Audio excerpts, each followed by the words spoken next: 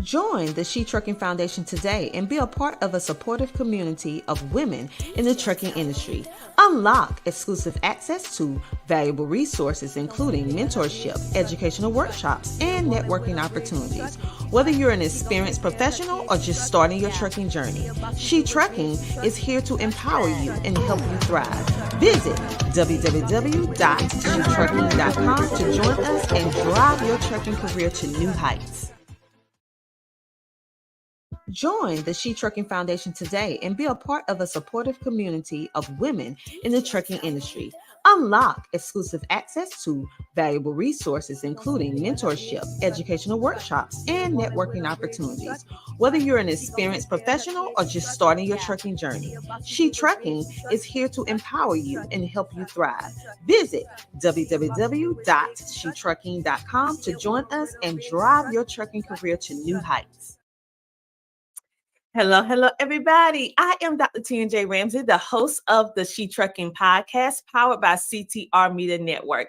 And today we are bringing on some of the best of the best in celebration, yes, of women in trucking during this amazing International Women's Month. And today we have the amazing Jennifer Marshall. She is not only a CDL instructor, she is a driver, and she is a woman on a mission to help empower you on no matter what level of trucking that you find yourself on. So without further ado, let's bring on the amazing Jennifer Marshall. Welcome to the show. Hi, thanks for having me. Yes, it is so great to have you today. And so when I think about you as a woman, the question always comes to mind for me. Why did you decide to go into the trucking industry? Honestly, to be like my aunt. Oh. Yeah. My Aunt Sandra, that's all she did until she, started having kids. And then my uncle, he continued on with the driving and she ran the internal part of it. So, and, everybody has that favorite aunt that you emulate. And, I used to joke around, call her Aunt God. So that's why I got into it. Oh, wow. That is something else. So we have some virtual studio audience in the building saying, hello, ladies. Hello. Hi. All right. Make sure to like, follow, share, and subscribe. So, Jennifer, you went in because you had this fabulous aunt and you decided to go into trucking. So, was it easy for you to obtain your CDL? And when did you come into the industry? No, it was not easy. Mm-hmm. When I graduated from high school in June of '98, she gave me a job. Her and my uncle gave me a job in their trucking company in the office. I did driver qualification, safety, logs, stuff like that, fuel by state back when you still had to do it by hand. And then that kind of evolved into being what's called a squirrel.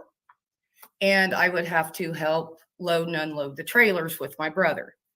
And because they hauled high value electronics. And when that started phasing out, and I hit a few bumps in my personal life, I decided it was time that I needed to go driving. I was called a few schools, and I called Lincoln Land in Springfield and talked to Bob Howard, and he told me exactly what to do step by step, how to get into the program and how to get it funded, because it was a few $1,000s even back then. And he got me in. I had to drive back and forth. Plus I had a kid at home. And then, I was the only woman in the class.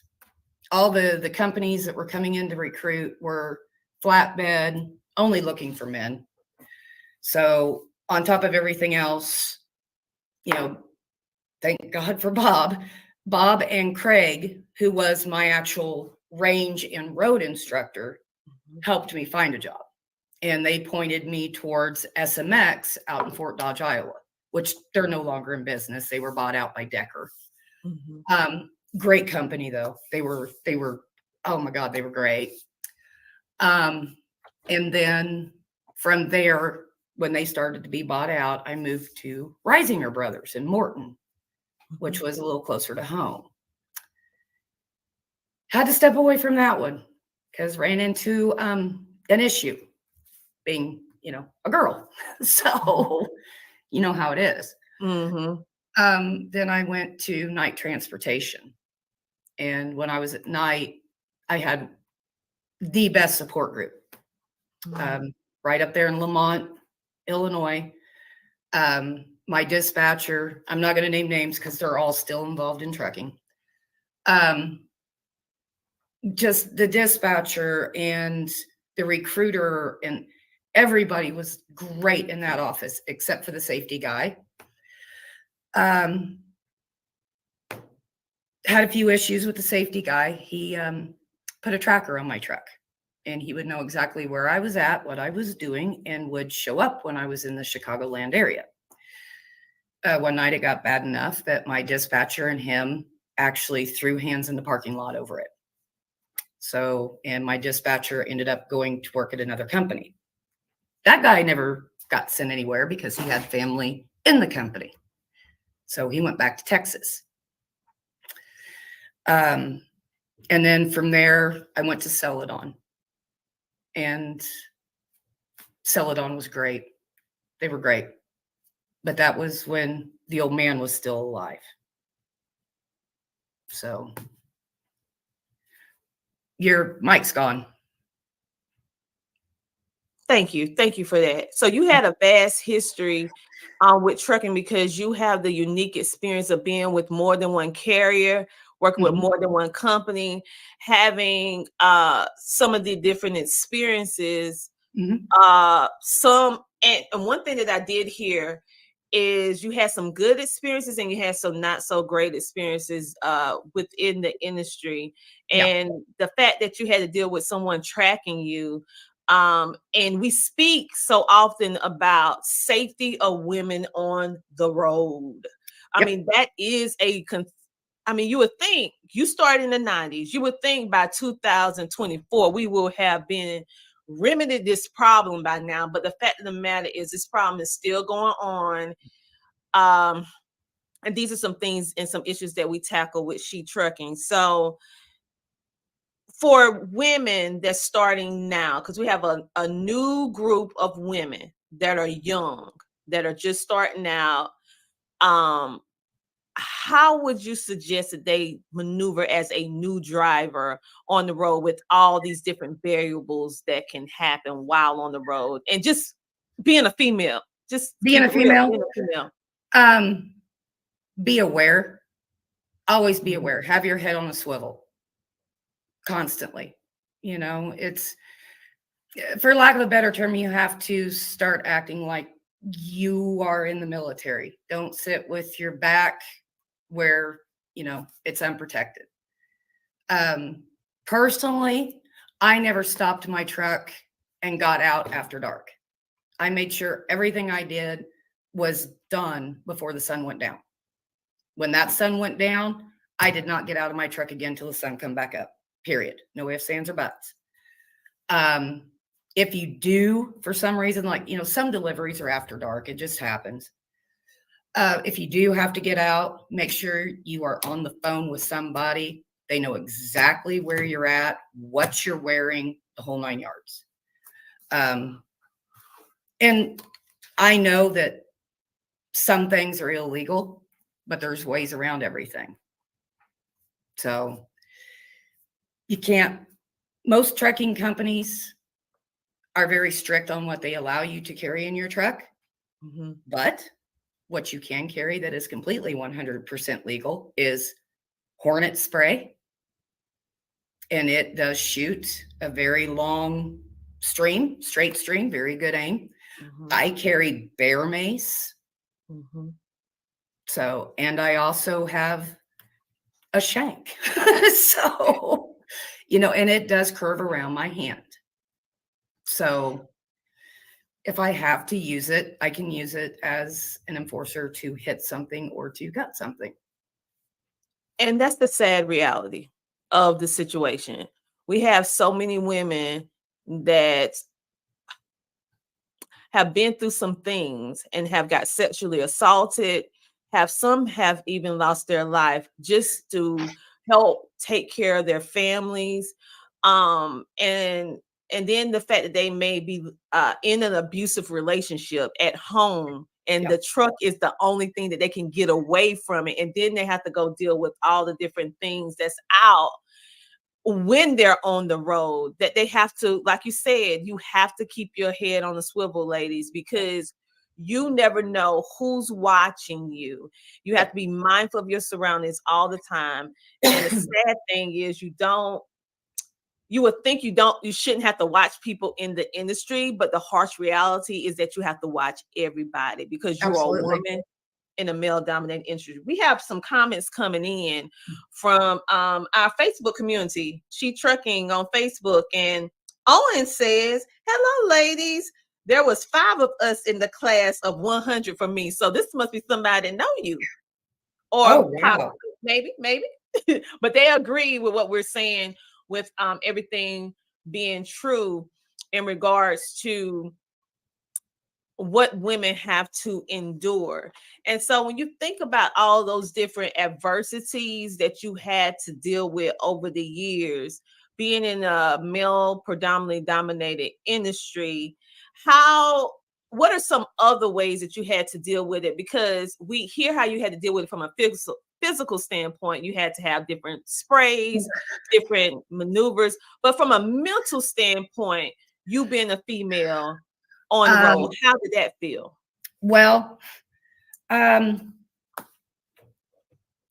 I I probably went above and beyond because Mhm. I wanted to make sure that I was never put in a bad situation. Okay. So I would never allow anybody to open my doors. And if they offered, I tell them, no, I'm good. This is my job. This is what I do. You Mhm. let me do my job. Thank you, but no thank you. And I was always polite. I would never ask for help backing up. If I needed a spotter, I'd say, hey, can you spot me? I never said, hey, get in my truck and back up for me, please. I see that so much and it's crazy. If you do not ever put a stranger in your truck. Come on, people. Seriously. I don't care if you are in a room of 1 million people, you put a stranger in your truck, it only takes a split second for you to be gone. I mean, honestly. Um, I just wanted to be better. Everything Mhm. I did, I wanted to do better. When it was, alley docking, I worked and worked and worked until I was better at it. Backing straight, I wanted to back straight, longer, better than men. I wanted to be able to drive more miles than the men. That way I could say, look, nobody has to carry my weight. I am good to hire. I am worthy of you going out on a line for me. I'm going to go the extra mile for your company. So like I said, I may not have done it the right way, but I've only had one company that I left on bad terms with. But everybody leaves on bad terms with them. Mhm. Literally everybody has left.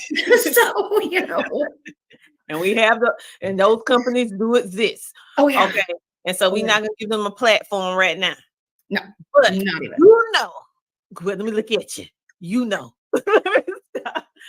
Okay, and so and ladies, the reason why we're going so deep into these uncomfortable topics is because we need you to understand. We don't want you to be naive. We have a lot of new women, a lot of young people that it's a generational gap, a generational divide. Like our age bracket, Jennifer, we have an awareness of our surroundings because of how we was raised a little bit differently than this new generation of We were young raised people that's, feral.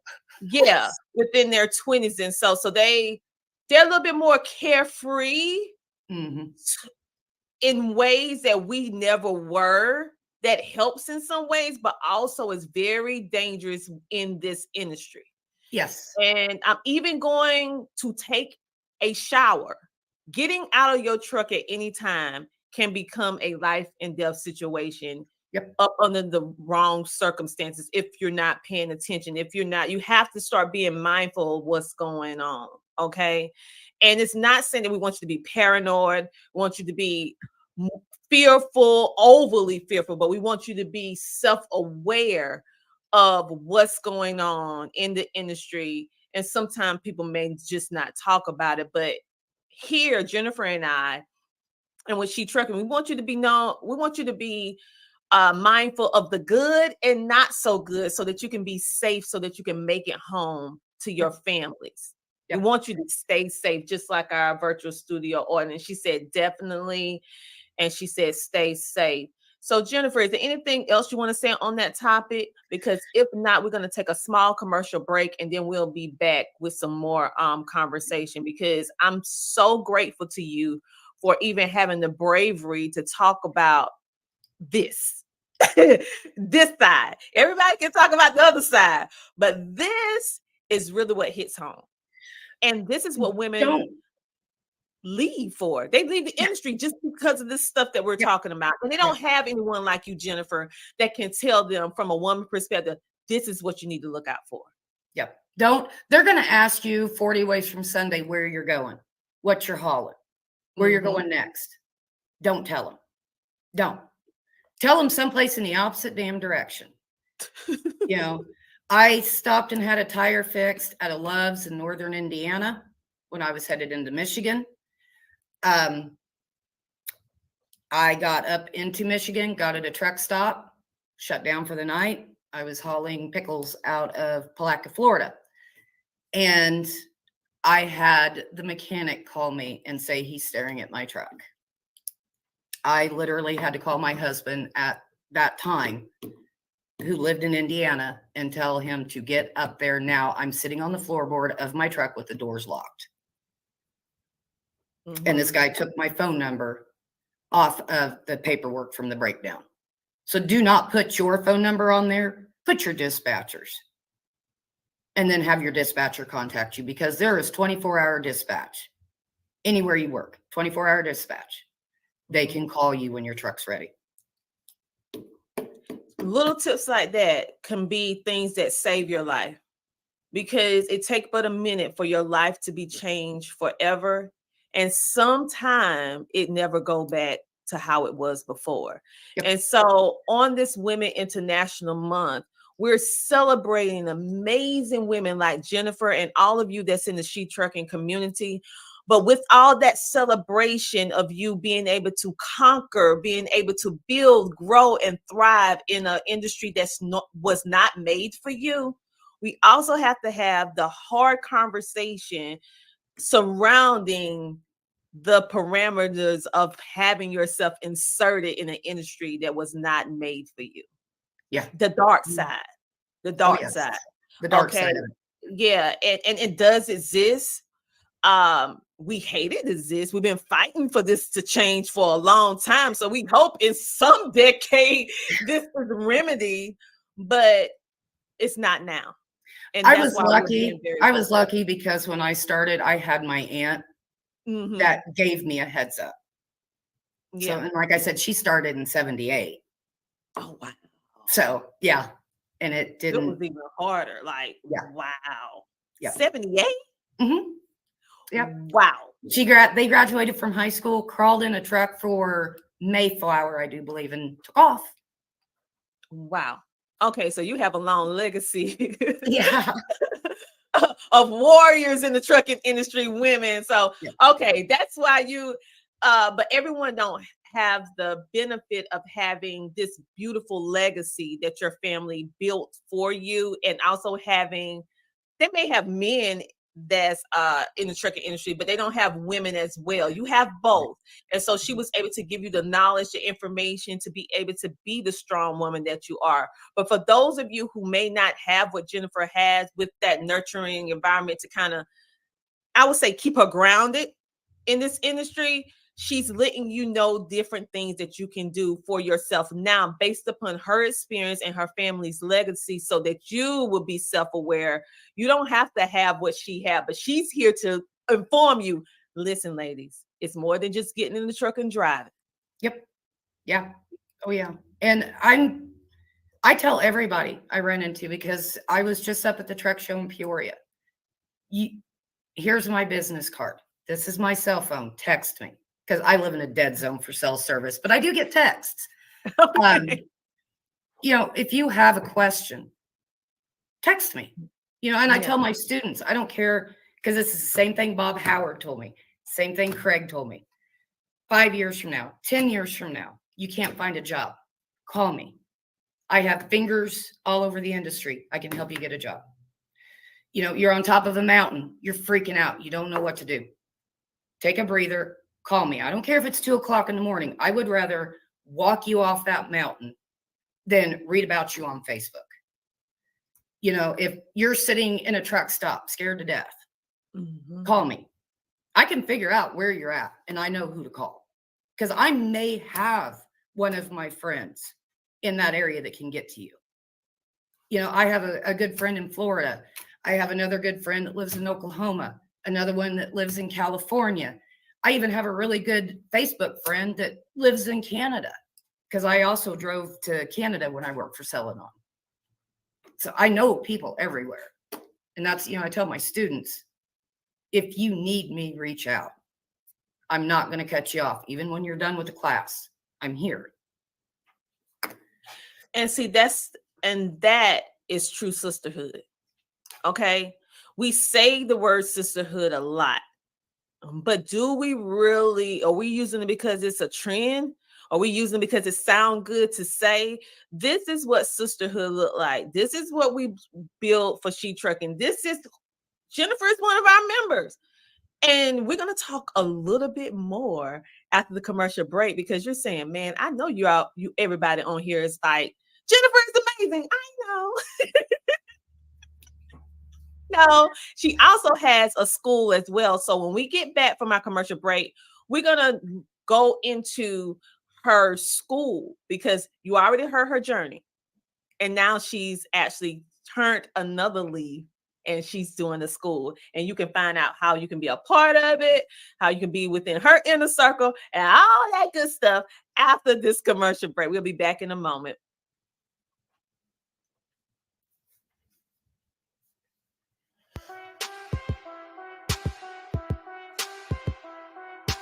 DJ Tony Dubb. She gon' take care of her bitch, she truckin'. She a woman with a rig, she truckin'. She gon' take care of her kids, she truckin'. Yeah, she a boss, she do it big, she truckin'. She truckin'. She a boss, she do it big, she truckin'. She a woman with a rig, she truckin'. She truckin'. Ah.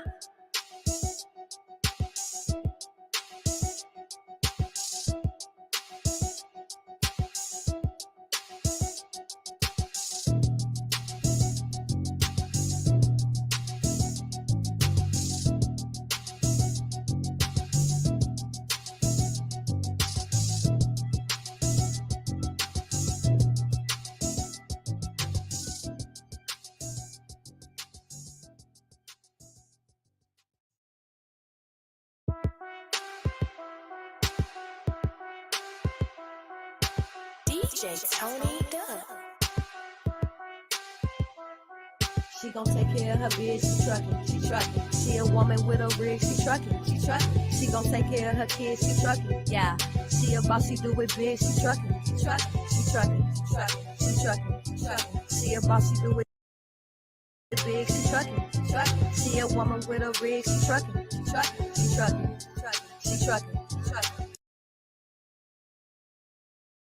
And just like that, we are back. And that was a commercial from previous years from Matt's. Matt's is the Mid-American Truck Show. And She Trucking is going to be in the building at Matt's. That is March the 21st through the 23rd at Louisville, Kentucky. Our booth is 40652. That is 40652. And in celebration of Matt's, we have launched, if you have not looked at it yet, we have been dropping it in a group, but sometimes doing these algorithms, you just don't see it. we have launched our first inaugural She Trucking magazine to give you additional tips and strategies to be to establish you to maintain a successful career in the trucking and transportation industry. And guess what? You can see it for absolutely free. Look in our Facebook group or simply go to shetrucking.com and click to see the magazine. It's an amazing, amazing magazine. We want to also give a shout out to our platinum sponsors, TAV. Yes, TAV is the platinum sponsors for the She Trucking podcast, enabling us to be able to bring you some of the best within the trucking and transportation industry, to give you the support so that you can grow and thrive. Make sure to go to check out TAVs today if you need factoring. On that note, you guys, we have so much amazingness going on. Before the commercial break, we were speaking with Jennifer Marshall, and she was sharing all of the things that we need to look out for being a woman in the trucking and transportation industry. Many times we have these conversations, and it's like little gumdrops, sweet and savory, really sweet, but there is a sour side for females that's in the trucking industry. And so this is not to make you afraid. This is not to make you not want to be a part of the trucking industry, because I feel that it's great for you to do it, but this is for you to be self-aware. So right now we're going to bring back on the amazing Jennifer Marshall. Welcome back. Hi. All right. So we have people in the building. Let me give some shout out to our virtual studio audience, because they didn't have to watch, and we love that you're watching. So yes. Let's see. We have in the group, we have Owen. She said, my uncle, I guess she was speaking about when you were saying about your family and stuff. So she said she has an uncle, a grandfather. She said, that's amazing. So true. She said, thanks, Jennifer. We all need assistance. Trucking sisters. I have a question about her school. Yep, I knew you would. And we're gonna talk about it. And she said, yes, great. We have another person talking about, hi, Mom. Oh, that's your baby. Yep, that's my daughter. Oh, hi, Allie. We have Sarah in the building. She said, put Jennifer on that cover. And we have Michelle saying hi, Jennifer. You guys, thank you so much for tuning in on today. Make sure to like, follow, share, and subscribe. And if you haven't joined the She Trucking community, for those of you who are watching outside, make sure it's a free group to get additional support as well. So you were speaking about all the different things that women need to look out for in regards to trucking. Mm-hmm. You also spoke about your beautiful legacy, having both men and women in this industry in the 70s, and how you pretty much was able to be on the administrative role, doing whatever needed to be done in your family business, to now being a driver. And now you transition into being an instructor, and specifically a CDL instructor. So what made you decide to become a CDL instructor, and tell us how they could get in contact and all that good stuff? Well, I had no intentions of being a CDL instructor. Really? Yeah. I just was going through some things at home and mm-hmm. needed a break from the road. So I was getting my CNA certificate reinstated, along with my EMR, Emergency Medical Responder Certificate. And I was sitting in class, and the president of the campus here at Midwest Technical Institute in Springfield came up and said, you're the one with the CDL, right? And I was like, yeah. She goes, I want to see you on your lunch break. And I'm like, great. I haven't even done anything and I'm in trouble already, And she offered me a job to be an instructor. She had already looked at my history because of having to apply for the college. They needed my work history because it is a trade school. We do teach trades here. We have welding, we have medical assisting, HVAC plus CDL. And then, like I said, she offered me a job, and I talked to my mother, my husband, and a few of my friends about it. And I was like, well, I can't teach this. And I'm doing air quotes here, adopted son, DJ, he was like, yeah, because you're the one that taught me how to back. So I was like, all right, I'll give it a try. And I love it. I love it. I wish I'd have done it a long time ago. Although I feel for the teachers I had in school now. I understand their plight 100%. Oh my God, do I? So sorry, Mrs. Lineberger. I apologize. Yeah, I'm so sorry. So I'll buy you a drink if I ever see you uptown. But anyway, it's the satisfaction of seeing their face when they get it. You know, when they struggle so hard to just catch the drift of the truck.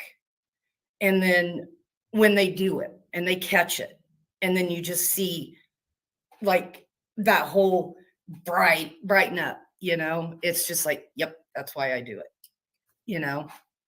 And then I did have a female come through. I've only had one. God, I wish there was more. I had one come through. She had severe testing anxiety. And that's the other instructor, Tony. His name's Tony Chancellor. Tony. He was really, really good with her out on the range.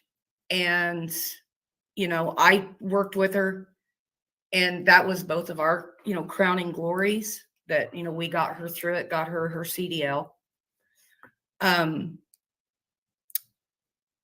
But you don't realize the impact you have on somebody until you're there, you're doing it.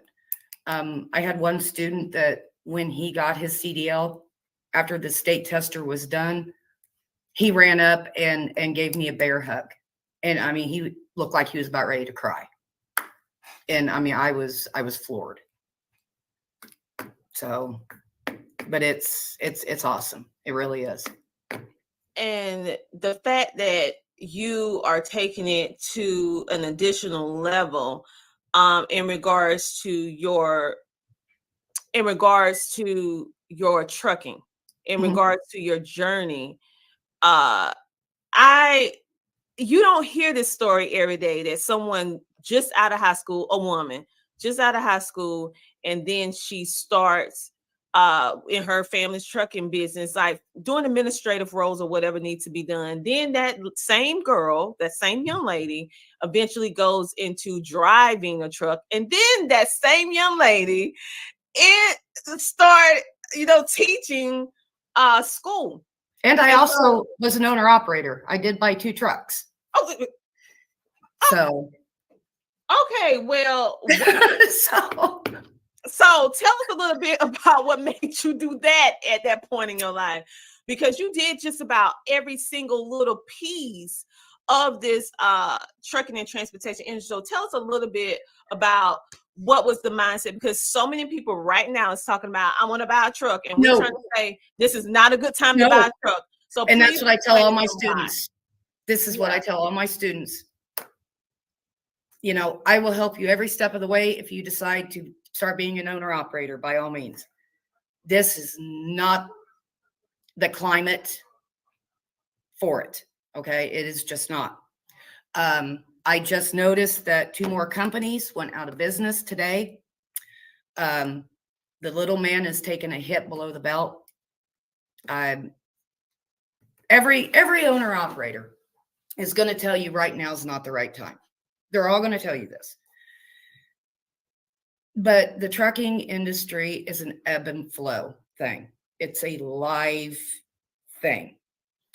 And you have to catch the flow just right. And right now is not the right flow. I do know that I tell all my students that in this world, there are 3 constants. and this is what I tell them on the first day, there's 3 constants. Everybody's going to get sick, so we need medical, all sides of medical. Everybody's going to pass away. We need all sides of the undertakers.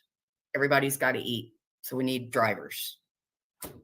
You know, even if it is the last mile that they're trying to enact by putting a lot of our freight on rail systems and then doing the last mile, or if it is true OTR coast to coast, you know, everybody's going to have to eat.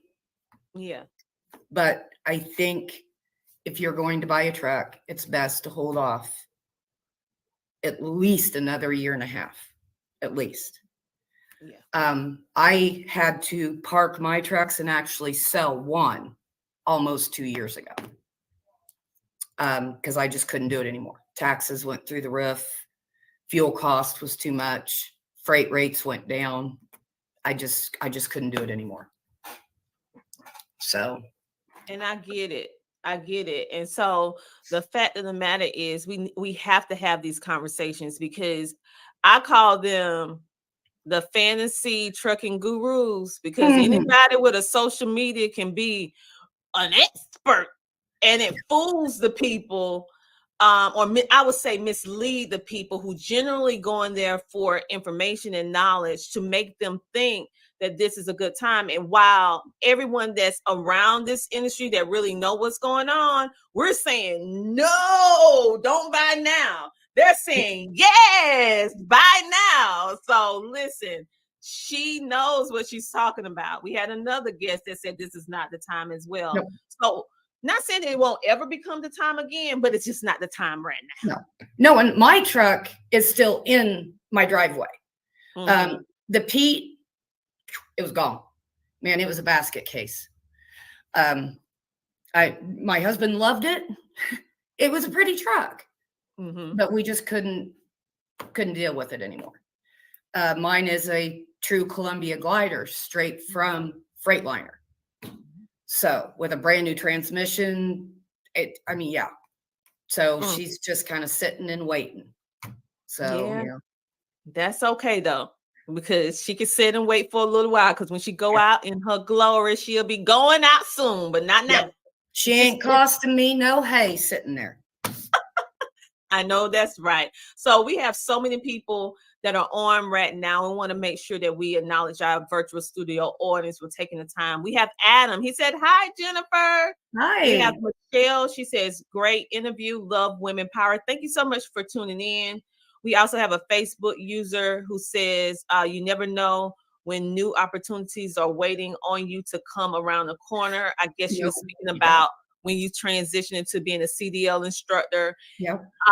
We also have She Trucking on. She said, perfect.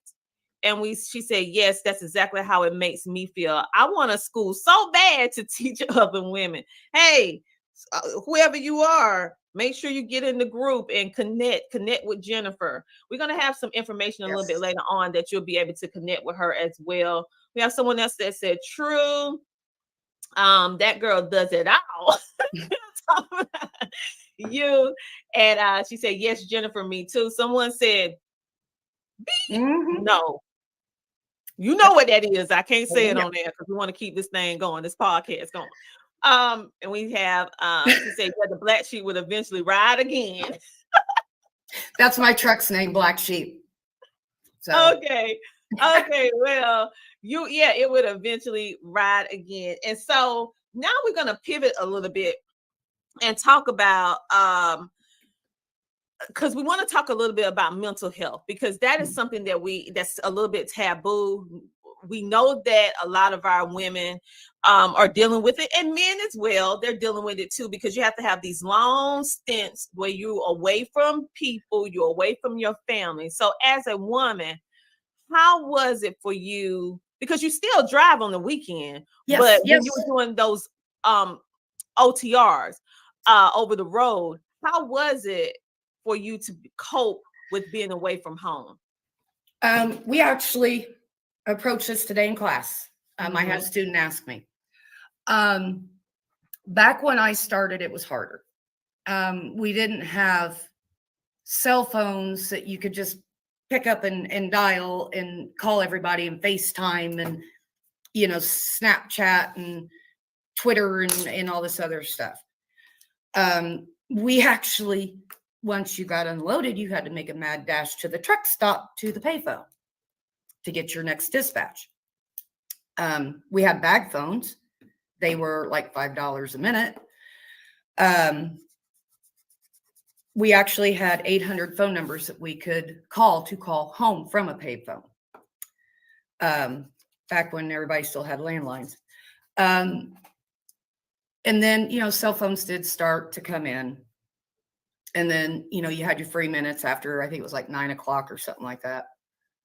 But that's when you could go into the truck stop for lunch, an early supper. You could sit and talk with the other drivers, the older drivers. It was safe. You could get some advice. If you were struggling with something, you didn't know how to get somewhere, you didn't know how to get in somewhere, you could get the advice that you needed. That's gone now. You can't do that. They're even shutting down the restaurants in the truck stops. The camaraderie that kept you company back then, it's not there anymore. It's not. I don't know if it was the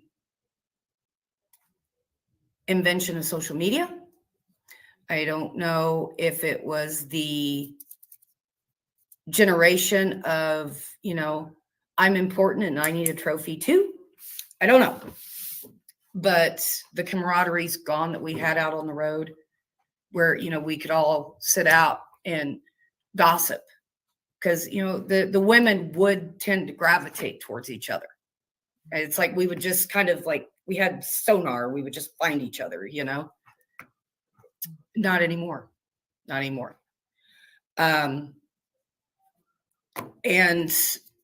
so you had that one cassette that you really liked,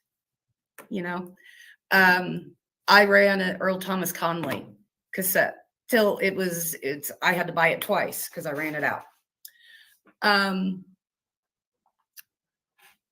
You got to know certain truck stops. You had certain truck stops that you stopped at all the time. And then you got to know the staff there. So you got to feel safe there. I had a truck stop in New Paris, Ohio. I stopped there so often that I would walk in and the waitress would know exactly what I wanted to drink and had it sitting on the table and exactly what I wanted to eat. And I wasn't the only one. We were all like that. Now it's that is gone. And we've done it to ourselves, but it's gone. And so what I'm hearing is the sense of community, the sense of knowing that you know that you know that you know. It's something about having, I would say, consistency, because when I'm hearing everything that you're saying, like having the simple things, that waitress that knew you was coming and knew your order, that knew what you wanted. Like I said, like when I tell my children, social media, they grew up in a time where they only knew digital stuff. We came in a time where it was merging to us little by little, but we still use communication. Good old speaking like we're doing right now. We didn't have to have a cell phone to send a text message, some emojis and all this stuff like that. We had a conversation. Right. And so, go ahead. It was neat when XM radio come out, because I could be in one part of the country and, my husband would be at another one and another friend of ours would be at another one. And we would be on the phone at the same time. Well, then we would tell each other, hey, turn to this station. And we'd all be sitting and listening to the same channel. And that helped a lot. But, once again, that was after cell phones got prevalent. It was after 9 o'clock. And, So Mhm. it's, different Okay, now. it is. And speaking of that, we're gonna go into a different area. We're Mhm. gonna talk about, we're gonna keep it real, dealing with unity Mhm. amongst women in trucking. Okay. Some The harsh reality is that it's not too many women in the trucking and transportation industry, and you have a lot of things that are against you being just a female truck driver or in this industry per se. And the sad reality is that we are dealing with I would say, a problem of women going against women in trucking when we should all be coming together in unity. So do you find that to be the case? Am I just, is it just me? Because I see bullying and all kind of things going on amongst No, women. I'm like, what are you doing? We fighting no. this fight together. And woosah. It's a woosah moment. Got to rub the earlobes. I'm on quite a few websites on Facebook or pages or whatever you want to call them.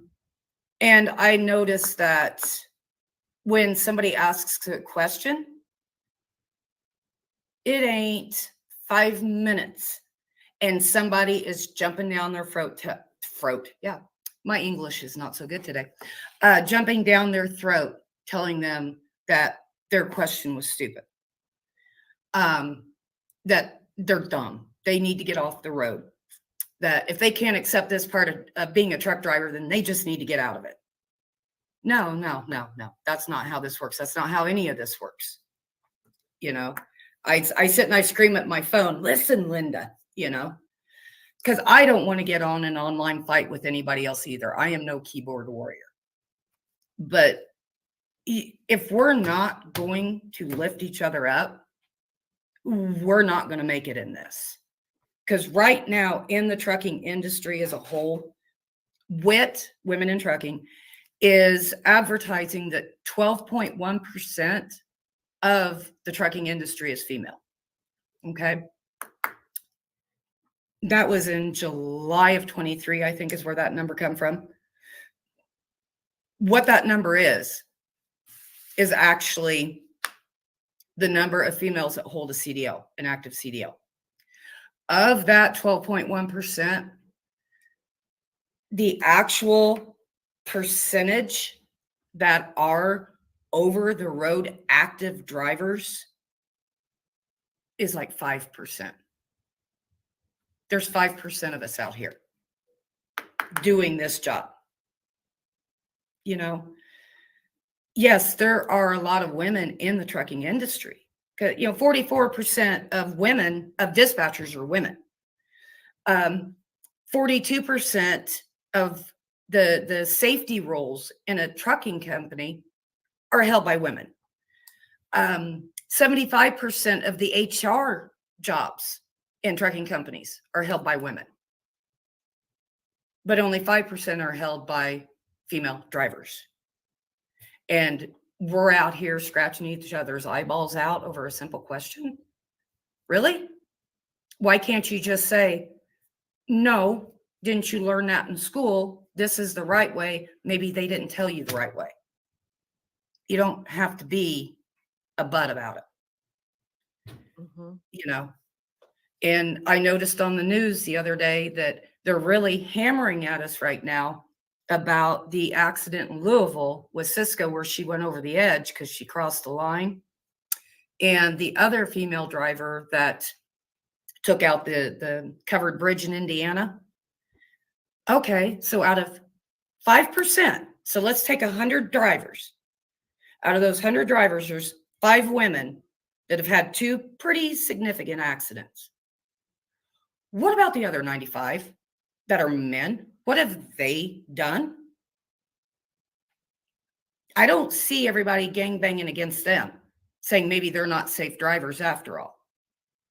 Because the statistics are still there that of an average accidents, only 40% of women are involved in them.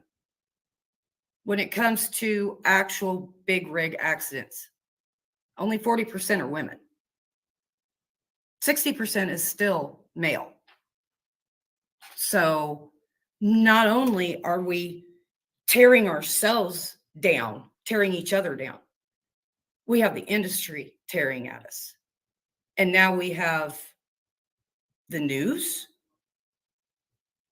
tearing at us because of 2 incidents that happened, that I'm sure is going to end up being a third, because in the little community that I live in, a female bus driver crossed a center line yesterday and hit a day cab head on.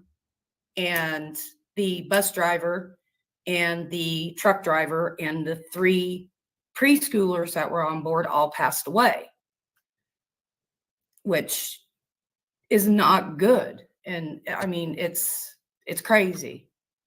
It really is. But the sad reality, whether you drive a truck or a regular standard vehicle, these accidents happen. We hate these accidents happen, these casualties happen. But the core of this that we should be really hammering down on is the fact that as women in this industry, we have enough against us. We should never be fighting each other. No, So it's so many different organizations, women organizations that's like She Trucking is a great organization that absolutely helps women establish and maintain successful careers in the trucking and transportation industry. We're not the only one. It's other organizations and entities. Instead of us independently working on these islands, we should all come together. Absolutely. We're more powerful. That's the only way we're going to fix it. That's the only way that we're going to rise above, is if we work together, not separately. So, you get on these sites and they're nitpicking at each other, and it's like, ladies, stop, just stop. Look at the way you look. Okay, you have somebody that's on the fence about being a driver, and then they see this, and they're going to be like, oh, hell no, and I met a young lady at the truck show, Claudette Hart. She's from the Chicago area, and she's doing like inner city support for people that want to be a truck driver. She's not teaching it, but she's giving them support to do it. And I give her props. I really do. She is trying so hard to lift up women everywhere. And it's like, you can do it. I can do it. There is another female instructor at 160. She's doing it. But these people on Facebook, they can't. What's wrong with that? It's a problem. It's a problem. And that's why we're addressing it today. One of our virtual studio audience members said they agree. So on this Women's International Month, we need to change the narrative, move that needle from the negative zone to the positive zone. Absolutely. And we all need to come together, because we're all women. We all have families. We all have different issues that we have to contend to in regular life, as well as the beast right here in the trucking and transportation industry. No woman in this industry should be at odds. When we see another woman, we should feel secure and comfort to know that that is our sister, regardless of the color of her skin, regardless of her age, regardless of her background. We are one. Exactly. And, as female drivers, we already have to deal with the female dispatchers that we don't exactly get along with, And I'm here to tell you, I had one. Oh my Lord, if I could have reached through that phone, I don't think she'd have had any hair left. It was real hard to stay professional.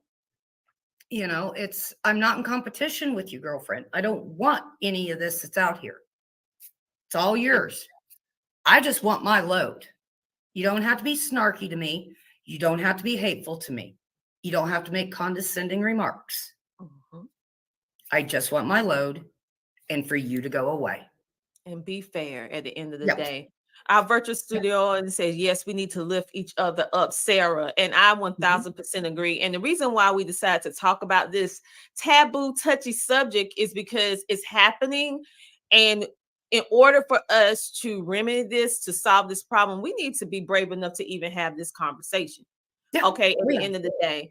And we have so much, ladies, that we offer, that we give, that as women in any part of the trucking and transportation industry, that we add value. Why not add value to each other?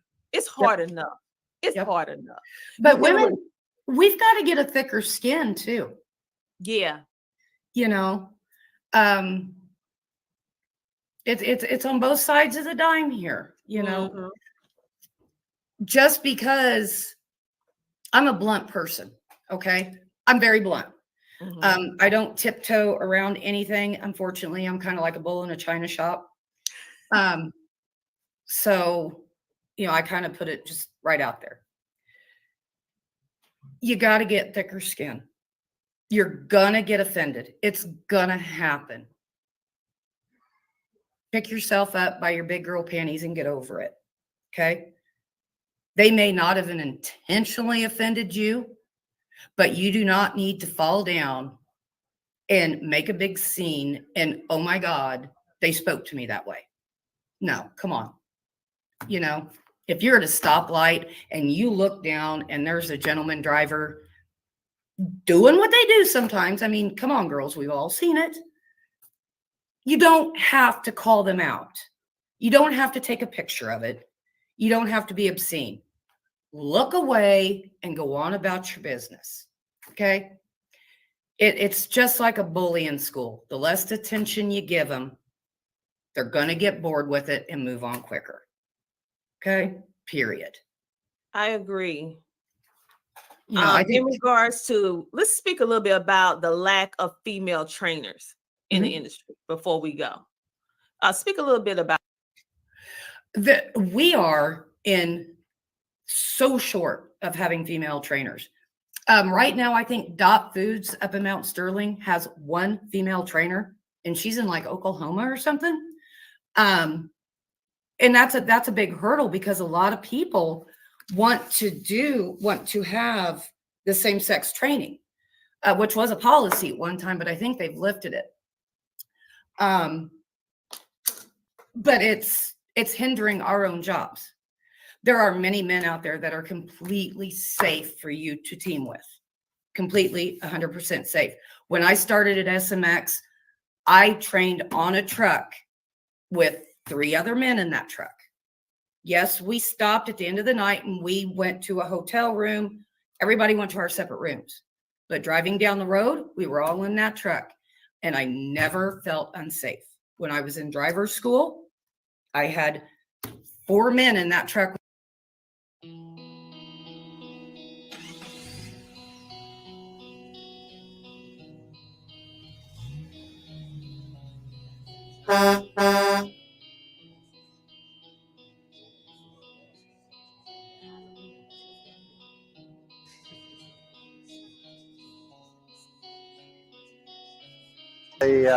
The Jamboree, we brought our 2022 VNL 860 Globetrotter Volvo.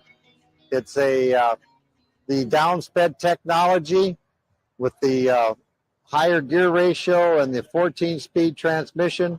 This truck steadily pushes 9 to 10 miles per gallon, loaded and empty.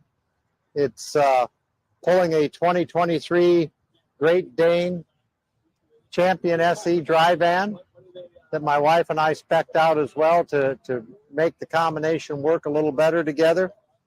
We have personally, I started when I was 18 and a half years old in 1975. I turned 68 years old July 20th. My wife and I have been together 39 years. She's ridden with me for the last 20 years. And this is what we do. We run the highways and the byways of America, delivering the goods and services that folks in the country need.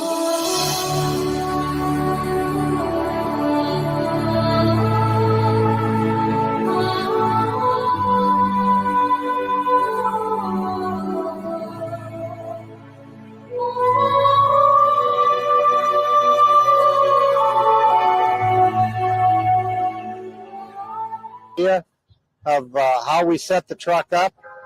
It's all the latest Volvo technology. We ordered the truck. It took 1 year and 4 months to get it. It was ordered, I apologize for the greeting from Interstate 80, but that's the Truckers Jamboree.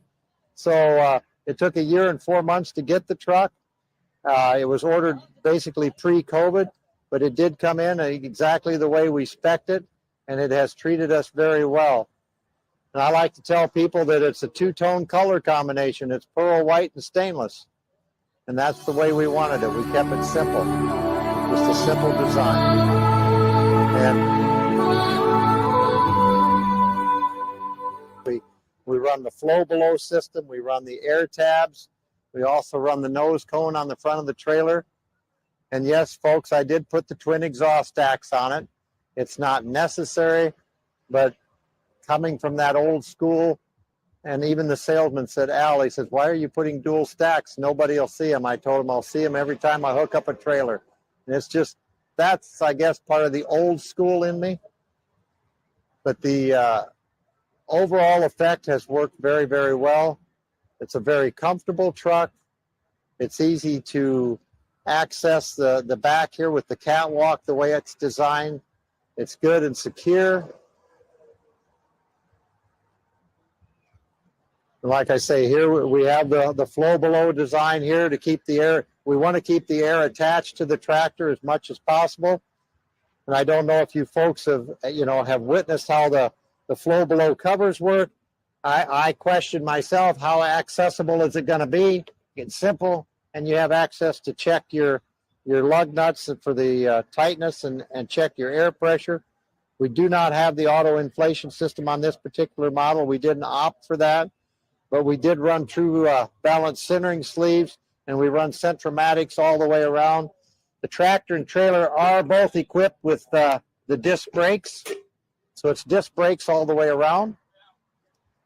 We run the aero mud flaps on it to keep the airflow moving. And the other thing that you will always notice if you have those is they basically eliminate road spray on wet roads.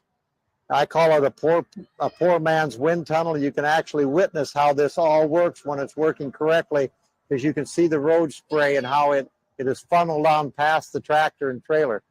And as we go on down along here, we've got the aero skirts. Now, when my wife and I purchased the trailer, it was just a basic trailer. It did not have the nose cone. It did not have the skirts. It did not have the excess rub rail on here. And it did not have the air tabs, nor did it have the flow below on it as well. We've added all of this stuff to it along with the aero flaps on the back. And we can go down alongside here, and like I say, it all works together. Notice we opted for all position tires on the tractor, as well as the low rolling resistance tires on the trailer to keep the rolling resistance down. We also put here we have the analog. We didn't opt for the highest tech. We just got the analog right way gauge, which corresponds, if it's 34 on here, that's 34,000. And it's accurate within about 250 pounds. And I have found that very useful when loading at these various places and you don't have access to a scale right away. Gives you a general idea where you're at.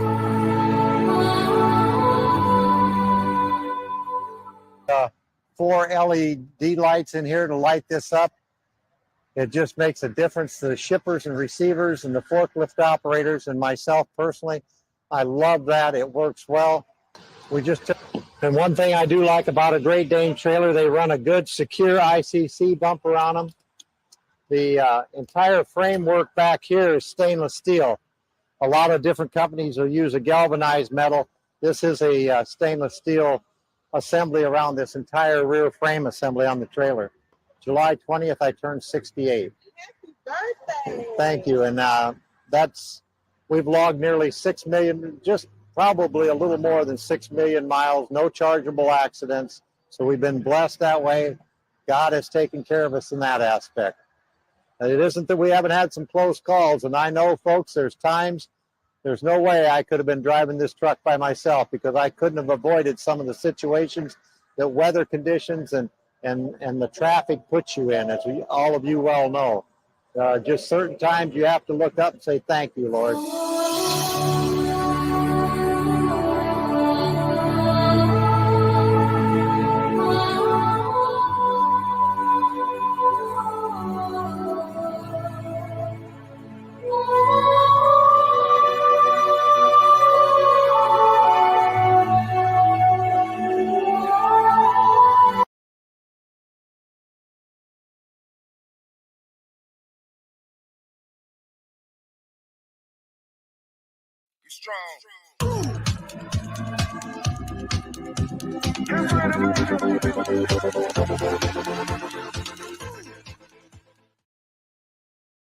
Join the She Trucking Foundation today and be a part of a supportive community of women in the trucking industry.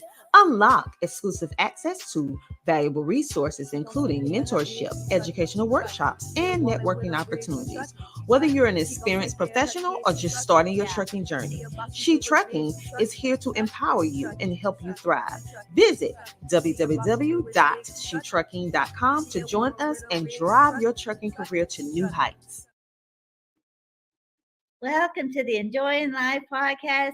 We are with the She Trucking Foundation, and I cannot wait for you to hear our guests today. We have so many great things to cover. Today, I'm going to put a broker in the hot seat. So I'm looking forward to that. You know, the market is tough right now, and drivers and carriers are struggling a lot. And I really think it's a great opportunity for us to hear from a broker and get some information about the best ways to succeed. And she can have some great tips for us. So if you have questions, be sure to pop those into the comments. Share this out so people can join us and hear our discussion. I also love that she's a carrier, so she's got experience on both sides of the table, and it's going to be a fabulous conversation. You know, my show is Enjoying Life OTR, and I care a lot about work-life balance. And I've been saying this a lot these last few months. You know, this year in trucking has been rough, especially for owner-operators. But even those of you that are carriers, you know, we're having some stress about maybe not getting enough miles. And we really just got to work smart these days. You know, trucking is very cyclical, you know, so we have our up times and we have times where, you know, we're all rolling in the money. And then there's times where we're really having to buckle down and be careful. And it feels a little bit more you know, the industry feels a little bit more insecure. And I think we're kind of in one of those times now. So I wanted just to make the opportunity to talk to somebody who's on the broker side and ask her some questions about maybe there's some ways that we can do things better as carriers and build those relationships, and just take the opportunity to learn from somebody with experience on both sides of the table. So I have the honor of welcoming my guest today. Her name is Elizabeth Long. She is a broker, like I said, and a carrier, and I've run freight for them in their brokerage. It's Patriot Star, and she is somebody that I consider to be a real trusted resource in the industry. She and her husband both have been acted like mentors to me, really. And anytime I have a question about the industry or how things are going or something that's happening with my paperwork and contracts or something that's just feeling a little bit uncomfortable to me, I know that I can go to her and ask her as a trusted resource, and she's going to give me factual information. So I'm really honored to have her on the show. So if you could join me welcoming Elizabeth Long. Thank you for having me on today, Cindy. Elizabeth, you know I'm a big fan of yours. I love the work that you do. You're one of my favorite brokers. I tell you that all the time, and I really have enjoyed working with you professionally. But even as a friend, I think you have a lot to offer. You know, at She Trucking, we care a lot about equipping, empowering women to thrive in this industry and to make the most of the opportunities that are presented to us in freight. So I've been looking forward to sharing them with you with them and getting them to meet you and hear from your perspective. Can you start out and just share us a little about your career and how you started in the industry, and then what's your role in the industry today? Absolutely. And I do want to tell you too, the feeling is mutual. I love working with you. You are one of my favorite carriers to work with for so many reasons, what we'll probably get into later. So the way I got started in the industry, to be honest, I never thought I would be in transportation, trucking, logistics. I never in my wildest dreams thought I'd be a part of this. But I met my husband, Kenny Long, and we got married, and he had a CDL and owned a truck, and he'd been driving for probably about 15 years when we'd met. And he taught me how to drive. And I'd ridden in the truck with him for a little bit before he taught me how to drive. And then I went and got my CDL, and was fortunate to do that before you had to go to school, and was able to just get on the job training with him. And Let me hop in there real quick. What did you do before this? Like what? So yeah, that's a great question. So I did a lot of sales. I did car sales. I worked in a bank, but actually I spent a lot of my younger years, I mean, maybe 10 to 15 years in the restaurant business. And, the restaurant business is another job where it's customer service oriented, and you've got to think on your feet and you're on the go, so I don't know. I think restaurant business is really good training for any career, to be honest. I agree. So I enjoyed that, but I love what I do now.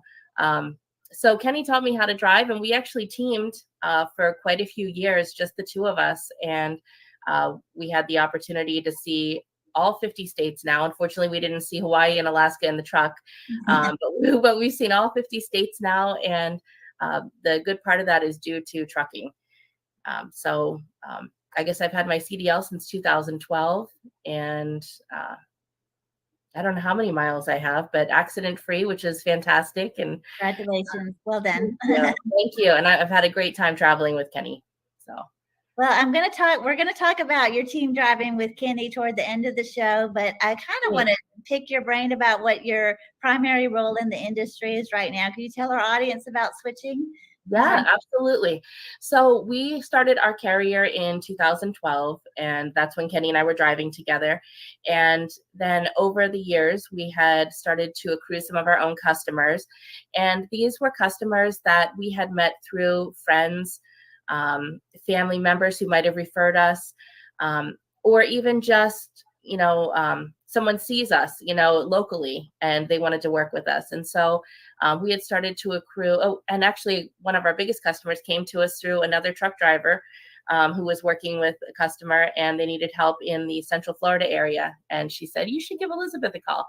So we started to accrue these customers, and it got to the point that there was other shipments then in places that we couldn't handle, that we didn't have our trucks in. And so Kenny and I talked about it in 2017. We decided to make the leap, and we started our freight brokerage. So that was I don't want to pass this up, because I think you put a point there. I think it is so important, because I hear a lot of people go, I should get my brokerage. For one, a couple of things. You're taking direct freight as a carrier with a customer without a brokerage. Yes. Many people owner-operators don't realize that they could do that. Could you talk a little bit about that? So me, I just got one, and I do have direct shippers, but can you tell a carrier that's just maybe got one truck or a small fleet how they can go about working directly with the customer? Yeah, it's a really good question. I mean, it is really important as a carrier, as any business owner, we should always be marketing our business. No matter who we're talking to, everyone we come across should know what we do. And it really helps, because someday someone's going to need something moved, or they're going to have a neighbor that needs something moved, or a boss. And so they can then think of you and reach out to you when they need that shipment moved.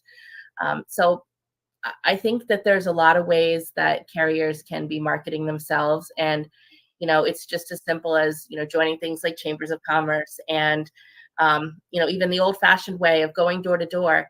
And there really is a perk when you are a carrier and the actual driver going in to meet a shipper or receiver, and you're talking to them about offering them service, because you are really 100% going to be that service provider, and they're going to have a face with the name of who actually is going to be dealing with their freight. And so you might not have an easy of a time getting into a place like Walmart or Costco, something like that, where they're doing these huge volume shipments. But those smaller mom and pop or smaller, more specialized freight, they're going to look at you and they're going to see the value there. So there's definitely opportunities.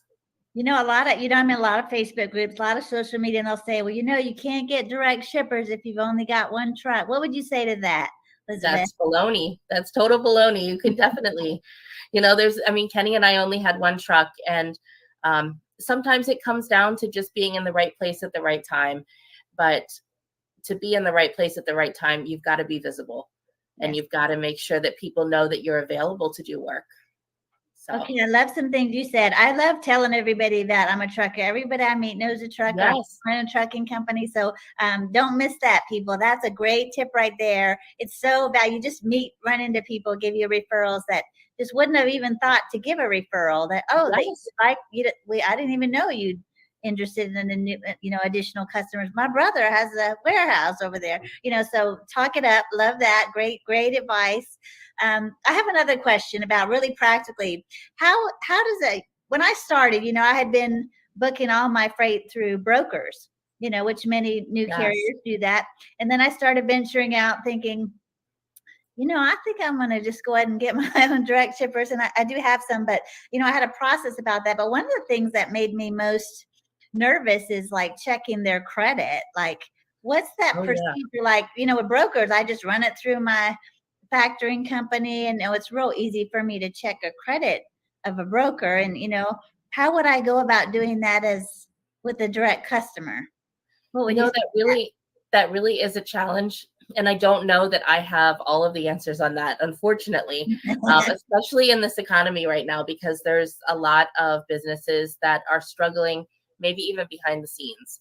Yeah. So I think that the wisest thing that you can do, when you're getting set up with a new customer, is start off small and set your payment terms.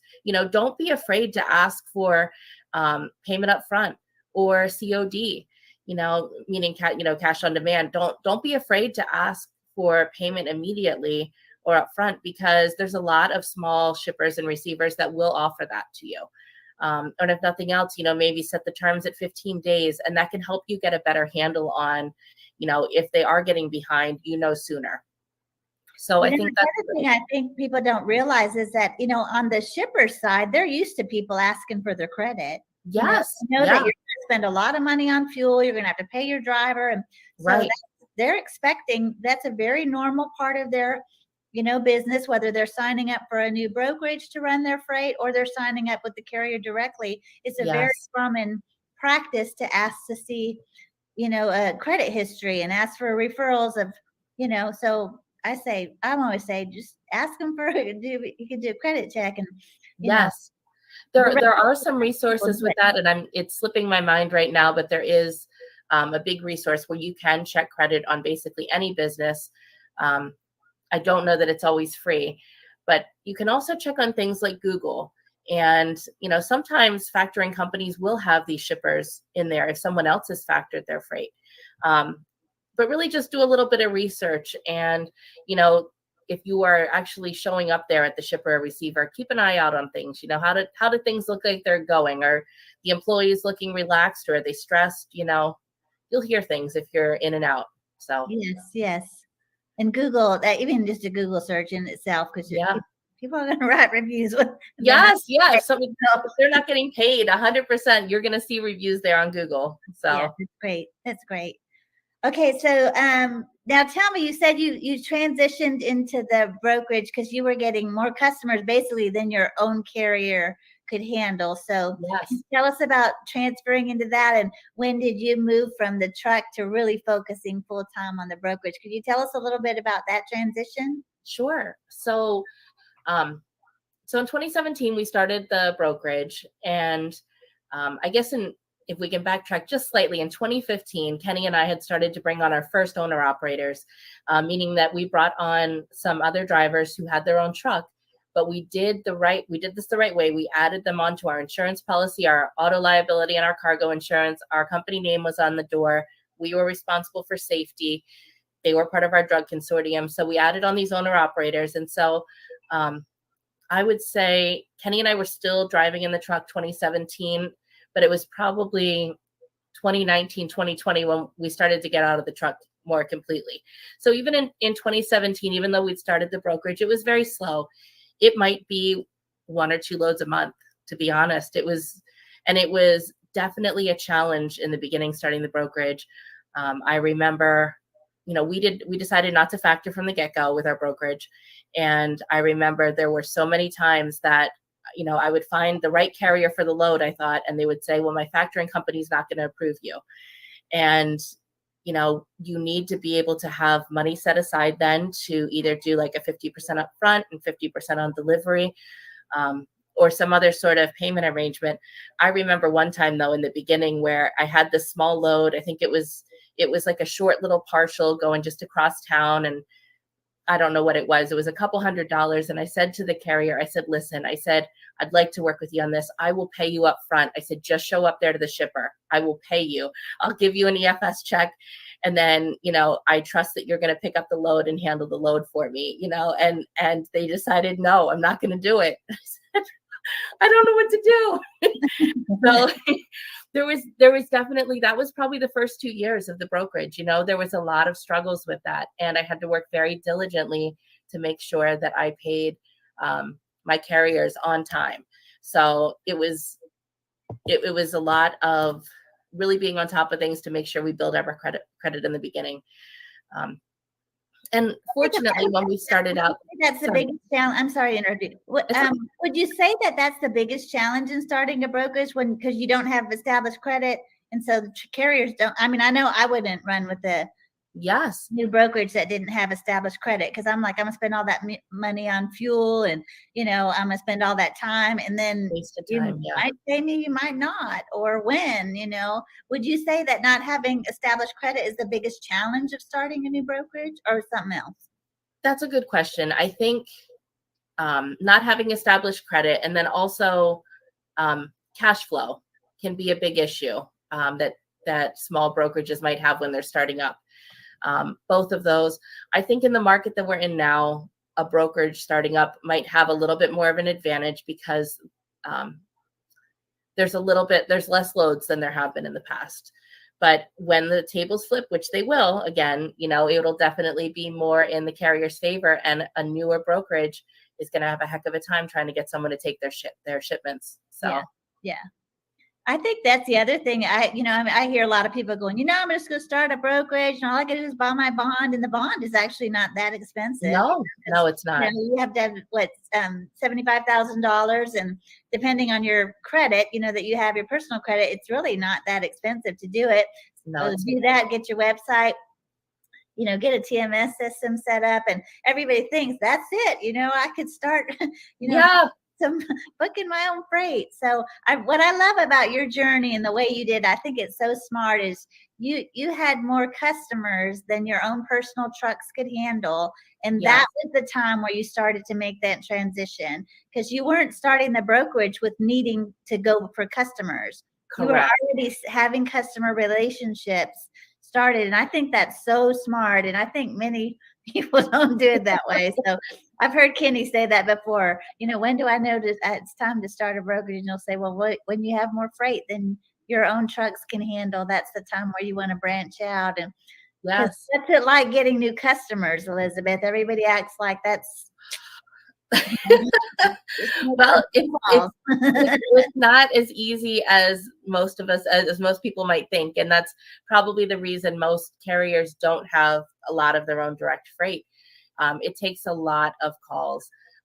Kenny and I actually at one point had hired someone that we had known. He worked with a different brokerage, and we hired him on salary just to do outbound calls to try and bring in new customers.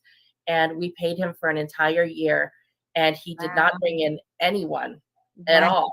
Yeah. So I don't know if it was his methodology that, just wasn't working, but it's really not that easy. It comes to acquire someone who wants you to handle their shipping. It really comes to being at the right place at the right time, and you have something that solves their problem, and a lot of times, as business owners, unless there is an issue, unless they're not happy with what's happening with their current service provider, they don't want to have to switch. Right. They're comfortable with the status quo, and unless they're unhappy with the price or the service, or something major has happened. So sometimes it means following up for a couple years until someone might be ready to switch. Okay, listen, everybody. Did you hear what she just said?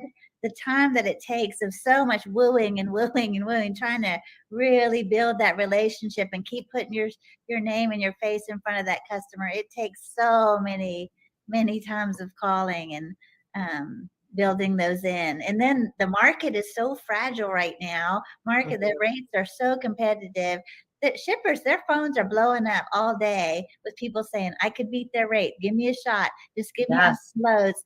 And, they're trying to just get the freight as what they can. And, carriers, we're feeling that. We are. You're feeling it too, carrier side. So, Yes. but when the market is so competitive like this, then it's just, how low can we go? And, then try to provide good service, provide a good carrier when the rates are, skinny. That's a Yeah. And to be honest, I don't think, when you're looking for shippers that you want to work with, if the shipper tells you that really price is the only thing that matters to them, sometimes you have to listen to that. I actually met someone the other day. Kenny and I were at an event, and we were actually at an event for one of our other customers. We were making a delivery and a pickup for them. And I got to talking to someone else, and he was telling me about how he can ship a pallet anywhere in Florida, one pallet for $165. And I said, wow, that's pretty awesome. I'm not going to be able to beat that for sure. And he let me know, that, really the only thing that matters to him is price. And I said, well, listen, I'm going to give you my card anyway. I'm not going to be able to beat or match that rate for one pallet to go to Miami from Tampa. That's just, right. I'm not going to be able to do that. But if you have something that goes wrong, or you need something last minute, or you need a full truckload, let me know. I'll be happy to help you, because even though you might not be able to meet their needs at that moment, you might be able to in the future. People's business models change. So okay, again, another great point. I love what you did there. And I even do this as a carrier when I'm talking to a broker, and I will start talking about a load. I do the exact same thing. This is gold right here, Elizabeth. I love what you said right there. So you're getting a no, and and they know this is not going to work right now, but you continued to talk about opportunities for the future. And I'll even do that where I'm like, well, this load obviously is not a good fit for me, and I'll do a very similar thing as a carrier, and I'll say, if something else comes up, keep me in mind. I'm not going to do that rate. I'm not going to, I have no desire to be the bottom of the barrel. Yes, right. But you're right that things do change. And then also when I'm talking to a broker, I will also say, I know they have multiple customers, so this one customer, they're running all this cheap freight, but they do have some more specialized things. And I'll even take that opportunity and I'll say, this one's not a good fit for me, but I'm a great carrier. I mean, my goal is to be your favorite carrier. Every load I do, that's my goal. So, and they love that, and they're having a conversation with me. So even hearing you say that on the broker side, I think that's just a great way to network. And every no that you get doesn't mean it's a never. So, that's right. That's absolutely right. Yes. Great tip there, Elizabeth. You have so much wisdom. I knew you were going to be sharing some gold with us. Okay. I really think it benefited me a lot to start as a carrier before I became a broker, because when Kenny and I were in the truck, we had our own authority. Both he and I would book loads. We were both on the load boards. We were both negotiating loads. And so I really had a lot of background in exactly what I needed to do to dispatch our trucks and stay profitable. And that really helped me a lot as I started the brokerage. I did not do any specialized brokerage training. I don't think you necessarily need to do any specialized brokerage training, to be perfectly honest. If you have that background as a carrier, you know what it takes to get the job done. You know the questions that are going to come up. You know the pain points you've had as a driver of, someone sends you in there and the appointment time, they said the appointment time was X, but it's actually Y. And, now you're sitting there for, you've missed your appointment or something, so I think that there's a lot of benefit to starting off as a carrier first. Well, you all day you're talking to your competition, and as a carrier what things that they're not even asking the right questions sometimes. Yes. And so you know that's happening for the shipper as well, and you get a really a good idea how you can improve on that. Yes. Yeah. One of my favorite things that I've told you this story before, but Elizabeth and I were, she called and offered me a load for my truck, and it was in Texas, but I was a little bit far. And I love this conversation I had with her. I thought, I wish every broker could talk just this frankly and honestly.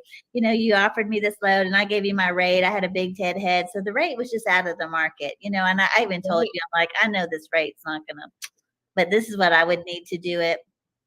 And you said to me, and I just loved your honesty. And you just said, you paused for a minute, and I was like, and I was sitting there, she's like, you're crazy, girl. I ain't paying you that. But I didn't know what you were gonna say, because you get blasted sometimes. So Yes, like, yeah. what is she gonna say? She said to me just so respectfully, and she said, Cindy, I know why you gave that rate. I understand that, but honestly, I could cover this load cheaper than that with another carrier that's closer by, and the market's competitive right now. So I think we'll just pass on this one for now. And, it was just straight up. And I was like, I loved it. I was like, I love this woman. I'm like, why can't we all just talk honestly? You weren't going, oh, Yes. I don't have that much in it. That which Right. you're bad. It's like, you're just like, just honestly, I could cover it cheaper. And if somebody that was closer, and I was like, we could just talk that honestly instead of all this, crazy lines we feed each other. Yes. Well, I respect you so much, because I've called you so many times on loads. We've done so many loads together. And, if I ask you what you need for this, you're not afraid to give me the rate that you actually need. You're not afraid to give me an offer. Yeah. And that doesn't necessarily mean that we'll match up on it, Right. but you're not afraid to quote something. Yeah. And I can't tell you how many carriers I've talked to, and they just won't give me a number. They Tell me about that. What is happening when they don't give you a number? What do you think is the? That's a really good question. So I can't answer that, because I've been on the carrier side as well of that. And I know that I've called different freight brokers before, especially some of the bigger ones where they have young people that are answering the phones and are disrespectful, and they will yell at you if you give them a number that they don't like. And I find that to be ridiculous, because really, this is still business, and if you tell me you need $1,000 on this, and because of X, Y, and Z, then that's what you need. And hopefully we can work together and work something out on that. But if we can't, then you're just not the right truck for this particular load. And that's okay too. And I think sometimes when carriers get put on the spot and ask for a number, they just freeze. They're not used to actually quoting something. They're so used to brokers just telling them, this is what the rate is, and they're going to say yes or no. And they don't realize that there is a negotiation involved. It doesn't always mean that you're going to get 100% your way in the negotiation, but there's definitely different aspects that you can discuss. And this is one of the benefits for an actual driver, like a one truck owner operator like yourself, and like a lot of drivers out there. It's so important for them to be negotiating their own rates and not relying on dispatchers to be the ones calling and booking the loads. I will 100% give a little extra money to a one truck owner operator driver who is booking their own load over some dispatcher who has called in. They don't know the details of the truck.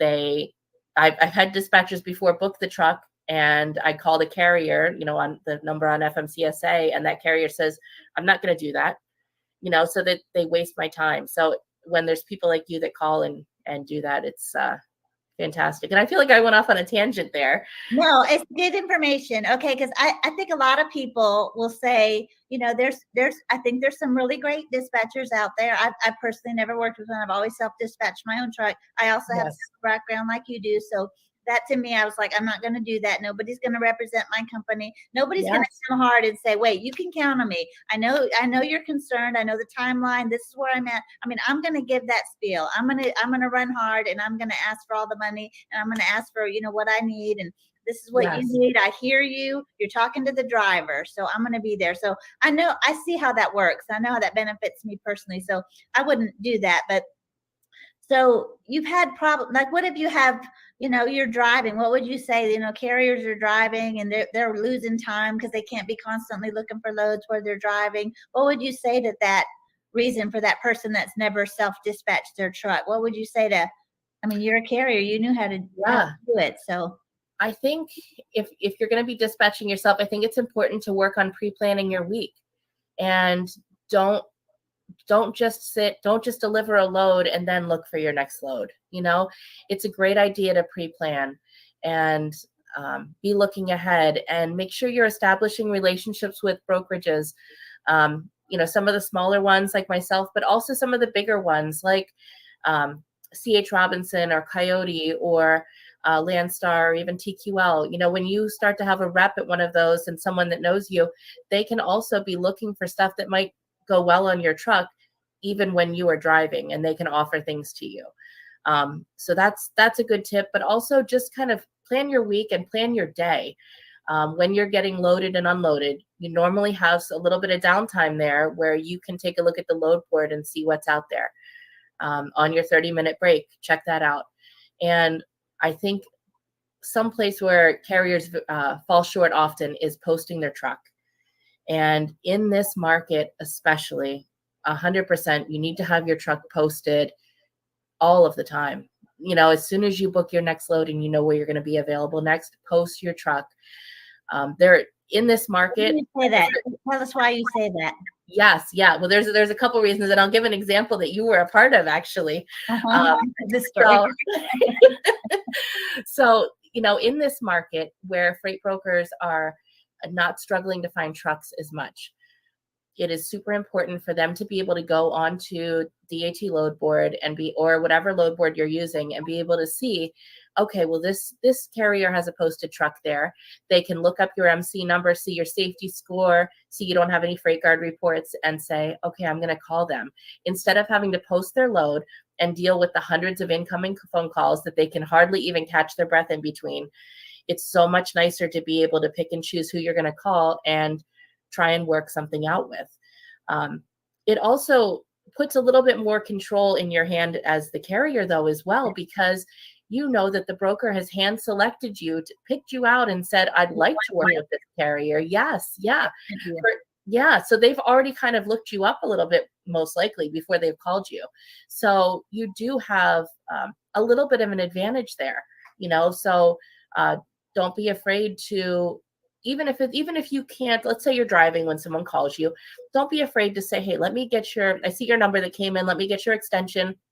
Let me look this up, and I'll call you back in just a few minutes with a number. And, it's not terrible to do that, so. I love that what you're saying so much, because I find when a broker calls me and they've seen my posted truck, Yes, the conversation is so slow. Well, for one, they're super respectful.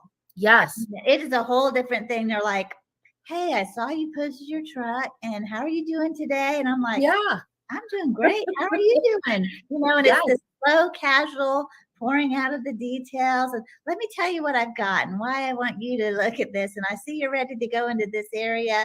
And that the conversation is so less aggressive. yes. It's respectful. Yes.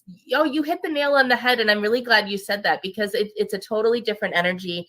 Yeah. If you and I were even in that position, because if I post my load, I'm stressed. I'm getting a lot of phone calls. Yep. And a lot of those phone calls are, unfortunately, double broker guys who are trying to take my load and trick me into giving them the shipment, and then so they can steal my freight. So it's very stressful for me to try and weed through everyone. And, I have seconds to get through a phone call to determine, is this someone I even want to work with, versus someone calls you and they can actually have a conversation with you. And it's so important. And the example I wanted to give was that one time this past summer in Chicago, and I had a truck driver. I don't know how this happened, but he lost his key, and he called me at 4 o'clock in the morning, and he said, I'm not going to make the 8 o'clock pickup. And I said, oh my goodness. So, we had an 8 o'clock pickup in Chicago or something like that. And, I had just a couple hours, and it's the middle of the night, 4 o'clock in the morning. So how am I going to find a truck? Yeah, exactly. Yeah. And I looked on DAT, and I could not believe, I looked for available trucks. I could not believe it. Here is City with Achieve Trucking is posted there. And I said, this can't be right. This can't be Cindy up there. That's not normally her area. Right? And I looked and it was Cindy. And I thought, oh my goodness. I'm like, this is going to be amazing if she's available. And I probably waited an hour because I didn't want to wake you up at 4 o'clock in the Really morning. yeah. And I called you and, you know, you helped me out with the shipment, and I paid you more than I was going to pay the other carrier. I think I paid you excellent for that market. And, but I was so happy to see a carrier that I knew and trusted that I could rely on to get the job done right. And I think most brokers probably feel like that when they're looking for something more than just the cheapest truck, which we are oftentimes. It's not always just the money, really. Yeah. Okay, I have a lot I want to talk to you about. We're going to take a little commercial break, but you shared some fantastic information, and I still have a list of questions that I want to go through because you just have so much information that you have in that beautiful brain of yours, and I'm so grateful. So we're going to cut to commercial, but we're going to be right back. If y'all have any questions, you know, we got a broker in the hot seat here. So if there's anything you wanted to know about the other side, you know, this is the time to ask. And she's an experienced carrier with the fleet of 10 trucks. So she's run all kinds of freight. And so if you guys have questions, pop those in. We're going to go to commercial, but we'll be right back.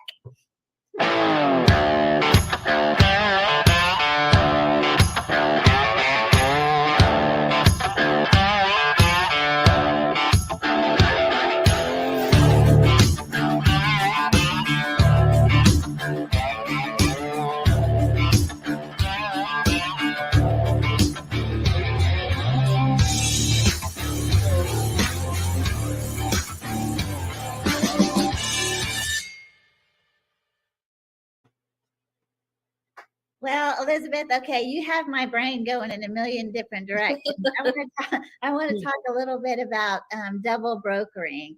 Okay, I know for me as a carrier, I noticed that they're really being careful when they book a load with me. You know, there's a lot of things that are happening. Can you tell us a little bit? Maybe there's a new owner operator out there, or maybe somebody even thinking about getting, you know, becoming an owner operator in the future, or maybe even open a brokerage. Can you tell what's happening in the market today about double brokering and how that impacts all of us? And then what you as a broker are doing to prevent that fraud, basically. Can you give us a little summary if somebody's not really familiar with that side of the? Yeah, absolutely. So what we're seeing happen now is there are a lot of shell carriers. And what I mean by shell carriers is it's someone who has opened up a carrier and maybe they have one truck on their policy and then they are accepting freight from a legitimate broker. And then with their shell carrier, they get the load information, they have the rate confirmation, and they have that load secured. They then hand that load off to maybe a sister brokerage company of theirs, which is a scam brokerage company. They do have a legitimate MC number, but usually they're set up that they don't care to pay any carriers, you know, so that brokerage then will post the load or call trucks and get that load moved with another legitimate carrier who doesn't realize that this has been double brokered. Did that explain that part of it? Very helpful. Right? Okay. Very helpful. So, so what are you as a broker doing to prevent that from happening? So we as carriers can understand how to overcome, you know, sure, what we're looking for. Yeah. So one of the first things that I do now is when I am booking a new load, and if I'm having to take incoming phone calls, or if I am looking to work with someone new, I have Carrier 411 up, and I use that every single day. I'm checking every new carrier in there. I'm checking to see if they have any freight guard reports, meaning that someone might have reported them for double brokering. You know, I think there is an unfortunate thing with Carrier 411 that sometimes they've gotten a bad rap because brokers will threaten to file a freight guard report for this or that. And it's, you know, a lot of times it's something that, you know, it stinks, something went wrong, but, you know, it's not the end of the world. And there are brokerages like me that will look past some things like that. I mean, if I ask you about it and you have a good explanation, and it wasn't, yesterday, a lot of times we can move past it and we can still work together. I'm not against that. But if you've been reported for double brokering, we're not working together. So, Right. So that's probably my first check. We have a couple other resources that we use.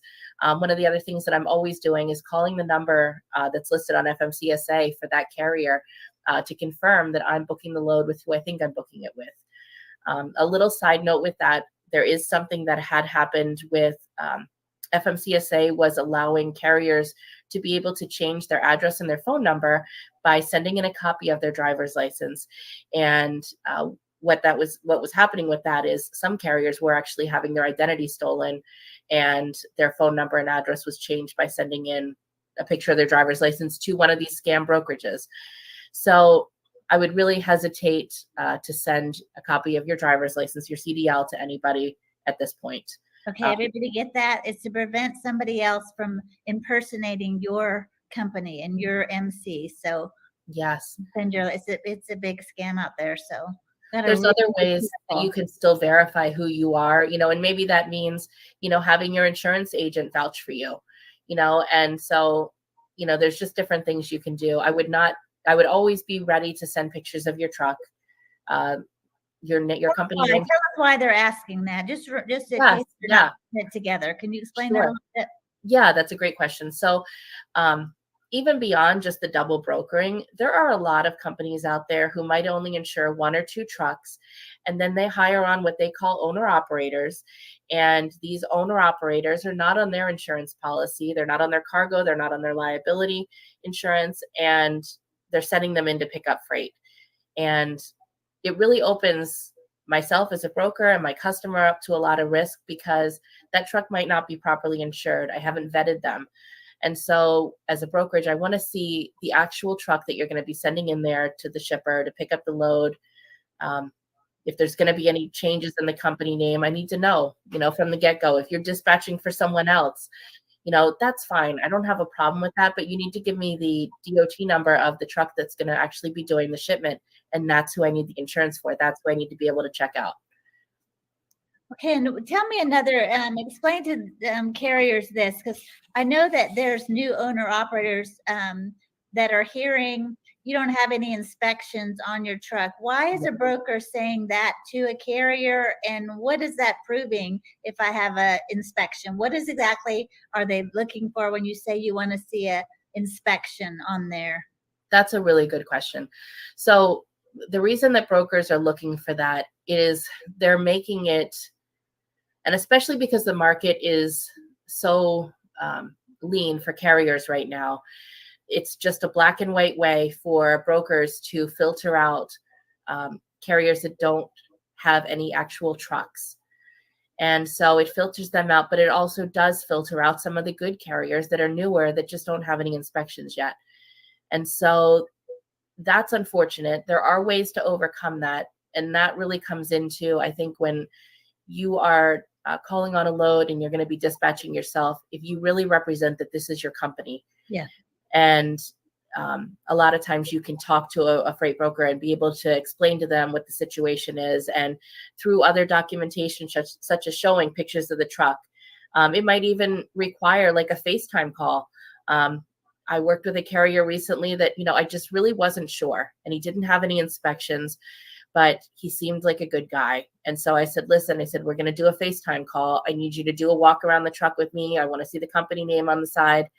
And so, it really, there are brokers out there that are willing to go that extra effort, if you sell yourself, if you, help them understand that, where you're at, you're trying to make a living here, you're trying to get your business established, and you're a good carrier and you're going to take good care of their freight.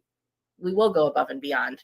Okay, I want to park here just for a minute because I don't want everybody to miss this. So the reason that they need to see inspection is because the brokers are trying to rule out that you're not one of those shell carriers that's going to send their freight off. They want to make sure you're a real trucking company that's not going to double broker their freight. So that's Yes. the main thing. And then also I loved what you shared as a way to overcome. It's an objection, in sales, there's an objection and you overcome that objection, so understanding why you're asking is teaching the carriers how to respond to that quest. They're really just needing to be verified that you are an actual broker, you're an actual carrier with a legitimate truck. Double brokering is a real scam out there that's costing the industry thousands and thousands of dollars. So if we can just sit back instead of getting frustrated and say, they needed, I just hung up. They said I needed an inspection, but you kept talking. And that's for whatever the objection is. We need to keep doing that. Well, why do you need that? What can I do to overcome that? And again, another feature and a benefit of being the actual one calling, because you're saying, this is my company. I'm brand new. I'm not brand new, but when I was doing all this, and it wasn't even a big a deal as it is now. But I was saying, I'm going to do a great job for you. I know you're nervous. I know I don't have a proven record, but I want to grow my business and I'm going to work harder than anybody else you're going to put on this load. And, so I was just going at it hard. I was saying, give me a shot, put me in there. But understanding why they're asking for that inspection. How else can I prove it to you? Let me go on FaceTime. Let's take a picture of my truck. What can I do to overcome that concern? Because I want to work with you. I want to build a relationship. So, coming back over those things. So I love it that you shared that. That was very helpful information. Anything you want to add about double brokering? There's two other points I want to make about this. I think that carriers can also do a better job of really taking a close look at the paperwork that they're given and, catching some of this stuff before they deliver the freight. So whenever you're given a bill of lading, it's really your responsibility as a carrier, number one, to make sure everything matches, make sure, the date matches, make sure the shipper and the receiver matches what was on your rate confirmation, make sure, this is super important, make sure the quantity of the freight that they put on your truck matches what you actually have. Heaven forbid you get there to the receiver and they say, well, it says that they loaded 4 pallets on here and you only have 2. What are you going to do? You signed for that you received 4. Check the name on, the third party bill to information there. Sometimes that can be a clue. And I've talked to a lot of newer carriers who were picking up and delivering freight to places that did not match the bill of lading and did not match the rate confirmation. And I'm finding this out after the fact because these are carriers that I've been trying to mentor a little bit as we work together a few times, and I want to see them succeed. And they haven't gotten paid for this. And as I look back through their paperwork then, and we can take a look at that, and things don't match. So when things don't match, you need to stop and you need to take another look at it. And it might even mean that you need to ask the shipper, and say, what's going on with this here? Is this the freight brokerage that you're working with? And I just want to make sure that this is the location it's supposed to go to. Now, obviously, if it's a blind shipment, that might not be feasible, but take a moment to really look into things. Don't be so fast to just sign the paperwork and run. And the other point I want to make about double brokering is there's a lot of carriers that think that it's just a broker problem, and it's not. One of the big factors that is driving down rates, especially if it's in the case that the shipper might still be paying the same rate, but the broker's rate seems to have dropped to the carrier, it's because so many brokers have ended up double paying for loads, meaning they paid the scam carrier and they've paid the legitimate carrier that actually did the load. And so if you think about that, like let's say you paid $1,000 for this load, but you had to pay it twice now. I guarantee the broker did not have $2,000 in that load to begin with. Yeah. So they're at a deficit. And so they're a little bit more hesitant, I'm sure, in some cases, about throwing out bigger numbers because they might have to double pay if things don't check out. So. Yeah. Okay, Elizabeth, I want to first jump on here, talk a little bit about She Trucking. One of the things I love about the She Trucking Foundation is we are bringing on quality people like Elizabeth Long, who's dropping all of this valuable information to help empower and equip you to do the things that you want to do. Our goal is to help you to thrive in the industry and bringing on great guests. So if you are not a part of the Tree Trekking Foundation, I encourage you to join and is to sign up so you don't miss out on all these opportunities. She Trekking has a Facebook group, and Joy in Life OTR also has a Facebook group. So join in both of these communities so you can get exposure and get to learn and thrive in the industry from people like Elizabeth. So Elizabeth, I want to thank you for sharing all those things. So I think you dropped so much great information. One of the things too I want to share, my show is Enjoy in Life OTR, so I can't have you take off on me and not tell me a little bit about what it was like team driving with your husband. So tell me a little bit about that. And I know you guys really took advantage of the opportunity to travel, and many of us don't ever get out of the truck. I mean, I do. I care a lot about that. But Yes, you've done some great adventures. We have just a few more minutes before we have to shut up the show. But could you just tell us a little bit about how you and Kenny team drive, how you made it take advantage of the opportunity to travel while you guys were out there? oh, definitely.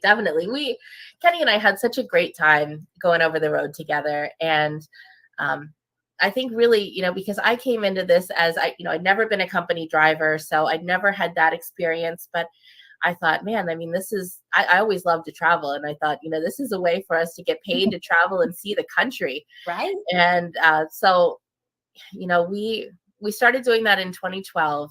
And when we started out, I think we had inflatable stand-up paddle boards on the truck with us and bicycles. And so we were like well equipped to go do, anything, any kind of adventure. I had hammocks on the top bunk, and, we were set. So, a couple of the things that we've done that have just been spectacular is, we've been to Niagara Falls, and, I found a casino that we could park that was close to the falls. We could park at the casino, and we walked to the falls and went exploring there. We went to downtown St. Louis one time, and, we've never been afraid to just get out and go and walk. And so I found this little truck stop. It was kind of close to downtown, but I think it was, 5 miles from downtown. And we said, all right, well, we're going to walk it. We did it. And so we walked into downtown and explored all day. And I think we did 15 miles that day, but Wow. we had a great time. We went to this, we went to the City Museum, which was this jungle gym type thing for adults, and played all day there. We had, I guess, one of our longest trips that we did, which was really neat, is we went out to the state of Oregon. We were kind of near Portland. I don't remember exactly which truck stop it was. I think it was TA Portland South, probably. And so it wasn't anything special. But I looked at the hotels in the area, and all the hotels were about $200 a night. And I said, that's kind of expensive. We have a perfectly good truck right here. And so we slept in the truck, and we showered at the truck stop every day. And then we spent our money on a rental car and went exploring and had great dinners out. And I think we were honestly there for about a week, maybe even 10 days. But we did a lot of hiking up there, and just, really enjoyed some downtime after we delivered our load up there. And, it's pretty awesome that we can have everything we need in the truck with us. We have all of our clothes, we have food, we can cook, it's comfortable. And so as long as you're there at a truck stop and you can take a shower, you could stay there indefinitely and kind of go explore. And I don't know, there's so many neat opportunities. And to think it would have cost us, $1,400 a night, or $1,400 for that week, if we were there in hotels, and we got to just stay there for free. So that was pretty neat. We've gone and seen the Grand Canyon, which I don't know that this was entirely okay for us to do, but we were going. So I don't necessarily recommend this. You could do this at your own risk. But we were going past the Grand Canyon at night. And I said, well, when are we going to be out here again? We were ahead of schedule on our load because we'd already done some team driving, and this was a solo load. And I said, all right, well, I'm going to pull into where the tour buses were. There was no one there to stop me. And I said, I'm going to park there. And we watched the sun come up over the Grand Canyon in the morning. And it was really neat. It was so cool. So I love that what you said too, that you were team driving, but you would take a load that was booked for they had the time frame of a solo Yes. driver, and y'all took it as a team load, and then you freed up some time to have a little extra cushion because you guys were driving around the clock to get it, so you freed up some time in the weekend or whenever. Definitely. Yeah, that was definitely something that we worked on doing. It's just, hey, let's team where we can, so that way we can have some downtime where we want it. And that was also, it was a slightly different market there in 2012, but I also really enjoyed, I'd look at the load board and I'd see, well, where do we want to go, and sometimes book loads to take us to areas that we'd never been to before. Yes. And so sometimes, it might not be the best paying load, but maybe it takes you to some place that you've never been before. And if you think about, well, I could buy a plane ticket and rent a hotel and do all these other things, or maybe I take a load there and take a couple of days off and explore and, I have my fuel covered and have a place to stay. So. Great. I think that's even great for company drivers to do that. Team, Yes. The company driver just runs them around the clock, and it's understandable, but I think even a way that they could work with their dispatcher and go, okay, we need to have a little downtime. Just book a load that's a single load, we're going to run it fast, so we have free up a little bit of time so we could, have some beach time, so communicating those desires to, and, granted, you're not going to do that every time. Team drivers, they're going to, company driver, they're going to run them. They want to keep those wheels going. So anyway, that's great. I appreciate you, Elizabeth. I want to take just a minute before we wrap up, and I want to thank our sponsors, because we have so many great sponsors in She Trucking, and they allow us to be able to do the things that we do. They're supporting the things that we passionate about, and equipping, empowering people to come into the industry and really thrive in the freight transportation industry. So GLCS, this is a fabulous company that helps trucking and logistic companies achieve their growth by taking their overcoming their technology challenges. So doing so much for the industry. So if you're a trucking or logistics company, please check them out.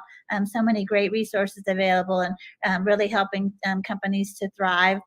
Another one is True TMS, My Guardian Doc. I really love both of these companies. The True TMS is a transportation management system that's actually designed from the ground up with the small carrier in mind. So if you have a small fleet, one or two trucks, or a handful of trucks, this is a great company for you to check out. They have a free trial that you can check out. So that's a great opportunity to give them out, just to play around and see all the tools that they provide. But they are designed for the smaller fleet. The other sponsor I want to mention is My Guardian Doc.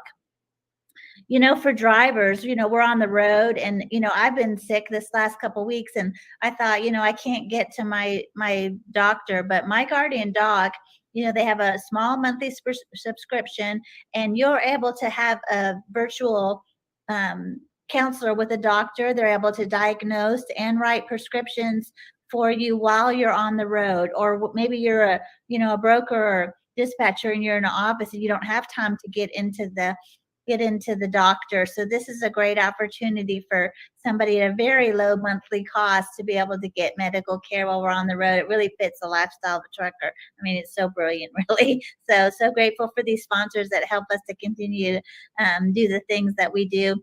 Legal Shields is another one of our sponsors I really like. Sometimes in trucking, we come up against challenges, and, we wish we had an attorney. They offer a small monthly fee, and then you have access to a legal attorney that can look at contracts or help you fight a ticket that you got on your CDL, and I mean, so much more. So even if you want to do a will, or they have so many resources. So check them out too. Legal Shield is a wonderful sponsor, offering great products that are really helpful for our community. So I want to give them a shout out. And Elizabeth, I just have to say thank you so much. I could have you on again. I think I could talk with you for another hour, because you have so much wisdom. And maybe next time we'll get Kenny on here too, because you guys just have just so much that we could take away and learn. I thank you for taking the time to do this, because absolutely. I really enjoyed it, and I do hope you have me back on here. I would love to do that. Yeah, so grateful for you, and you guys check it out. You guys be sharing this out with other people, and because Elizabeth dropped some great gems here. Whether you're a carrier, a company driver, or you're thinking about starting a brokerage. So she's got some great information, and we're so grateful that you came on. Well, thanks everybody for tuning in. Our show is Enjoying Life OTR, so we always want to hear about the ways that you are enjoying life on the road, and I think that comes with work-life balance. So you've given us some great information that'll help us continue to thrive in our business. And I love your stories about how y'all travel and take advantage of the opportunities. So thanks so much for coming on. Elizabeth, and your link is on the show, patriotstartrucks.com. Is that the brokerage website?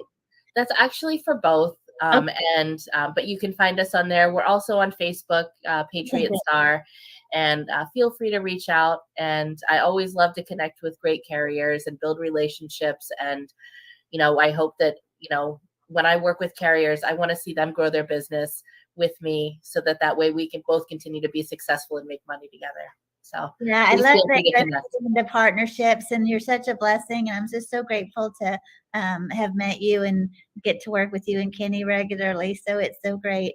You guys be sure to check out all of the ways that you can find Chic Trucking and Enjoying Life OTR. We're all over social media. We're on LinkedIn, we're at YouTube, Facebook groups, Facebook Lives all the time. We're on Instagram. So many ways for you to connect with us, and we look forward to seeing y'all next time. Thanks again, Elizabeth. I sure appreciate you. Thanks for coming on the show. Thank you, Cindy. Have a good evening.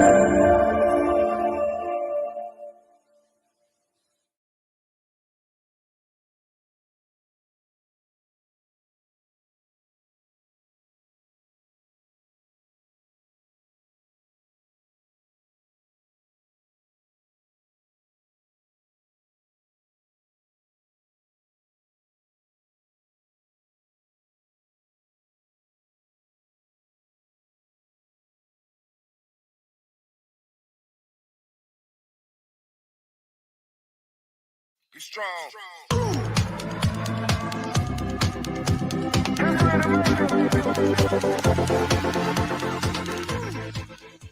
She Trucking Podcast is an informative podcast that is dedicated to bringing listeners the latest news and updates from the ever-evolving transportation industry.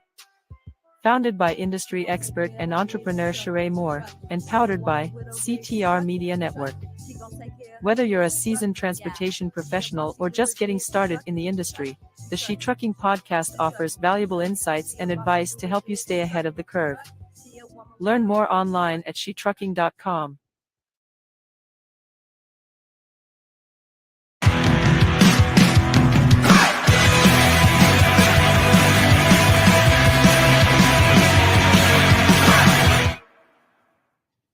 Well, hello, everybody. Thank you for coming back with us on another episode of the She Trucking Podcast. And I have my sister with me. She Princess, everybody. Welcome to Thank the show. you for having me. Hello, She Trucking World. Can you please introduce yourself to everybody? Absolutely. My name is Dr. Shadon Russell Reynolds. I am the CEO of Chief Princess. We are a fiercely female promotional products company committed to helping brands really show up in excellence, to give you the opportunity to let people know that you're there, maintain your unique position in the marketplace in a very big way. Absolutely. I love what she do, because she's all about marketing and branding yourself So all the sheet trucking stuff that y'all have seen and probably have at y'all house, guess where it come from? She prints it. Why? Because she actually prints it. You see all the products she has behind her, right?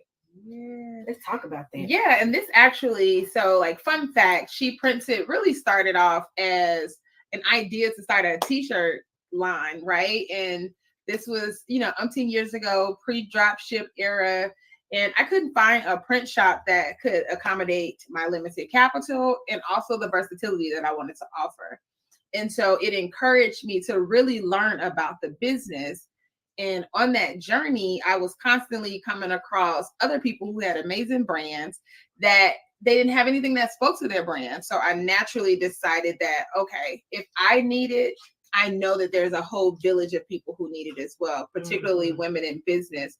And so we pivoted to really become a promotional products and print company to help small businesses play in a sandbox with the big boys and maintain their unique appeal. But I say all of that to say, taking the time to really perfect the craft and pivoting still allowed me to operate in my passion project, which is what you see behind us. This is our She Wear Club. And so everything here was really to empower, uplift, and celebrate Black women. And so you see all of our items reflect that. See, we're going to be twins in one day. Yes, twin in them. I'm putting on my shirt now because this is a She Prints It. Listen, listen, I'm going to brand myself right now and I'm put back on the mark too. Right. So don't you worry about it. Mind y'all business. That's right. And because so we're the super cool thing too about this t-shirt, there's a story behind this one in particular.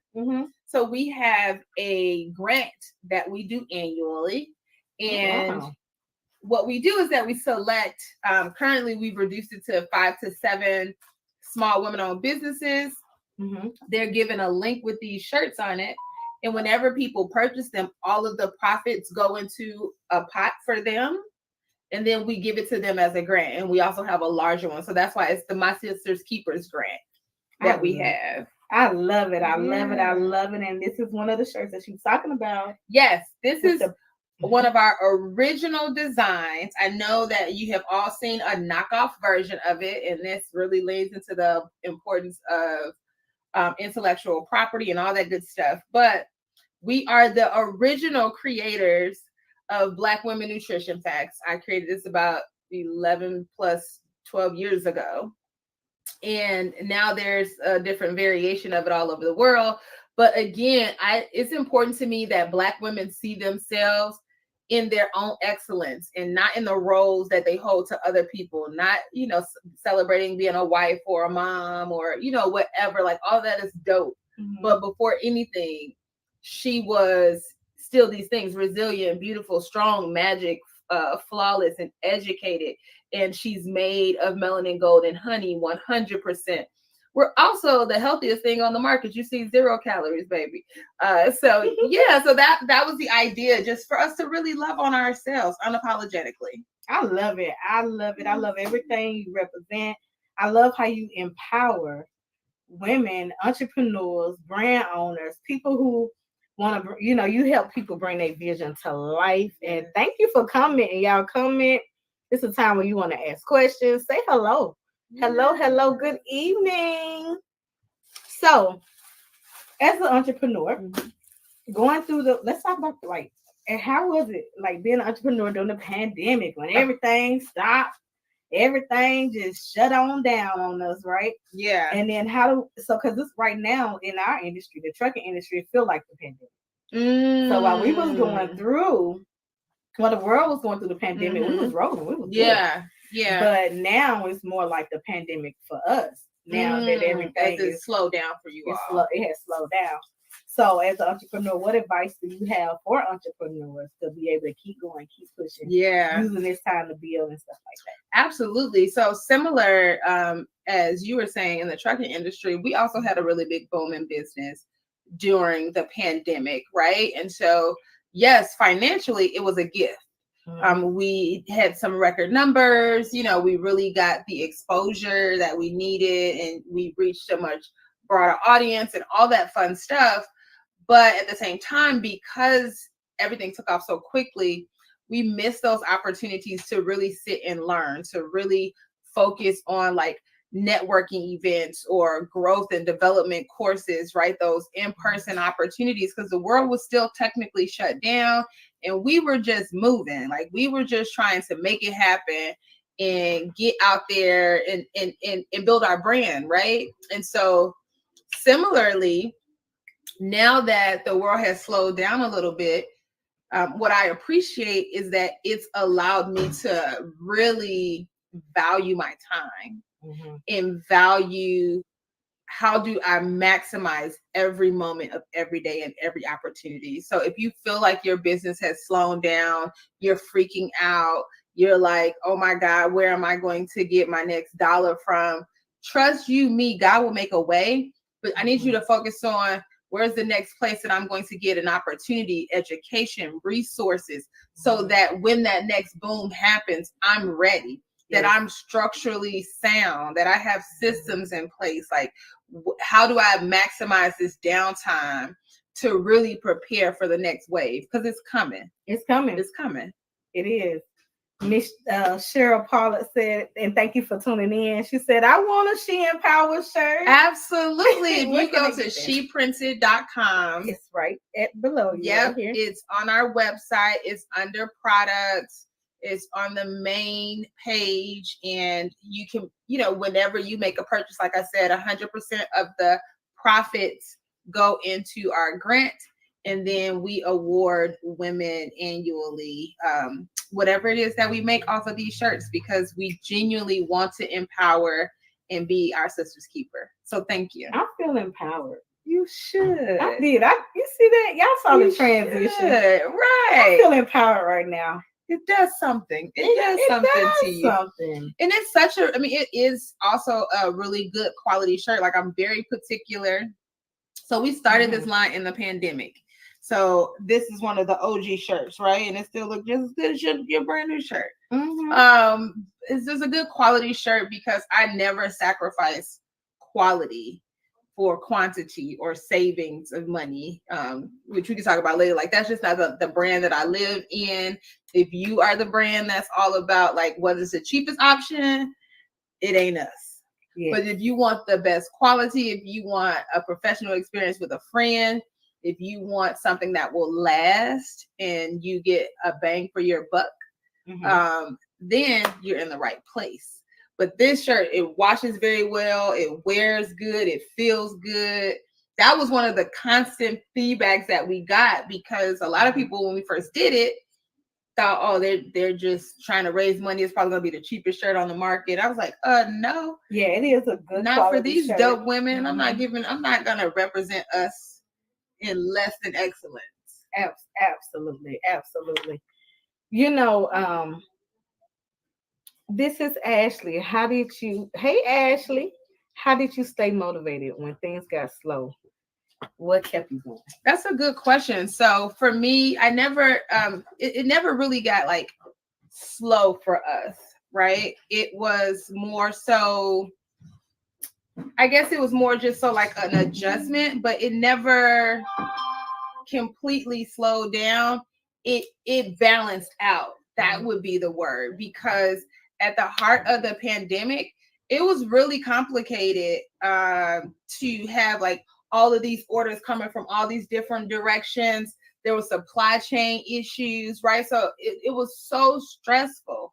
So I guess because the stress level was so high, even with the profits, the slowing down gave me some sanity. Yeah. Right? Like it gave me a sense of peace and calm. But it also, because I saw what we did, I was able to then use this time to really structure it, make sure that the systems allow for us to have a good flow, so that when the next boom comes, in one little window of time like that, that we have systems and automation in place, that I don't have that level of stress again. So you use that time to put your systems in place to build a stronger brand that you already have, which is already flawless. Yes. We had been doing our product way before the pandemic. So And That was to a great network. question. I share y'all on. Thank you so much for sharing. Thank you for sharing. Matter of fact, everybody, stop what you're doing. Like, share, and subscribe. Please like, share, and subscribe. Because right now, this is a time where marketing is huge. Like, you have to market your business. Okay. You really, really have to, because you cannot depend on, you can't just sit back and word of mouth. Right. Just no more. Like, it's so important that you market your business because it's hard for us entrepreneurs. It is. Mm-hmm. It absolutely is. To be able to gain customers, people money are tight right now. So, and as y'all know, especially in trucking, people ain't buying stuff like they used to. Right. So this is a time where you want to get your business in order. No, absolutely. And then just with marketing in general, like it is so essential to the success of your brand, period. Right? Like if you're not effectively marketing, it's not about who does it the best all the time. See, this effective marketing all the time. But if you could be the best of the best, but if I don't know who you are, if when I Google a particular product, you don't have SEO optimization, you don't have a presence in Google search, your Instagram name is Tasha Does It the Best, but the name of your business is Curls and Kinks, like it ain't making sense, right? Like you have to make it where it's easy for people to know you have your intellectual property, and then when they find you, you need to show up in excellence completely. And then you have to teach them to find you. We were looking at something online not too long ago, and then immediately, what I show you on my phone, look how they found me, right? Because they're using pixels, because they're using marketing, and the marketing imagery was amazing. This one right here is a prime example on how to market. If you don't know what good marketing look like, that's how you got here. You need to follow her page. Exactly. That's how you got here. Good marketing. Absolutely. And that's why we're here. We're here to help you. Yeah. Be able to market effectively. Yeah. We here to make sure. Listen, what we here to make sure you got products. So you can wear your brand. So you can be able to do the things that we do and we love. This is what we love. This is what we love. We love, absolutely love to do. You see these smiles on our face. This is my favorite place to come. It's like literally, I have pulled my semi truck up in her parking lot and jumped out. Like she sure did. She sure did. Had took up the whole front of my building. Okay. But that's that. I mean, it's amazing. Like I tell people all the time, if you don't love your brand, don't ask other people to. It's true. If you don't invest in your brand, don't ask other people to. Like if you don't see the value in spending more time out of your day, you may not have more money, but if you don't see the value in giving more time into marketing, right? Eventually spending more money on promoting, because totally slightly different things, right? That live together. Branding and marketing go together. Okay. But yeah, like if you don't invest in you, please, and pretty please stop asking other people to. Just stop, because it makes no sense. I'm only showing up for you in as much as you're going to show up for yourself. Absolutely. We're going to take a quick break, y'all. And I thank y'all for tuning in. We're going to take a quick break. Think of your questions and write them below. This commercial that I'm getting ready to play is an event that I will be attending next week in California. I will be driving the electric trucks. This is what CalStart has a electric truck emission event that you can actually drive the electric trucks. Literally, we are driving Peterbilts. We driving all the Freightliners, all the electric trucks. So it is a free event that you can attend. And you can check out our social media. We're posting about it every single day. It is in Fresno, California, and it is free. So check out this video if you want to be a part of it.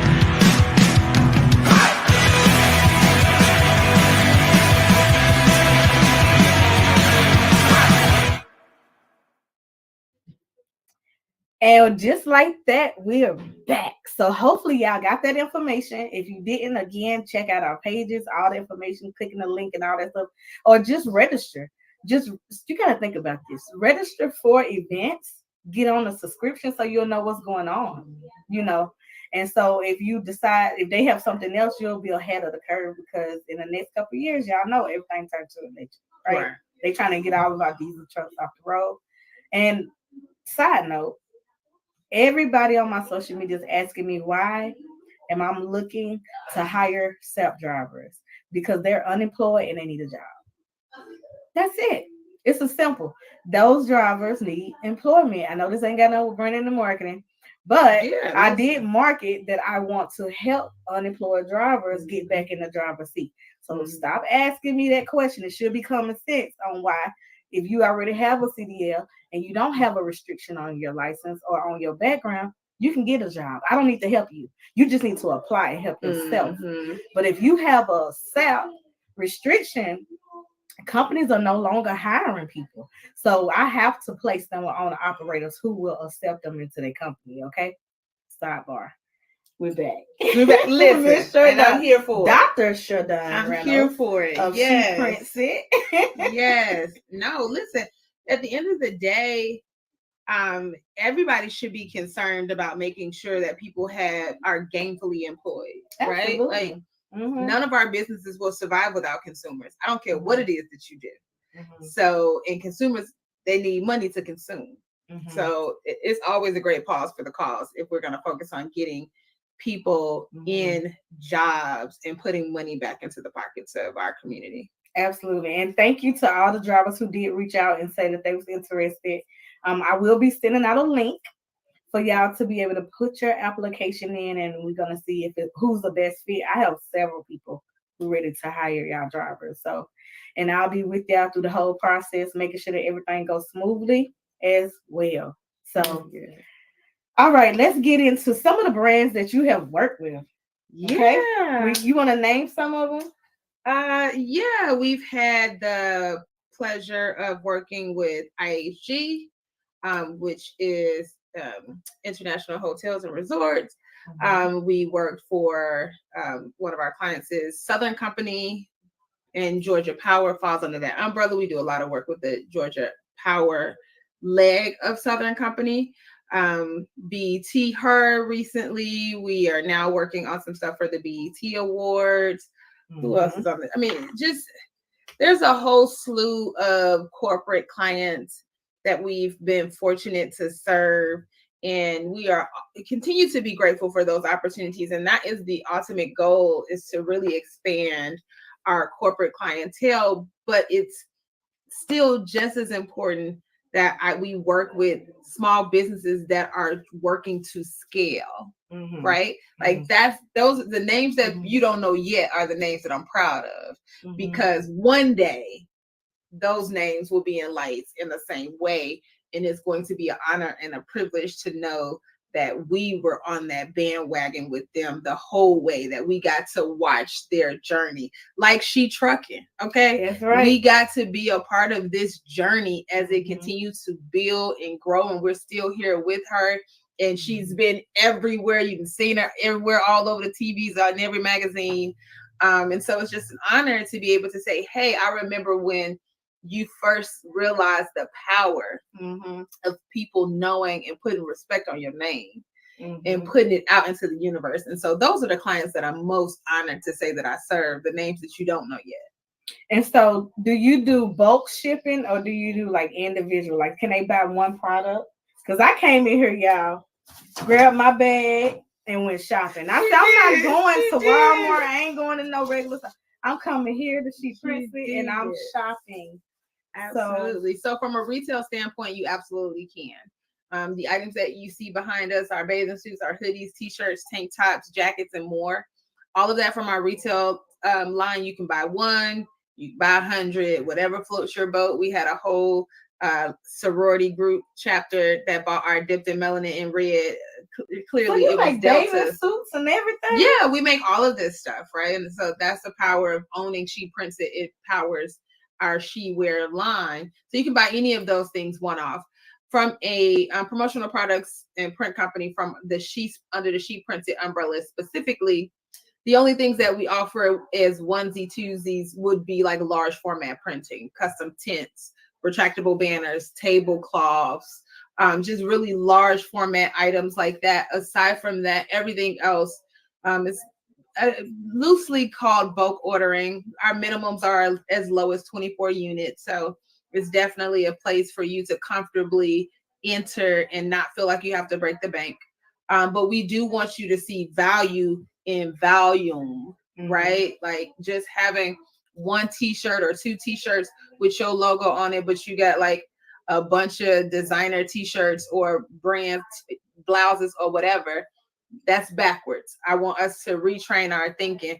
This one don't go outside without her brand, and neither do I. Like if you see me in the streets, down to the socks, baby. Like I am always branded. Down to the socks. We got socks coming soon. Yes. She Trucking. Get ready. Printed by She Prints. That's right. So it's easy for you, between you and a spouse or a family member, to split up 24 t-shirts. We run errands. We out in these streets all the time. And to throw on a t-shirt is easy peasy. So we don't want to encourage the idea of you not being worthy of buying in bulk. And when I was just driving and I started my clothing line, originally, She Trucking started from a clothing line. And that's exactly what I did. I just threw away everything that I had, pretty much my good clothes.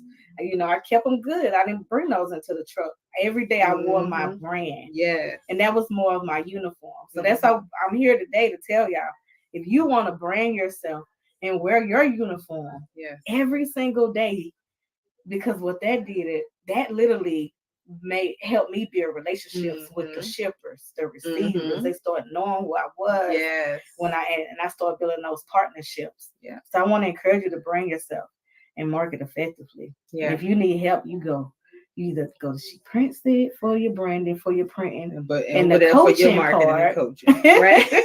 The coaching part of it, and the strategies and different things like that. Then come and holler at me. You go to inbox me or go to my website or whatever on shetrucking.com and be able to schedule a consultation. Let's talk. Okay. Yeah.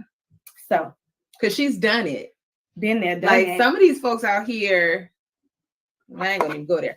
Focus on the people who have done what it is that you desire to do, right? Because some people out here just getting wealthy on the idea that you're interested in something, right? But not because they haven't invested. They've not invested. Yeah. They're making money off of you being intrigued by their lifestyle or whatever, but they have no real receipts. They don't have products. They don't have anything to show. You are the product. Be careful to not become their product.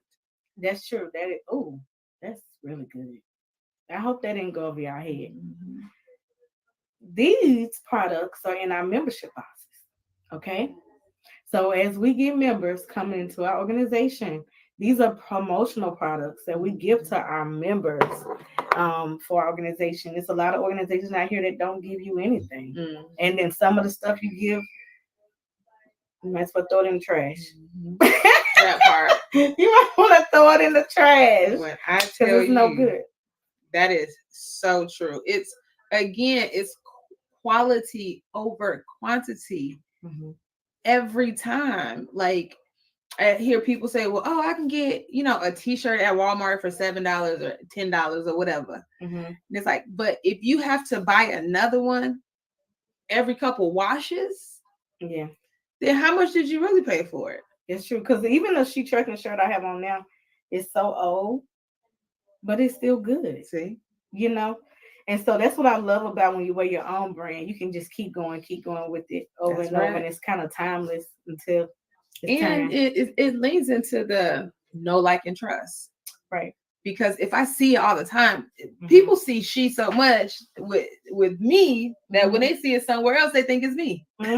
Exactly. They're like, when we first started doing your stuff, they were like, you got trucking now too? I was like, I don't own She as a whole. Because, another thing is this, a lot of people, they are so afraid to collaborate. Yeah. And this is what it looked like when we collaborate, y'all. Yeah. And I tell people, I rock my She. I have She is She Is Me. It's a shirt up there on the top. Matter of fact, it might be right here. Yeah. It is. Yeah, it was right there. The She Is Me, and people think this is me, but it's not. It's a she. But it was meant for you to feel as if it was yours. That is the whole idea of the design, that she is me. She is all of us, right? And so but the power of connection is everything. It is. It is. The power of connection is everything. Like, we have to show up and work together. We can't be out here lone wolfing it. You know, I would rather split $1 billion than solely have a couple thousand. You know, Jay-Z said, "What's better than 1 millionaire?" Two. Okay. Especially if they from the same as you. Hello. Okay. Hey, Dr. Tina. Nobody does it better than Speaking Jay. of collaboration, Dr. Tina with CTR Media Network is on today. Yes. And as the phenomenal Dr. Tina J. Ramsey. Make sure you check out her book, The Power of Podcasting. This is number one. Her book was straight number one. Wow. Because I'm gonna drop it because it's on my platform. She ain't said this on her own platform. But if you purchase the book on Amazon, it comes with her podcasting course already for free. Okay, $1,000 course she put in her book. So if you're interested in doing what we're doing here, podcasting, you want to definitely grab her book. Yes. So. Oh my God, that's such a gift. It is. That's it really such is. a gift. Yes. Y'all better take advantage of that. I hope y'all wrote that down. Yes. Definitely get it. The Power of Podcasting by Dr. Tina J. Ramsey.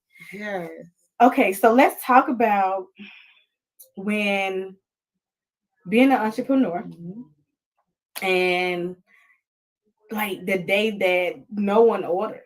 Like, I think everybody think that because in my t-shirt line, once somebody buy a shirt one time, it was like, hey, you know, I need to go find another customer, you know. And sometimes people don't order back to back. For sure. So how do you continue to keep getting orders coming in? And that's not just for your business, but even in the trucking industry. It's like, okay, you may go and do something one time, but how do you keep getting those loads? How do you keep, you know, being able to stay connected to the customer, to their freight? Absolutely. So I'll give you a two-part answer, but both lean into the same thing. So I'll tell you from a retail clothing line standpoint, and then also from a promotional products and service-based business, right? As a retail brand, you have to get outside, right? And so I know the pandemic made you feel like, oh, there's so much money on the internet, and it is. But if I don't know you, I'm not coming to look for you on the internet. And so the reason that we were able to constantly have orders, and we definitely had days where we didn't. But I bugged up through the pandemic. Her orders alone kept us busy. But I would say, like, from a retail standpoint, I was always outside. Every time that there was an opportunity for me to vend and put my brand in front of people, I took advantage of that. And it wasn't, every vending situation wasn't like, oh, I made thousands and thousands of dollars, right? In that moment. But I've absolutely had events where I've made back my investment. And then because I met somebody there, the website is going off. Because they went home, they showed their jackets. Our dipped in melon camo jacket was like our top seller, right? We need to show them that. This one. That's a different one. I know, but I want to show this one. That's a Delta jacket. Because yes, this is Delta, but a She Trucking one is coming. Yes. That's what I want to show. That listen, my members this year, my admins, and moderators, I can see y'all. That's gonna be so fly. Please let me know if this is what y'all want. Yes. Because I really that would be so gorgeous. Yes. I love that. I really want to put y'all in where we get some. Yes, and it's a snitch waist. But let me tell you, we sold out. We did Essence festivals that year right before the pandemic.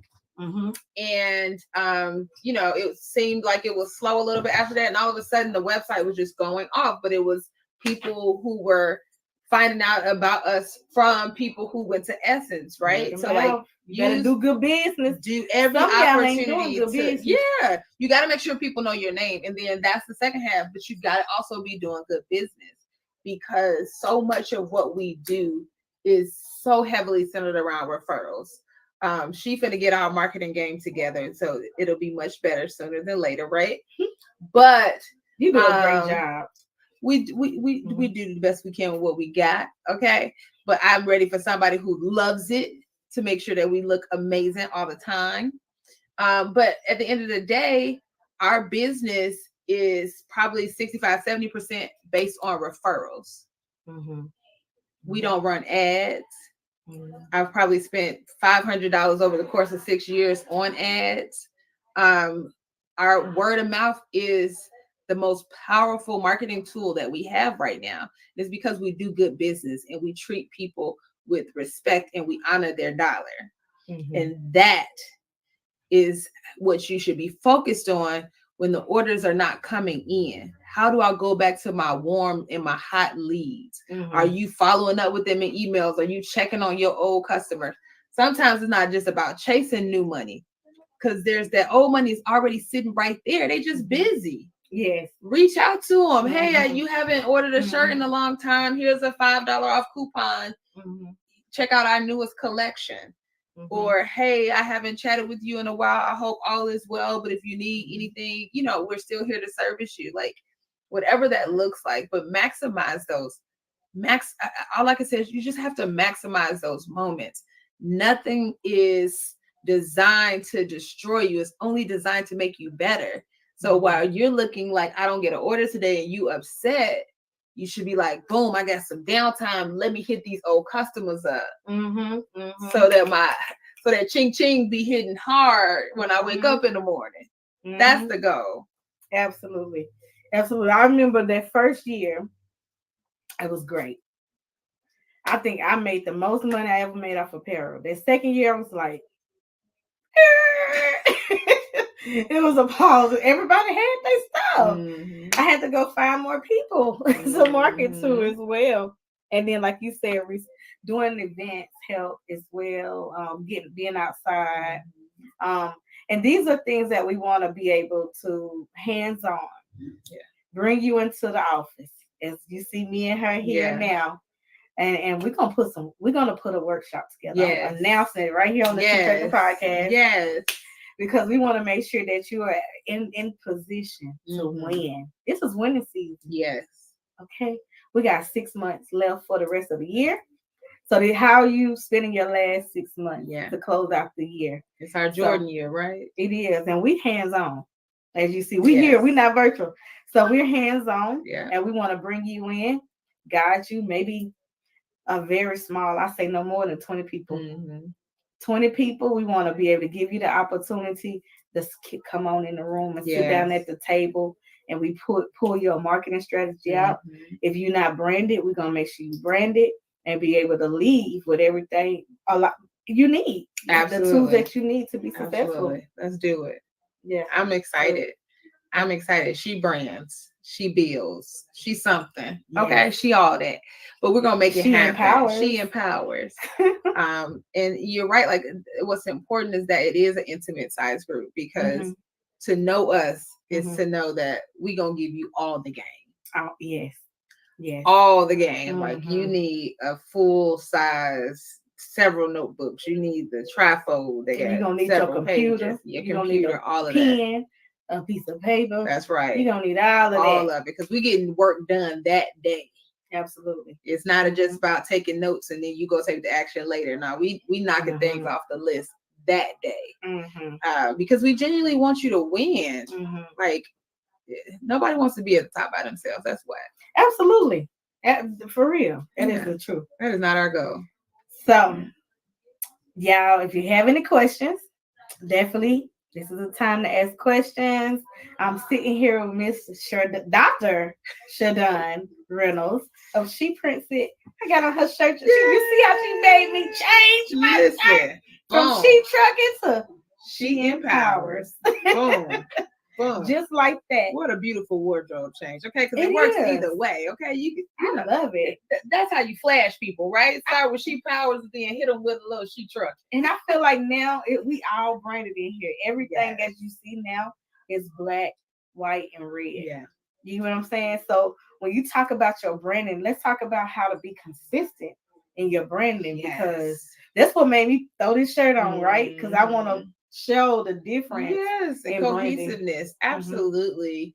Like, if you don't have a brand guide, like, that is so important. It really is, because it teaches people how to see you. It also makes it really easy for you and others to identify when somebody is using your brand outside of your guides without your permission, right? If you see She in pink, I did not do that. Yeah.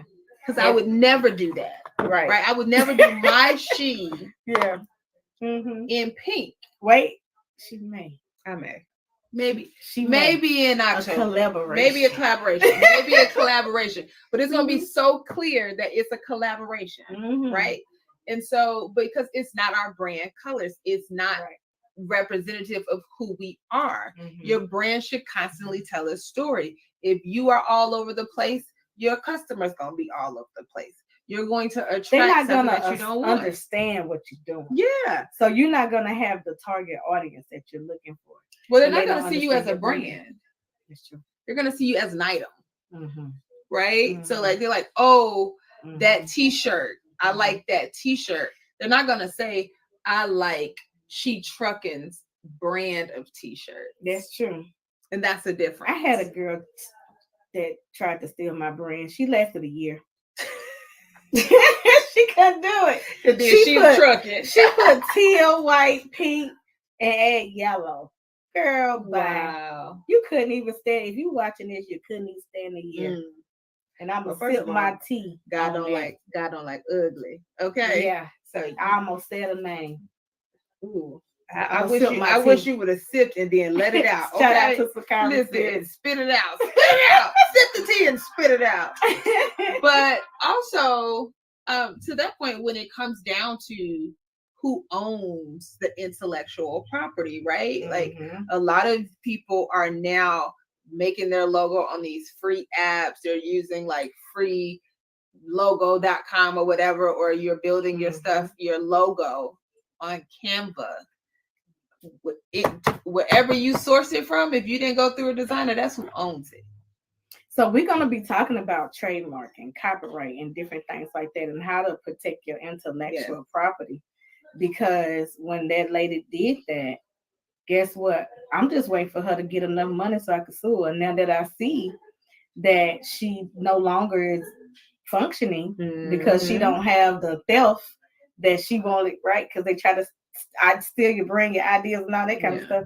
Can't steal my mind. Can't steal my mind. You're right. That's the thing. You can steal what a person may be doing at that moment, but when it's theirs and it's their purpose and it's their thing, you just can't take that. No. Yeah. No. And so, but if you're watching this, I'm coming for you. Because guess what? I'm She Trucking, baby. You a knockoff. Let's talk about knockoffs. Let's talk about knockoffs. And you know what? But that's a real thing, right? Like it is. When we first started, people with good intention, because I do think most of the time that y'all operate in love, right? Just uninformed. People would send me pictures of somebody else's brand and say, "Can you make this?" And I would say, "No. You go buy it from them." They put the time and the energy and the hard work into that. But to the same point, somebody sent me a picture of somebody with a knocked off version of my dipped in melanin, to which I own the trademarks to. So I immediately sent a cease and desist to the young lady and let her know if we discover that she's made any other profits off of this, that there will be consequences. Because understand, people have invested their time and their energy and their creativity into creating something. And so for you to just think that you can just take it is not a thing. Okay? It is not a thing. That's a no. It's a no. Find what you love. I've seen so many people try to create our She. our font, there's a similar standard font out there, but if you see like our S is pulled, the neck of the S is pulled over further, the mouth of the H is wider, is so this is a custom built font. Somebody tried to copy it offline and duplicate it, but she owns the trademarks to it. Like you have to protect your intellectual property, because I guarantee you, especially if it's blowing up, people gonna try to steal it. But stop taking stuff, folks. Like I had somebody who put She Trucking Up, and they was a dispatching company. And if you watching, because I know you're my friend on Facebook, I'm talking about I need some tea. Let me sip my tea. I need some names. Can we Google them? Somebody tag They them. are Googleable. Somebody tag them in the comments. Okay. The conversation. They are Googleable. That is so funny. But we want to be real, because these are real life things that us entrepreneurs are going through. So when you get ready to start your brand, or if you already have a brand, you got to understand that this is going to come with it, especially once you get on a certain level. And we're not talking about she making shirts at her house, right? And she printing 1 or 2. She's doing bulk orders for big major corporations. So when you get on that type of level, as well with myself being on, the type of level that She Trucking is on, and people gonna come and try to duplicate, steal everything, and then they gonna talk about you like a dog. But remember, those people that's talking are your motivators. I had 200 people in my story watching the stories, and I said to myself, we don't get paid by people liking our posts, right? Because the average person won't even like it. There's probably more people on here that's watching that liked it now. But you know what's so funny? But we do get paid for you watching, so keep watching. Okay, because we're gonna keep giving you more and more content here, especially on the She Trucking podcast. I'm gonna be doing some conversations and tea days where I'm giving you the tea so you can understand my life and my journey of the ups and downs of this entrepreneurship. Why did I stop bringing people maybe on my platform? Maybe they weren't good. Maybe they didn't do good business. Because people keep asking me why. And so know that I'm tuning in for the tea. What is that episode? For the tea. Okay, I'm tuning in for the tea. But it's real life. It's real life. It's so funny. Even when I got my doctorate, it's like I had maybe 1,400 views on the video, but only 300 likes on the post. Y'all gotta do that. Make it make sense. You watched the whole video, shorty. Like, do you not like it? It ain't gonna hurt you to hit the like button. But sometimes, what I also understand is that, and the reason that I say this, and I'm smiling and I'm laughing about it, because I am definitely at the place that it does not bother me. I greatly understand that it's a you problem and not a me problem. And I say that with love, because some of us are just still battling our own insecurities and demons. And, what you're trying to push onto me and deflect onto me is really about you. Because we're really in competition. When you get on these type of levels, you in competition with yourself. That part. You're not in competition with no one else. Absolutely. You are literally, I am my worst critic. Yeah. And I think every entrepreneur, we are our worst critic. Yes. So, so we putting time in, speaking of that, I want to go back to you getting your doctorate. And congratulations on getting your doctorate degree. Thank you. Being a mother, being an entrepreneur, how did you balance that, going back to school and all that kind of stuff? So let me be very clear. For me, my doctorate, I have an honorary doctoral degree from the Greater Commission Theological and Seminary College here in Atlanta, Georgia. And I'm so glad that we get to have this conversation, because I also went to college. I attended Clark Atlanta University here in Atlanta, Georgia as well, HBCU.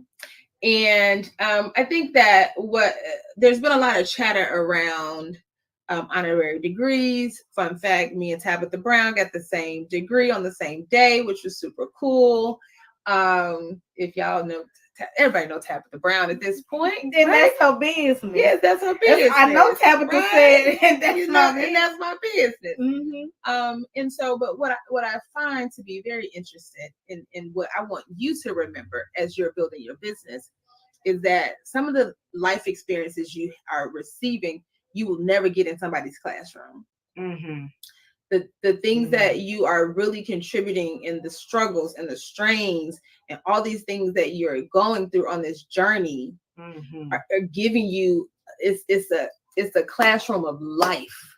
And that will go on forever in the day, but you will learn and grow from it in ways that no professor could ever provide you. And so I celebrate my doctorate to a whole nother level because I was honored because of my life's work. Right? It is in celebration of my life's work, the contribution. I got humane letters, and so that's my contribution to humanity. What I've put into the world, someone saw my level of work in years and said, you deserve to be honored with a doctorate accredited degree, right? And so I'm still humbled and grateful, but I'm able to really sit back and realize that I earned that. That I put in. But how did you work. balance that? Because I think I don't know. I don't think I did. The balance is people, you know, it's hard to balance like stuff. But there's no such thing as balance. Just take that word out. Take it, pick it up, grab it, throw it in the garbage. Okay. You just gotta do it. Right. You just gotta do it. There's no balance. Like whatever I choose to do in that moment. So if I'm time blocking, right? I say that like from 9 to 5, those are my work hours if I'm in the office. And that's all that matters. That's my focus. If I happen to be working prior to that or after that, it's still a part of my family hours. So that's the priority. So if I'm like, okay, if we're doing this and I'm like, okay, but my family call, I gotta go. It's time to stop because I chose to dedicate this time to them. But I can't balance it all evenly. I'm just saying that I'm prioritizing. That's it. But I'm not balancing anything. I'm not a juggler. This ain't no balancing act. It's not a thing. But I choose to prioritize. If I'm at work, then I'm 100% there. And my family respects that and they understand that that's what I'm focused on. But when I'm in family time, I'm 100% there. And so everybody around me needs to respect that that's my focus in that moment. If it's, time to, as a speaker, when I'm traveling, things like that, which is still work. Or if I'm, doing school or whatever that looks like, that's the focus in that moment. If I'm in my coaching sessions with my coach, trying to maximize my professional success, then that's the focus. And I don't let work or family interrupt that. Do you write it out every day? Like, do you use a calendar, a journal, a planner, or anything? I use a calendar. That thing be going off like 40 going north because it's always something popping up and I need it because at this point in my life, I will forget something faster than I remember it. So I use calendars, but I'm also a big fan of writing because I feel like writing makes it real. When you have to spell something out, when you have to put something on paper, it feels like it does something different to your mind. Right. And so I'm a big fan of writing things out, making them big and bold, particularly things that are like goal-centered affirmations. I want to constantly see them. So I'll write them on a large sticky note and put it on the wall. I wish I could see them. They all around. Yes, especially the things that really inspire me. Look, I'm a printer, so clearly I'll print some stuff out in a heartbeat and put it on the wall. But writing, there's a power in your pen. And I can't clearly articulate what it is, but there's something about being able to write it out that makes a world of a difference. Well, everyone, again, if you missed the first half of the show, I'm going to replay the same commercial because I really want you to participate if you can. This is a free event. We're going to be I want you to meet me in Fresno, California at Cal Start Admission Drive-In event. So you get to, I'm sorry, electric driving event. It is about the emissions as well, but you'll be able to see the commercial. So stick with us. Stay tuned. We'll be right back.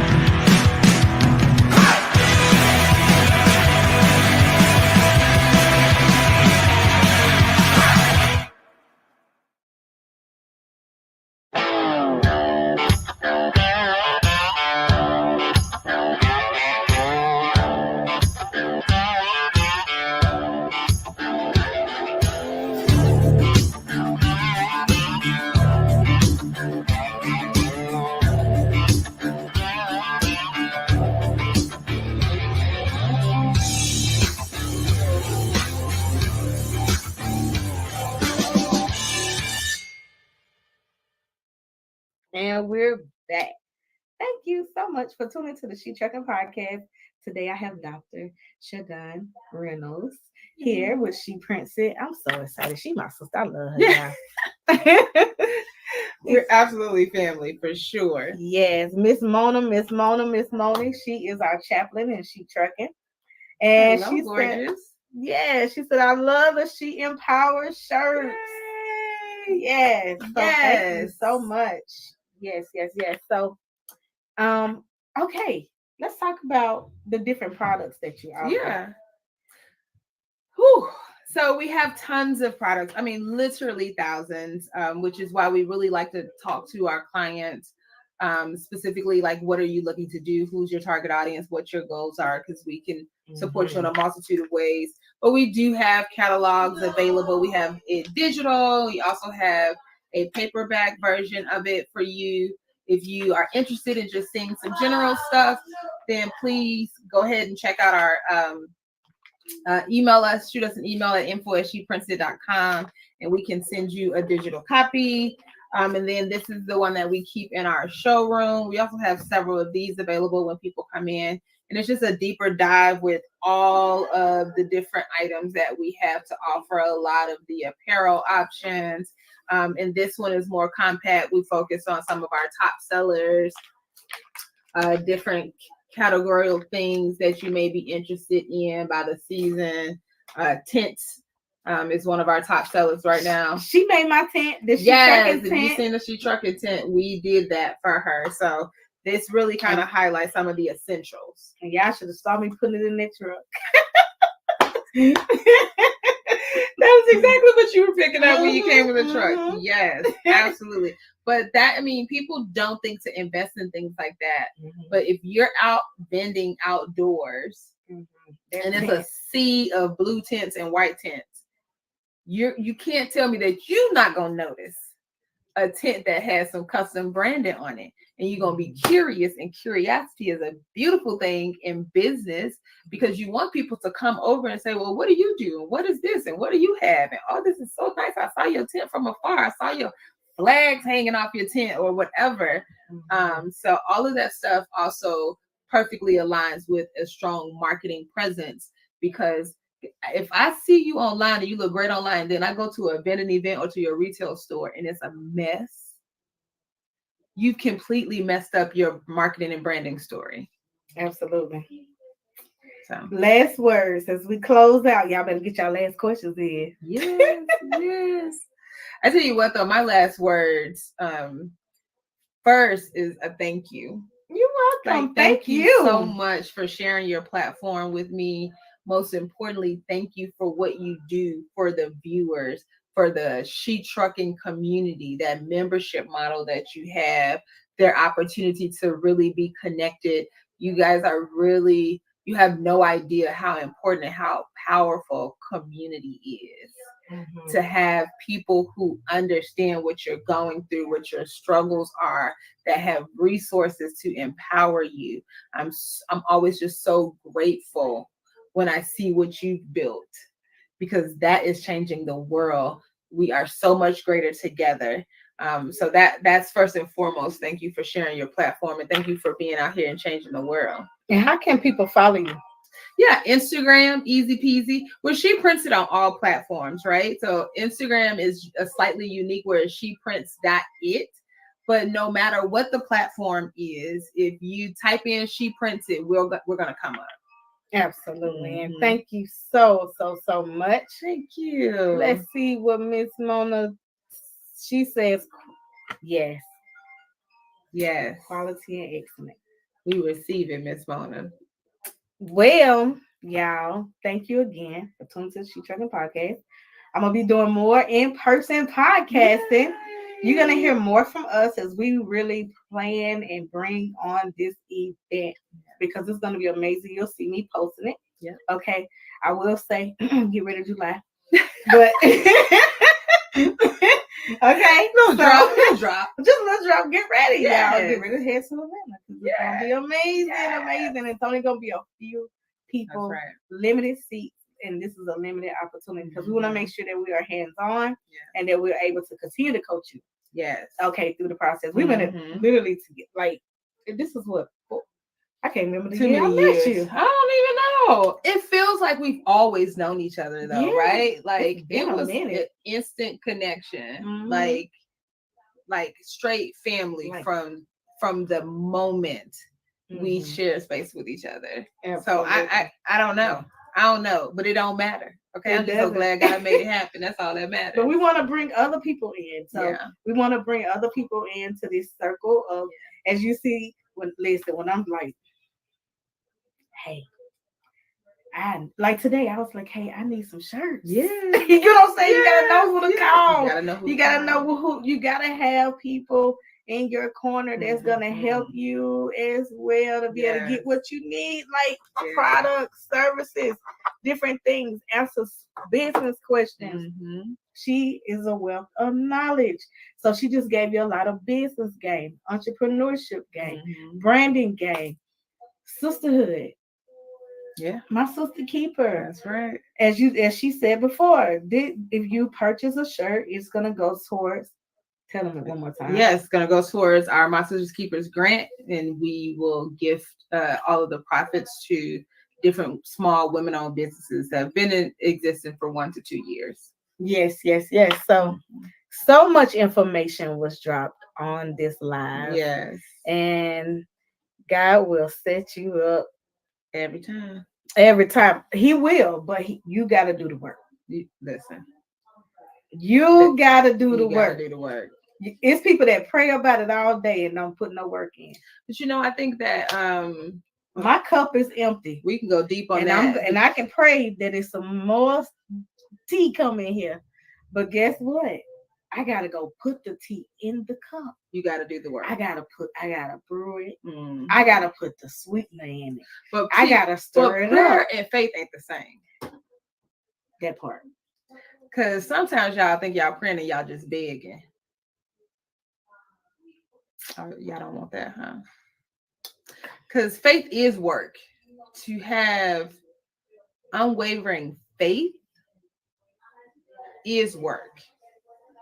And some of y'all ain't really got that type of faith. Some of y'all just out here begging. Y'all panhandling with y'all prayers. Okay. Let y'all put the work in. Pray about it. Have real faith and then do the work. Do the work. Because it's going to take some long nights. It's going to take stand up at 5 o'clock in the morning. Getting up maybe at 3 o'clock in the morning.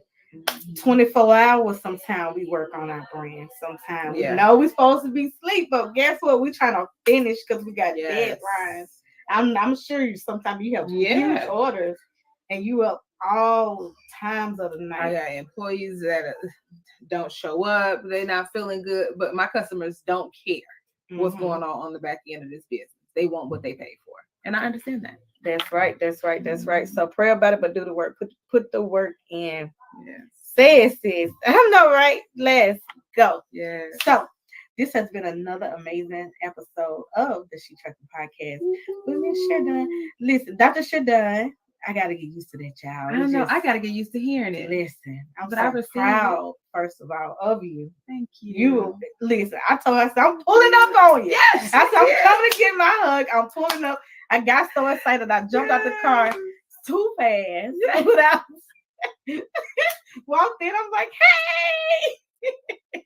But I was so excited because she didn't even tell me. I know. She didn't even tell I me. know. So everybody got on me about that. Mhm. It was so surreal when you get those kind of honors and opportunities. You know, you're still in awe. I want to close out by saying how powerful is doing like writing down your goals and doing a what do we do every year? Some We people do call the, them vision boards. Vision boards, yeah. Yeah. Extremely important. What you put into the universe is the start of what you get back. Yes, you have to do the work. Yes, you have to have the faith, but there is power in placing things in the universe. I wrote a list of goals for 2023, some of which I shared online because I understood that a closed mouth don't get fed, and I put it into the universe. So many of my goals were knocked off in days. Instantly. Yes, I was watching her goals get knocked off. Universe. Yes. And you still got 6 more months. Yes, and I still got 6. I can't believe I still got 6 more. And look how much I'm just blown away and so proud and so inspired. Yeah. First of all, because I'm just like, I literally seen the list that she posted on social media, and I see her literally walking in God's purpose for her life. And I hope you're encouraged today. Yeah. Because you can do the same. Get your vision board out, write it down. If you want to post it, post it. If you don't, you can keep it private. But when she posted it, it's coming to life. It is. It is. I understand why people think that they should, move in silence, but it's not about moving in silence. It's about moving with discernment, because God don't want you to be silent. He has his children lined up and ready to help you, because you can't do this by yourself. But if you don't let his children know that you need support in order to conquer these goals, it can't happen. So I do understand that, you want to move in silence to some degree, but you also have to make sure that people know what it is that you need. We can't complain about people not supporting us and we never ask for help. And I know that's easier said than done, because I'm horrible about asking for help. But I'm doing better and just putting it out into the universe and letting the Lord position people in my life. And I think that's the piece when you get to that point where you're like, Lord, I'm gonna focus on what I need. That part right there is what's gonna push you to that next level. Yes. Amen. Because sometimes we just focusing on what we're doing, but what are those missing pieces? Yeah. Sometimes it may be your system, sometimes it may be your funnel, sometimes it may be the way you network. You might not be networking effectively. You might not, like she said, be outside, going to different conferences, different events, actually aligning yourself up with your target audience. And so I just want to encourage you on today. You also may not be a servant. That's true. I realize if you never leader, gotta be a servant leader. You can't always be asking for something from others and never willing to give anything in return. I was just saying that you gotta pay to play. Yeah. People think that you're supposed to come and you just give it to them. If somebody giving it to you, trust me, they ain't giving you all you need. First of all, they're not going to give you everything you need. Even when I'm doing my consultations, if I don't even if it's free and I'm just giving you some information, I ain't giving you everything. Okay, I'm gonna give you a little bit. You know why? I'm gonna give you a lot. I will say it's more than what your imagination can take at the time. But you're not gonna get that if you purchase whatever. You get what I'm saying? And so people always ask me, well, how you get all these different things? Well, we had to invest and put our money where our goals was. Yep. I just literally attended an event. I attended this huge event because someone invested into their brand to be there. This is not luck. Yeah. You get what I'm saying? Yeah. Sometimes if you want to be there, when we go to the Mid-American Truck Show, we have to purchase space to be there. Yeah. So you gotta pay to play. Yeah. And in this next season, we're gonna play hard. All right? Boom. We're gonna play hard. We're gonna play big. Okay, drop the mic. Boom. So as she said, you can go to sheprinted.com. be able to get your brand started. Get your Miss Mona, you have a brand, Trucking Angels with Christ. You do events. She prints it is a vendor who you can get all of your products from. Yeah. Right here. She has everything that you possibly want. Okay. My job is to show you how to get the funding to be able to get those products. Yes. Okay. Yeah. Because it is people who will believe in your message and your brand if it's aligned properly. So you can be able to get funding to get your products. Yeah. Okay. So all right. What amen. She said amen. No, what did it say? Oh, yes. Thanks again. I see more people on here than usual. So, but we'll be back around this time again. Okay, I'm gonna let her go home. She's been at work all day. I'm just holding her hostage here. I'm trying to keep her as long as I can. Oh my God, this was good. This was so good. Thank you. I'm so excited that we really got to connect with your audience, and thank you all for your level of engagement, because that is huge. We want to make sure we're maximizing these opportunities. Absolutely. And so let's I want y'all to share, like, and subscribe. Watch the replay. If you're watching the replay, you have a question, you want to drop some, comment, definitely comment on this video. We're here for you. We're here for you. Okay. If I wish I could show you what's in front of us, it's all everybody else's product. So I just showed you all of her products, but everything in front. I feel like I want to. Let's do a tour. I got to. Can you tell them about? Yeah, for sure. I can move this all around. We can make it. Let's see.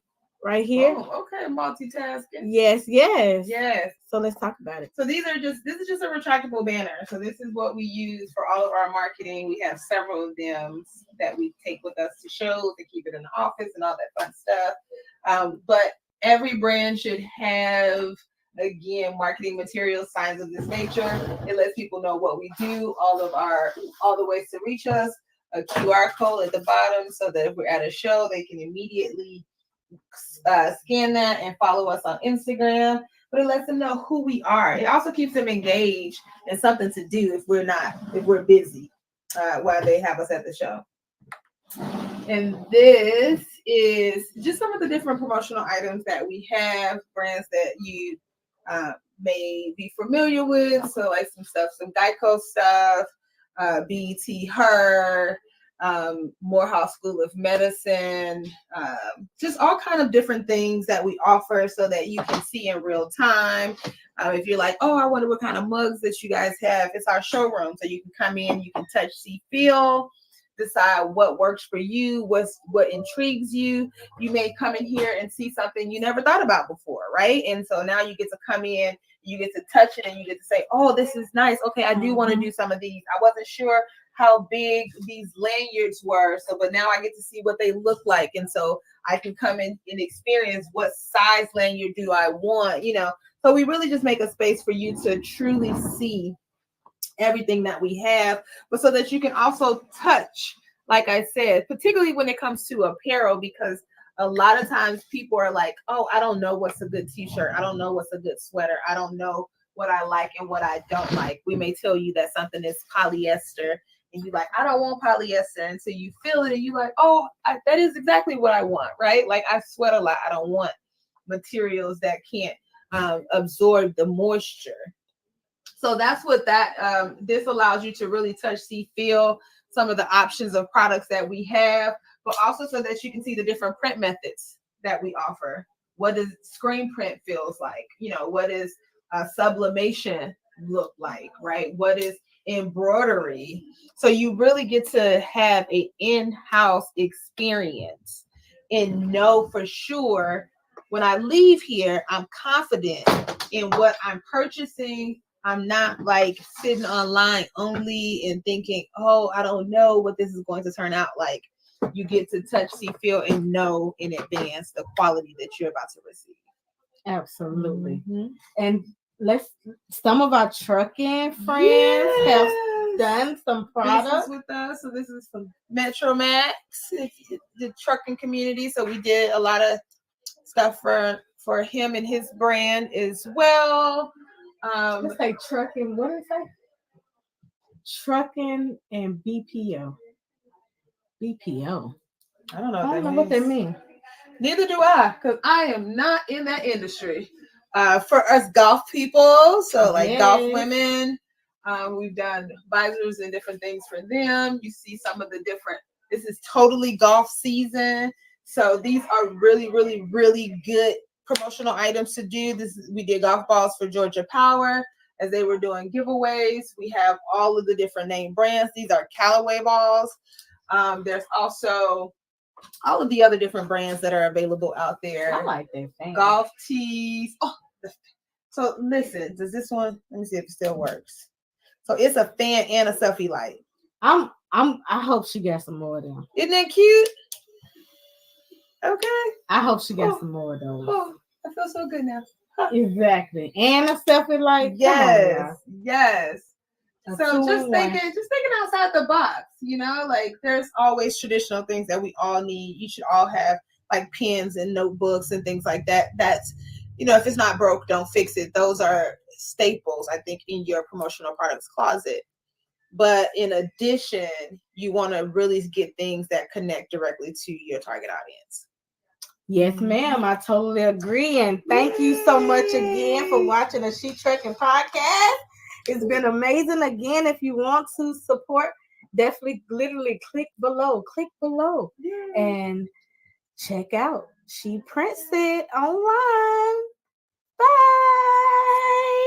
everybody. She Trucking Podcast is an informative podcast that is dedicated to bringing listeners the latest news and updates from the ever-evolving transportation industry. Founded by industry expert and entrepreneur Sheree Moore, and powered by CTR Media Network. Whether you're a seasoned transportation professional or just getting started in the industry, the She Trucking Podcast offers valuable insights and advice to help you stay ahead of the curve. Learn more online at shetrucking.com.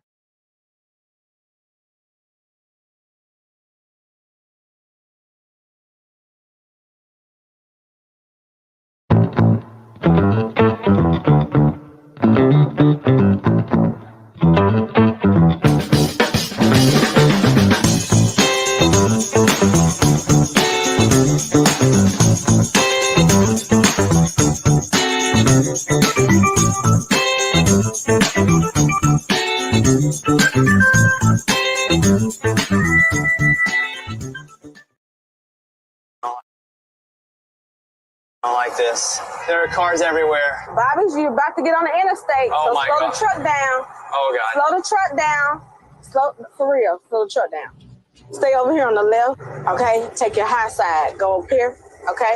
I cannot believe I'm getting on the interstate. Accelerate, accelerate, accelerate. Stay on this side, accelerate. Go faster. Go faster. Faster, Bobby, faster. Crap. Look at all this traffic. There are cars everywhere. And then we're going to take it to the highest gear that you've ever been in. We're going to take it to the 10th gear. Now? Now. There we go. 10th gear right now!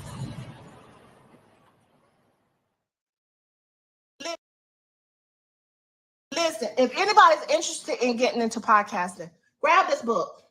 Go on Amazon, grab this book. It goes with me almost everywhere. This book has like a workbook.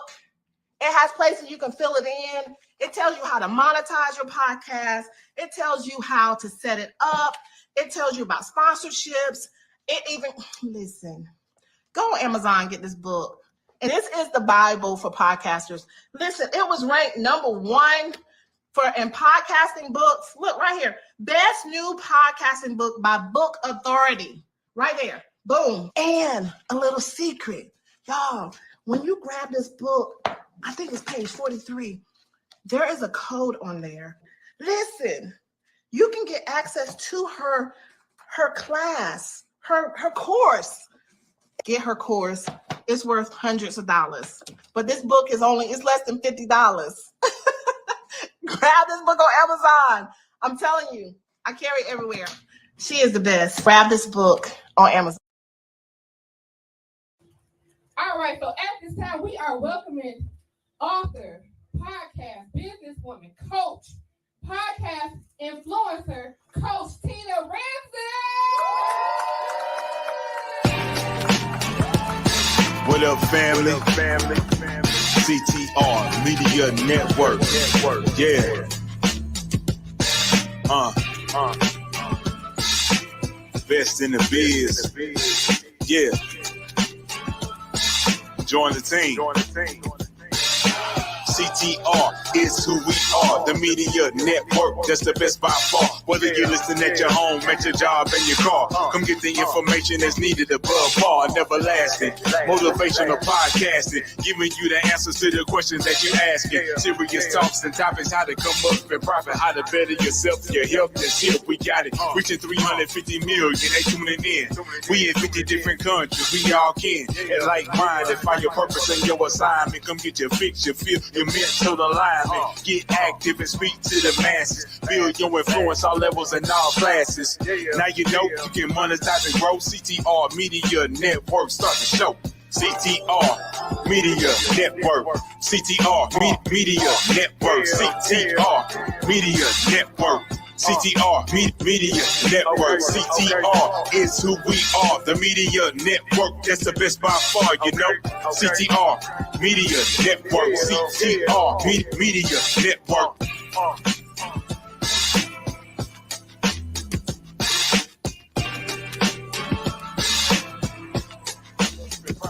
Better yourself, your health, and shit. We got it. Reaching 350 million, they tuning in.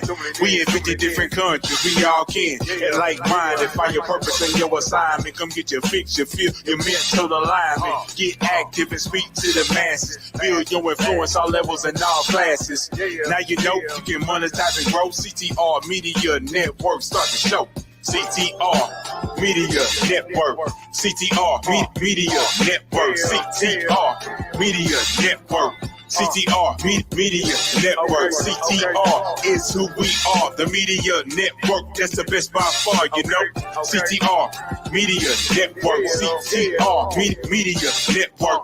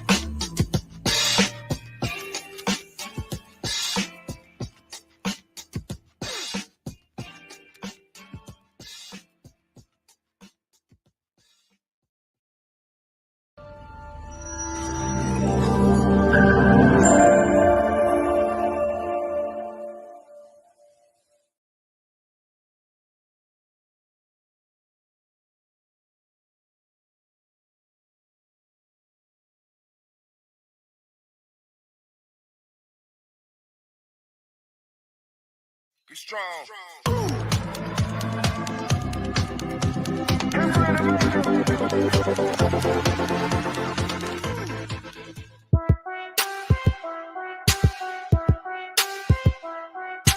DJ Tony Dunn. She gon' take care of her bitch, she truckin', She a woman with a rig, she truckin', She gon' take care of her kids, she truckin', yeah. She a boss, she do it big, she truckin', She truckin', She a boss, she do it big, she truckin', She a woman with a rig, she truckin', She truckin', ah.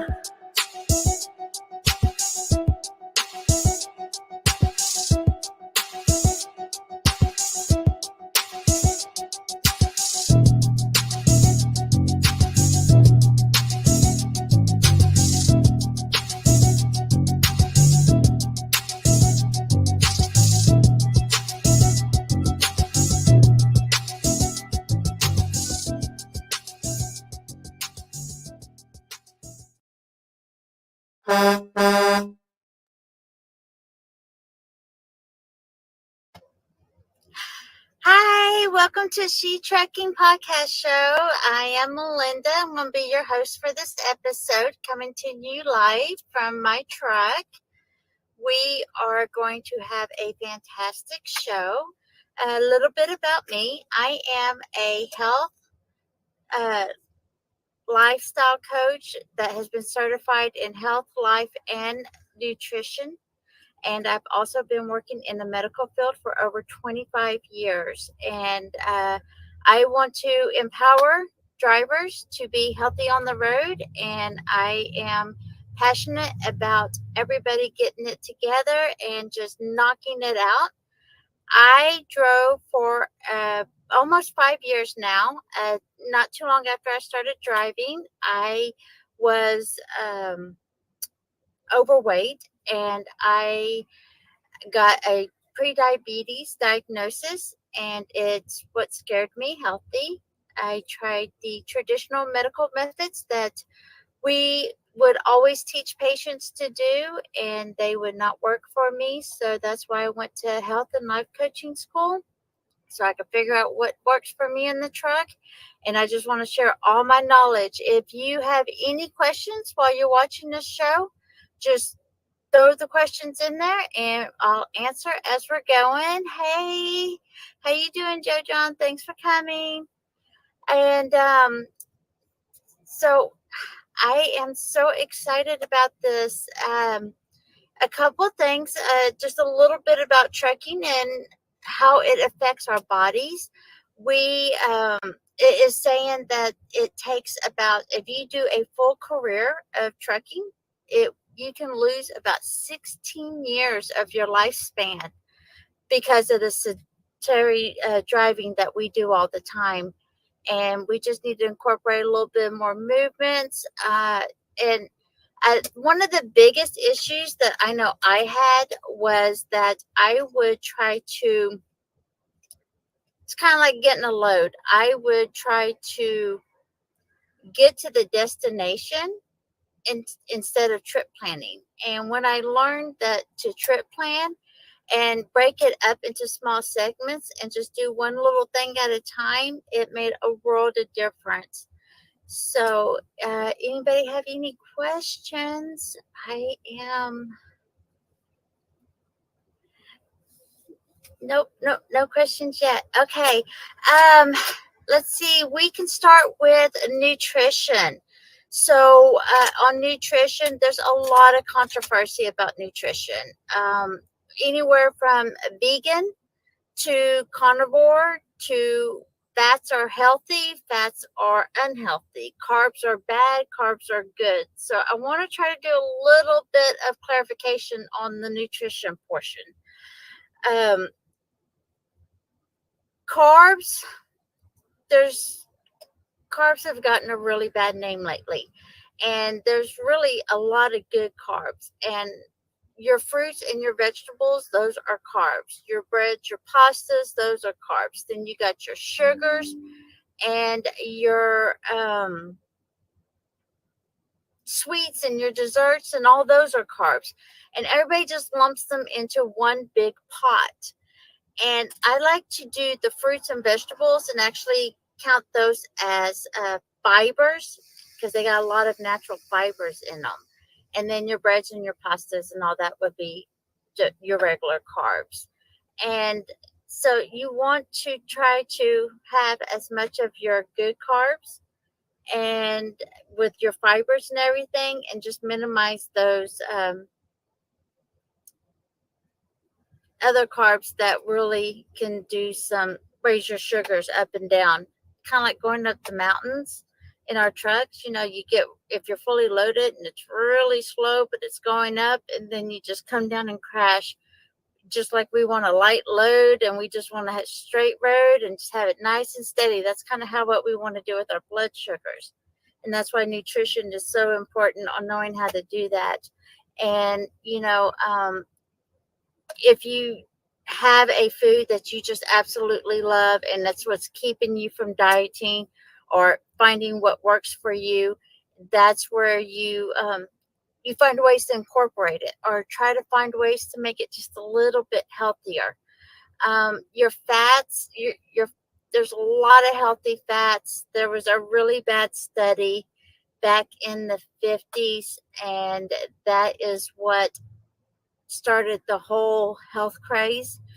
And fats are bad. And then they started making all the margarines and adding sugars into all of our food. And that's when the health of America just started really declining because of that one bad study. And they're finding out that fats are actually good and they're essential, and we need to incorporate them. So if you like fried food and you just don't want to give up fried food, just find a small change you can do is don't get rid of them, because you're not going to stick to anything to getting healthier. You find a healthier oil to cook it in. So two of the really healthier oils is your extra virgin olive oil and your coconut oil. Coconut oil you can actually cook in a higher heat than the extra virgin. Um, so that's just some of the little tricks that you can do. Resistant starch on your rices and your pastas and your potatoes. Mainly your rice and your potatoes, not so much your pastas, but it's still kind of out and to do that.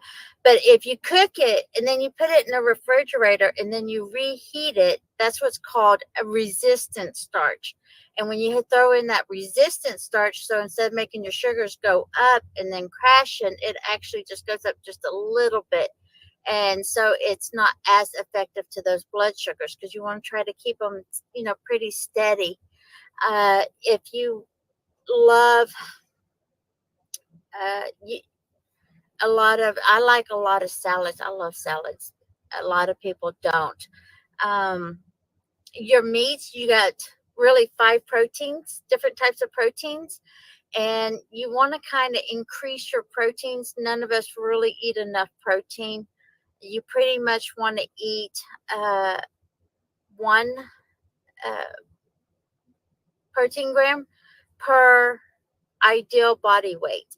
So that kind of gives you an idea. It's quite a bit of protein that we should be eating.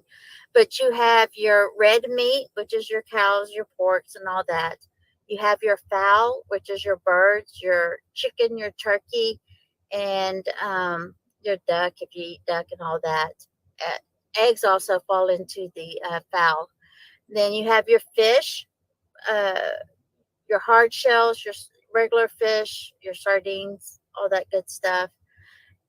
A lot of, not a lot, but quite a few of protein. There's that is vegetarian protein.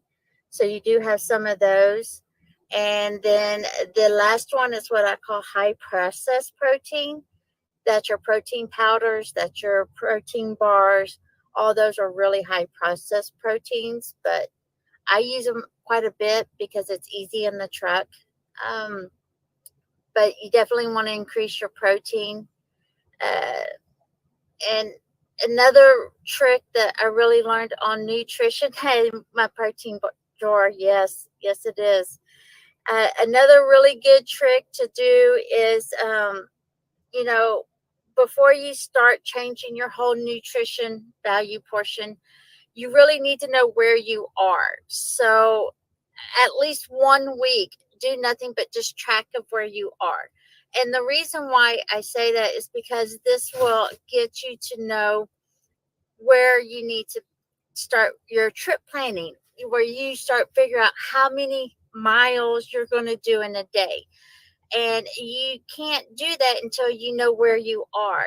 And if you track all your food for a week and do it just for knowledge base, not for judgment base, because you want to be able to gradually decrease your calorie intake. And so if you find out that you normally eat about 3,000 calories a day, you don't want to go to 1,800 calories a day to lose weight, because your body's going to be like freaking out saying, oh my God, what's going on? And it's going to start sending you all these hormones and everything and saying, you need to eat because you're not eating what you normally eat. So if you decrease it 15, 20%, it's not an exact science. You just play to see what happens. Have no idea. Yeah, I know it is quite a bit of protein. What you do is you so if you find out that you're doing 3,000 calories a day, you don't want to cut it in half. You want to do it in baby steps. So maybe do 15, 20% decrease. So 3,000, 10% be 300. So just about 500 calories less a day. And do that for a while until you get used to it and it doesn't, you're not like hungry all the time. And then, maybe the next week or 2 weeks or maybe even the next month, then you take another 400 or 500 calories out and gradually work your way down to where you want. You really don't want to get below 1,800 to 2,000 calories. That's what your body needs to do all the digestion, the breathing, just your normal day to day. That's your calorie intake. If you get below 1,500, that actually is where it starts messing with the hormones and everything. And your hormones is what communicates with, so your organs communicate with each other with the hormones that they produce, and it communicates with the brain, and it sends out the signals to say that you're hungry or you're full. So that's really like nutrition in a nutshell.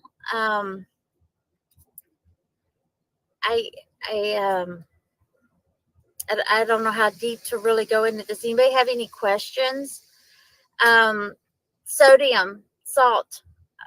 I like to eat daily salads. That's actually put it in a cup, and I keep it in so I can eat it while I'm driving, or instead of having a bowl, I just keep it in a cup. I add eggs and chicken to my salad to have that protein in there. And I actually eat my salads in the morning because salads have, they are higher in carbs. That way I can burn those carbs throughout the day. Carbs is like a gasoline engine. So you burn through them pretty quick and your body will use those first because it's easier for the body to process it. Whereas fats, they take a little bit longer and it's a slower burn, kind of like a diesel engine. It burns slower. So it takes a little bit longer, and that's why it's good to eat those later in the day. So it will hold you over until your breakfast the next day. I do a lot of meal prepping, freezer meals. When I first started, actually, let me grab something real quick. When I first started on my healthier journey, the very first thing I got was a freezer. Hold on, let's grab this real quick. The very first thing I got was a freezer and a Hot Logic Mini. And the Hot Logic Mini is like a little warmer cooker. And I started with freezer meals that you buy at the grocery store. They're healthier than fast food. And it's one thing I really firmly believe in is that, you don't have to be healthy. You don't have to do the healthiest thing. Just do one little thing a little bit healthier, and then after later on, maybe incorporate something else that's just a little bit healthier. So freezer meals, according to the gurus, are not healthy, but compared to fast food and compared to truck stop food, they can be very healthy. So it just depends on that perspective of what you're comparing it to. I have what's called a Hot Logic Mini. And if you're watching this on video, this is what it looks like. And the ones that's not watching it on video, it's just like, it looks like an insulated bag. And what it has on the bottom of the bag is a warmer plate. And then you just plug it into an inverter, and you can put it in dry for 2 or 3 hours. You can dry for 5 hours. It won't overcook it. And it would just keep it in there. It'll warm it up, cook it up. So I'll put it in, I'll dry for 2 or 3 hours. And then when I stop, my food is done. It's hot. It's ready. It's fresh. I don't have to stand in line. I don't have to spend $15, $20 a meal. I only spend $5 or $10 a meal. So it's a lot more cost effective. It's quicker. And then you just throw away the trash and you have a hot meal. And that's the way I started. And now I meal prep. And when I go home, I will cook several meals and then I freeze them. With that freezer Ziploc bag, you can actually stick it in the Hot Logic and it will not burn the bag. So I have hot home cooked food without having to cook. And it just takes a couple of hours, which I'll be driving while it's cooking, and it's really good. So that's nutrition. A couple of things. Is there a particular salt? Yes. So Himalayan salt. I was actually fixing to get into that salt before I got distracted. Squirrel. Himalayan salt and Celtic salt. Those are the two best salts to have. The reason being, if you can get the Celtic salt, that's actually the better one because it has, don't quote me on the number. It has like 89, I think it is, the minerals that we need for our bodies, for everything to communicate with each other, to help those neurons talk better and to help go into the cells and to bring in the nutrients that the cells need. So the Celtic salt is the better salt to have, but it is harder to find. The Himalayan salt is good. It has 72 or 73 of the minerals. So you see, it's just missing just a few, not as much as the Celtic, but it's still really good. Table salt, the typical white table salt that we grew up with, that has been ultra processed, and they take out so many of the nutrients in the process of it that they had to put something back in. And where do you find Celtic salt? Right now, it's been really hard to find it. Usually like health food stores or Amazon, you can find them there. You used to be able to find them in Walmart, but I haven't been able to find it lately in Walmart. So Trader Joe's, maybe Aldi's, those healthier food chains, you can probably find them in there. But the main key is it's not so much as, potato chips. I used to have a hard time dieting because of potato chips and because of gummy worms and ice cream. Those are like my three weaknesses. Thing I learned about potato chips is you want to try to get the least processed as possible. So Lay's Original is a really good one. It could be cooked in a little bit healthier oil, but you still get, all it's got is the potatoes, the salt, and the oil. So it's only got the three things. So it's closer to, and it's not ultra processed like, say, Pringles, which is so processed they can't even put potato chips on their containers. They actually have to put crisp because it's so processed. They're not even really potato chips. So it's just finding the healthier option, and you don't have to do it all at once. So go ahead. We're going to take a break real quick. Be sure to like, comment, share, and subscribe. Throw on any questions that we can touch on. And we'll be back in just a minute. And I'm going to go over a few more things.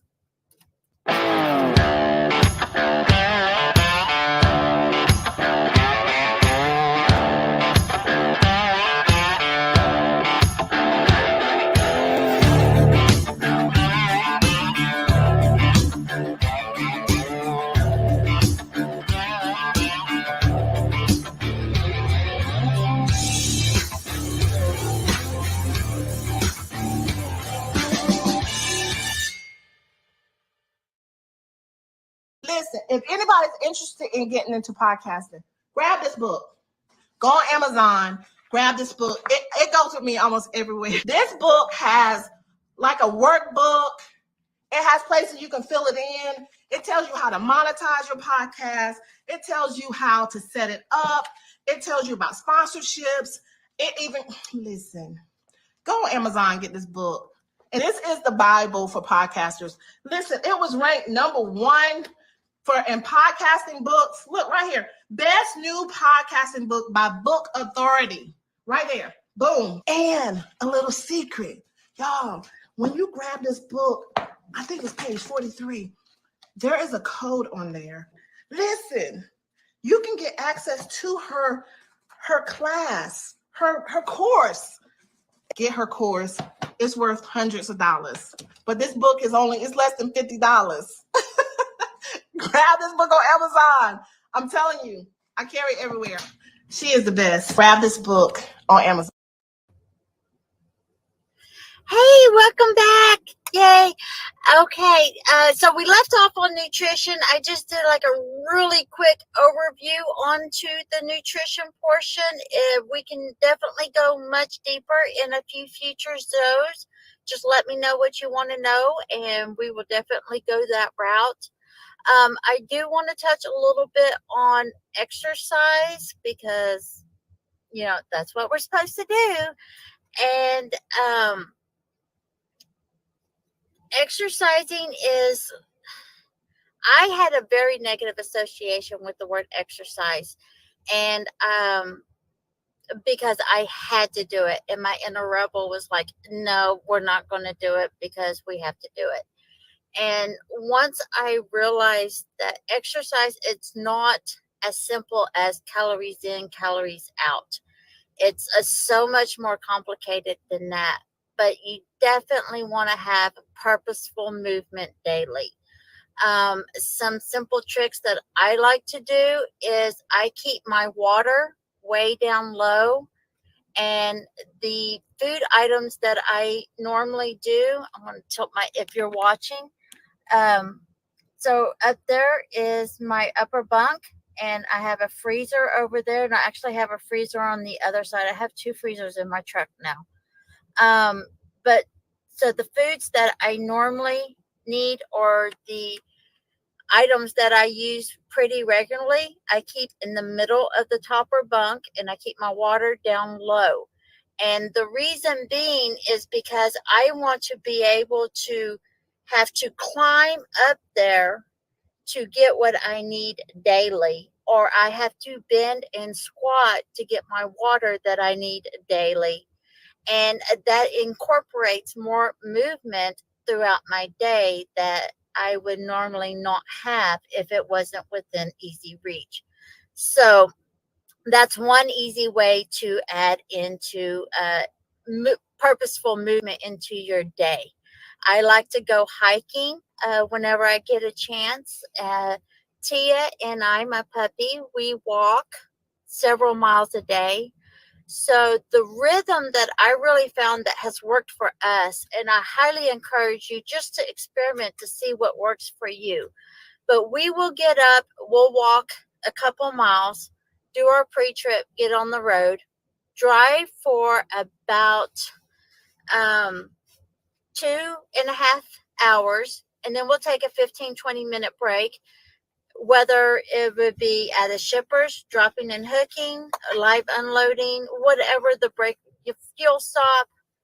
We will do that and walk around for at least 15-20 minutes. Then we'll go and we'll drive for another 2.5 hours, give or take. And we will do that multiple times throughout the day. And then we stop post-trip, and then we'll walk for another 20-30 minutes. And throughout just that day, we usually get in about 5 or 6 miles a day. I love taking pictures of our hikes. So I do a lot of photography, which really helps bring a lot of joy to me and being able to share our journey. And then, so it gets me out of the truck, just finding little things to get out of the truck, take pictures, get out of the truck, walk, just walk around the truck.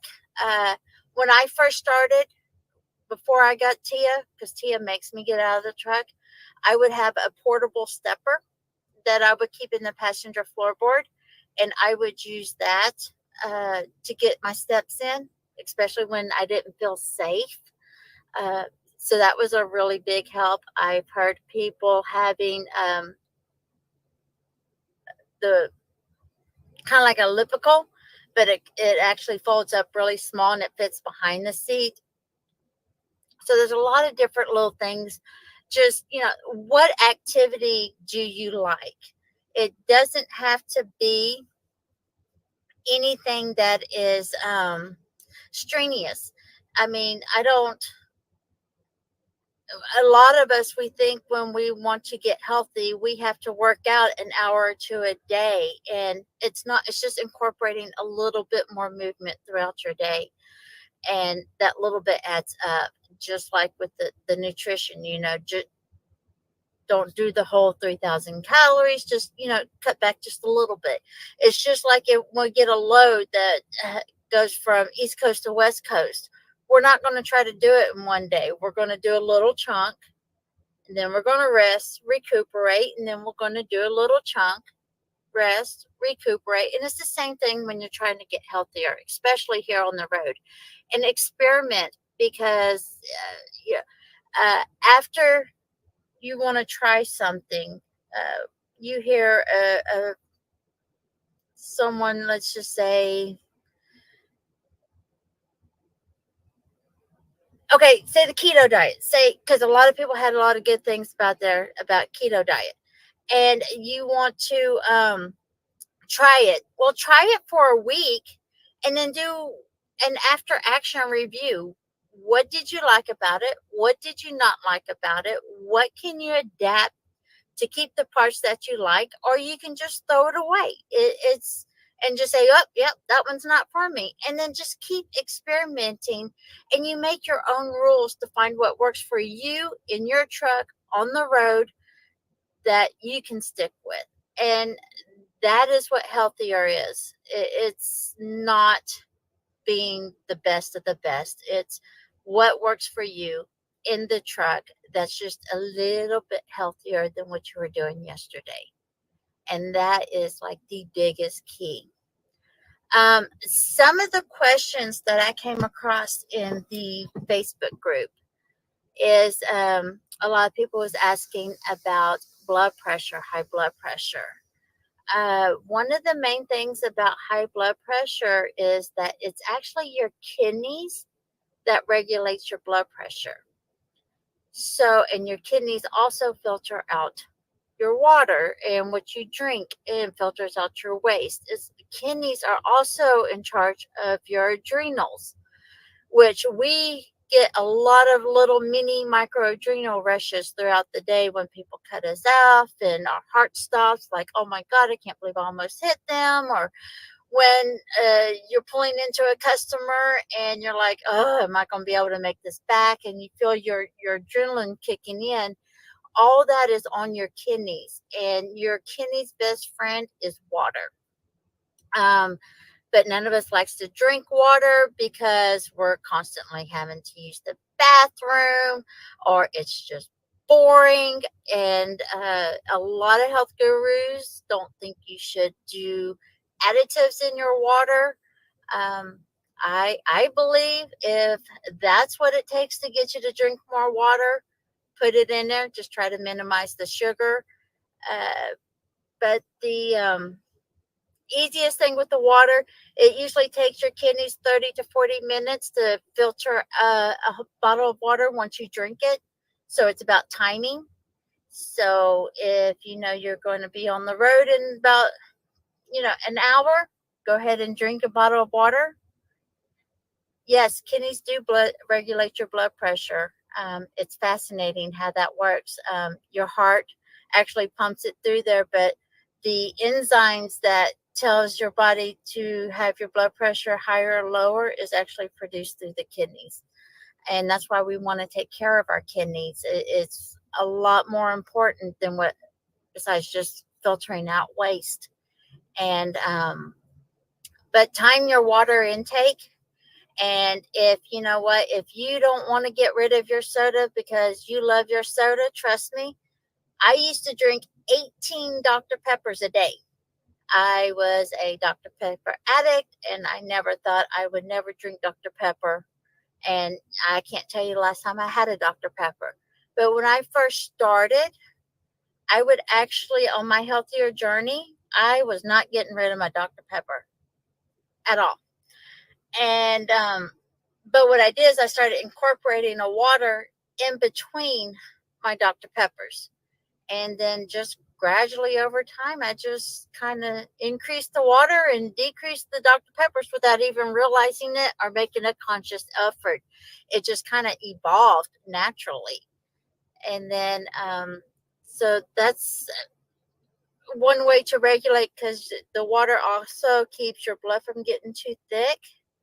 Just like exercise and movement, it has a lot to help with your happy hormones in your brain, and your calves are very important also in your circulatory system, because gravity and your heart will get the blood pumping out and down, but your calves help get that blood and everything back up because it's fighting gravity. So a couple movements that you can do while you're driving and you have your cruise control on and you're not in the middle of the city, you always practice. I've never have tried sea moss. I am actually looking into that right now. Lots of fascinating stuff with that. Very, very good. But skin healthy. Yes. So you definitely want to, I shower in the middle of the day, and I shower usually every other day. And that will, because showering every day, you actually strip your body of natural oils. So I shower every other day, and then I keep chemical free wipes in the truck just to freshen up at night before I go to bed. And your sunscreen, if you want to use sunscreen. I typically will put a shirt over my arms while I'm driving to keep the UV rays off of me. The windows that we have sun exposure through, it actually is made, and there's two UV lights. You got your alpha and your beta. And right now, I don't want to get misquoted. One is good, one is bad, and I can't remember which. I think the alpha is the good one and the beta is the bad one, but I'm not 100% sure off the top of my head. But the windows are made to actually filter out the good UV rays, and the bad UV rays are actually what comes through. So you want to try to keep those rays off of your skin as much as possible through the window. Now, if you can get it through just actual real rays, it won't be as bad because you'll have both of them. So that's one really important trick, because we have those windows on us all the time, and that's what filters in and out those UV rays. Some people like sunscreen, some people don't. It's really your preference. It does help. But if you don't want to, you can always just put something over you just to help protect from those UV rays. Avocado is a very good healthy fat. I love avocados.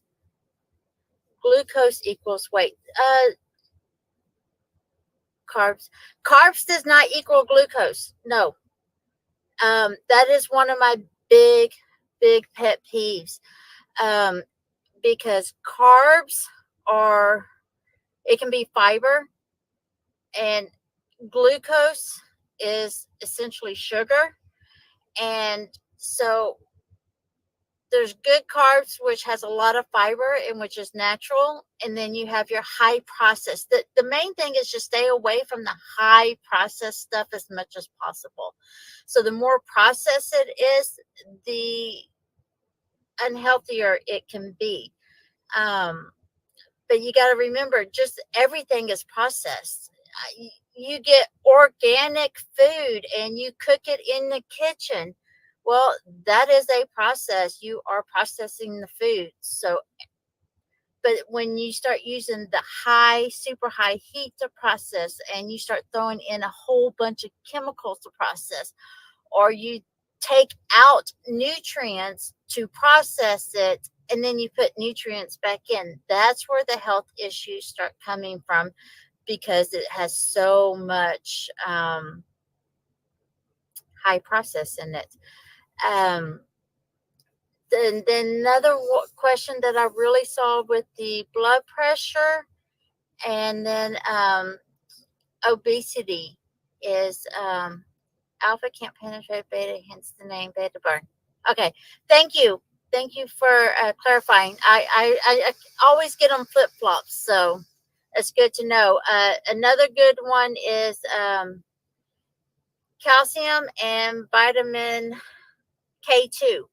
K2 actually helps you absorb that vitamin D in, which the vitamin D helps with it's all very interlinking, and but those are some really good supplements to take if you take your vitamin D. You want to take it with the K2, because the K2 helps you absorb that vitamin D in. Another reason why exercise is so important is not because of the calories in, calories out, but when you use your muscles are connected to tendons, and the tendons are connected to bones. And that's what allows you to bend your arm, is the muscle is constricting, which pulls on the tendon, which pulls your arm into you, and then it'll relax, which relaxes that tendon, and it relaxes that arm. That pulling and constricting on your muscles on that bone is actually what strengthens your bone and helps prevent osteoporosis. And so that's another reason why exercising or purposeful movement is so important, is to keep your bones strong too. Let's see. So the three main health concerns that I noticed in the She Trucking Facebook group, that was going to be the high blood pressure, which I kind of touched on. And please comment, let us know, and what it's going to be, what more information you want on, because I can go so much deeper on these. You got your blood pressure, obesity, and diabetes. So we're going to take a quick break, and I'm going to touch on diabetes when we come back.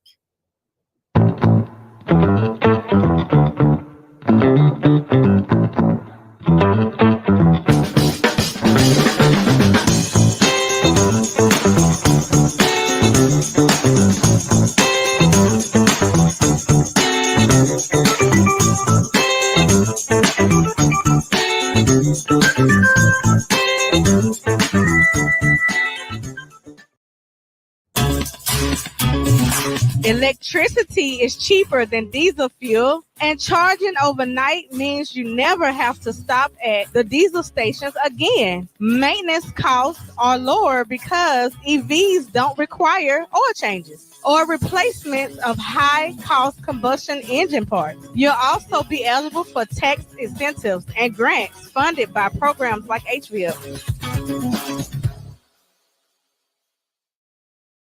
I don't like this. There are cars everywhere. Bobby, you're about to get on the interstate. Oh, so my slow God. the truck down. Oh, God. Slow the truck down.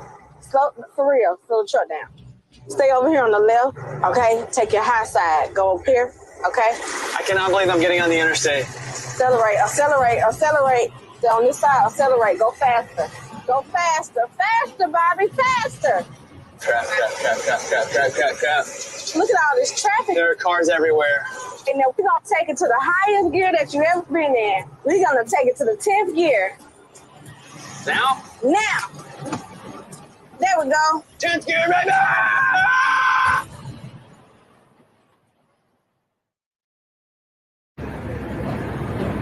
Hey, I'm Todd Spencer, president of OIDA. here at the Walcott Truckers Jamboree. Want to let everybody know that OOIDA is started by truckers 50 years ago this year, started by truckers to give them a voice in Washington, D.C. and in other places as well. We have members that are drivers, members that are owner-operators, members that are small fleet truckers, and some members that are just supporters of the industry. But you're all welcome. If we work together, we can address some of the serious issues in trucking. And believe me, we have some serious issues that you know all too well. So, hey, we are stronger together. Be a part of what we do. We have an office in D.C. We know how to communicate with the lawmakers. Just need the support of you all. So join, please. Hey, welcome back. Welcome back. We have been having a lot of good conversation coming in, and I'm loving these questions. We have talked about, touched on nutrition. We have touched on purposeful movement, aka exercise.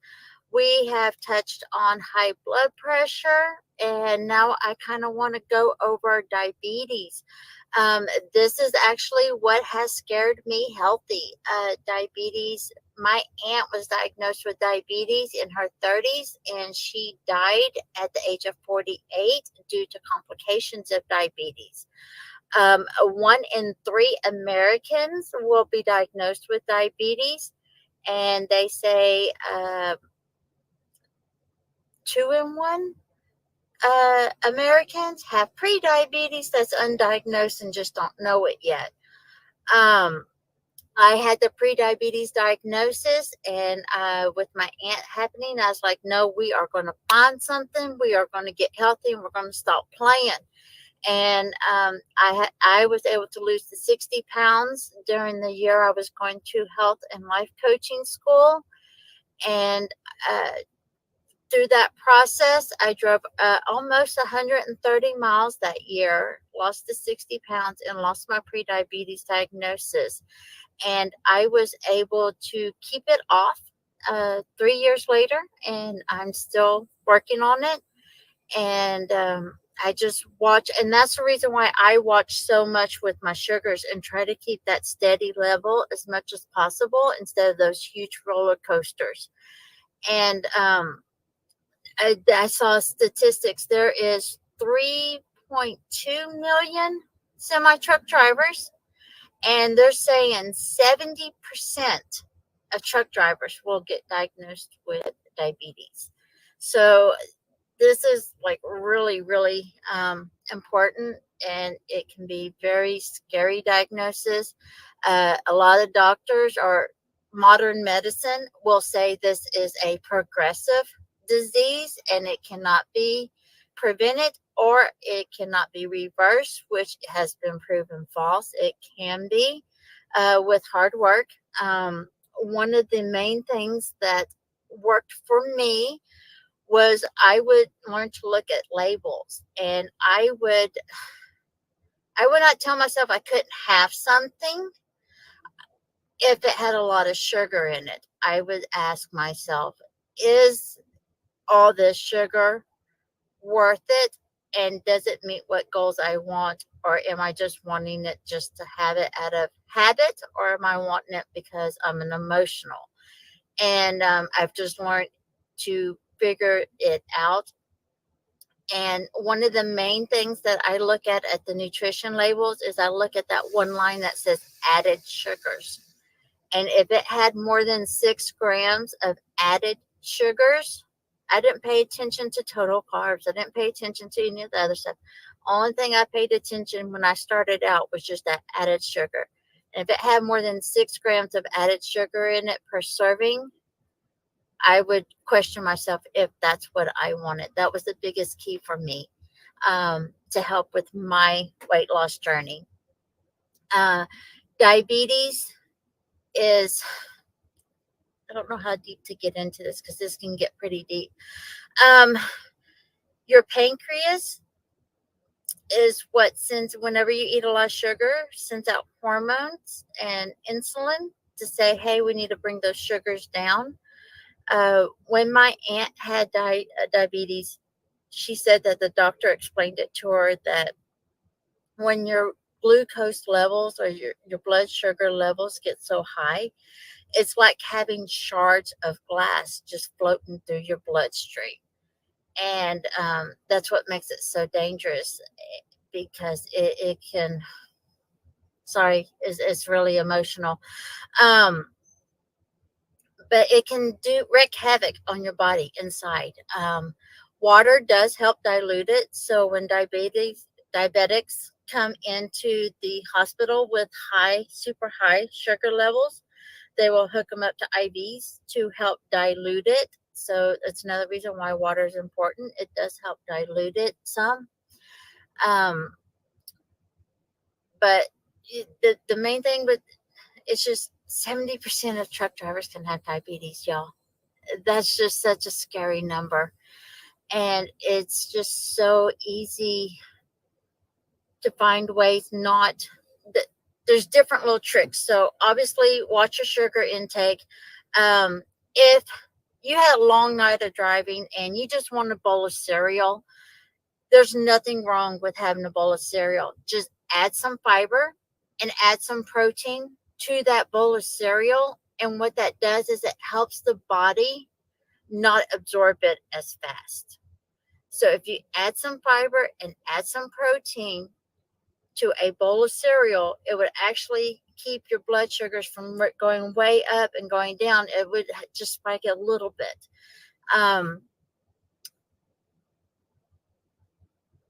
So that's just some of the little tips on the diabetes to keep in. If you want great questions. Am I hungry or is it emotional? Well, for me, and this is where you start learning how to pay attention to your body, because everybody's different. For me, when I'm craving sweets, I am emotional. I'm bored, I'm tired, I'm emotional, just along those lines. When I'm craving something salty like chips, I have found out that I am dehydrated. So I will drink more water. So that's kind of what has worked for me. And it's just questioning what works for you. And that's the hardest thing. Fiber suggestions for cereal. Fruit will work. If it has a skin, it has more fiber. If you peel the skin, it has less fiber. So that's one way to kind of keep that in mind. But yes, actually eat the fruit first and then eat the bowl of cereal, because that fiber will get into the system, which will help the sugar when you eat the cereal. Because we all know at the end of a long drive day, we don't want to do anything, and that's just quick and easy. But we are going to go ahead and wrap up. We are almost at an hour, y'all. You can reach out to me on Facebook Messenger.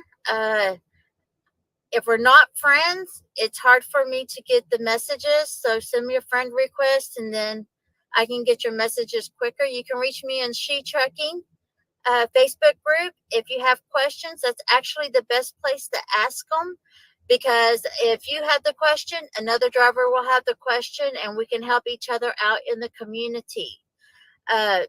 She Trucking has been doing this wonderful thing where we're having different hosts and to help all of us be successful in different areas. Cindy is doing the introducing all the moderators and everybody, and she's really big on that work-life balance. So she's going to have a lot of great tips with that. Joe John, she is really helping out with other aspects in the transportation industry. And she's really big on trafficking, sex trade. So tune into her shows. And then me, I'm doing the health and wellness segments. So please send questions to all of us. That way we can get these shows geared towards what you need, so you can be successful in the transportation industry. And that is what She Trucking is all about. We do want to mention this is the end of the truck driver appreciation, and just thank everybody for their donations of everything that we've been doing. And She Trucking is handing out gifts to drivers. So if you haven't received yours yet, it's coming. It's coming. Just give it a little bit longer, but we got you. And y'all have a blessed night out there. Bye. For all my ladies out there trucking towards they goals. Let's go. She gon' take care of her biz. She trucking. She trucking. She a woman with a rig. She trucking. She trucking. She gon' take care of her kids. She trucking. Yeah. She a boss. She do it big. She trucking. She trucking. She trucking. She trucking. She trucking. She trucking. She a boss. She do it big. She trucking. She trucking. She a woman with a rig. She trucking. She trucking. She trucking. She trucking. She trucking. Trucking. Often hated, never duplicated. We underestimated cause it's male dominated, but we getting payment like it's money motivated. Our clientele rated while they dragging, we gon' slay it. By the hour, we them girls and we got power. Haters everywhere like no taxes, they be sour. Dropping lows, no road and we be runners. You could never do it like us and that's a bummer. They got my back, so I got my girls with me.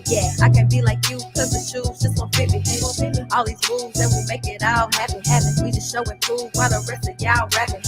Clocking in and making ends when them racks up. Focus like the lens, we don't focus on the trends. Nah, like a truck is pulling in, told them back that. Focus and pretend we don't notice who they is. She gon' take care of her bitch, she trucking, she trucking. She a woman with a rig, she trucking, she trucking. She gon' take care of her kids, she trucking. Yeah, she a boss, she do it big, she trucking, she trucking, she trucking, she trucking, she trucking, she trucking. She a boss, she do it big, she trucking, she trucking. She a woman with a rig, she trucking.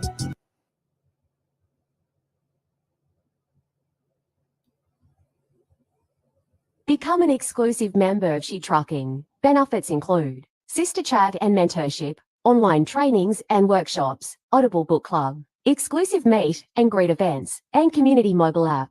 Plus, get a free life planner when you sign up. Don't miss this opportunity. Go to www.shetrucking.com to join.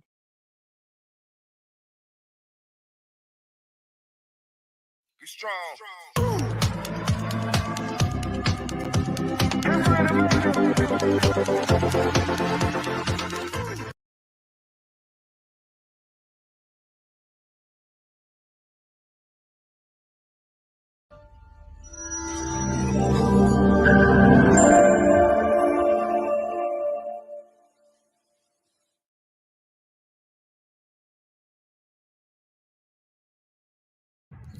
What's going on, good people? This your boy CDL Shorty. So as y'all can see, I'm standing outside of a trailer, right? Out in front of a trailer.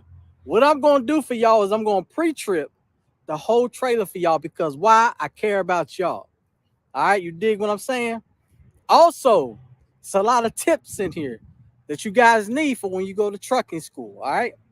So let's get this done. As y'all can see, I'm wearing a hat that says I stand with truckers because at the end of the day, I do stand with truckers. I'm one of y'all. I love y'all. I got my CDL and I died for this industry. That's why I'm so passionate about it.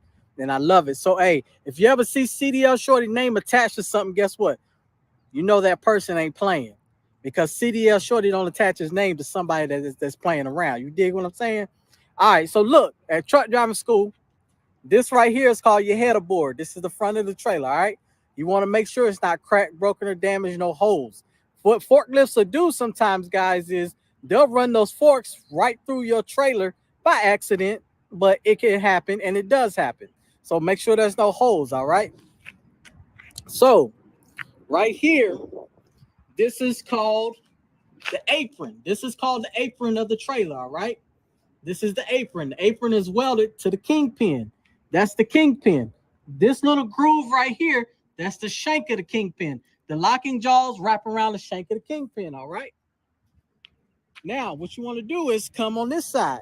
You want to come on this side. You want to look all the way down the side of the trailer, all right? You want to make sure it's not cracked, broken, or damaged, not bulking or sticking out, all right? Then you want to make sure you got all rivets. All rivets are present, as well as DOT tape that runs all the way down the length of the trailer. Okay? Now, what you got here is you got your cross members. These are your cross members and the trailer floor. Make sure it's not bent, broken, or damaged, not cracked or anything like that, okay? Then you got your landing gear. You got your landing gear, and this is called your K-frame, okay? Make sure it's properly mounted, secure, not cracked, broken, or damaged. Hey, real quick, get that lingo in your mind, okay? CBD, cracked, broken, or damaged. PMS, properly mounted, secure. All right, that's the lingo in truck driving school, okay?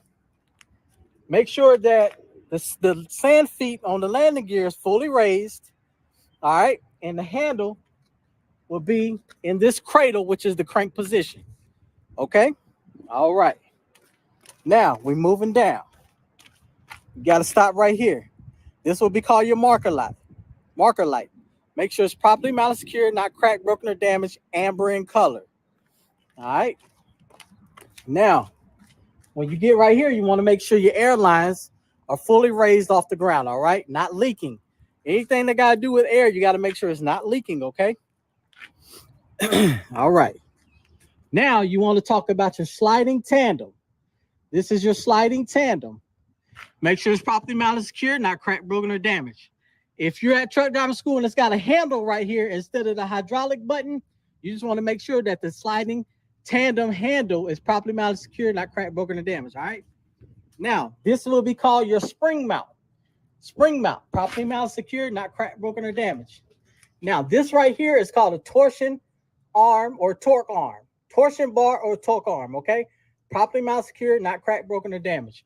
You got your spring leaves, properly mounted, secure, not cracked, broken, or damaged, held together by two tight U-bolts. All right? So now we're going to get up under here. We're going to get up under here. These are your U-bolts. Okay, two tight U-bolts. All right, now this is your brake chamber. Now, let me tell y'all something. With your brake chamber, you always got a slack adjuster and push rod. Okay? This is your slack adjuster and push rod. On the tractor, on the steers, it's flipped upside down. I mean, it's flipped up. Back here on the trailer, it's flipped down. Okay? Slack adjuster and push rod. All right, make sure it's properly mounted, not cracked, broken, or damaged. It should have between 1 to 2 inches of play. Between 2 and 3 needs adjustment. After 3, it's out of service, okay? You got to say that. All right. These are your brake chamber with your brake hoses. Now, anything with rubber, you got to make sure it's not leaking. So with the brake hoses, you got to say the brake chamber is properly mounted, secure, not cracked, broken, or damaged. And then you got to say the brake hoses, properly mounted, secure, not cracked, broken, or damaged, not leaking. All right. Then after that, guys, you want to go inside. This is your brake drum. This is the drum. These are your brake shoes. Brake shoes, brake drum. All right, you want to make sure that brake drums, properly mounted, secure, not cracked, broken, or damaged. The brake shoes, properly mounted, secure, not cracked, broken, or damaged. And make sure it's got a 1/4 inch of pad on it, okay? 1/4 inch of pad. All right, so now, after that, right, you want to go inside the tire. These are called your bud rims. Okay, properly mounted, secure, not cracked, broken, or damaged, free of debris. All right, now you want to talk about the tires. These are your trailer tires. Properly mounted, secure, not cracked, broken, or damaged, even wear, and the tread depth on the tires must be 230 seconds. On the steers up there on your tractor, it's 430 seconds. You always want more cushion on your tractor steers. And then on your driver steers, it's 230 seconds. And on the trailer steers, it's 230 seconds, all right, of tread depth, okay? All right, now let's get up under here. All right, now you want to talk about the sidewalls. Sidewalls, properly mounted, secure, not cracked, broken, or damaged, evenly worn. Not bulging, okay? Now, this is your bud rim, properly mounted, secure.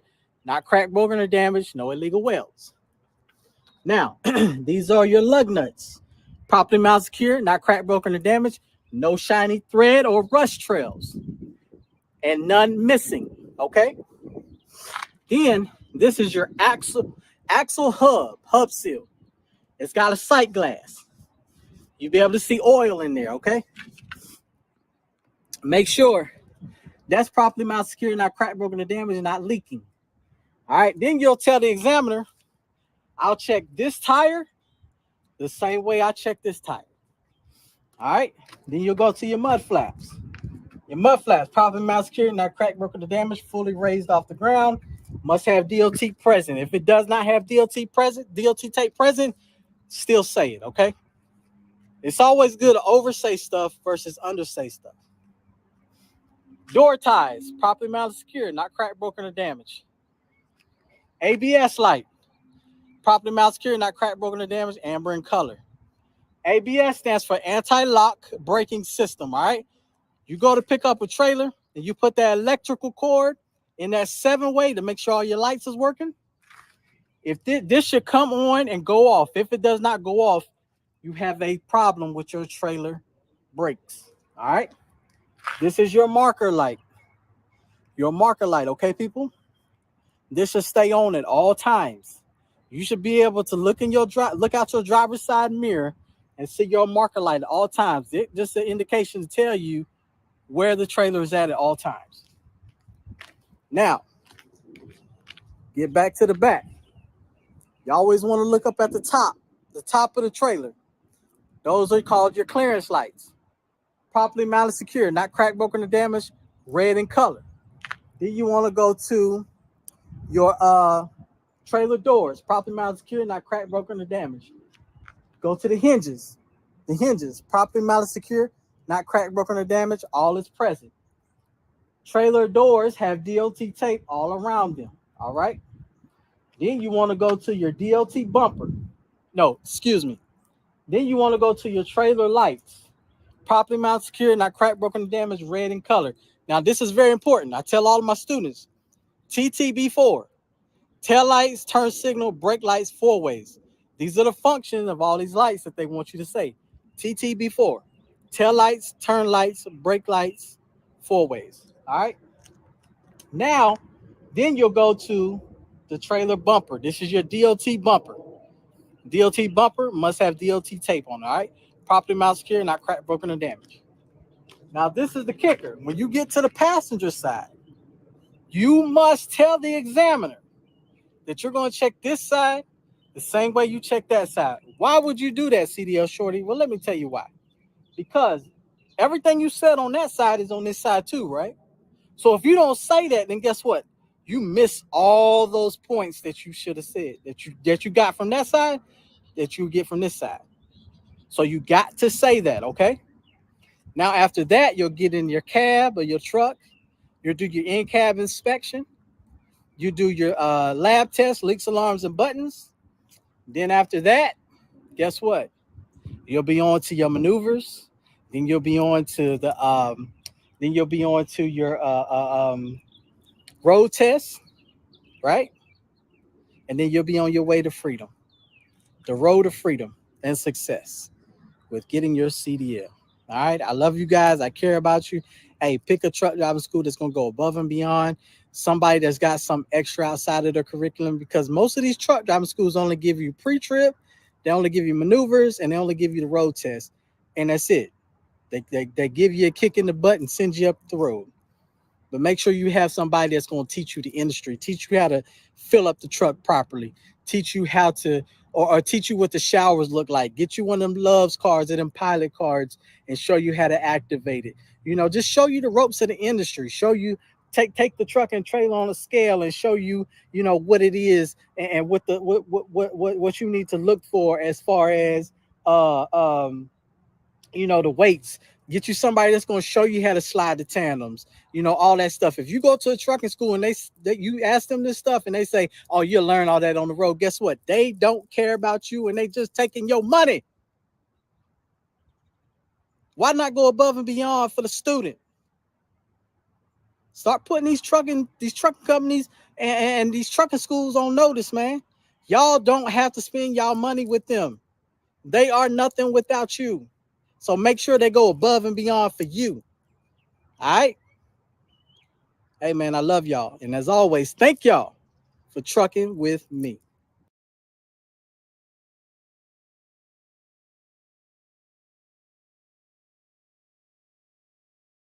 Be strong.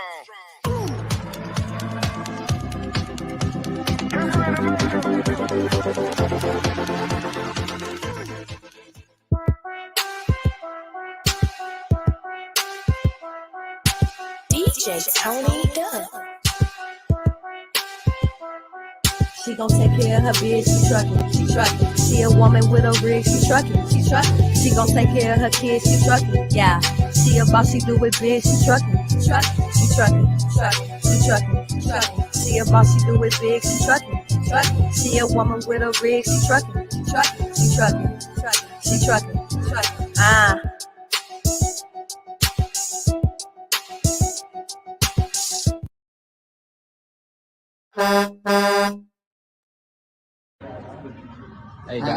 Hey guys, just want to say thank you from Truck Parking Club. Here's Hunter with Truck Parking Club. Happy National Truckers Week. We love you guys out there. Y'all be safe travels. Follow us on social media. We've got truck parking locations coming, more and more coming for you guys. We love y'all. Enjoy. Appreciate y'all. Thank y'all. See you. Well, welcome everybody back to the She Trucking Podcast. I am your host today, Sheree Moore, the founder of She Trucking. And in this episode, you don't want to miss. First of all, you don't want to miss this episode. I have Mr. Evan, the founder of Truck Parking Club, joining me today on the She Trucking Podcast during Truck Driver Appreciation Week. Hey, one of the most common things I've heard is there's no truck parking. Well, guess what? We got a solution for you today. And why? Share it out, everyone. Share it out. I need you to share out this video before I bring Mr. Evan on to talk to you. It's going to be an amazing conversation. Make sure you get your questions and post them, and we'll be able to ask questions to Evan as he joins us here on the She Trucking Podcast right after this message.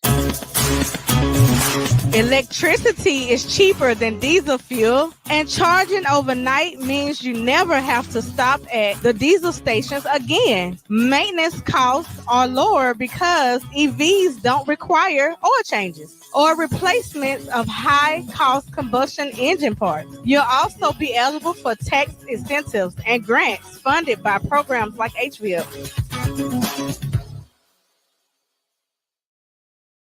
All right, without further ado, welcome to the show, Mr. Evan. How are you doing today? I'm doing good. Thanks so much for having me. Thank you for joining. This podcast is near and dear to my heart. Truck parking was big for me. So when I started driving almost 10 years ago, here I come all the way back home to Chattanooga, Tennessee, and there wasn't nowhere to park this truck. So I brought it to CNN. I said, hey, we got some problems, everybody. I started making a whole movement about it. And now look at the solution. Mr. Evan, tell us about you and tell us about the Truck Parking Club. Yeah, I'm Evan Shelley, co-founder and CEO of Truck Parking Club. So at Truck Parking Club, we help truckers find truck parking locations all across the U.S. And those locations can be made up of trucking companies with extra space in their yard, properties that real estate investors own. It can be truck parking operators, traditional truck parking operators, be self-storage facilities with extra space. We look at taking a space that has or a location that has extra space, like a trucking company with extra space in their yard, putting it on our platform and helping truckers find and reserve it in real time. I love it. I think that is fantastic. So much I think that is fantastic. And it's so fantastic, y'all, that guess what? I know many people, I just want to say, that has parked their truck, used the app, and have came to the Truck Parking Club. And they have given us feedback and told us that it was not only easy to use, right? The app was not just easy to use, but it saved them time for just searching and looking and going to truck stops that was already filled. So thank you, Mr. Evan, for what you have done, have created, taken on that, and gave us a solution. many years we've been stuck. And then but how many parking spaces do you have currently? So we have 155 locations across the U.S., adding up to thousands and thousands of parking spaces that are available through our app. Wow, that's absolutely amazing. That's incredible, and it's convenient. Convenient. That means that you can keep rolling, keep making money out there, drivers. I'm sure our listeners will appreciate having access to such a resource. I'm curious to know about the property owners. Can you give us their perspective of how many people are jumping on board to add more properties? Yeah, so like I mentioned, the property owners aren't what you're going to traditionally think about when you think about truck parking. We have a lot of business owners that have open yards, and we take those yards and turn them into truck parking because we make it very easy through our app. But our truck, what we call our property members, we have 155 locations. I would guess that's 100 or so property members in total, and very loyal property members that love what we're doing because we not only help truckers find truck parking, we help people with extra space monetize their extra space, and ultimately we make that a seamless experience between the trucker and that property owner. So we have a very good relationship with our property members all across the U.S. I love it. So it's a win-win for both the property owners and the truck drivers. Um, my next question is, what do you see the company going? Where do you see the company going? Do you see more spaces being added? Like where you see the company going? Yeah, so we're at 155 locations now. We would like to get to 5 to 10,000 locations over the next 3 to 5 years. We think it's very doable, and that is what we're pushing toward. But our North Star for Truck Parking Club is we help truckers easily find and reserve truck parking all across the U.S. And I kind of botched the first part of it, but we help truckers save time and fuel by efficiently finding and reserving truck parking all across the U.S. And so that's really our North Star. So if we keep that in mind with everything we do, which is, if we add more properties, we help truckers find truck parking easier, right? And ultimately, to put that into numbers, I'm sure you've seen the statistic that it takes the average trucker 50 minutes to find parking. Yes. So we think about it, that's obviously way too much, right? So what if we got that down to 5 or 10 minutes? So how do we do that? How do we help truckers save time and fuel by efficiently finding reserving parking? Well, one is having tons of options, and two is having a platform that truckers can go on very easily and find that parking and reserve that parking and get parked faster and more efficiently. So if we keep our mission, our North Star in mind, that's our big goal, is just continuing to improve on helping truckers save time and fuel by efficiently finding and reserving parking all across the U.S. I think as long as we keep that in mind, everything else will take care of itself. So drivers, they can use the website. As you see, I have the website pulled up. If you want to go to truckparking.com, that's scrolling below, you can just go to the site, go to truckparking.com, or you can download the app. As you see at the top, you'll see the app for iPhone and Android. You can download the app, set up an account, and then this will come up as well, where you can be able to choose parking. Mr. Evan, will you walk me through so we can make sure our drivers know exactly how to use our website? What do you want them to do first? Do you want them to browse the spaces or click the map? Okay. Cool. Well, let's think about it. Where do we want to go here? Let's go to one of the tough spots. Let's go to Newark, New Jersey. Awesome. All so you right. can zoom in on the map, or you can search the spaces. Either one. So if you want to zoom on the map, let me just show you all that you can zoom in. You can hit current location as well. And the parking spots in the yellow, those are the private properties, and then the free parking in the blue spaces here. So we can go to Newark, New Jersey. We can go here to the New Jersey area. You can literally click on the map. I'm gonna actually go the way that I like to go is I go to browse spaces, and then I would click on here states, and then you can go straight to New Jersey.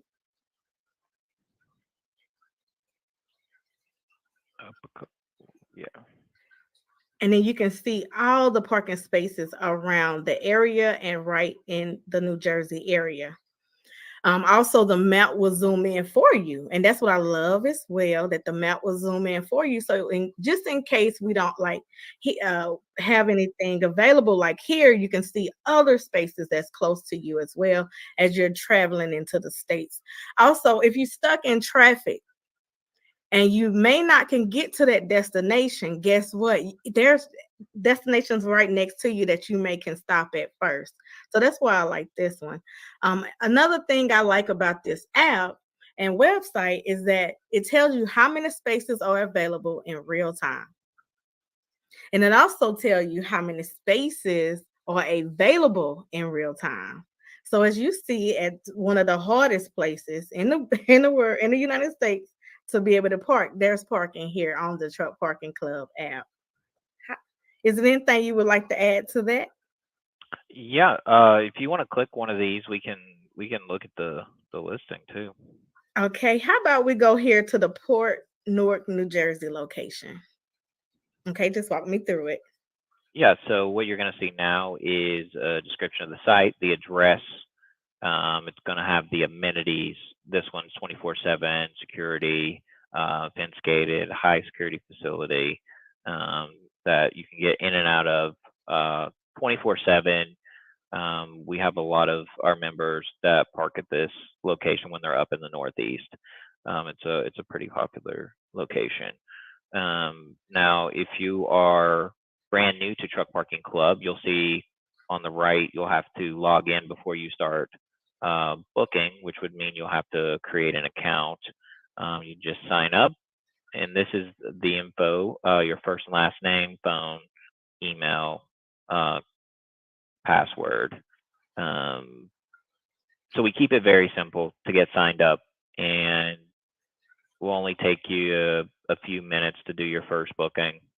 And then after your first booking, we thought a lot about how can we make it as simple as possible to continue booking.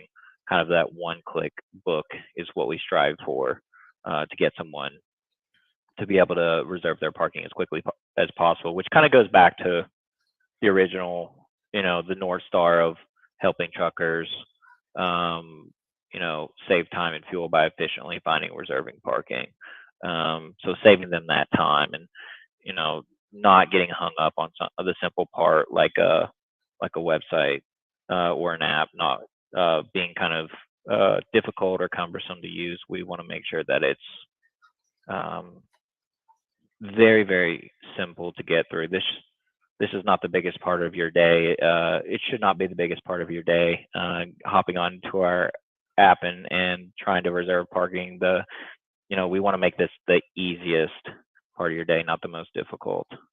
Absolutely, and I think you did an amazing job. I agree. Stan Hines said this is a dope concept. Absolutely, you definitely want to download the app. Dr. Tina, she gave you a bunch of hearts as well. Again, everyone share this out, share it out so we can make sure that every driver know that there is a solution called the Truck Parking Club. I'm gonna give y'all a little secret or insight that y'all do not know. That as well later on in the show. But if you have any questions, definitely ask. I wanted to make sure that y'all can see what we're talking about in real time because this is awesome. Here's one of the questions. Are there spots available for self-contained RVs? We are cute RV parking. What do you think about that? Miss Sue Adams asked that. She asked me Yeah. that question yesterday. That's what made me take a laugh. I kind of laughed when she said it. So, Yeah. So, as you can imagine, we get a decent amount of calls in that ask if, um, we have an RV, we're not a truck, but can we park there? And, the majority of the time, the answer is going to be no, because that is not our mission. Our mission is to help truckers save time and fuel by efficiently finding and reserving truck parking across the U.S. That's our mission.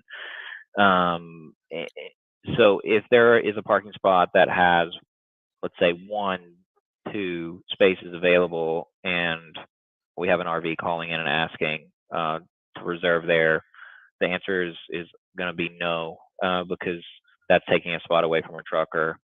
If we, this is how our protocol goes, and if someone were to call and we have 100 spaces available somewhere and they want it for a night, we probably aren't going. We're probably going to let them park there.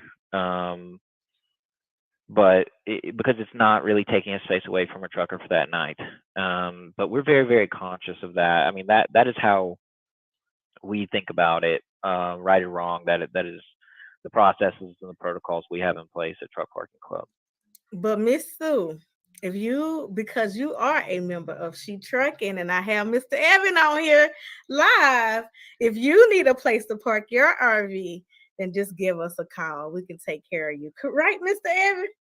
Yeah, absolutely. Going back, I mean, if we have adequate space and we feel like we're not going to take spaces from truckers who really, really need it, we absolutely will accommodate. Absolutely. So just give us a call. One thing I like is it 24-hour customer service. The Truck Parking Club has also 24-hour customer service. So you can give us a call anytime that you have any questions or you unsure about. Look, Miss Sue said agree. I know she's going to be traveling. She came to Chattanooga one time in her RV before, so I know she's going to be coming down south here soon. And so we're going to take care of you, Miss Sue, because you're a dedicated member of She Trucking. So what is there anything else you want to ask about the map while we got the map up? I mean, add. No, this is great though. I'm glad you pulled it up. So we went through the search. You did a nice job of that. We looked at a listing. While we're on here, we have a good amount of truckers or trucking companies that add their yards. So if you all have a yard with your trucking company that has 1, 5, 10, 50 extra spaces in their yard, you can go on and add your location. That's typically a 10 or 15-minute process, and we have a team that will help you add your property if you want help with doing that. But we have people all the time, almost pretty much every day, come to truckparkingclub.com and add their space by themselves. We've made the platform a self-service platform. So if you or someone has 5 extra spaces, 10 or more in their yard, that you can just pop on the website and add it same day.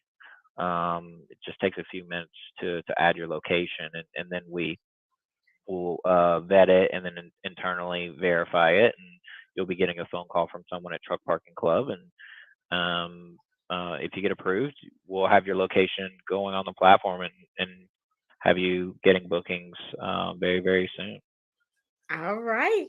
That sounds great. So if you have any space available and you would like to add, I'm going to just repeat that again. Definitely check out the Truck Parking Club. And hey, let's get some trucks on your space. Okay. And when we get back, we're going to talk about if they don't own the property as well. We'll talk about if they have a space and they want to do some collaborations and some partnerships. Maybe if that's possible. I don't know, y'all. So stick with us as we go to commercial break. We'll be right back. Hey guys, just want to say thank you from Truck Parking Club. Here's Hunter with Truck Parking Club. Happy National Truckers Week. We love you guys out there. Y'all be safe travels. Follow us on social media. We've got truck parking locations coming, more and more coming for you guys. We love y'all. Enjoy. Appreciate y'all. Thank y'all. See you.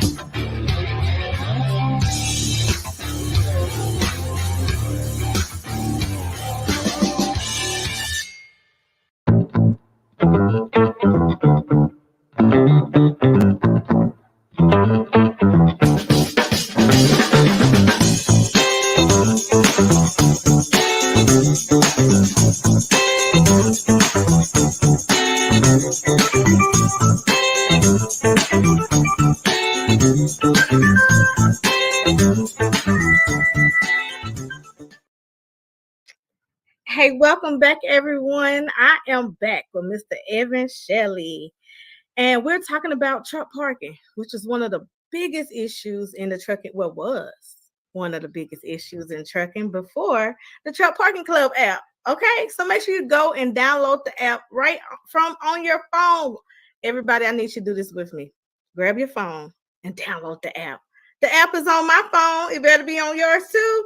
So everyone with me, I see y'all on here watching, and I thank y'all for watching. Download the Truck Parking app on your phone right now, and at a click of a button, you can be able to get access to parking. Welcome back, Mr. Evan. How you doing? Yeah, doing good, doing good. I really got into your commercials. They were so well done. I was like getting into it, and then it came back on. I was like, oh goodness, I was like thinking about stuff while I was watching it. Those are good commercials.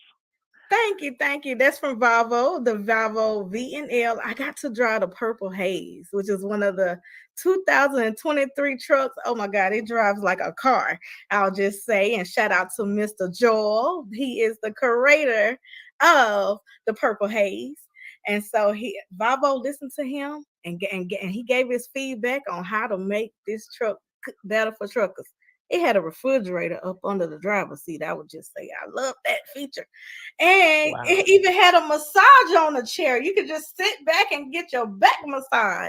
So it was amazing driving the Volvo VNL up in Utah. Wow. I definitely, they got to know about the Truck Parking Club. Mr. Joel, if you're watching this on the replay, reach out to me so I can introduce y'all. All right. So my next question is, this is true and dear to my heart. It's people out here who may know people that has space, and can they go out there and talk to them and get maybe collaborate and tell them, hey, we need more spaces for truck drivers. Is that possible? Do you have any programs like that available? Yeah, so we have a newer program where we'll kind of have two overlapping programs. The first one being a strict referral program where, let's say, you know of someone and they have a yard, an empty lot, something that is, we say, adequate for truck parking. You can refer that to Truck Parking Club and get referral fees, consistent passive referral fees from that property. So you would just refer the property to us and we would take care of the rest. And then there's also another program we call the operator program where, let's say there's an empty lot and it's a family member or a friend or a business partner or whatever, but they don't want to run the truck parking associated with that. Let's say they want to be completely passive. We have programs where you can take that property through an agreement with that property owner, bring it onto Truck Parking Club, and then you become the operator of that property, and then Truck Parking Club becomes your partner in running the entire transaction of that property, really the entire back end. So from the booking through the app, through payment processing, billing, our 24/7 customer service, et cetera. we will work with you, and you'll be the operator at that property, whatever that may entail between the agreement between you and that property owner. Because we all know there's a good amount of property owners out there that maybe are past the point in their life where they'd rather let the property sit than put in the time and effort required to run a business on it. So for an operator that is more willing to put in some time and effort and thought into let's say just an empty property, then you can be the operator at that property as long as you have an agreement with the property owner, and you can monetize that property through truck parking through truckparkingclub.com. I love it. I Yeah. love it. I love it. I love it. I love it. I know that was Yeah. one of the questions that I've been hearing for a very long time. It's like, I got some property. What to do with it? What can I do with it? Or have I heard in the past too, like, how do I get started? So do you walk them through the steps? Like, say if it's like all grass right now, because most people property, I'm sure, is covered with grass. So do you kind of help them with being able to pivot and turn it into truck parking if they are owners? Yeah. So the easiest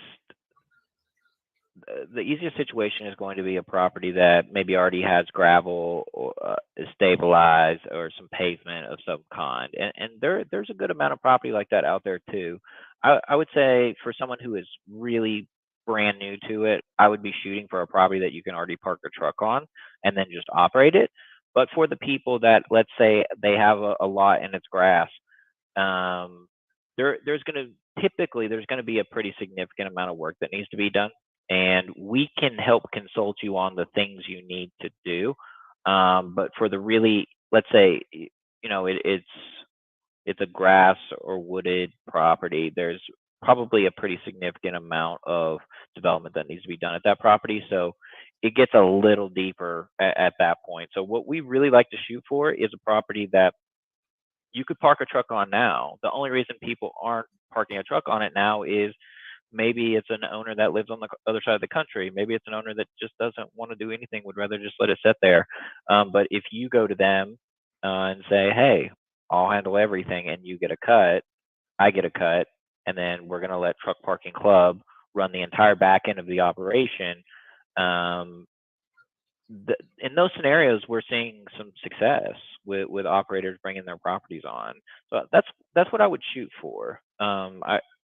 Properties that is going to need some development work. It's going to get pretty complicated, and we will definitely talk with you about it. But to say we're going to consult you through the entire development process is probably not going to be something we're going to do.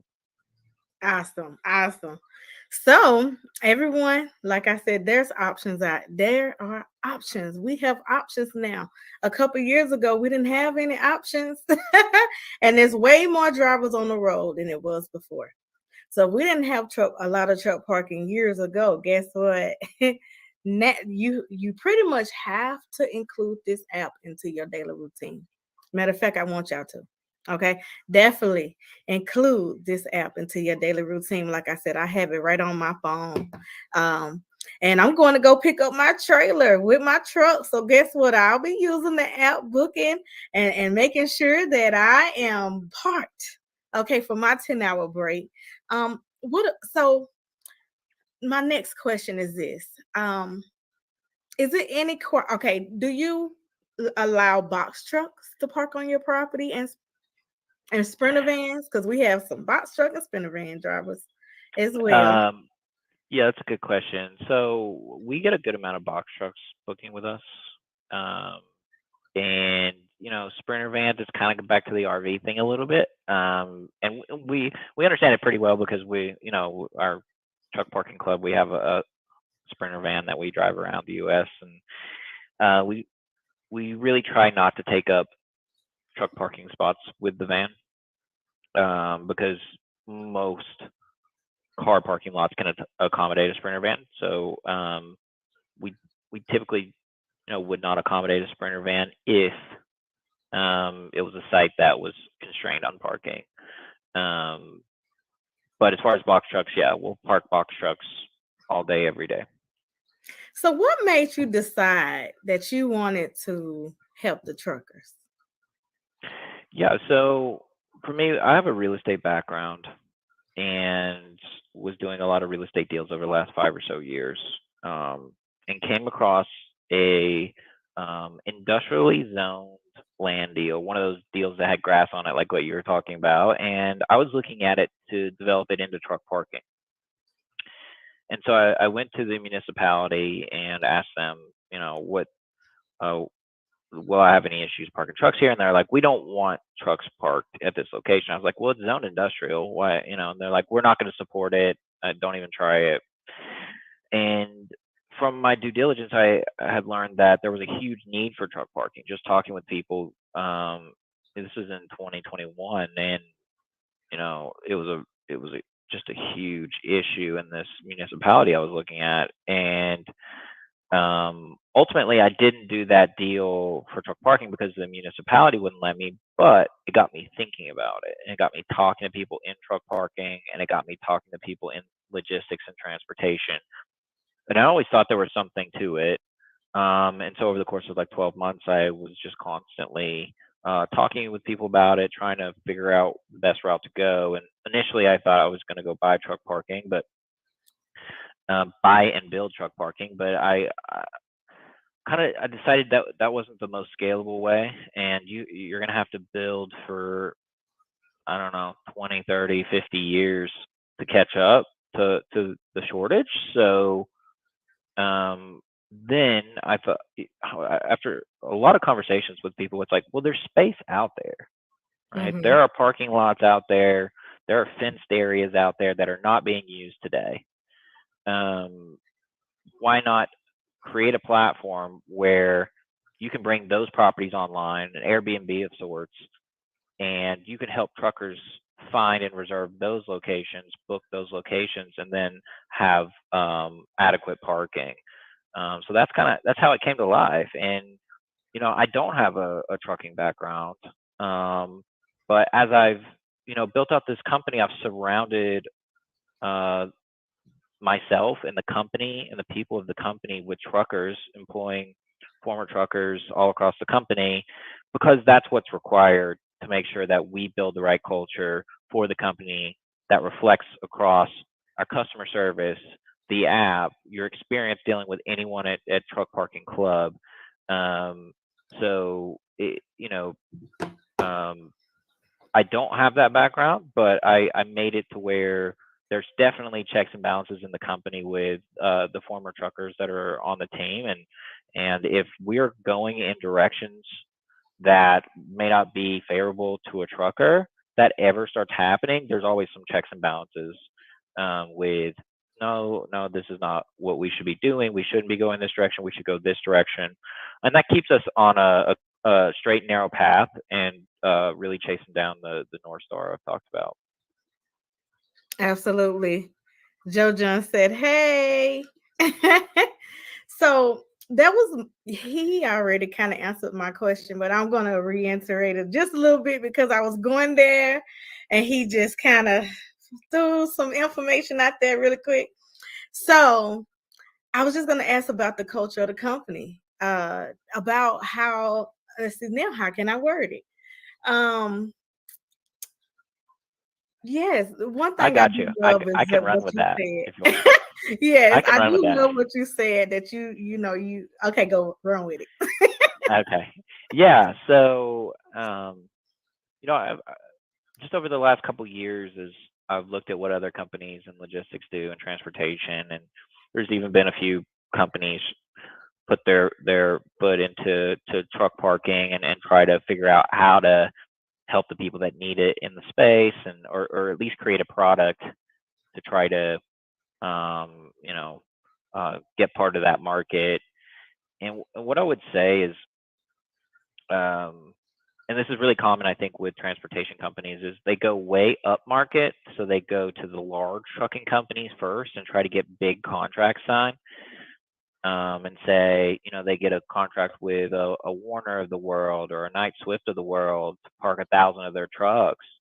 That's a great contract, but what I mean, those guys those guys are going to get taken care of most of the time anyway. In a lot of scenarios, there's nuances to that, but for the most part, they have a lot of terminals and options for parking.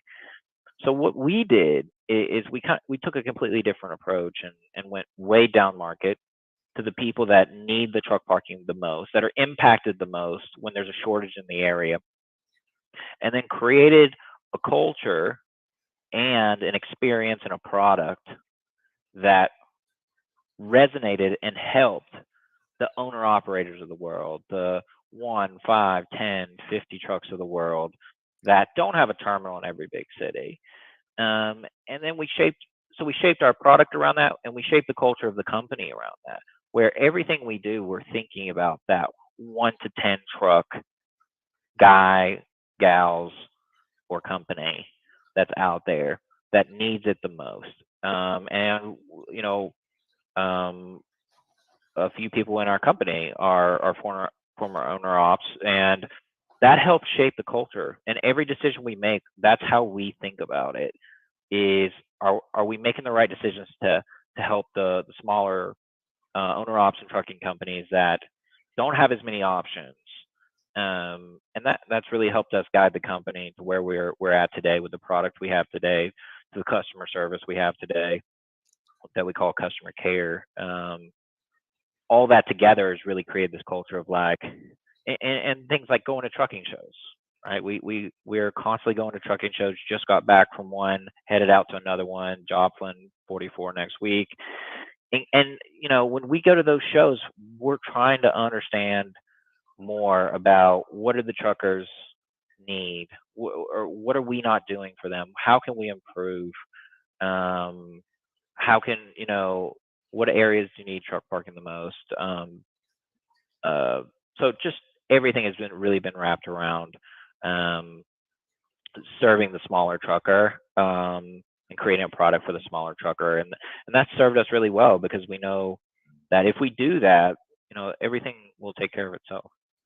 I love that, because 80% of the industry is owner operators, carriers, the smaller trucking companies.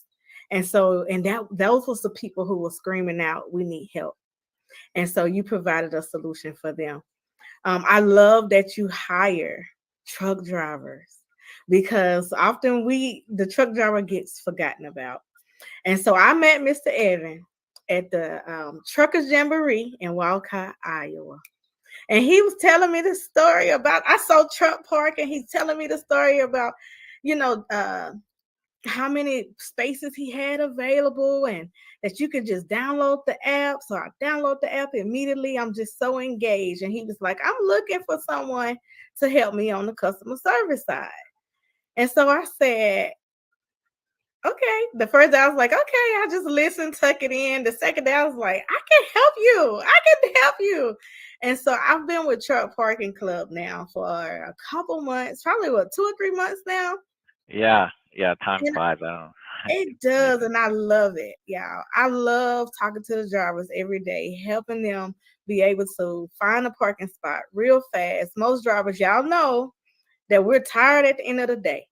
So the easy transition of getting into a space and getting settled. Sometimes the drivers have called and they may need directions, or they may need different things outside of just our parking. And because we are experienced drivers, we're able to help you and navigate.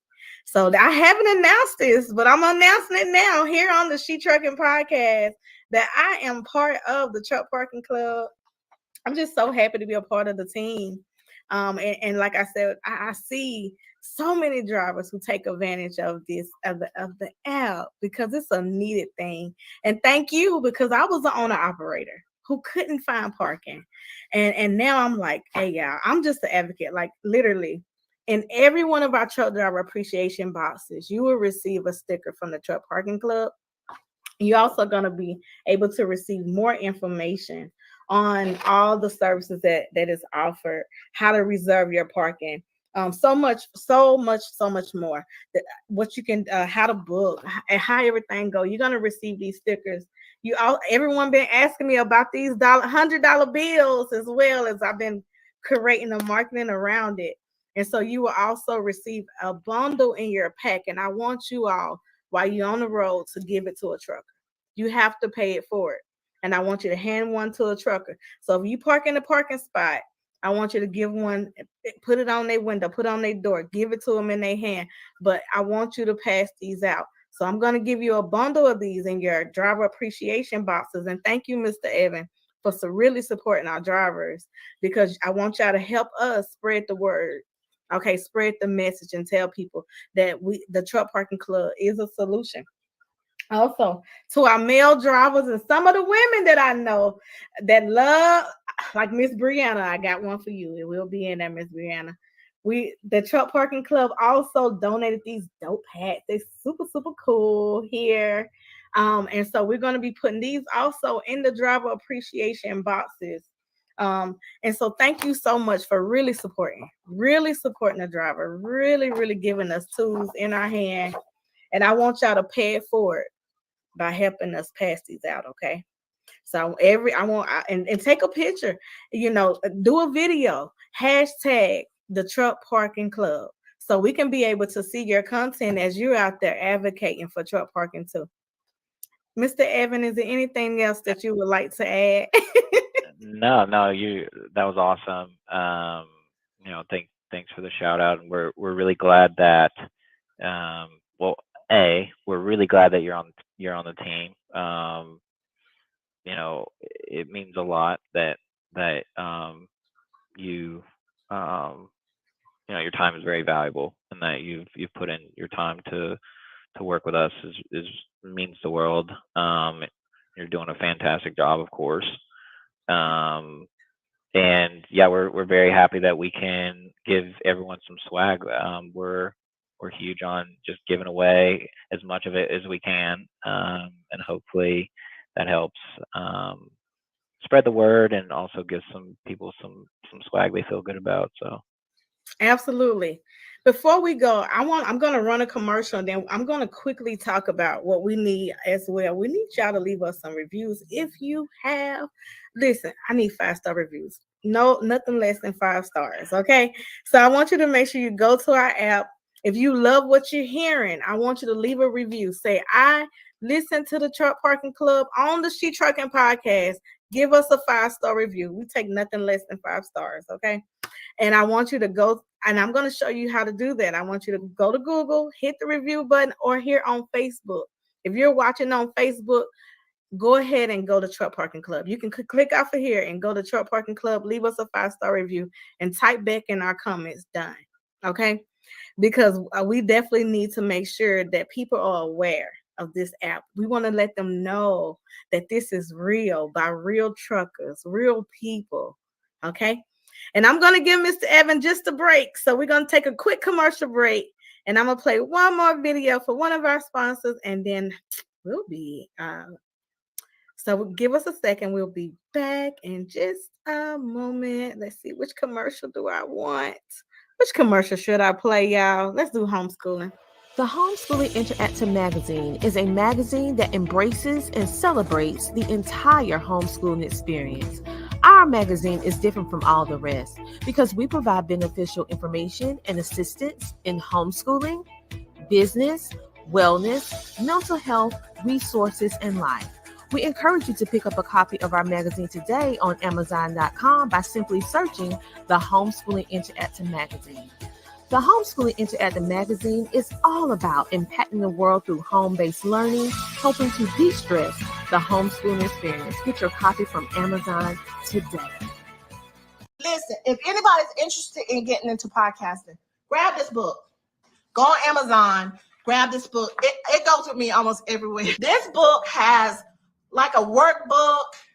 It has places you can fill it in. It tells you how to monetize your podcast. It tells you how to set it up. It tells you about sponsorships. It even, listen, go on Amazon, get this book. And this is the Bible for podcasters. Listen, it was ranked #1 in podcasting books. Look right here. Best new podcasting book by Book Authority. Right there. Boom. And a little secret. Y'all, when you grab this book, I think it's page 43. There is a code on there. Listen, you can get access to her class, her course. get her course. It's worth hundreds of dollars. But this book is it's less than $50. Grab this book on Amazon. I'm telling you, I carry it everywhere. She is the best. Grab this book on Amazon. All right, we're back. We're here with Mr. Evan Shelley from the Truck Parking Club. Thank y'all for sharing out the video. I see all the shares. I was going to go check. So thank y'all for sharing out our video. Thank you, thank you, thank you. Can you think of anything else you want to talk about before I show them the Google reviews and how to be able to go and share and let people know you saw this here? You love the app. Tell us if you love the app, where you would like to see other spaces as well. Yeah. You know, this company is built on feedback from the customer. Customers being our trucker members and customers being our property members. This entire company has really been built on that from the very beginning. And everything you see on the app, it's probably there because one of our customers, one of our members mentioned, hey, I didn't like this. I mean, I can give you one example right now, right? I think Sheree had posted something about Truck Parking Club, maybe on She Trucking, or someone at She Trucking had posted about Truck Parking Club, and someone had mentioned a back button. And it is something that we had been on our list for a long time, but we escalated it to the top of the list and we implemented it. And now we have a back button on the app that's very convenient. We always had one. It just wasn't nearly as convenient as it should be. But that little change, I know I enjoy using the app more now. But that feedback is so important, and constructive criticism on the app or what you're seeing, how we're operating as a company. We love it. Please let us know your thoughts and give us that feedback. You know, even harsh or tough feedback, we'll take it. We'll take it because it makes us be better as a company, and that's part of our culture. I mean, I think Trey knows that we're very direct. You know, we want to know the good, the bad, and we support each other, but we also let each other know if there's things that we need to improve. And that's how this company is built. And for us to continue improving, we need to hear from everyone that's using the app. So we would really, really appreciate it. And we thank you so much for using the app. And thank you so much. I see some people saying done. Thank you for those 5 stars, y'all. Thank you. Wow. Thank you so much. And Joe John said, make sure to like, comment, and share and tell everyone about Truck Parking Club. Thank you so much, Joe John. She also said, is there a key on the website? The gray areas show free parking and doesn't explain what the numbers mean. Click the number. Just click it. So you want me to go back to the website here? Okay. Yeah, if you'll zoom into any of the numbers. Yeah. There you go. If you click it, now it's going to tell you. So that's I-70 eastbound. That's a rest area. So the number is number of spaces available, and those numbers consistently change throughout the day. So if you check it here in a couple of hours, a lot of those numbers will be close to 0, or they're going to say low, because everyone knows, you know, the rest stops start to fill up near the end of the day. But those tags are going to tell you everything about each of those stops. It's just a more convenient way. And then also another option is if you zoom in on satellite, you're going to see that they're all rest stops. I think there's a handful of truck stops on there too. I think we have Iowa 80 on there. That shows number of spaces available there. So yeah, that's what it's for. I agree that we need to be more clear about what the numbers are and what it means. That it's number of spaces available. I love it. I love it because y'all know we have went to a truck rest area and there'd be no space available. But on the app, you can save time and be able to really plan your route if you use the Truck Parking Club app. So as you see, just click. Don't be afraid to click the button. Don't be afraid. As you see, it was super easy to get the answer by just clicking the button. And so use it, use it, use it, use it. Yeah, no, I appreciate that feedback.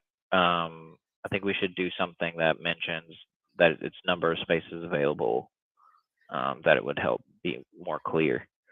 Um, Absolutely.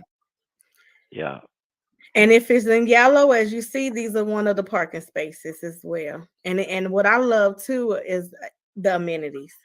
You'll know if it's a security guard at the at the gate, if it's gated, cameras, all that kind of stuff. If it's paved. Um, you know what we didn't talk about? I got to what? talk about this.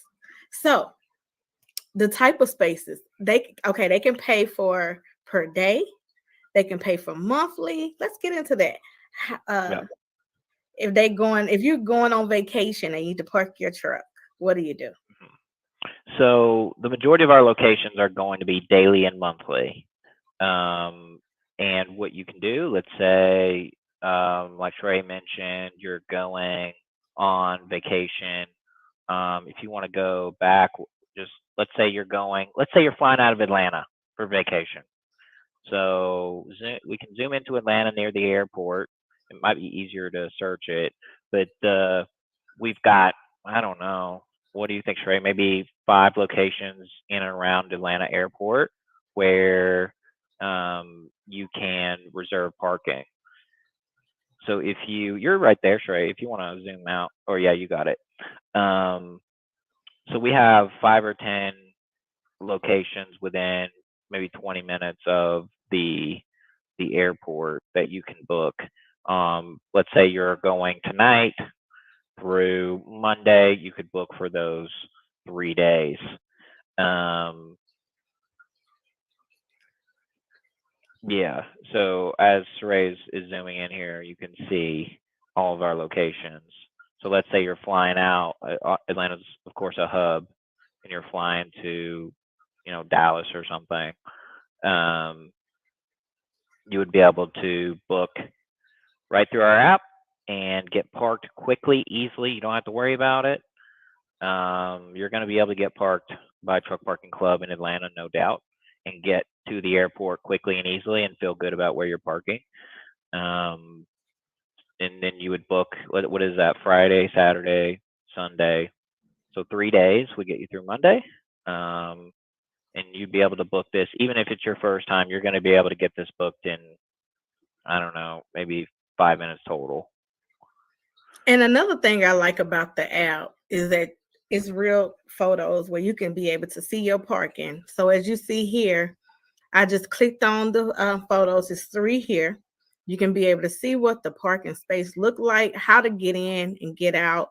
As you can see, a truck is here coming in and out uh, as they are leaving the truck parking here. And it also gives you a more detailed view of the space as well. So that's one of the things I wanted to add, because which is very, very important, as y'all know. You can be able to see what's around you as well. Some of the up on the amenities, you will also see that it'll tell you sometime the restaurants that's around, so you'll know it's food available right next to you as well. Thank you, Miss Patrice. Miss Patrice said, done. We got another 5-star. Thank you so much, Miss Patrice. And Miss Patrice just became a member of She Trucking today. So welcome to the She Trucking Foundation. If you want to be a member of She Trucking Foundation, go to shetrucking.com and become a member today. Don't wait. So look, everyone said that's awesome. We got some hearts. And Miss Joe John, thank you so much, Joe John, for that feedback as well about the free parking spaces. She said a suggestion. I'm not sure if this is in the app, but maybe the ability to click the link for it to automatically sync with Google Maps. Yeah. So that's a great one. And we think about that a lot, right? So we use Google as a map, and we could implement the routing for Google pretty quickly. But our concern, as all you truckers know, is that the Google Maps routing isn't always the right routing for truckers. So we are cautious about doing that. So we're looking at all of our options for doing routing and just routing you in the app. Um, it would be cool if we had a way to just click and it routes into your GPS too. That's an interesting idea because I know like the Garmin's and stuff now you can choose your route through your phone and it pings your Garmin. The Garmin we have that we use is that way where you can just type in the address and then it shows up on your on your um on your Garmin, which I guess maybe that's yeah, it's interesting. It's an interesting thought. I guess maybe the fastest way if you have a Garmin and you use the app, it would be to copy and paste the address from the listing page and then plug it into your Garmin app if you have a Garmin. But we're looking at the routing, and if you all have any suggestions on the Google routing, our big concern with Google routing is just that it's for cars. I love that you said that because I think that is a great partnership. I remember the Rand McNally GPS. It had truck stops on it, and truck stops available where you can. Joe John, I like that. I like the way you're thinking. So one thing I like about Mr. Evan is he don't just listen to it and go over his head. He literally listened to the feedback and he provide a solution. And so I think that is an amazing concept, and it gave me some ideas. Trucker Yeah. Tools, I'm coming for you. I'm coming for all of y'all who I know in this industry that has GPS, Truck X. I'm coming for you. We're gonna have some conversations because we got to implement this for our drivers to be able to click the button on their GPS as they're being routed throughout the day. So Waze. Oh, she said Waze as well. Waze has a trucker version now. Yeah, I hadn't heard that. I saw something about Google is I think starting to do some type of trucker. Yeah, it does show number of spaces available. That's one of our big things that we want to make sure that we do.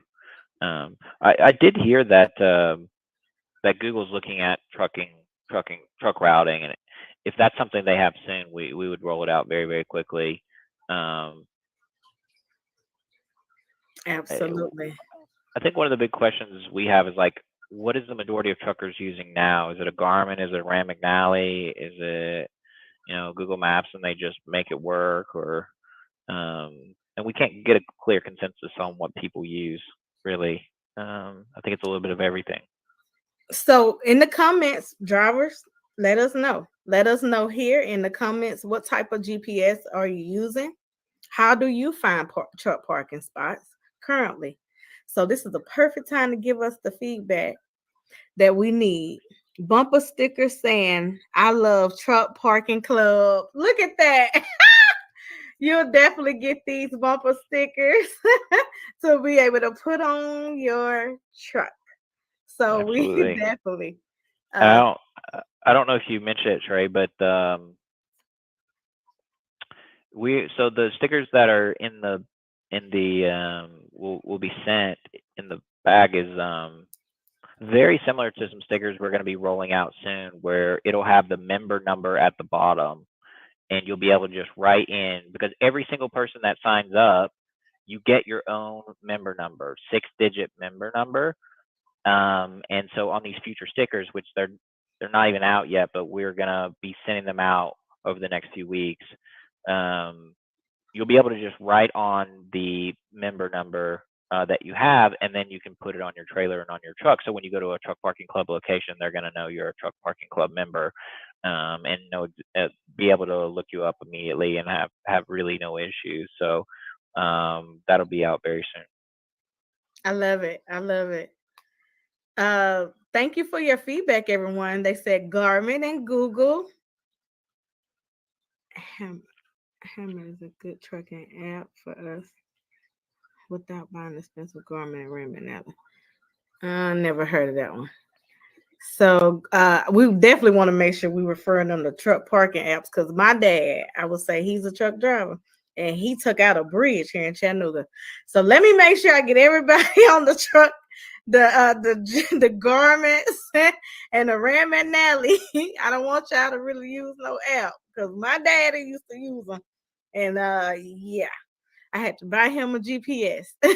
I used Garmin and Google Maps together. Thank you, Miss Cheryl. Hey, Miss Cheryl. Miss Cheryl been driving for many, many years. I plan ahead and buy my spot. Awesome. Are you using the Truck Parking Club app?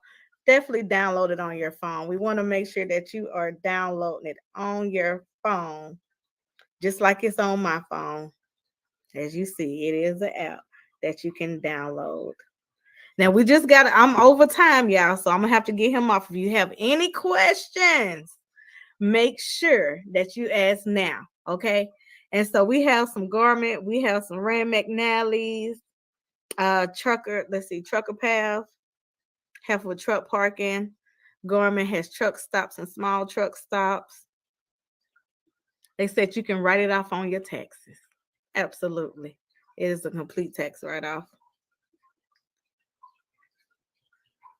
Anything else you want to add before we wrap up, Mr. Evan?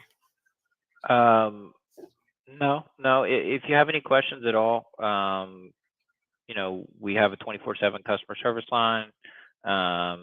We have contact us on the website that you can go and ask questions. You can go, you can call our customer service number and talk with someone in customer care, and we're also very active on social media. So if you want to shoot us a message on one of our social medias, Facebook, TikTok, LinkedIn, YouTube, we're a little bit of everywhere. So feel free to reach out at any of those places. We love the feedback. We appreciate the feedback. Anything we can do to improve, we would love to hear it. So Jojo asked another questions about, do drivers get documents for taxes at the end of the year? Within the app, it keeps all your reservations. Also, you get an email that will have all your reservation information on there as well. So if you want to print them off or keep them all, it's right in the app. And that's another good thing because we have paid for stuff with cash and we don't have any record. But now, because you're using one place, and once you can be able, it doesn't matter across the United States, you will be able to go to the reservation tab within the app, and all your reservations for the full year will be there. So you can be able to use it for your taxes. Would you like to add anything to that? No, that's it. So every single transaction will have a receipt. And if you need something more in depth, we have a payment processor that keeps track of every single payment we do. So if you need some type of detailed list, it's not something we necessarily always advertise because it would be pretty strenuous on us to pull thousands of those types of lists. But if you need something like that, you can call into customer care and request it. Miss Cheryl said, thank you for helping with truck parking. I'll watch the replay and check this out. Yeah. We love what we do. We have a culture of trucker centric. Whatever we do, we try to base around, is this going to be best for the trucker? And we really mean that, not just, you hear it a lot, but we truly mean it. All the decisions we make are around what matters most, and that is the trucker that we're serving. So we're 1,000,000% dedicated to making the trucker's life easier when it comes to truck parking. Jojo said, could there be a safety button in the app to call police if there's any emergency and the driver needs help?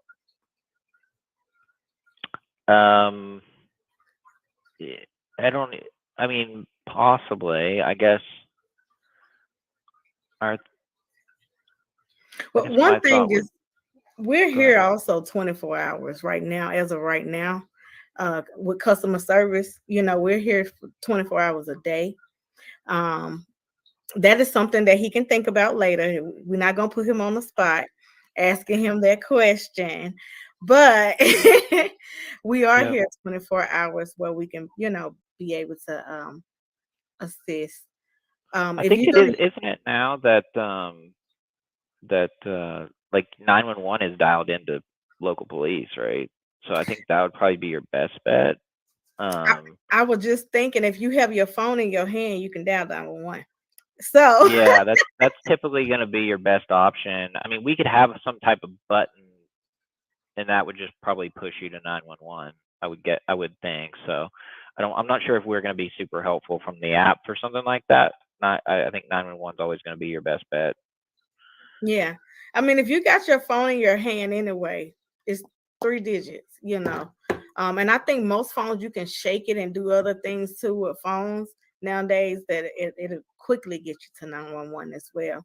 But the thing about truck parking club is most of the time you in a fenced in gated community of drivers. So you're not just stranded out here in somewhere that no one knows where you at. You know, Majority of the properties are pretty much, well lit as well. A lot of them have security guards. So it's one of the places that you can even park at across the United States. So what you want to do is you want to look at the amenities when you are looking for a parking spot. If you're interested in having security, then choose those spaces to be able to park at. If you're interested in well lit, fenced in properties, all of those amenities is right on the app. And then you don't even have to think about the 911. Most of the time when we're parking in places that is open, anybody can get us. That's when we're more in danger. But the truck parking club app tells you we're more convenient, more flexible, and I like to say safer places to park. So, all right. That was some good questions. That was some really, really good questions. Look at that. She said, I like that. There are secure spaces in the area where I may not feel so safe, especially as a woman. Thank you, Mr. Evan. Thank you, thank you, thank you. So thank you for coming on. They said thank you, Evan. Oh, Thank you you're so welcome. much for coming Thank to the you all. Trucking Podcast. Make sure that how do do you want anything else before we go?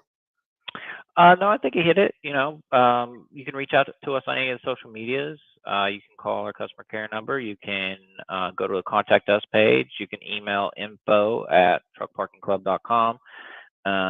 Feel free to reach out to us anywhere and let us know what questions you have, what feedback you have. Any way we can be helpful to you in terms of truck parking, we want to be a part of that. Absolutely. That was info@truckparking.com. You can also use your app and be able to contact us right through the app as well. We do answer emails. Okay. So if you send us the emails, we'll answer you right back with no problem. We're always looking to make sure that we're taking care of the drivers 24 hours a day. Again, Mr. Evan Shelley, thank you so much for coming on the She Trucking Podcast. Thank you for everything you do for us drivers. Listen, everyone will be getting these stickers to be able to go on your truck to let us know you are truck parking. You part of the truck parking family. You're also going to get more information in your driver appreciation boxes. And again, my ask is I give you a bundle. Okay, we're giving you $5,000 here. That you take one and you give $100 to another driver. Okay, just give $100 to another driver, one that may be parked on either side of your truck or someone that you meet, and we have a little message on the inside. So when you get your $100 bill, make sure you share it, pay it forward, and share it. And thanks again for the truck parking hat. They will be in our driver appreciation boxes straight from the Truck Parking Club. Thank you so much for coming on again. It's been a pleasure and honor to have you here. Yeah, thanks so much for having me. I really appreciate it. You're welcome, and you have a great day. Everybody, what an amazing show today with the Truck Parking Club. I want y'all to stay tuned on Sunday because we're going to have another episode of the She Trucking Podcast with Melinda. It'll be Melinda's first show. She has an amazing special guest. They're going to be talking about healthcare. So make sure you subscribe to our YouTube. Okay. make sure that you follow us and make sure on our YouTube page. Yes, definitely hit the reply button. Hit the reply button. Absolutely. Absolutely. Absolutely. Hit the reply and watch this on the replay. On the replay button, hit the replay button and hashtag replay. If you are watching the replay, share this with drivers and pass this information along. Pass this positive information and help another brother or sister in the trucking industry be able to find safe and secure parking with 24-hour customer service. If you call at nighttime, you might just get me. Okay? So, again, thanks for watching the episode. This is a special edition of the Truck Parking Club. I was your host, Sheree Moore, and I had an amazing guest, Mr. Evan Shelley. And till next time, we'll see you. I don't like this. There are cars everywhere. Bobby, you're about to get on the interstate, Oh so my slow God. the truck down. Oh God. Slow the truck down. For real, slow the truck down.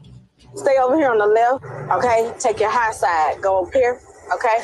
I cannot believe I'm getting on the interstate. Accelerate. Stay on this side, accelerate. Go faster. Go faster. Faster, Bobby, faster. Crap. Look at all this traffic. There are cars everywhere. And then we're going to take it to the highest gear that you've ever been in. We're going to take it to the 10th gear. Now? Now. There we go. 10th gear right now!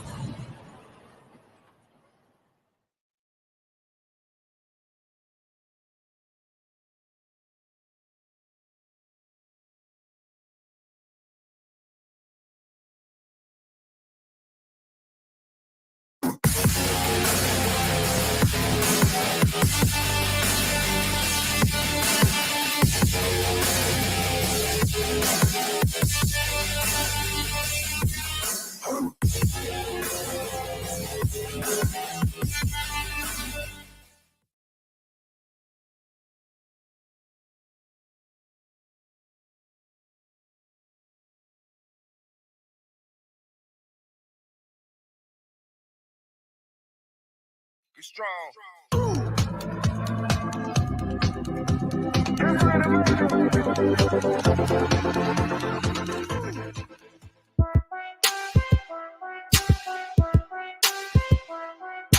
DJ Tony Dunn. She gon' take care of her bitch, she truckin'. She a woman with a rig, she truckin'. She gon' take care of her kids, she truckin'. Yeah, she a boss, she do it big, she truckin'. She truckin'. She a boss, she do it big, she truckin'. She a woman with a rig, she truckin'. She truckin'. Ah.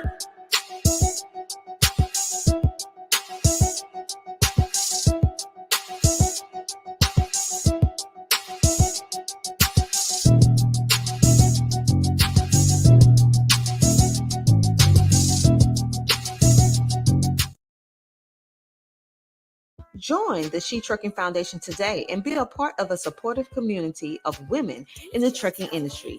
Unlock exclusive access to valuable resources, including mentorship, educational workshops, and networking opportunities. Whether you're an experienced professional or just starting your trucking journey, She Trucking is here to empower you and help you thrive. Visit www.shetrucking.com to join us and drive your trucking career to new heights. Hi, She Trucking family. Welcome to the podcast. This podcast is going to be sponsored by My Guardian Dogs, GLCS, and Unique Benefits. Yay! Thank you so much for sponsoring this episode. This is the health and wellness episode of She Trucking. And I did it last month, and y'all learned a little bit about me. In case you didn't watch it, I'm Melinda Fox Wellington. I'm a health and life coach, and I specialize in helping truckers find the healthier options to being on the road. And if you missed that episode, go watch it because it's got some good tips and it's got a little bit of my story. But this episode, we're going to have a guest on, and it's going to be Tanea. And she has been driving for 3 years, and she has been working on her healthier journey. A lot of similarities to mine, but she's gone a little bit of a different route.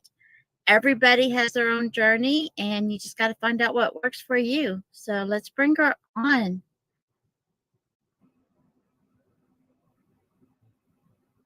Hello, I'm so Welcome. excited to be here. I'm so glad you could join us. So, tell us a little bit about your background as a trucker. How'd you get into trucking and why?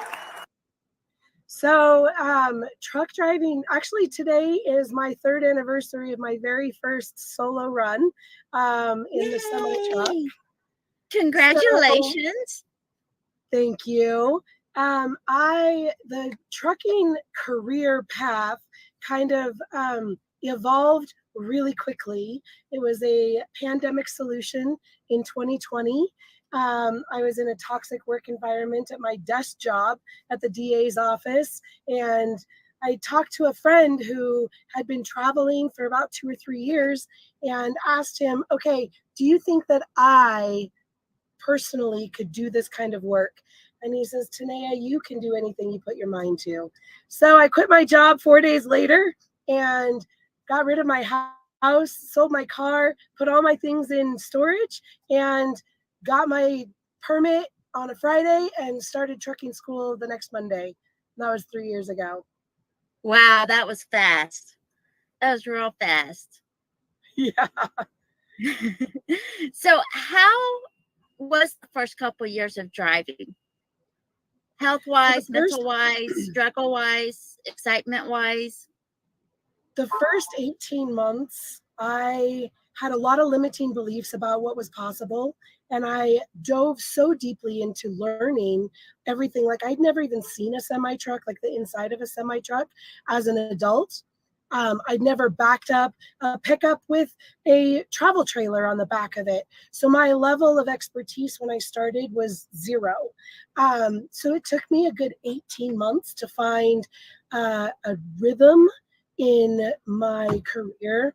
I also am a team driver. So I started out originally planning to be a solo driver, met my co-driver during orientation for our first trucking company gig.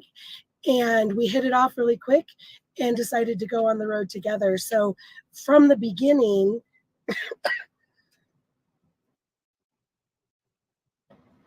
I'm still getting over a cold, so I apologize for the cough.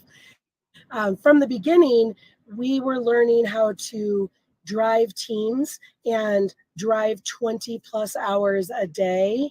And that took quite a lot of getting used to. So the first 18 months of my career, I ate all the fast food. I never moved my body. My mindset was so focused on the job that I completely let myself go and did not focus any effort or energy on personal growth or mental health stability. Gratefully, I think because I was a team driver, I didn't have to, like, I wasn't alone per se. And so I think that helped with like bridging the gap of not having that loneliness while also being in the truck. But the transition to being on the road 30 days after having been home for the first 38 years of my life was hard.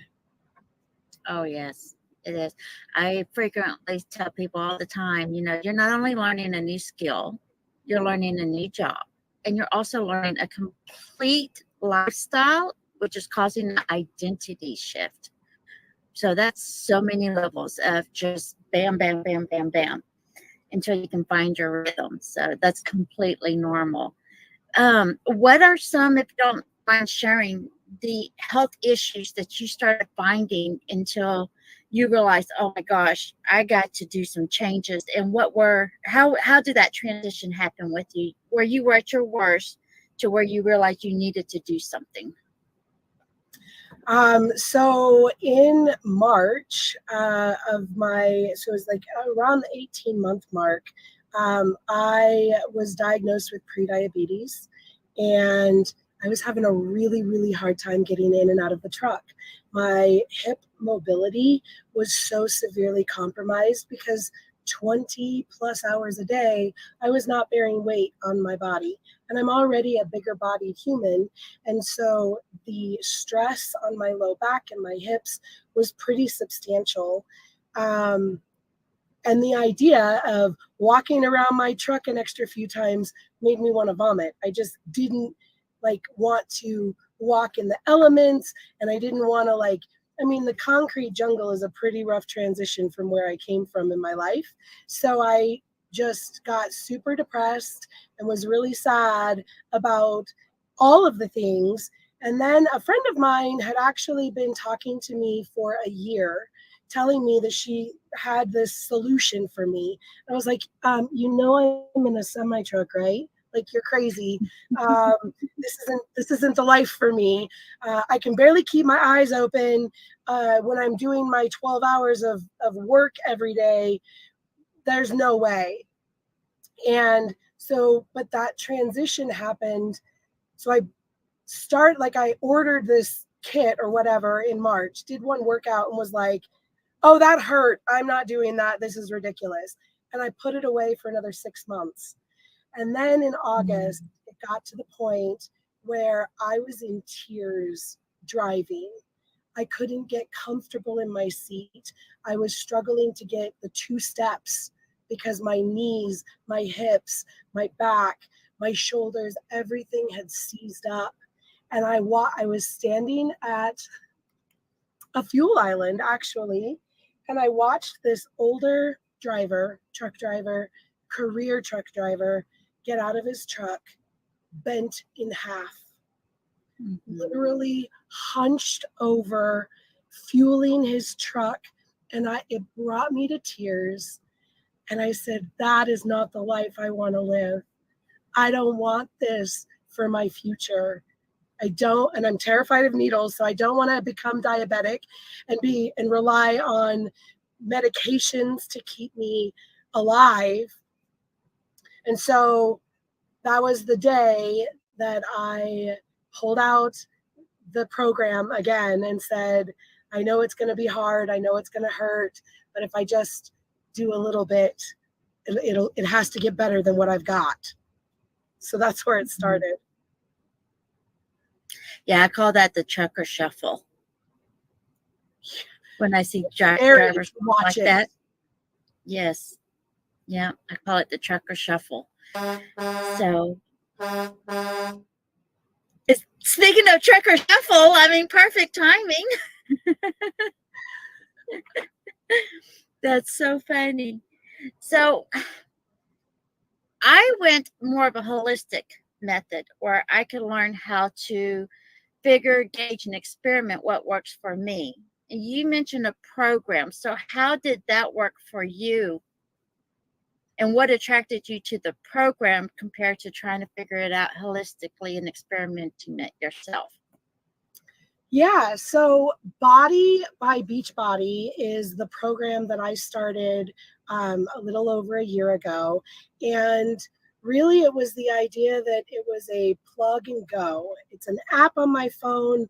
It kind of takes out all of the guesswork. I had lots of excuses and very little time. So my schedule now is a little bit different, but when I first started taking my health and wellness seriously, I had very little time available in my daily schedule. And so my co-driver, who is absolutely phenomenal, he would always make sure that on his breaks, he would go to a fuel island and I would jump out of the truck, grab my 30-minute workout, and he would do circles around the parking lot if there wasn't a place to park. And then we had to get right back in the truck and go to our next destination. And so the ease of having something that was already pre-done, that was ready to go, all I have to do is push play on a program and it's going to tell me exactly what to do and how to do it. And it made moving my body fun. And so I look forward to those programs now. In the beginning, it was a little rough. But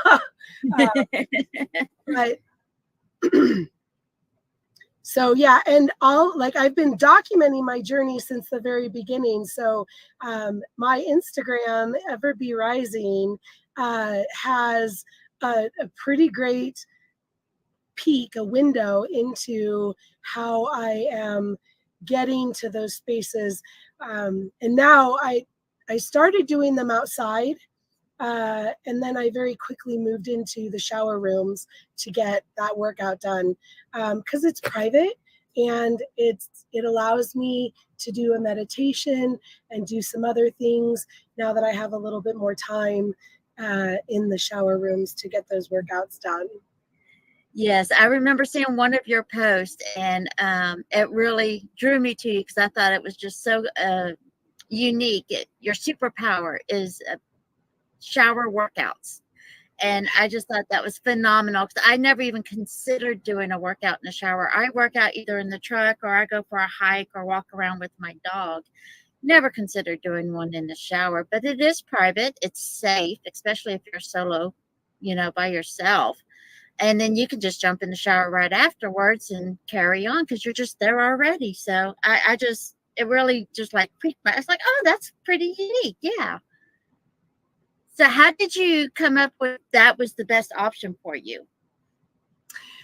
Well, it was the first option I used, and it really just stuck. So it spoke to me in as much as I love what the trainers have to say. So moving my body, I started with 0 weights, and I started with these very beginner movement style programs. But every single time that I would come to a workout, I also got a jolt of mindset work. And so that really started like the shifting gears in my brain about mindset and personal growth and development and taking care of my body as the vessel of living my life. And so it was pretty immediate where I was getting more than just a body workout, like just being able to use the lessons that I was learning in the workout and applying them to life. It really felt like a 2-for-1. And now so that was from August, and I got wicked consistent with 4 to 5 workouts a week in my in the shower rooms. But it was my first hollow body hold in a 2 by 6 foot space. So that was like the toilet is on one side and the bench is on the other, and I'm in between them. That was super fun. I love finding those creative solutions too. So like it really helped me to elevate my level of thinking of like, this isn't just an obstacle, this is an opportunity to find a way to make things work for the unique situation that I was in. Yes, I firmly believe, it's not a can't or a can. And, there's a lot of times you don't want to feel like just thinking positive. So just kind of make that little tweak and just ask yourself, what are the possibilities? Makes a world of difference. Instead of trying to have that really fake does. positivity, just say, okay, this sucks, but this is what I have. What are my possibilities with this? Just makes a whole complete different shift on it. Yeah, So absolutely. And when the shower rooms are too small, because that's happened, I will work out in the trucker lounge. I will work out in a rest area, picnic space when the weather is conducive. I'll work out in the back of an empty tractor or in the back of an empty trailer. If like when I'm stuck at a shipper or in a yard where it's just a bunch of dirt or gross concrete. Yes, there's some and that's like, my first thought was when I first saw the thing with you working out in the bathroom, it's like, ooh, I bet that floor is dirty. But then I'm like, well, it's better than the concrete at a truck stop. And it's better than probably a gym where there's 50 guys sweating on the floor. So it's not that much different. Plus you got the shower right afterwards. But I'm quite sure you get that a lot, Absolutely. don't you? I do actually. There's a lot of comments on social media about the condition of my workout space, and that people would never. And honestly, when you're faced with a life or death situation in an industry that habitually reduces our quality of life, a little bit of dirt or a little bit of toenail clippings on a bathroom floor is not going to stop me from preserving my life after trucking. I want to be able to live my life on my terms when I get out of this truck. And my why is so much bigger than a 30-minute workout or a shower room condition. It is to have the strength and the stamina and the endurance and the tenacity to live life on my terms. And so when I'm faced with criticism about, oh my God, I could never. Well, when you're standing in front of a mirror and you're looking at your life and you literally see your future flash before your eyes, you choose different when the alternative is so bleak. Yes. That's it's when I like to tell my clients to always find their deeper why. Once you find that deep why, those obstacles are like obsolete. So absolutely. So what are some of the obstacles that you have faced on this healthier journey that you've been on? So we talked about a couple of the obstacles, and space and time are pretty much my two biggest ones. Depending on, when we have customers, there's sometimes that we can't stop for more than 45 minutes without calling in and alerting security and doing all these things. And so I just shift my focus. Okay, I can't work out this day, or maybe I can't work out for 2.5 days because that's how long it's going to take me to get to that shipper, and just being able to be flexible. But some of the other challenges, my own criticism, of what people are going to think or how people are going to respond to seeing me in a truck stop, like oh my gosh, the truckers lounge, or seeing me at a rest area, picnic area, and just like that criticism in the very beginning before I started feeling better. It was like, oh, I don't want people to watch me. I don't want them to see me. And now I'm like, please watch me. Please know that this is possible for you too. Or come join me. Like I've had drivers in driver lounges join me on workouts because they're like, I could never. I'm like, actually, you can do it with me. And so that's been super fun. And then logistically, I never know. In fact, I video quite often. What's it going to look like today when I walk into a shower room? And then when they have limits on the amount of time that I can be in a shower room, I try to be really cognizant of how much time I'm taking in the shower room. But I will do a 30-minute workout and a 30-minute shower and take an entire hour in the shower room because I pay for them.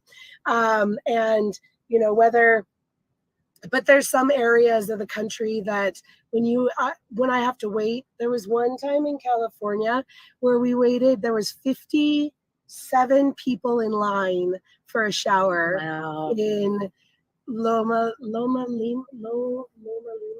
I think that's what it was called. So those are some of the obstacles. And then we haven't even talked about diet or nutrition, which didn't come for another 6 months. I got wicked consistent with my workouts before I ever even considered breaking the limiting beliefs about being able to eat healthy on the road. So that's where a lot of my roadblocks came from. Yeah, but it's always good to work at little segments instead of trying to do everything at once, because then it gets overwhelming and you don't stick with it. So it's good that it worked out that way for you. Yeah. And that's what I tell pretty much every single person that has joined me on my journey and starting their own journey, is that you have to take one step at a time. We're not looking for something instant. I didn't look like this overnight, and so I can't get to my goal overnight, but being able to consistently take little tiny pieces and turn that into a a habit that I'm able to then stack onto a new habit. And once I'm like, all right, I got this taken care of, let's add a new piece to the puzzle. So is there a specific strategy that helps you build your habits? Or did you experiment to figure it out? Or was it just the plug and play from the program? What helped you get that strategies? I mean, what strategies did that help you to get those habits? Oh, that's been a work in progress, and it's still being progressed. I'm still working on it. My very favorite personal development book is called Atomic Habits by James Oh, I Clear. love that book. Yes. Yes. And so explain a couple of this. Yeah, I was gonna say explain a couple of those concepts real quick, and then we'll do a quick break.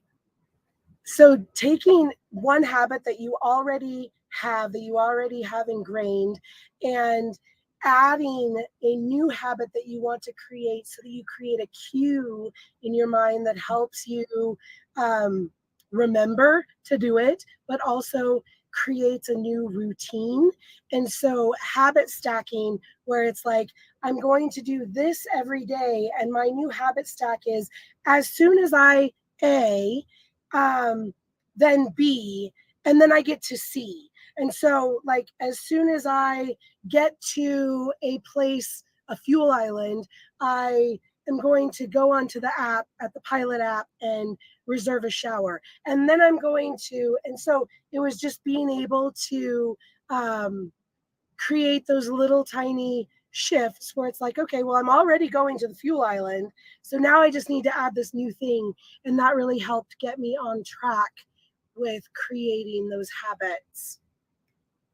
Yes, it's an awesome book. If y'all haven't read it, y'all really need to. If I remember correctly, you can get an audio version of it off of YouTube for free, so you don't even have to pay for it. You can listen to it while you drive. It is a great book. Yes, Cindy, great book. It is. It's one of the things that's really helped. Focusing on your why instead of the criticism. Yes, that is really, really good. Some great points that we've been getting here. Oh, look at that shower workout. Great idea, because someone else is watching is a big hindrance. That is so true. That's why when I first came across, I was like, oh my gosh, I've never even considered that. That's just, it's safe. You're private. You got your shower afterwards. I mean, it's phenomenal. That's why I love that superpower that you're like, my superpowers work in the bathroom. I loved it. I loved it. Yes. But thank everybody for watching. We're going to take a quick commercial break. If you have any questions or anything, go ahead and start throwing them in. We're going to touch a little bit on nutrition and everything when we come back, and then some tips and advice. Join the She Trucking Foundation today and be a part of a supportive community of women in the trucking industry. Unlock exclusive access to valuable resources, including mentorship, educational workshops, and networking opportunities. Whether you're an experienced professional or just starting your trucking journey, She Trucking is here to empower you and help you thrive. Visit www.shetrucking.com to join us and drive your trucking career to new heights.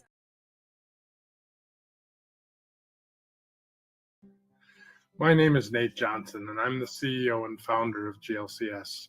GLCS supports drivers by streamlining office processes, deploying and supporting company software, and connecting in-cab technologies to in-office technologies. I've spent nearly 30 years in transportation, starting my career as an over-the-road driver. Recently asked what was my favorite experiences as a driver. I recall waking up in the morning many times to a light fog, the sun rising, having a good cup of coffee, and rolling out of a truck stop, starting my day feeling rested and refreshed. Those experiences are something that I cherish and recall, and really only get to experience on long road trips now. Drivers, thank you. Thank you for all that you do. Drive safe, keep up the good work. We're all here to support you. Thank you to all the millions of drivers that safely keep America moving. happy National Truck Driver Appreciation Week.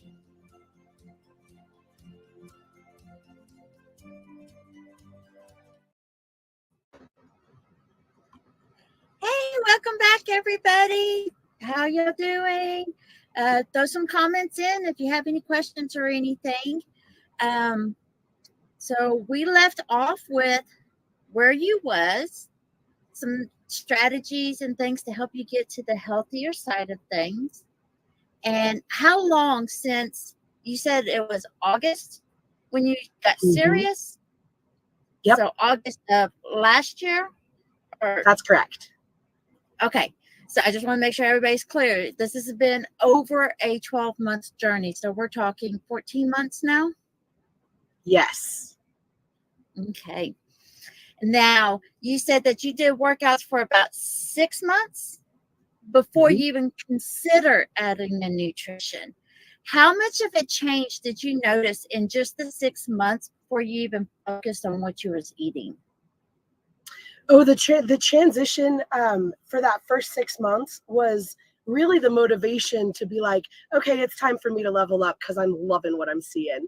So my body composition has started to shift. I have lost, now this is total, so from my heaviest to where I am now, I've lost 65 pounds since I started trucking, or since I started my journey. So in the photo in April, that was 6 weeks into my food journey, and then through July I need to do another one. I love every time I go to a truck stop and I see one of those full-length mirrors, I'm like, hey girl. Now, I know when I first lost my 60 pounds and I walked by a mirror and I caught the reflection out of the corner of my eye, and I looked because I thought it was somebody else and I had to do a double take. And I'm like, oh, wait, that's me. Did you ever do that visually, that mind shift? Yes. And I do it on a daily basis. And I actually, some of my transition, like the transformation photos, is my smile, my eyes. Like there's so much more to this journey than just pounds lost and inches lost. And I am still a big girl. I'm not at my goal weight. I am not a skinny mini, and I don't know that I ever will be, but my focus has been how much more life I can live within the life I have. And so that first 6 months, that transition, like I was literally bouncing out of the truck. I was waking up in the morning with energy. I was getting through the end of my night without having to feel like a zombie, using supplements through body to fuel my nutrition, to boost my energy with natural caffeine through green tea, having a focused brain blend every single morning, this power shot that I have that helps me maintain the focus to do my job well every day. So all of those things kind of happened at that 6 month mark. And so the last 6 months, I've actually noticed a little bit of a plateau because my body was not used to moving at all, and now I'm moving it every day. And so it's like, oh, okay, we're used to this. This is great. But I've gone from 0 weights to 25-pound weights. So there's still a lot of progress. But with food, I'm eating really healthy, but I'm still not burning as many calories. So that's where my weight loss journey has stalled. I haven't lost, well, that's not true. I lost 6 pounds in the last 2 months. But I feel like that's a stall. However, what I'm gaining every single day from continuing to do those habits has been so much more than the weight loss, because I don't have gut bloat anymore. I'm not running to the restroom because of intestinal issues. I'm not having headaches anymore because of the foods that I'm choosing to eat. I was just fixing that. So what are some of the other non-scale victories that you have noticed in your journey? I think those are so underrated, and they should be at the number one top tier is the non-scale victory. So share some of your like profound non-scale victories that you have come across. So my biggest accomplishment in this journey so far is that 2 years ago, I was diagnosed with prediabetes. And at my last physical, I dropped my A1C from a 6.8 to a 4.3 in 18 months. Yay, that's phenomenal. It's huge. But more than that, like being able to fall asleep on demand. I mean, seriously, that is. It's huge. Massive. I just losing that pre-diagnosis category when it is literally removed from your medical records. It's just like, especially because you lost a loved one at a young age due to complications of diabetes, just like I did. And that was when I got that pre-diabetes, it just crushed me because I immediately thought of my loved one. And I'm sure you did the same thing. And I tell people all the time, that's what scared me healthy. That was my initial why, because I did not want it. So losing that is fantastic. Most Congrats. certainly. Thank you. And then the second profound change is how my body moves. So when I can sit in a driver's seat for 7 hours and then I stand up and my body doesn't hurt, that to me, like I'm not suffering because of my career. And being able to do, I do some jumping jacks, and instead of like resorting to a 5-hour energy because I'm exhausted or tired at the end, like in the wee hours of the morning at the end of my driving shift, I do 10 jumping jacks and 15 squats, and I'm ready and fully awake and ready to finish the rest of my shift. And then I think the other profound non-scale victory has been how I see life and being able to rise to the challenge of whatever's in front of me than succumbing to the circumstances that are in front of me. Mm-hmm. Now, did you know that mind shift is really a lot to do? And the reason why exercise is so important, and I hate the word exercise, I have a negative association with that word. So I use purposeful movement. It's a play on words, but you know what? It works for me, so it doesn't matter. But when we sleep, our body naturally produces a chemical that's kind of like a pain medicine, kind of like a natural narcotic. And when we don't exercise, we don't get that medicine out, that natural hormonal medicine out. So it builds up. And when it builds up, that's what causes the exhaustion, the fatigue. It causes I mean, it's not like the main cause, but it is a huge cause in the depression and the brain fog, because all those, it gets built up. So when we start working out and doing purposeful movement, whether it's a strenuous exercise or just moving your body, you're depleting those natural chemicals. So therefore, those good chemicals can start taking over. And that's the reason why working out is so important. It's not the calories in, calories out concept. It's more of getting the body moving and getting those chemicals down. But let's go into the nutrition, because I think we're almost halfway done with our show already. It's just flown by. Hey, does anybody have any comments or questions? I Especially see that getting Cindy asked into about intermittent fasting. Yes. And yes, I actually have a 16 and 8 schedule. So I only eat for 8 hours during the day, and I fast for 16 hours every day. Do you prefer to fast from when you wake up until like your mid shift, or do you prefer to fast at the end of your shift? Because a lot of people think intermittent fasting, you have to only eat lunch and dinner, but you can set your schedule any way you want to, especially, and that's what's so great with driving. But that depletes those sugar levels that's stored up in your body too. But which way do you prefer to do it? So the last thing that I eat at night is my Shakeology, and I make that at the beginning of my shift, and then I drink it in a shake form at 8 p.m.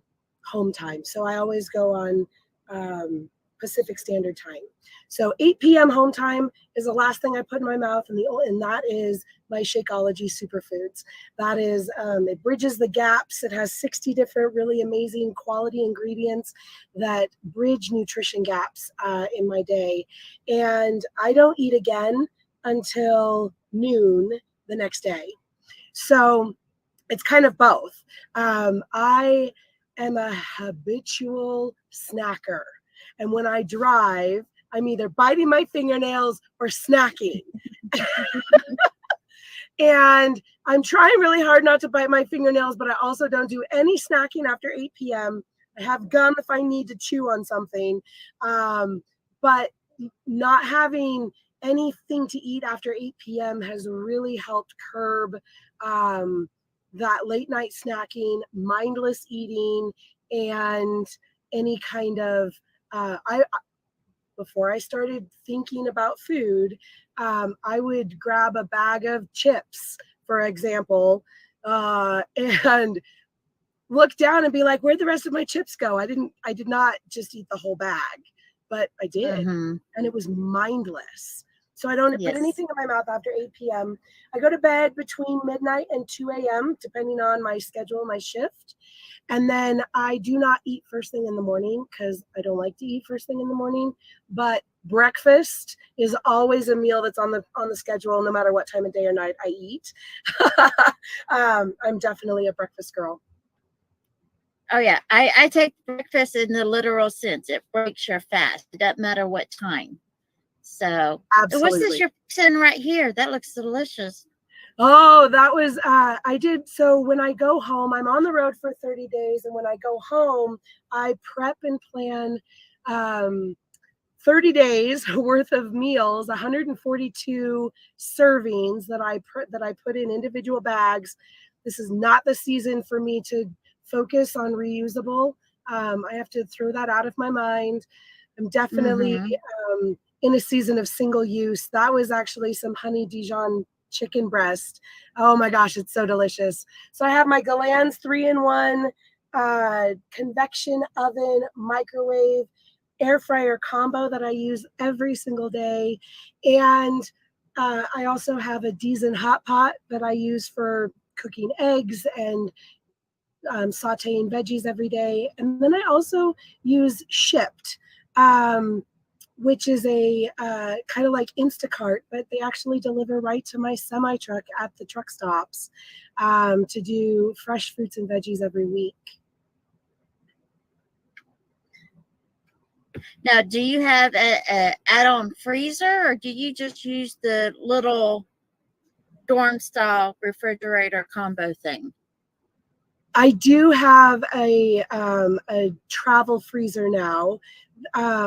That actually, getting this travel freezer is really what opened my mind to the possibilities of what I could make at home and freeze beforehand and really prepare myself for the month ahead. So I do, and right now I keep it in between my seats, and I have to climb over it every day. We are in the middle of revamping our storage system. You know, with having 2 people in the truck, it can get a little crowded, but gratefully we work around all of the inconveniences to make sure that I have the food that I need in order to eat well on the road. Feast, Fast, Repeat by King. Yes, that is a wonderful book. Have you read that yet? I haven't. I've never heard of it, but I'll add it to my list. Yes, it's a really good. It goes into the science of intermittent fasting and how it works and why it works. And it goes into all the different ways you can do it, from, 1 meal a day to just the 2 meals a day or however. And it's really, really good.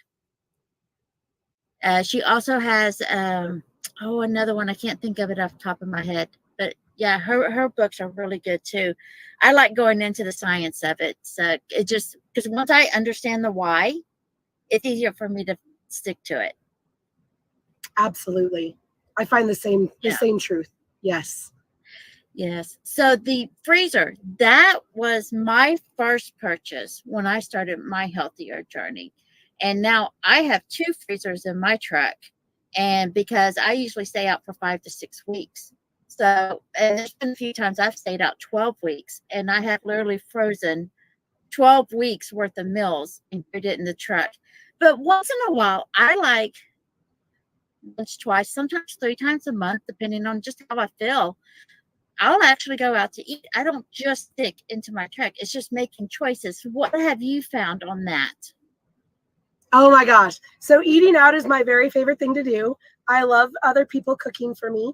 It is my, the best way for me to explore a new city is to eat their food.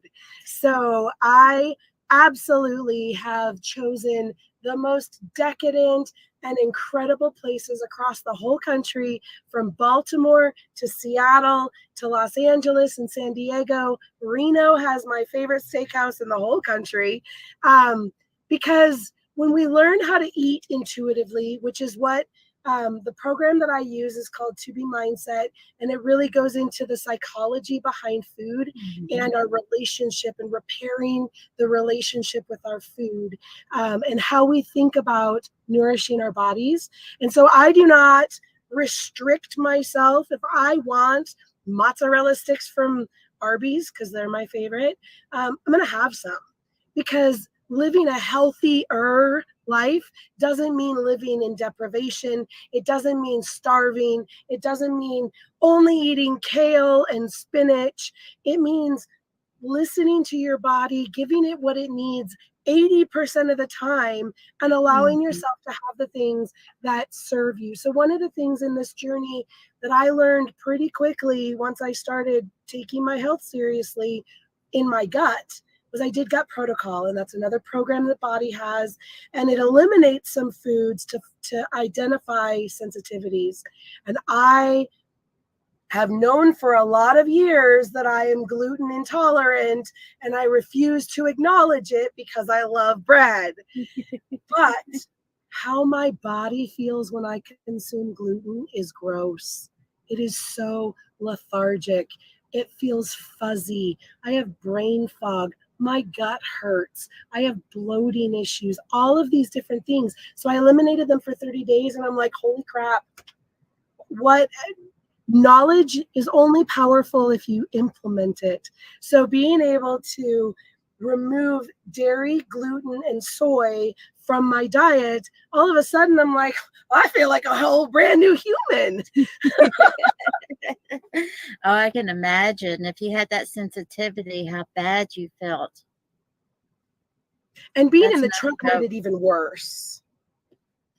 Oh, yeah.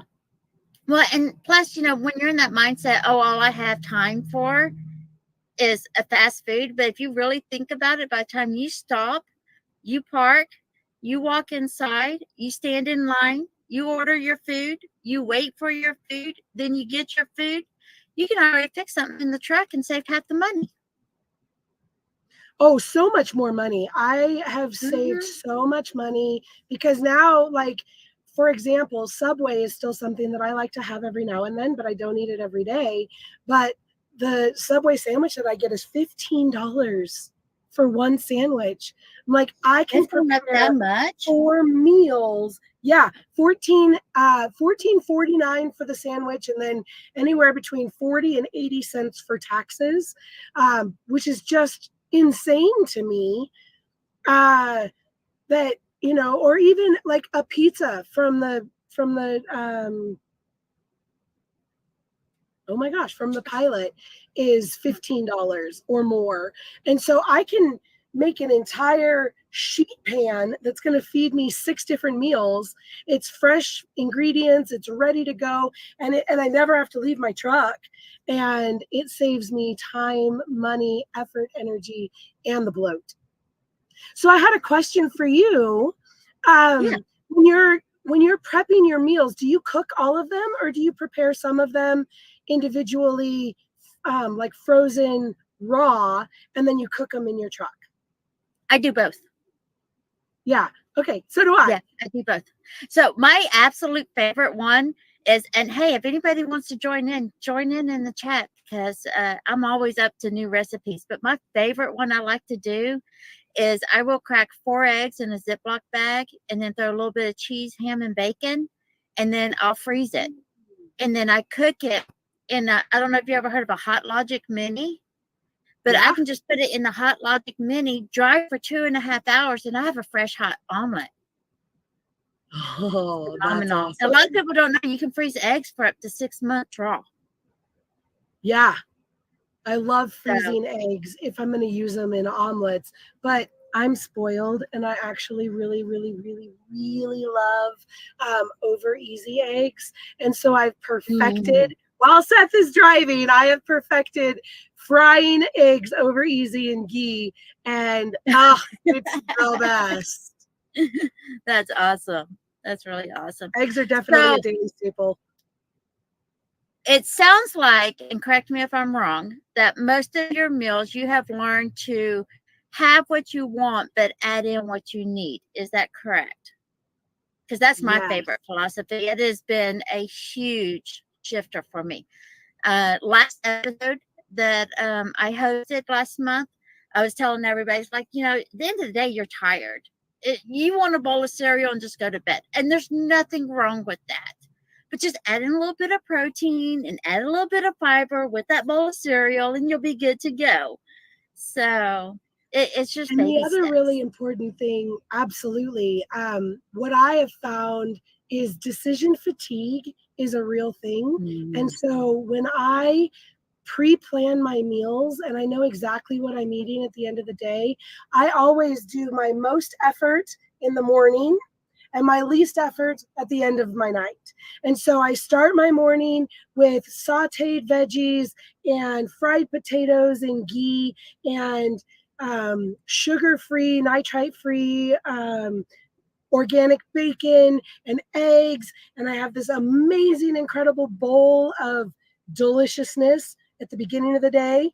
And then at the end of the day, I have a Shakeology, because as we go through our day, our ability to make good choices becomes more and more limited.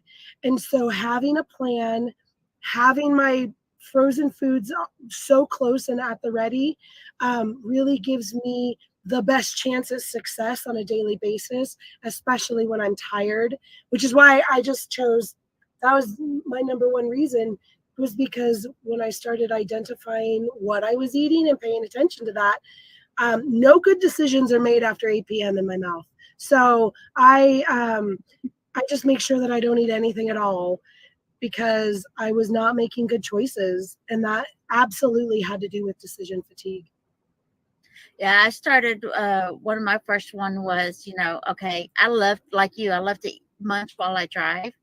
Well, because I make my own rules and I experiment. Okay, this rule worked, this rule didn't work. But my first rule was I can only eat raw food while I'm driving. That was my first rule. And that made a huge difference. But then I went to, I don't eat while I'm driving, I only eat when I'm stopped. That way I can go through the whole holistic, how my digestive system go and all that stuff. That's a whole nother story.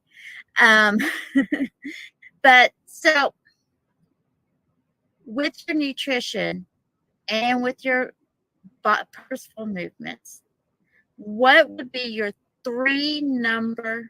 top 3 tips to give somebody who is interested in wanting to get healthier, because it's all about the herb?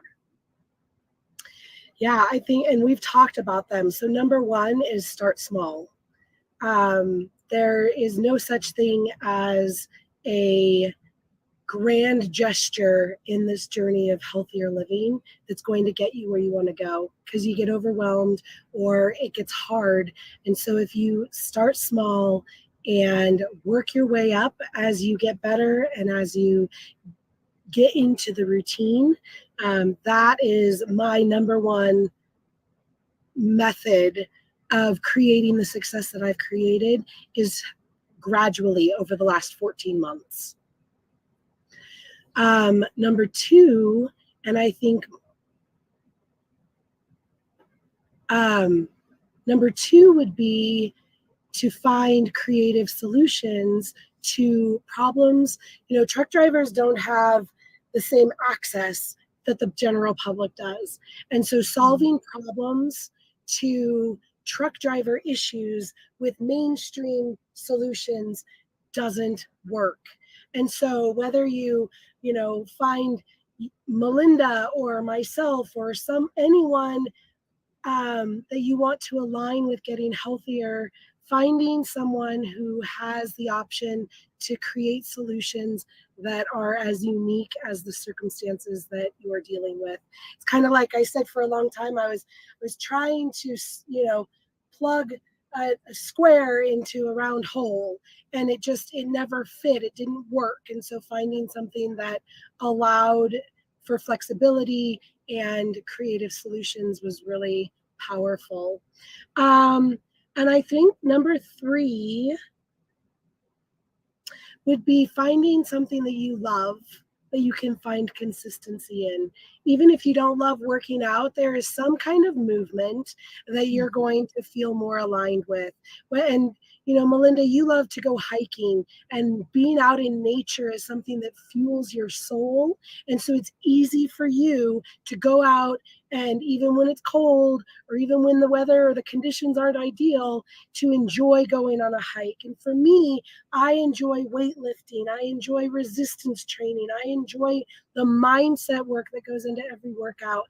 And so no effort toward living a healthier lifestyle is a bad effort.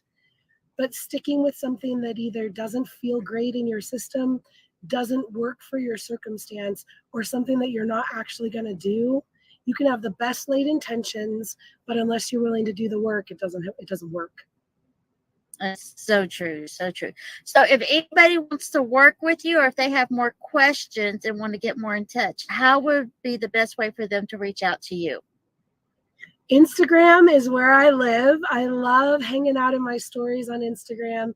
And I have a link in my bio on Instagram at Everbe Rising that you can fill out if you want a direct consultation. But also, just sending a DM to me is a really great way to start a conversation. And I would encourage everyone to go and take a look at all of my silly content, because there's a lot of out of the box thinking that goes into how I live a healthier lifestyle on the road. And I think that's the number one rule everybody needs to learn to adapt, is just, what can I do out of the box? Because obviously with this lifestyle, we can't be in the box. That's right. Thanks, y'all, everybody, for coming. It was a pleasure, and I can't wait to see y'all next month. Bye. Thank you.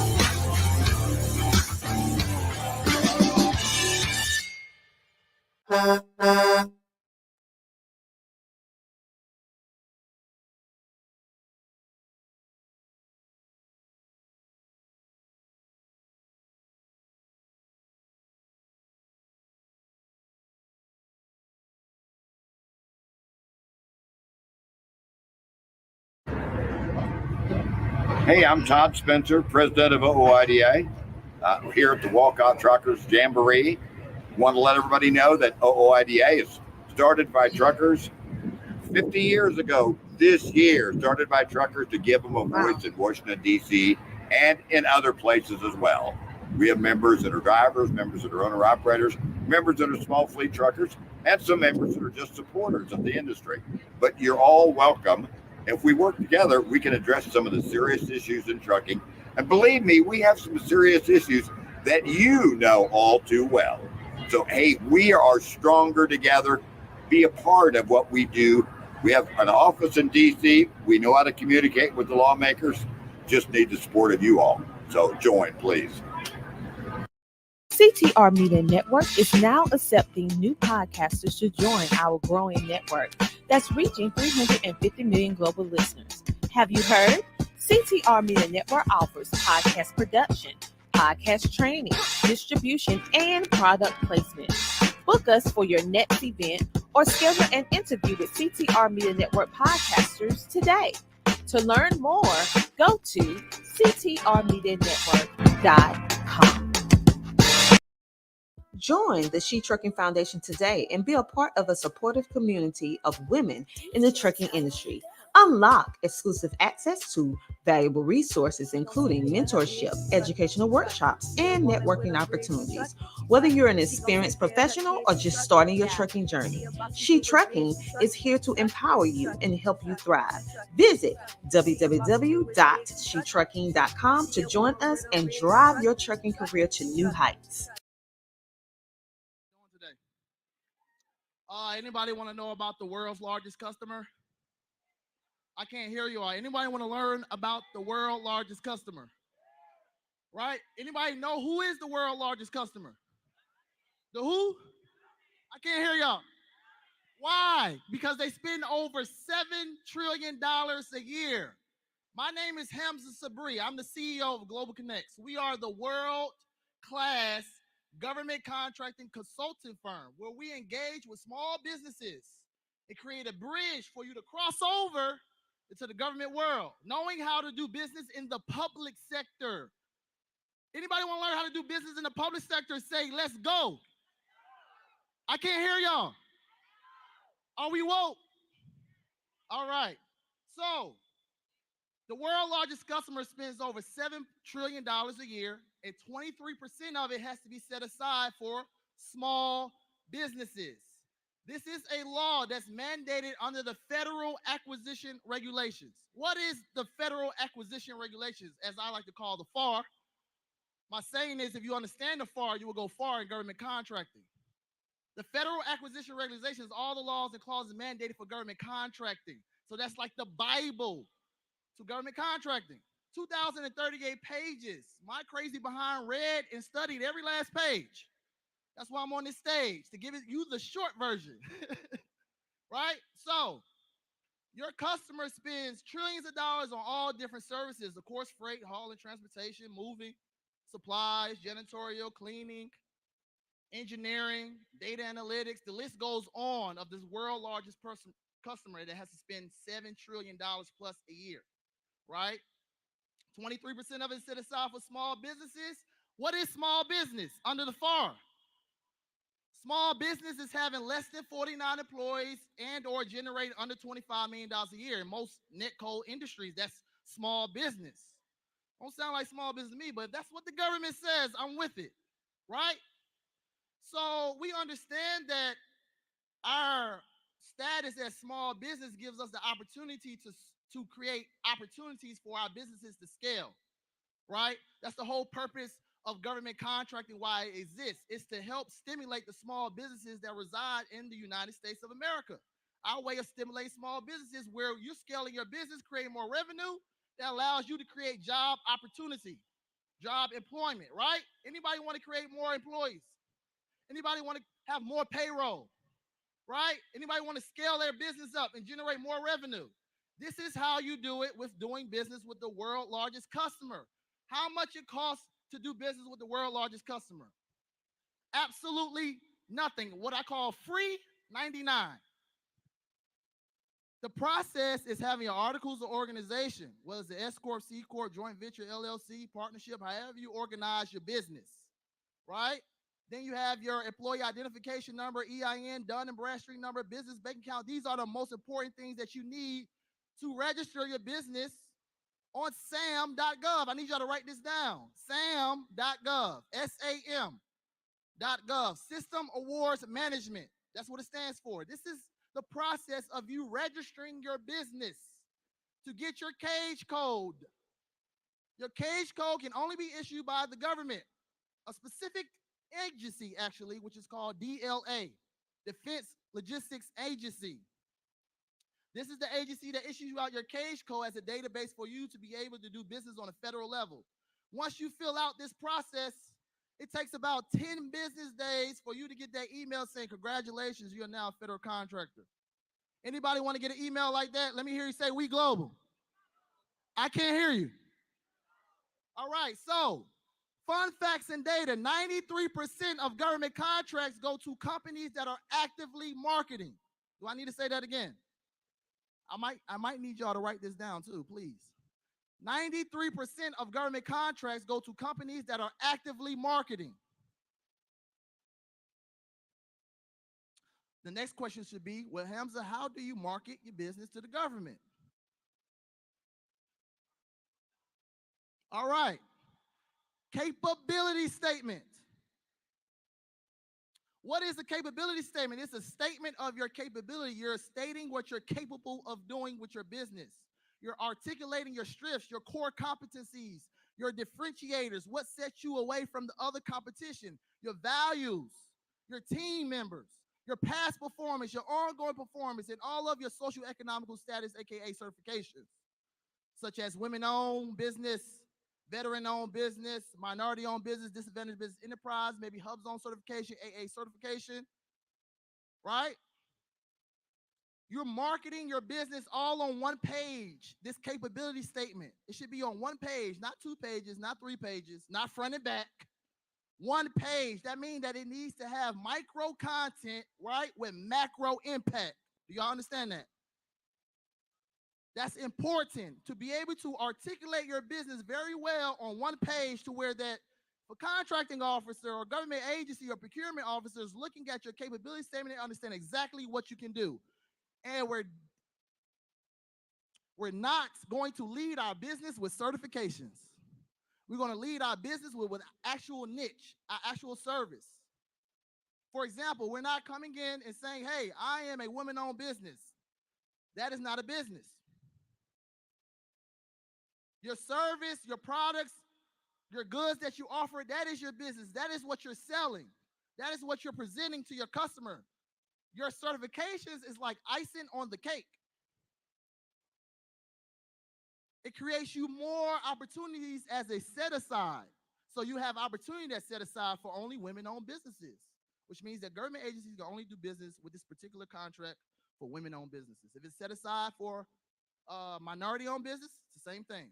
Disadvantaged business enterprise, veteran-owned business, disabled veteran-owned business. These are all particularly set aside that creates more opportunities for your group. Do you all understand that? All right? So now we understand how to market our business to the world's largest customer through a capability statement. You know, in the private sector, non-government agencies, you know, marketing is billboard, banners, commercials, Facebook ads, Instagram ads. It's a lot of overhead. It's an expense. I just show you the most minute, cheapest way of marketing to the world's largest customer is through a Microsoft Word document you created, like a job resume, it's a business resume. So you're saving actual money when you're actually just focusing on this one particular customer that all you have to do is secure one contract and change your life. This is the power of doing business with the world's largest customer. So now we understand the capability statement side, marketing, and things of that nature. Let's get to some more fun facts and data. Write this down. 76% of government contracts have 5 or less competitors. 76% of government contracts that get awarded, 5 or less companies were competing for it.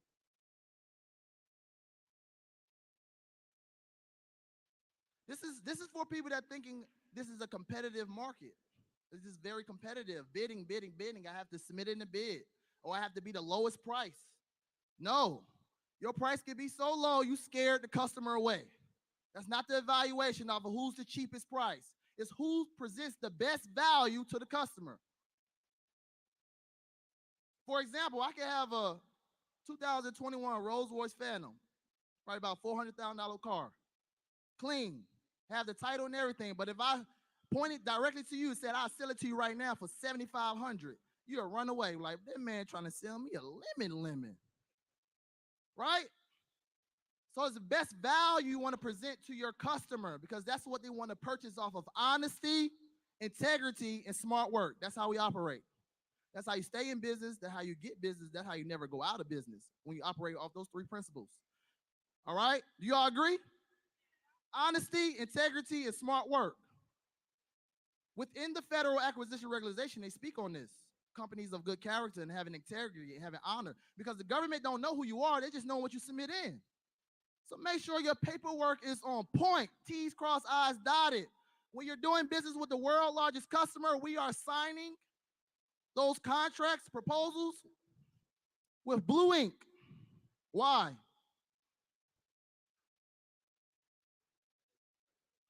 Exactly. Cannot forge blue ink.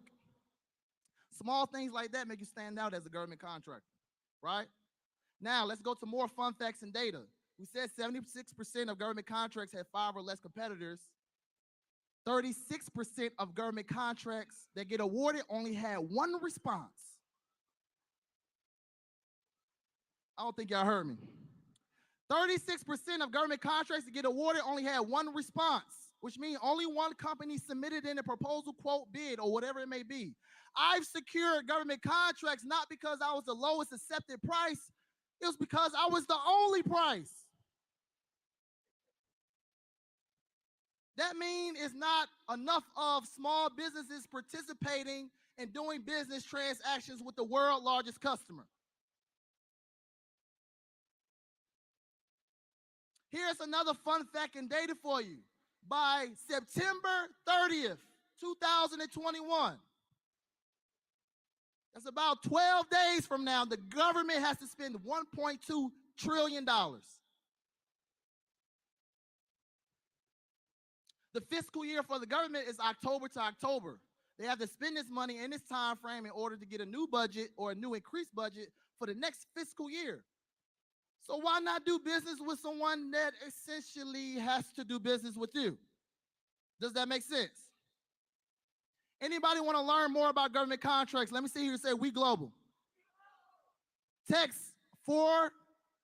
this right now to this number right now. I want to text We Global to 404-737-1503.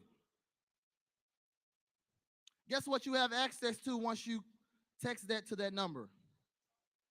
You have access to a awesome bundle pack. You get How to Win in Your Own City, How to Secure Government Contracts in Your Own City, the ebook, and also in chapter 3, it breaks down how to secure no bid contracts in your own city.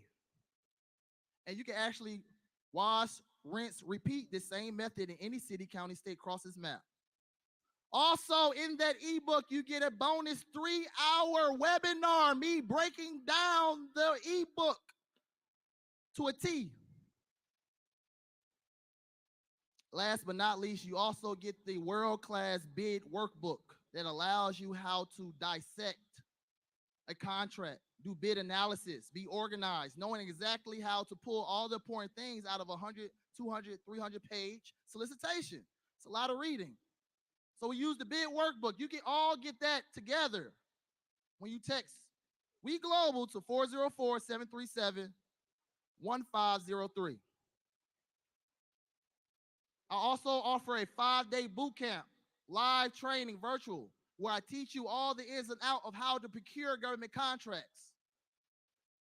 Because that is the most important part, is knowing how to aggregate the important information to write the effective proposals, effective bids, and effective quotes.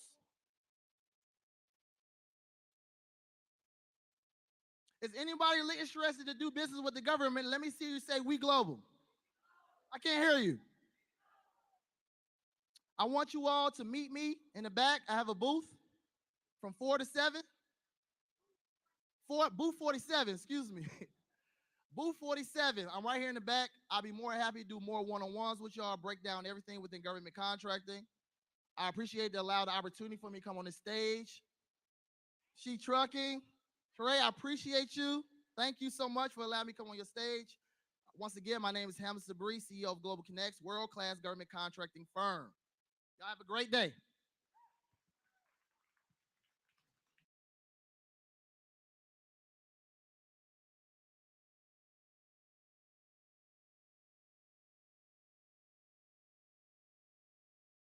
To say, first of all, thanks for She Trucking and Sheree Moore for allowing us to be here today.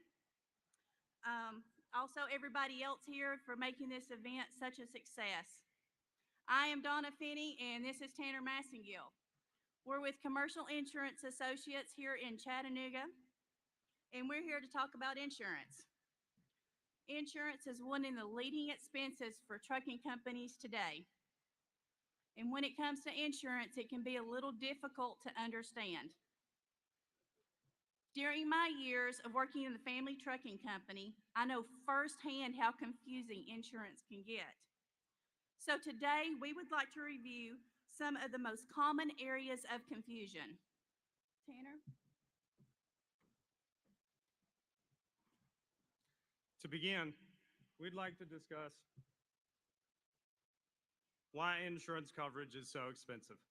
In 2019, the commercial auto segment saw underwriting losses of over $4 billion. For nearly a decade, the commercial auto segment has been an unprofitable segment for insurers. For this reason, we expect to see rates continue to rise to compensate for these losses. Well, one may ask, what's driving losses? One factor is claims frequency. Based on findings from the National Safety Council, the number of large truck fatal crashes has increased by 40% from 2010 to 2019. Another factor is nuclear verdicts. A nuclear verdict is a jury award that is beyond what most would consider rational or reasonable. While there's no defined amount to be deemed a nuclear verdict, most would consider it to be a jury award above $10 million. These nuclear verdicts have been increasing at a staggering rate. Over the last 5 years, there have been nearly 300 nuclear verdicts, compared to just 26 from 2006 to 2011. Not only has the frequency of nuclear verdicts been increasing, but so has the severity. One study found that the average verdict size for a lawsuit over $1 million has increased by 1,000% from 2010 to 2018, rising from 2.3 million to 22.3 million. This has caused a number of large trucking operations to shutter their doors. But these verdicts aren't just affecting large trucking operations. RCX Solutions Incorporated is an example of a mid-sized fleet that was forced to close after a claimant was awarded a $23 million verdict. In lawsuits that went for the plaintiff, the most commonly cited factors were hours of service violations, lack of clean driving history, and driver fatigue.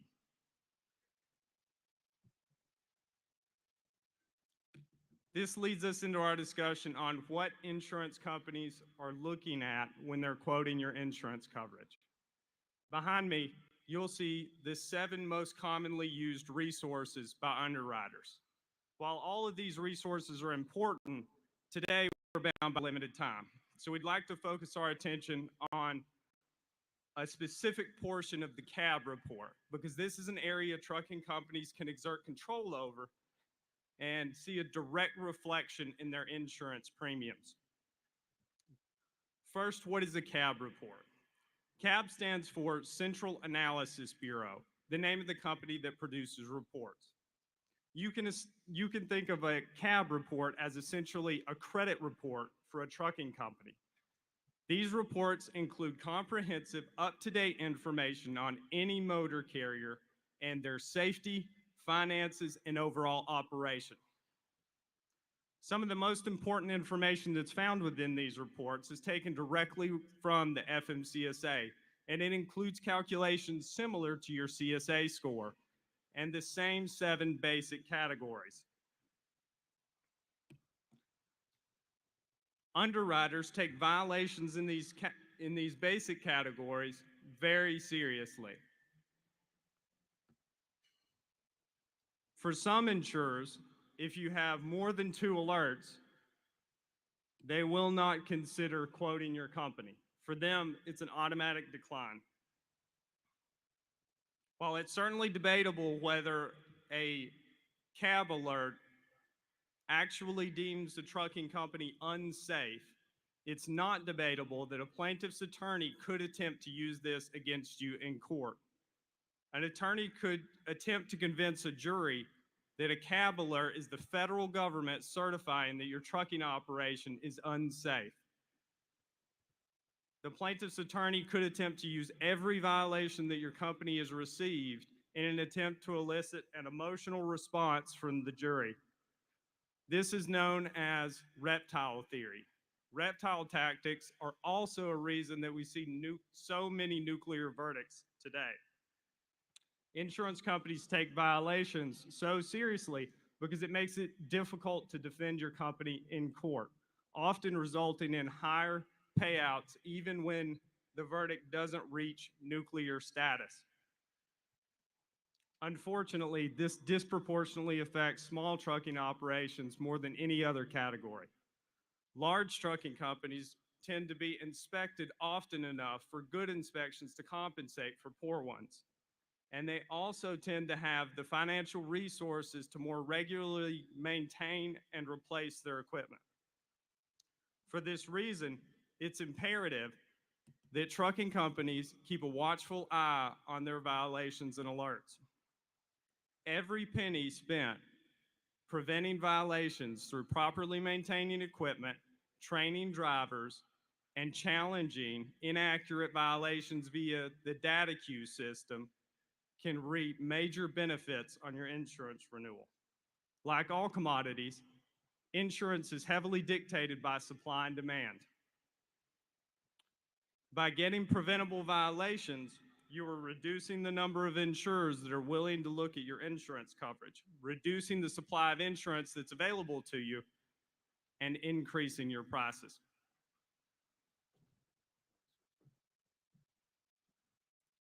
Okay. So now let me tell you why it's good to pick a good broker. Any broker can give you a quote, but not any broker is going to be able to understand your industry, is be able to help you manage violations and safety. They're also going to be able to help establish practices and procedures that will help prevent the violations in the first place. A good broker is going to know the type of coverage that you need. For example, what's the difference between trailer interchange and non-owned, and what's the best situation for you? They're going to have a dedicated team that understands the industry as well. At Commercial Insurance Associates, we have producers and teams that are specialized in the trucking industry. Not to mention, we are one of the top 100 agencies in the United States as ranked by the Insurance Journal. And just recently, we were featured as the Agency of the Month in the magazine Rough Notes. So today, I know that we're kind of limited on time and we don't want to take up that much.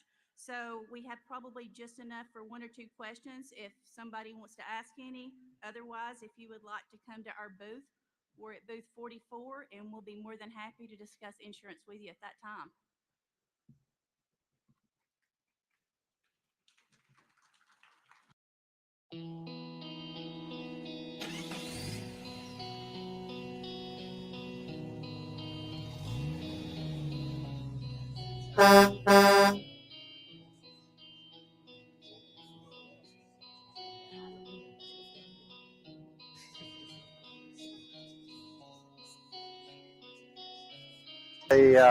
The Jamboree, we brought our 2022 VNL 860 Globetrotter Volvo.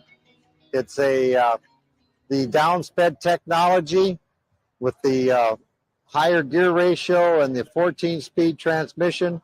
This truck steadily pushes 9 to 10 miles per gallon, loaded and empty.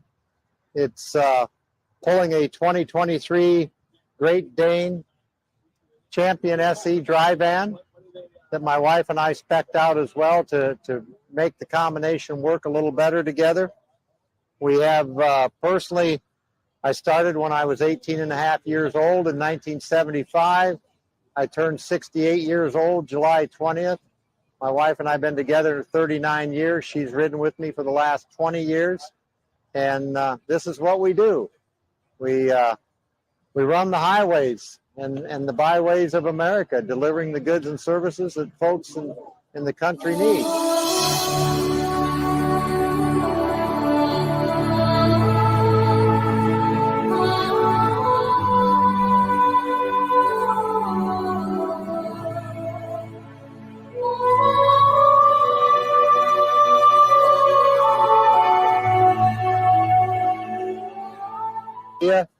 Of how we set the truck up.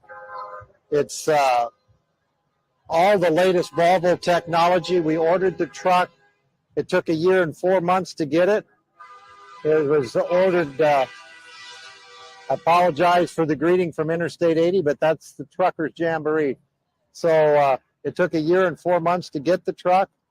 It was ordered basically pre-COVID, but it did come in exactly the way we spec'd it, and it has treated us very well. And I like to tell people that it's a two-tone color combination. It's pearl white and stainless. And that's the way we wanted it. We kept it simple. Just a simple design. And we run the flow below system. We run the air tabs. We also run the nose cone on the front of the trailer. And yes, folks, I did put the twin exhaust stacks on it. It's not necessary, but coming from that old school, and even the salesman said, Al, he says, why are you putting dual stacks? Nobody will see them. I told him I'll see them every time I hook up a trailer. And it's just, that's, I guess, part of the old school in me. But the overall effect has worked very, very well. It's a very comfortable truck. It's easy to access the back here with the catwalk, the way it's designed. It's good and secure. Like I say, here we have the flow below design here to keep the air. We want to keep the air attached to the tractor as much as possible. And I don't know if you folks have witnessed how the flow below covers work. I question myself, how accessible is it going to be? It's simple, and you have access to check your lug nuts for the tightness and check your air pressure. We do not have the auto inflation system on this particular model. We didn't opt for that. But we did run true balanced centering sleeves, and we run Centromatics all the way around. The tractor and trailer are both equipped with the disc brakes. So it's disc brakes all the way around. We run the aero mud flaps on it to keep the airflow moving. And the other thing that you will always notice if you have those is they basically eliminate road spray on wet roads. I call it a poor man's wind tunnel. You can actually witness how this all works when it's working correctly, because you can see the road spray and how it is funneled on past the tractor and trailer. And as we go on down along here, we've got the aero skirts. Now, when my wife and I purchased the trailer, it was just a basic trailer. It did not have the nose cone. It did not have the skirts. It did not have the excess rub rail on here. And it did not have the air tabs, nor did it have the flow below on it as well. We've added all of this stuff to it along with the aero flaps on the back. And we can go down alongside here, and like I say, it all works together. We opted for all position tires on the tractor, as well as the low rolling resistance tires on the trailer to keep the rolling resistance down. We also put here we have the analog. We didn't opt for the highest tech. We just got the analog right way gauge, which corresponds, if it's 34 on here, that's 34,000. And it's accurate within about 250 pounds. And I have found that very useful when loading at these various places and you don't have access to a scale right away. Gives you a general idea where you're at.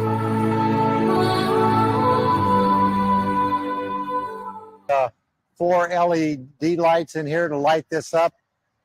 It just makes a difference to the shippers and receivers and the forklift operators and myself personally.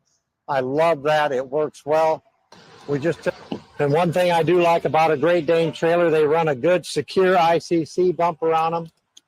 The entire framework back here is stainless steel. A lot of different companies will use a galvanized metal. This is a stainless steel assembly around this entire rear frame assembly on the trailer. July 20th, I turned 68. Birthday. Thank you. And we've logged nearly 6 million, just probably a little more than 6 million miles, no chargeable accidents. So we've been blessed that way. God has taken care of us in that aspect. And it isn't that we haven't had some close calls. And I know, folks, there's no way I could have been driving this truck by myself, because I couldn't have avoided some of the situations that weather conditions and the traffic puts you in, as all of you well know. Just certain times you have to look up and say, thank you, Lord.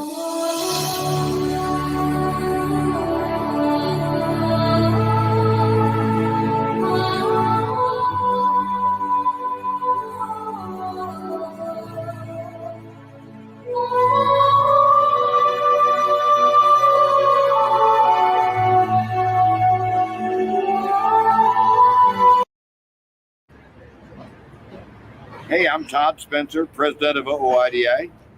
We're here at the Walcott Truckers Jamboree.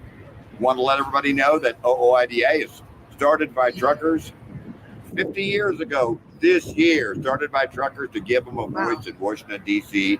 and in other places as well. We have members that are drivers, members that are owner-operators, members that are small fleet truckers, and some members that are just supporters of the industry.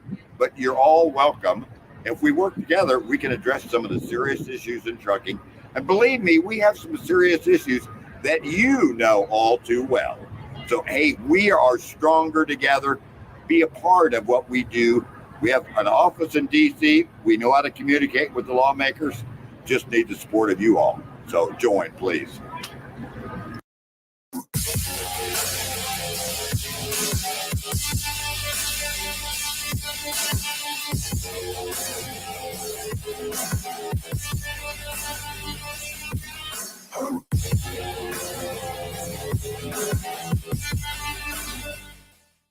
CTR Media Network is now accepting new podcasters to join our growing network that's reaching 350 million global listeners. Have you heard? CTR Media Network offers podcast production, podcast training, distribution, and product placement. Book us for your next event or schedule an interview with CTR Media Network podcasters today. To learn more, go to ctrmedianetwork.com. Join the She Trucking Foundation today and be a part of a supportive community of women in the trucking industry. Unlock exclusive access to valuable resources, including mentorship, educational workshops, and networking opportunities. Whether you're an experienced professional or just starting your trucking journey, She Trucking is here to empower you and help you thrive. Visit www.shetrucking.com to join us and drive your trucking career to new heights. CTR Media Network is now accepting new podcasters to join our growing network that's reaching 350 million global listeners. Have you heard? CTR Media Network offers podcast production, podcast training, distribution, and product placement. Book us for your next event or schedule an interview with CTR Media Network podcasters today. To learn more, go to ctrmedianetwork.com.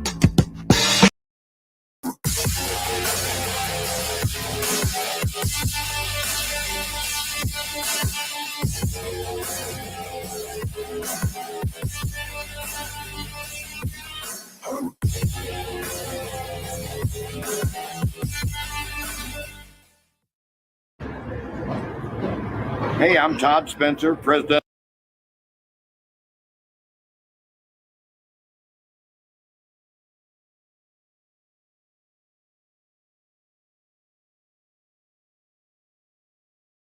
Be strong.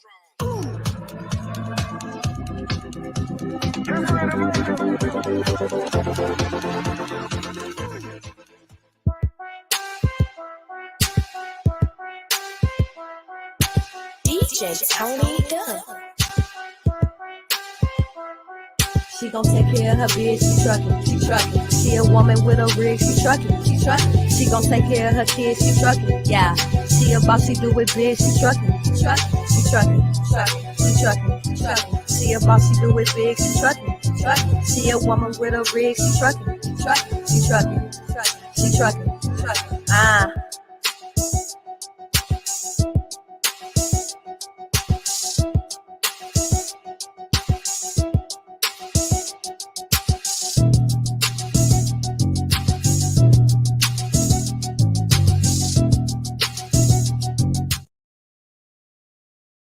Join the She Trucking Foundation today and be a part of a supportive community of women in the trucking industry.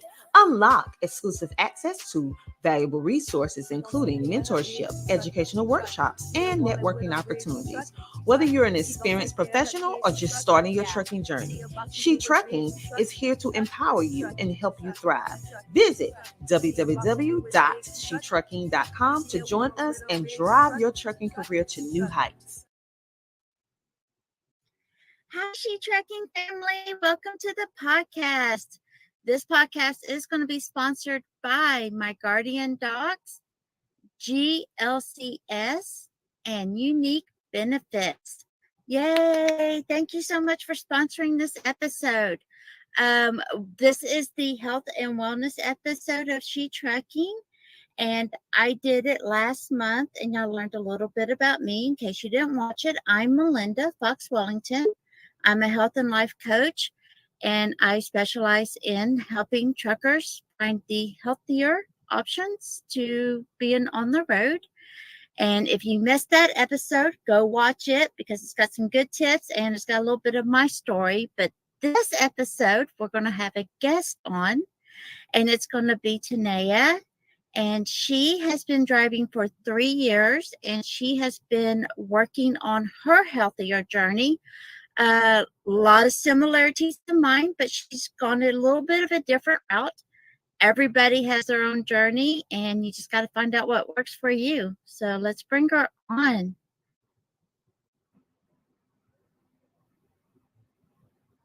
Yay, Hello, I'm so welcome. excited to be here.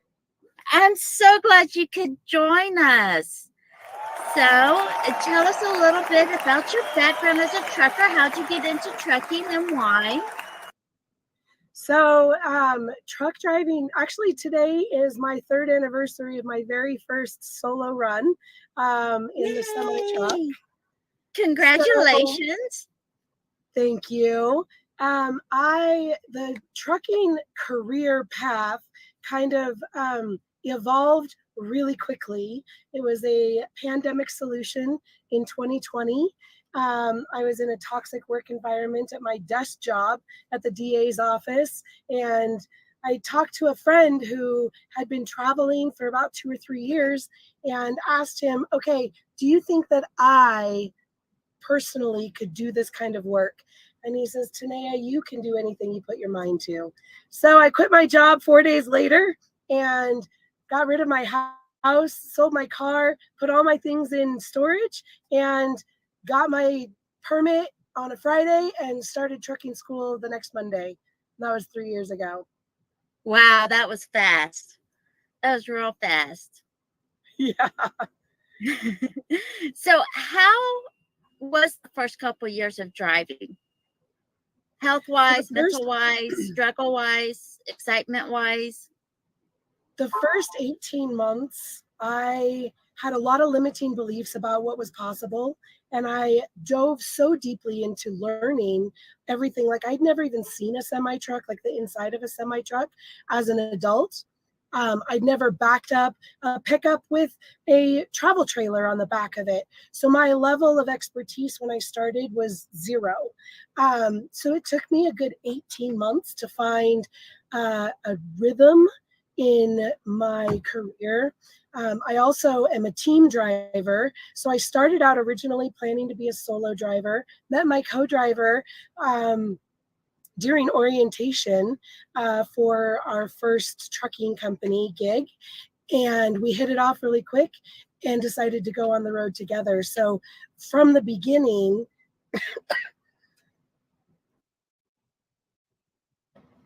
I'm still getting over a cold, so I apologize for the cough.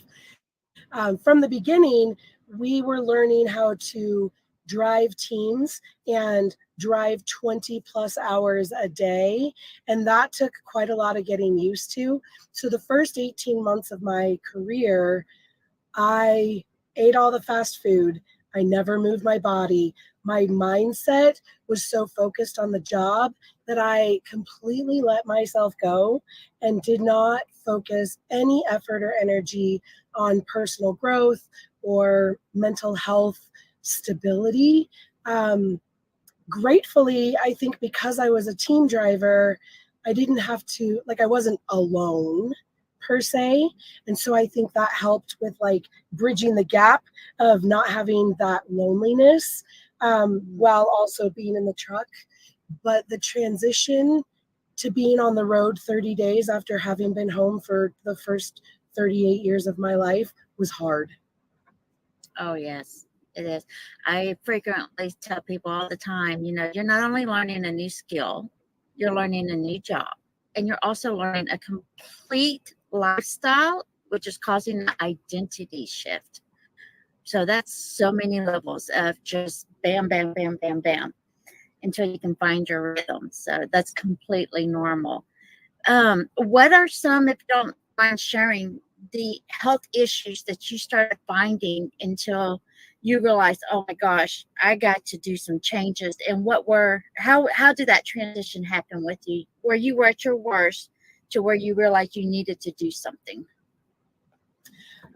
So in March of my, so it was like around the 18-month mark, I was diagnosed with prediabetes, and I was having a really, really hard time getting in and out of the truck. My hip mobility was so severely compromised because 20 plus hours a day, I was not bearing weight on my body. And I'm already a bigger bodied human. And so the stress on my low back and my hips was pretty substantial. And the idea of walking around my truck an extra few times made me want to vomit. I just didn't like want to walk in the elements, and I didn't want to I mean, the concrete jungle is a pretty rough transition from where I came from in my life. So I just got super depressed and was really sad about all of the things. And then a friend of mine had actually been talking to me for a year, telling me that she had this solution for me. I was like, you know, I'm in a semi truck, right? Like, you're crazy. This isn't the life for me. I can barely keep my eyes open when I'm doing my 12 hours of work every day. There's no way. And so, but that transition happened. So I ordered this kit or whatever in March, did one workout and was like, oh, that hurt. I'm not doing that. This is ridiculous. And I put it away for another 6 months. And then in August, it got to the point where I was in tears driving. I couldn't get comfortable in my seat. I was struggling to get the 2 steps because my knees, my hips, my back, my shoulders, everything had seized up. And I was standing at a fuel island, actually, and I watched this older truck driver, career truck driver, get out of his truck, bent in half, literally hunched over, fueling his truck. And it brought me to tears. And I said, that is not the life I want to live. I don't want this for my future. I don't, and I'm terrified of needles, so I don't want to become diabetic and rely on medications to keep me alive. And so that was the day that I pulled out the program again and said, I know it's going to be hard. I know it's going to hurt, but if I just do a little bit, it has to get better than what I've got. So that's where it started. Yeah, I call that the trucker shuffle. When I see drivers like that. Yes. Yeah, I call it the trucker shuffle. So, speaking of trucker shuffle, I mean, perfect timing. That's so funny. So I went more of a holistic method where I could learn how to figure, gauge, and experiment what works for me. And you mentioned a program. So how did that work for you? And what attracted you to the program compared to trying to figure it out holistically and experimenting it yourself? Yeah, so Body by Beachbody is the program that I started a little over a year ago. And really, it was the idea that it was a plug and go. It's an app on my phone. It kind of takes out all of the guesswork. I had lots of excuses and very little time. So my schedule now is a little bit different, but when I first started taking my health and wellness seriously, I had very little time available in my daily schedule. And so my co-driver, who is absolutely phenomenal, he would always make sure that on his breaks, he would go to a fuel island and I would jump out of the truck, grab my 30-minute workout, and he would do circles around the parking lot if there wasn't a place to park, and then we had to get right back in the truck and go to our next destination. And so the ease of having something that was already pre-done, that was ready to go, ready to, like, all I have to do is push play on a program and it's going to tell me exactly what to do and how to do it, and it made moving my body fun. And so I look forward to those programs now. In the beginning, it was a little rough. But so yeah, and I've been documenting my journey since the very beginning. So my Instagram, Ever Be Rising, has a pretty great peek, a window into how I am getting to those spaces. And now I started doing them outside.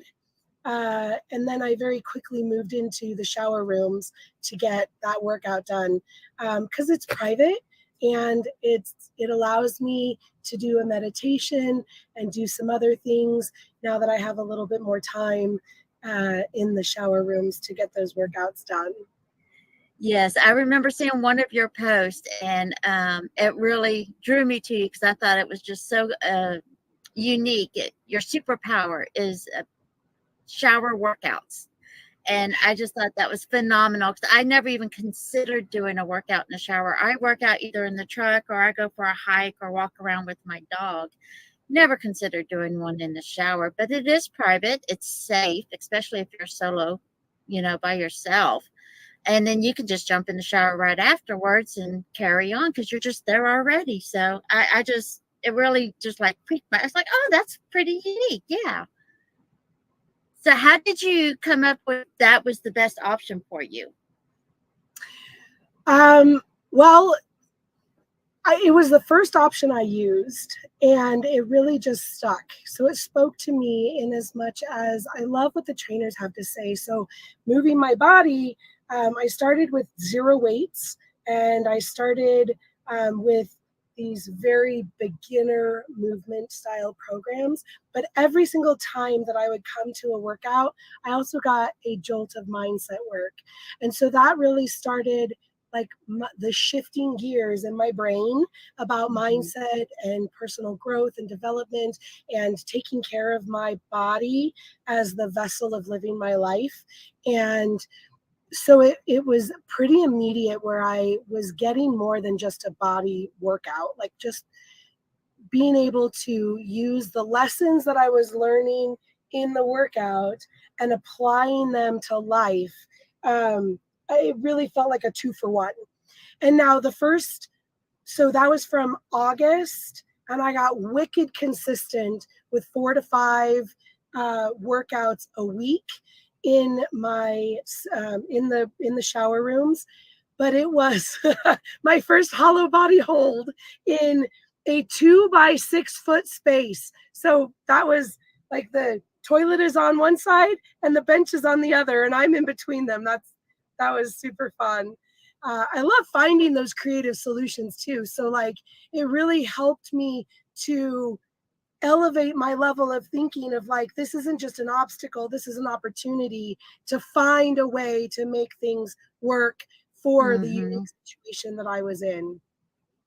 Yes, I firmly believe, it's not a can't or a can. And, there's a lot of times you don't want to feel like just thinking positive. So just kind of make that little tweak and just ask yourself, what are the possibilities? Makes a world of difference. Instead of trying to have that really fake does. positivity, just say, okay, this sucks, but this is what I have. What are my possibilities with this? Just makes a whole complete different shift on it. Yeah, So absolutely. And, when the shower rooms are too small, because that's happened, I will work out in the trucker lounge. I will work out in a rest area, picnic space when the weather is conducive. I'll work out in the back of an empty tractor or in the back of an empty trailer. If like when I'm stuck at a shipper or in a yard where it's just a bunch of dirt or, gross concrete. Yes, there's some and that's like, my first thought was when I first saw the thing with you working out in the bathroom, it's like, ooh, I bet that floor is dirty. But then I'm like, well, it's better than the concrete at a truck stop. And, it's better than probably a gym where there's 50 guys sweating on the floor. So it's not that much different. Plus, you got the shower right afterwards. But I'm quite sure you get that a lot, don't you? I do. Actually, there's a lot of comments on social media about the condition of my workout space and, that people would never. And honestly, when you're faced with a life or death situation in an industry that habitually reduces our quality of life, a little bit of dirt or a little bit of toenail clippings on a bathroom floor is not going to stop me from preserving my life after trucking. I want to be able to live my life on my terms when I get out of this truck. And my why is so much bigger than a 30-minute workout or a shower room condition.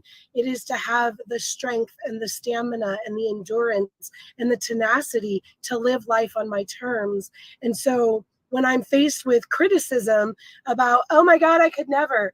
Well, when you're standing in front of a mirror and you're looking at your life and you literally see your future flash before your eyes, you choose different when the alternative is so bleak. Yes.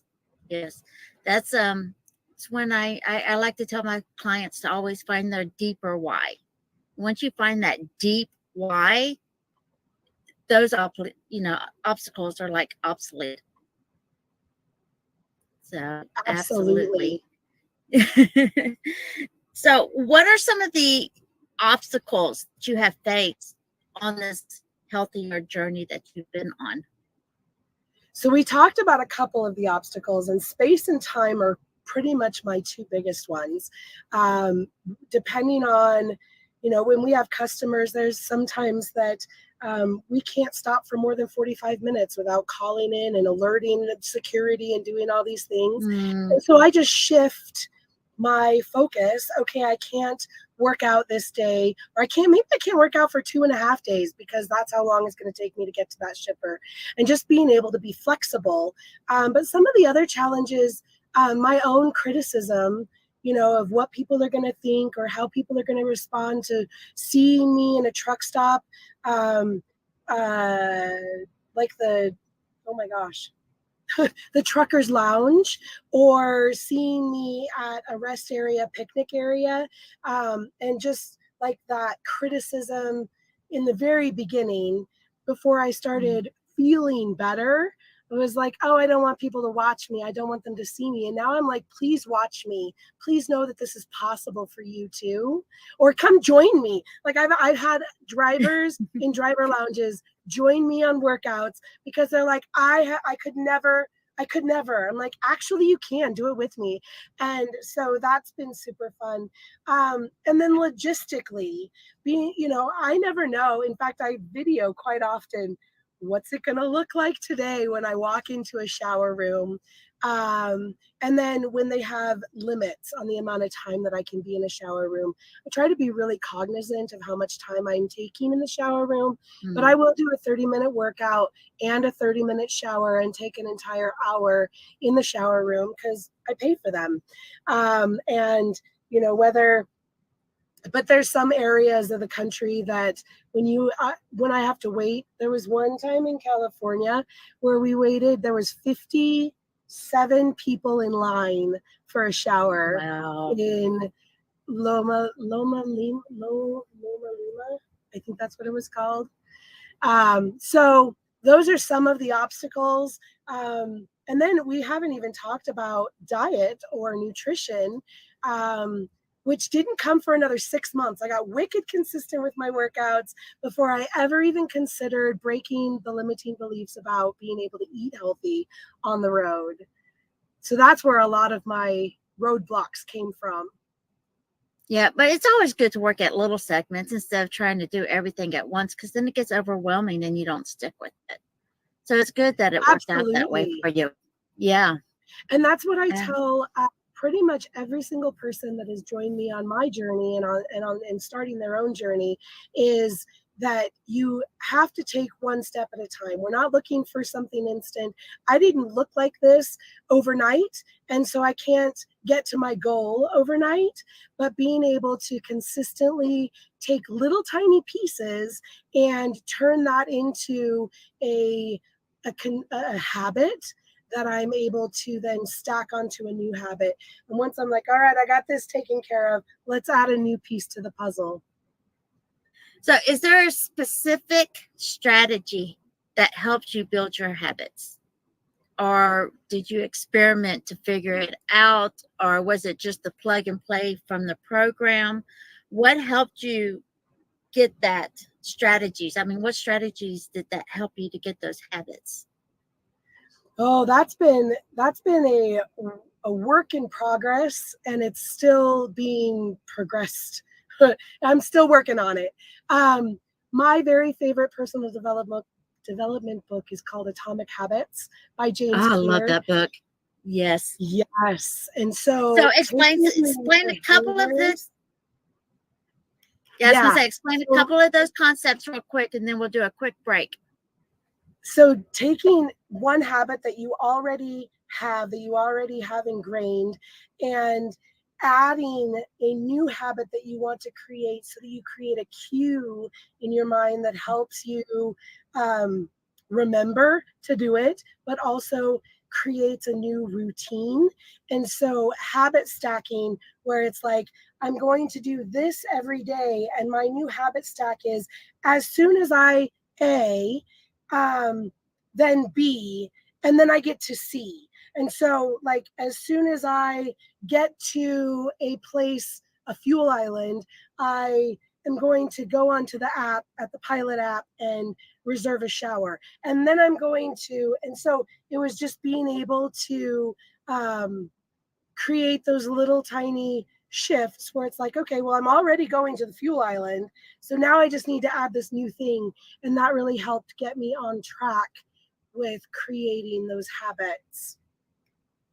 Yes, it's an awesome book. If y'all haven't read it, y'all really need to. If I remember correctly, you can get an audio version of it off of YouTube for free, so you don't even have to pay for it. You can listen to it while you drive. It is a great book. Yes, Cindy, great book. It is. It's one of the things that's really helped.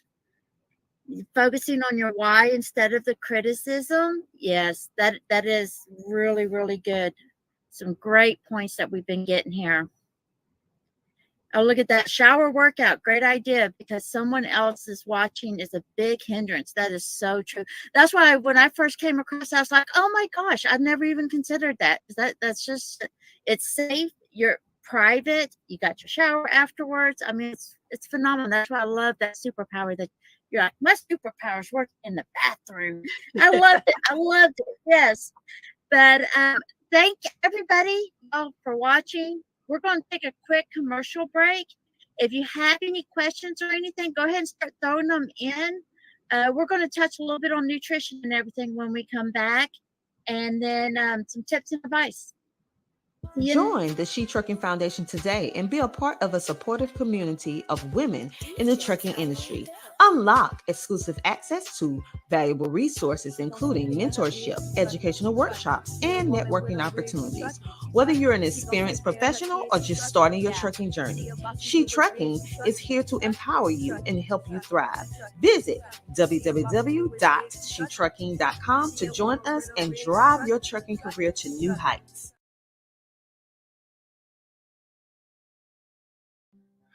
My name is Nate Johnson, and I'm the CEO and founder of GLCS.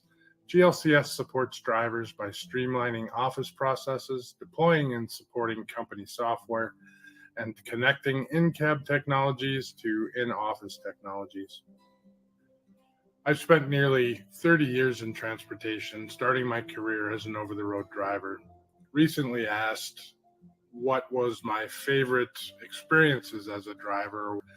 I recall waking up in the morning many times to a light fog, the sun rising, having a good cup of coffee, and rolling out of a truck stop, starting my day feeling rested and refreshed.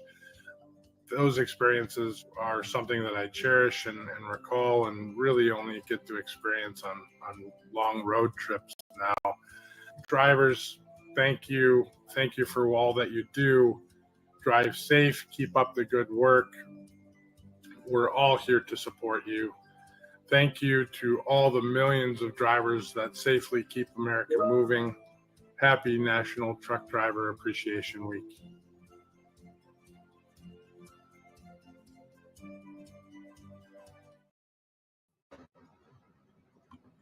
Hey, welcome back, everybody. How y'all doing? Throw some comments in if you have any questions or anything. So we left off with where you was, some strategies and things to help you get to the healthier side of things. And how long since you said it was August when you got serious? Yep. So August of last year? Or That's correct. Okay. So I just want to make sure everybody's clear. This has been over a 12-month journey. So we're talking 14 months now? Yes. Okay. Now, you said that you did workouts for about 6 months before you even consider adding the nutrition. How much of a change did you notice in just the 6 months before you even focused on what you was eating? Oh, the transition for that first 6 months was really the motivation to be like, okay, it's time for me to level up because I'm loving what I'm seeing. So my body composition has started to shift. I have lost, now this is total, so from my heaviest to where I am now, I've lost 65 pounds since I started trucking, or since I started my journey. So in the photo in April, that was 6 weeks into my food journey, and then through July I need to do another one. I love every time I go to a truck stop and I see one of those full-length mirrors, I'm like, hey girl. Now, I know when I first lost my 60 pounds and I walked by a mirror and I caught the reflection out of the corner of my eye, and I looked because I thought it was somebody else and I had to do a double take. And I'm like, oh, wait, that's me. Did you ever do that mentally, that mind shift? Yes. And I do it on a daily basis. And I actually, some of my transition, like the transformation photos, is my smile, my eyes. Like there's so much more to this journey than just pounds lost and inches lost. And I am still a big girl. I'm not at my goal weight. I am not a skinny mini, and I don't know that I ever will be, but my focus has been how much more life I can live within the life I have. And so that first 6 months, that transition, like I was literally bouncing out of the truck. I was waking up in the morning with energy. I was getting through the end of my night without having to feel like a zombie, using supplements through body to fuel my nutrition to boost my energy with natural caffeine through green tea, having a focused brain blend every single morning, this power shot that I have that like helps me maintain the focus to do my job well every day. So all of those things kind of happened at that 6-month mark. And so the last 6 months, I've actually noticed a little bit of a plateau because my body was not used to moving at all. And now I'm moving it every day. And so it's like, oh, okay, we're used to this. This is great. But I've gone from 0 weights to 25-pound weights. So there's still a lot of progress. But with food, I'm eating really healthy, but I'm still not burning as many calories. So that's where my weight loss journey has stalled. I haven't lost, well, that's not true. I lost 6 pounds in the last 2 months. But I feel like that's a stall. However, what I'm gaining every single day from continuing to do those habits has been so much more than the weight loss, because I don't have gut bloat anymore. I'm not running to the restroom because of intestinal issues. I'm not having headaches anymore because of the foods that I'm choosing to eat. I was just thinking that. So what are some of the other non-scale victories that you have noticed in your journey? I think those are so underrated, and they should be at the #1 top tier is the non-scale victory. So share some of your like profound non-scale victories that you have come across. So my biggest accomplishment in this journey so far is that 2 years ago, I was diagnosed with prediabetes. And at my last physical, I dropped my A1C from a 6.8 to a 4.3 in 18 months. Yeah, that's phenomenal. It's huge. But more than that, like being able to fall asleep on demand. I mean, seriously, that is. It is. It's huge. Massive. Just losing that pre-diagnosis category when it is literally removed from your medical records, it's just like, especially because you lost a loved one at a young age due to complications of diabetes, just like I did. And that was when I got that pre-diabetes, it just crushed me because I immediately thought of my loved one. And I'm sure you did the same thing. And I tell people all the time, that's what scared me healthy. That was my initial why, because I did not want it. So losing that is fantastic. Most Congrats. certainly. Thank you. And then the second profound change is how my body moves. So when I can sit in a driver's seat for 7 hours and then I stand up and my body doesn't hurt, that to me, like I'm not suffering because of my career. And being able to do, I do some jumping jacks, and instead of like resorting to a 5-hour energy because I'm exhausted or tired at the end, like in the wee hours of the morning at the end of my driving shift, I do 10 jumping jacks and 15 squats, and I'm ready and fully awake and ready to finish the rest of my shift. And then I think the other profound non-scale victory has been how I see life, and being able to rise to the challenge of whatever's in front of me, then succumbing to the circumstances that are in front of me. Mm-hmm. Now, did you know that mind shift is really a lot to do? And the reason why exercise is so important, and I hate the word exercise, I have a negative association with that word. So I use purposeful movement.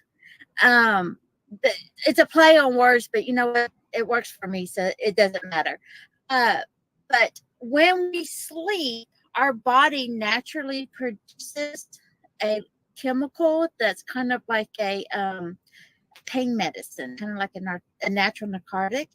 And when we don't exercise, we don't get that medicine out, that natural hormonal medicine out. So it builds up And when it builds up, that's what causes the exhaustion, the fatigue. It causes I mean, it's not like the main cause, but it is a huge cause in the depression and the brain fog, because all those, it gets built up. So when we start working out and doing purposeful movement, whether it's a strenuous exercise or just moving your body, you're depleting those natural chemicals. So therefore, those good chemicals can start taking over. And that's the reason why working out is so important. It's not the calories in, calories out concept. It's more of getting the body moving and getting those chemicals down. But let's go into the nutrition, because I think we're almost halfway done with our show already. It's just flown by. Hey, does anybody have any comments or questions? I see Especially that getting Cindy asked into about intermittent fasting. yes. And yes, I actually have a 16 and 8 schedule. So I only eat for 8 hours during the day and I fast for 16 hours every day. Do you prefer to fast from when you wake up until like your mid shift, or do you prefer to fast at the end of your shift? Because a lot of people think intermittent fasting, you have to only eat lunch and dinner, but you can set your schedule any way you want to, especially, and that's what's so great with driving. But that depletes those sugar levels that's stored up in your body too. But which way do you prefer to do it? So the last thing that I eat at night is my Shakeology, and I make that at the beginning of my shift, and then I drink it in a shake form at 8 p.m. home time. So I always go on Pacific Standard Time. So 8 p.m. home time is the last thing I put in my mouth, and that is my Shakeology Superfoods.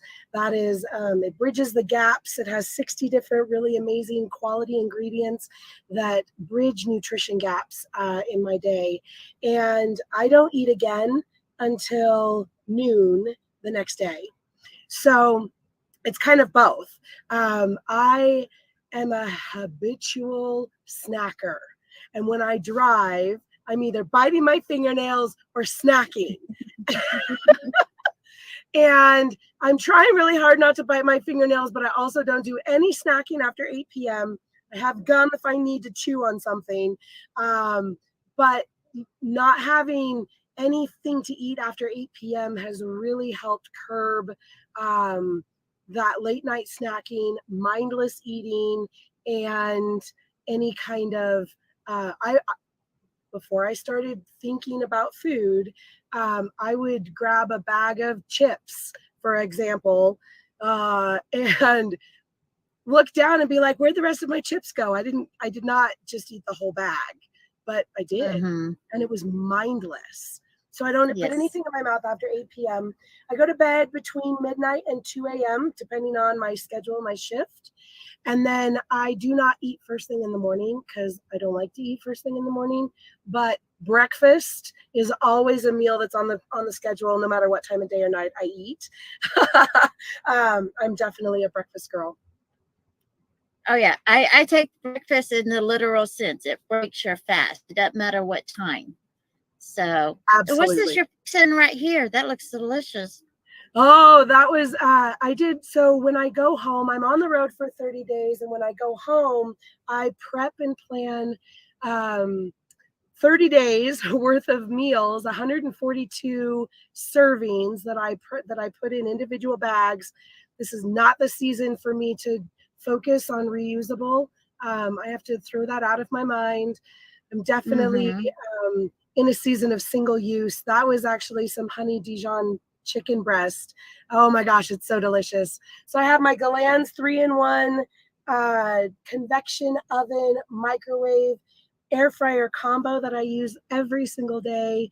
And I also have a Dijon hot pot that I use for cooking eggs and sauteing veggies every day. And then I also use Shipt, which is a kind of like Instacart, but they actually deliver right to my semi truck at the truck stops to do fresh fruits and veggies every week.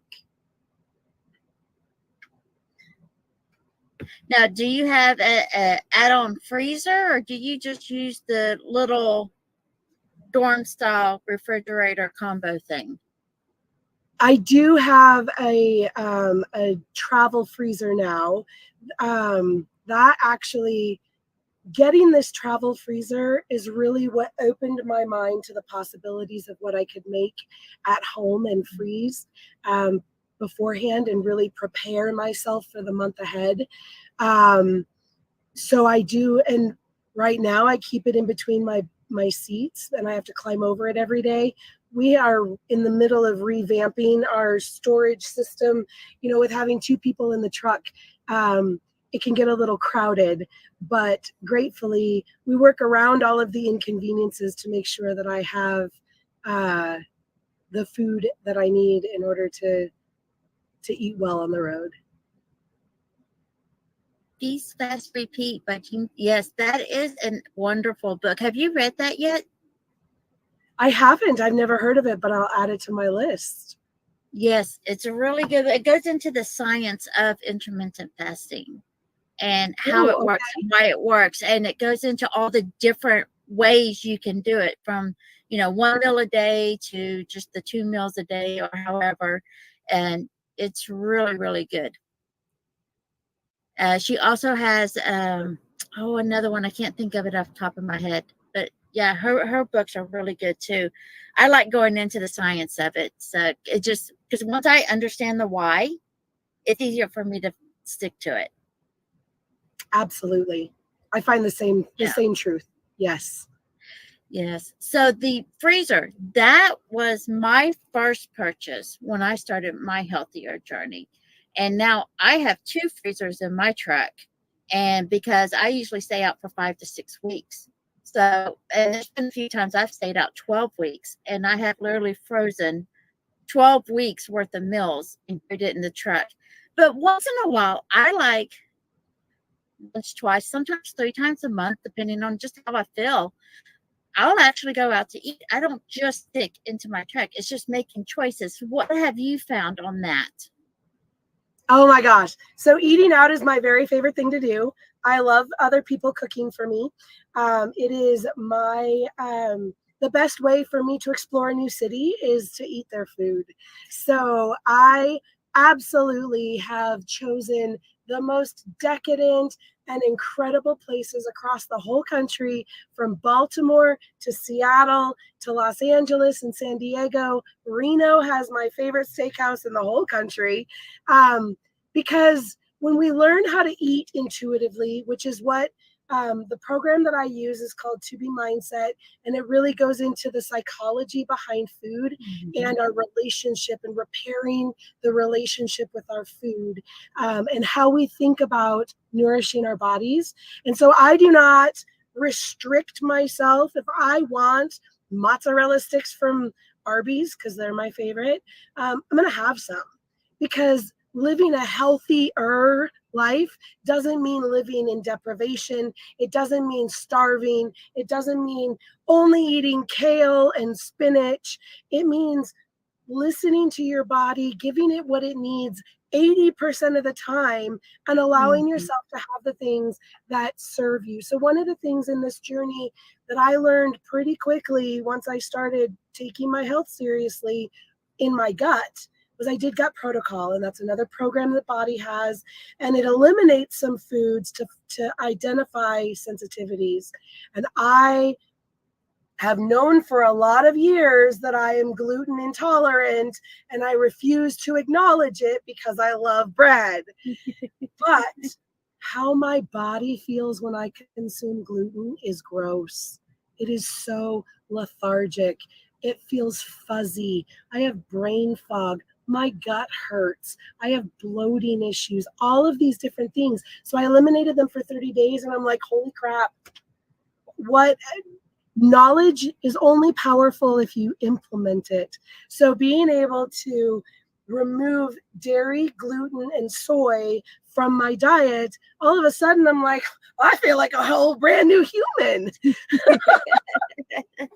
Oh, I can imagine if you had that sensitivity, how bad you felt. And being in the truck made it even worse. Oh, yeah. Well, and plus, when you're in that mindset, oh, all I have time for is a fast food. But if you really think about it, by the time you stop, you park, you walk inside, you stand in line, you order your food, you wait for your food, then you get your food, you can already fix something in the truck and save half the money. Oh, so much more money. I have saved so much money because now, like, for example, Subway is still something that I like to have every now and then, but I don't eat it every day. But the Subway sandwich that I get is $15 for one sandwich.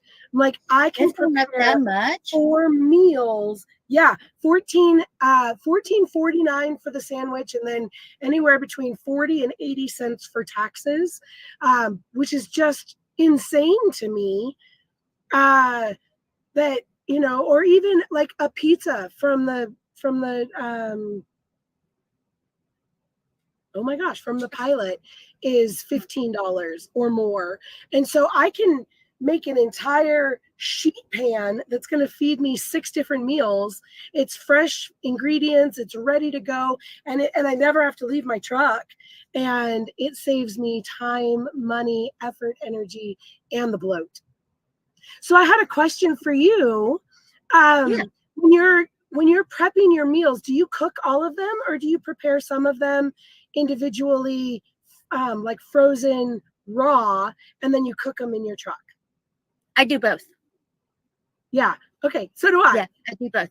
So my absolute favorite one is, and hey, if anybody wants to join in the chat, because I'm always up to new recipes. But my favorite one I like to do is I will crack 4 eggs in a Ziploc bag and then throw a little bit of cheese, ham, and bacon, and then I'll freeze it.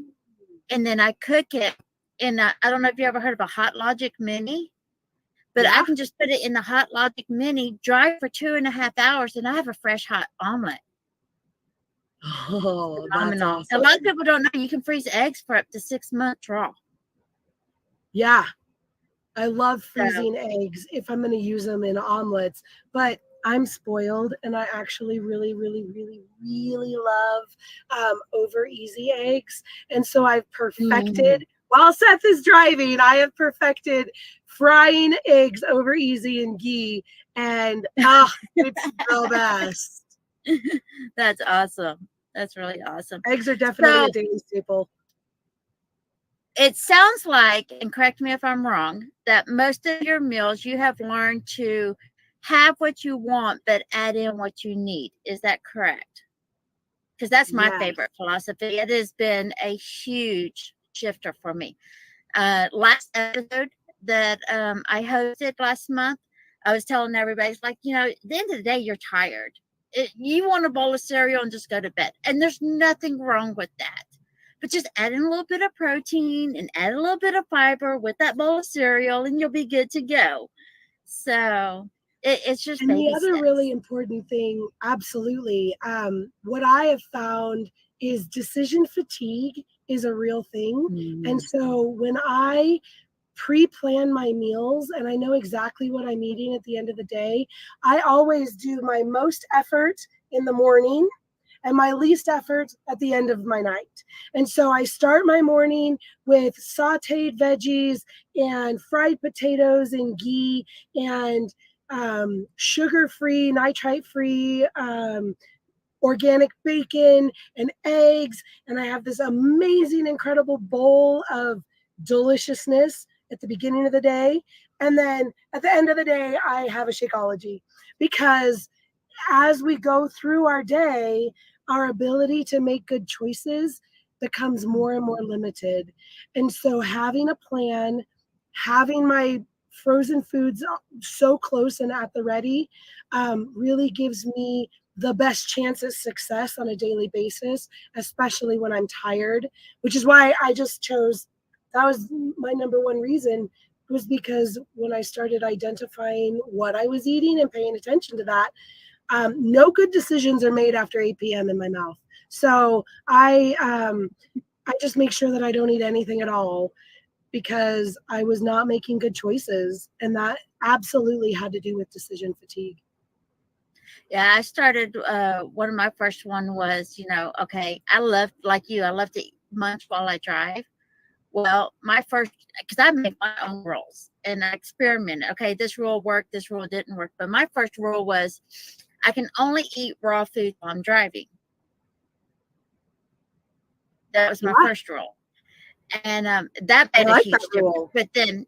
But then I went to, you know, I don't eat while I'm driving, only eat when I'm stopped. That way I can go through the whole holistic, have my digestive system go and all that stuff. That's a whole nother story.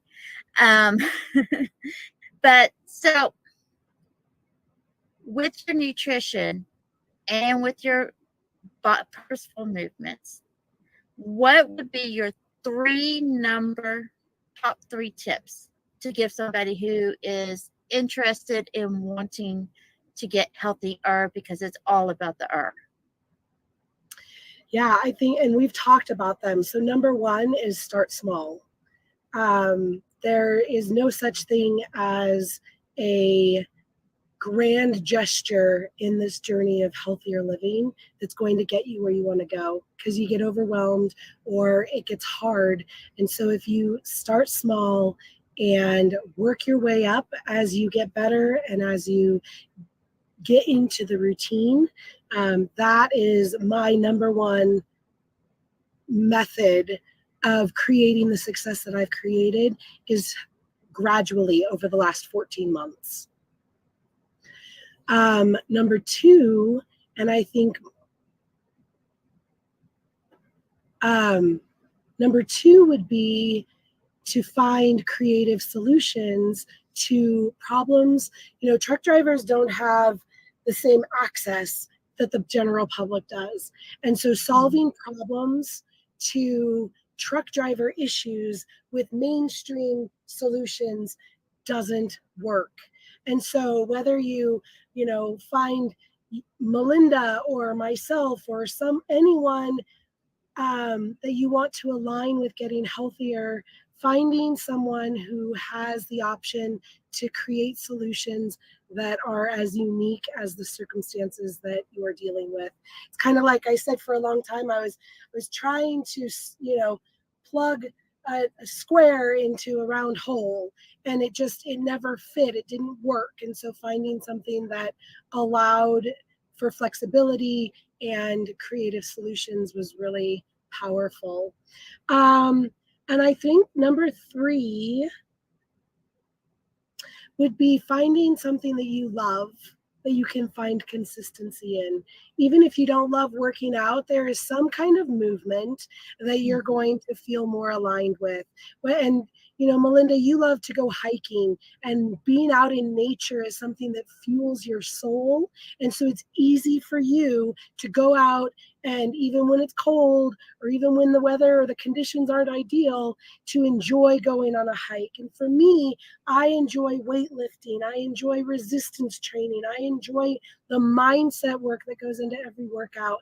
And so no effort toward living a healthier lifestyle is a bad effort.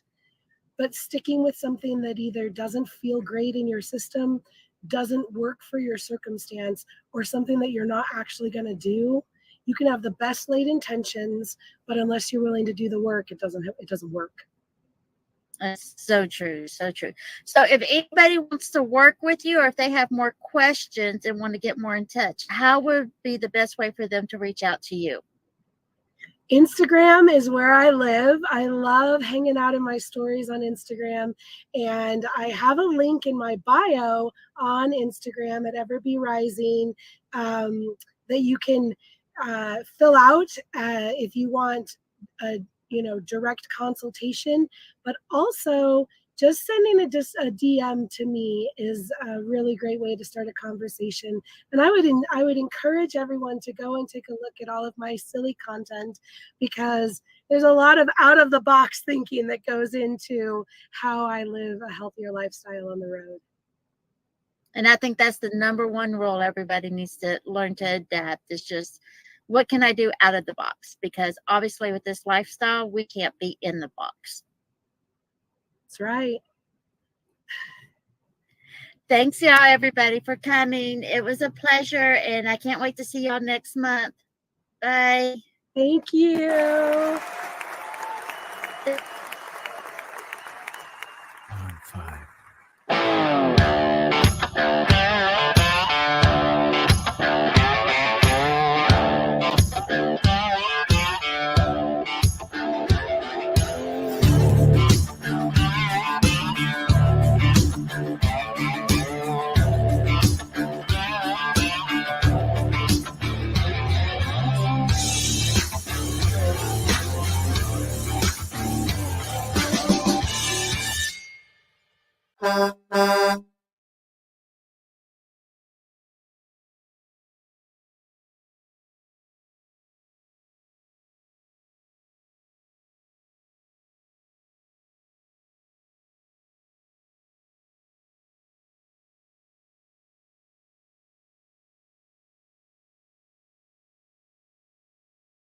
Join the She Trucking Foundation today and be a part of a supportive community of women in the trucking industry.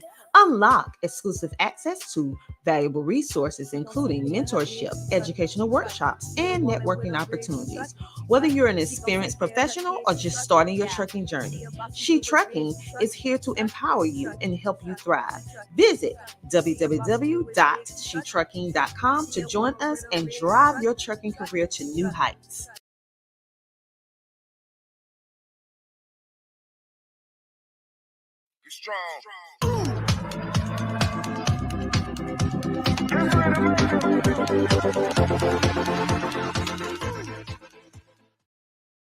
Join the She Trucking Foundation today and be a part of a supportive community of women in the trucking industry. Unlock exclusive access to valuable resources, including mentorship, educational workshops, and networking opportunities. Whether you're an experienced professional or just starting your trucking journey, She Trucking is here to empower you and help you thrive. Visit www.shetrucking.com to join us and drive your trucking career to new heights. Hello, everybody. I am Dr. TNJ Ramsey, the host of the She Trucking podcast, powered by CTR Media Network. And we are super duper excited to bring you today some of the best in the trucking industry to share and have healthy conversations about what's going on in the trucking and transportation industry from the perspective of the truck driver. So this show is exclusive for you. Today we have in the building Avante K. Jackson, aka CDL Shorty. He is a dedicated husband of 5 months, so he is a newlywed lady. So step out. Let me stop. He's also a seasoned CDL trainer. He is a Class A CDL driver. He's a mentor and the proud owner of CDL Shorty D4D LLC.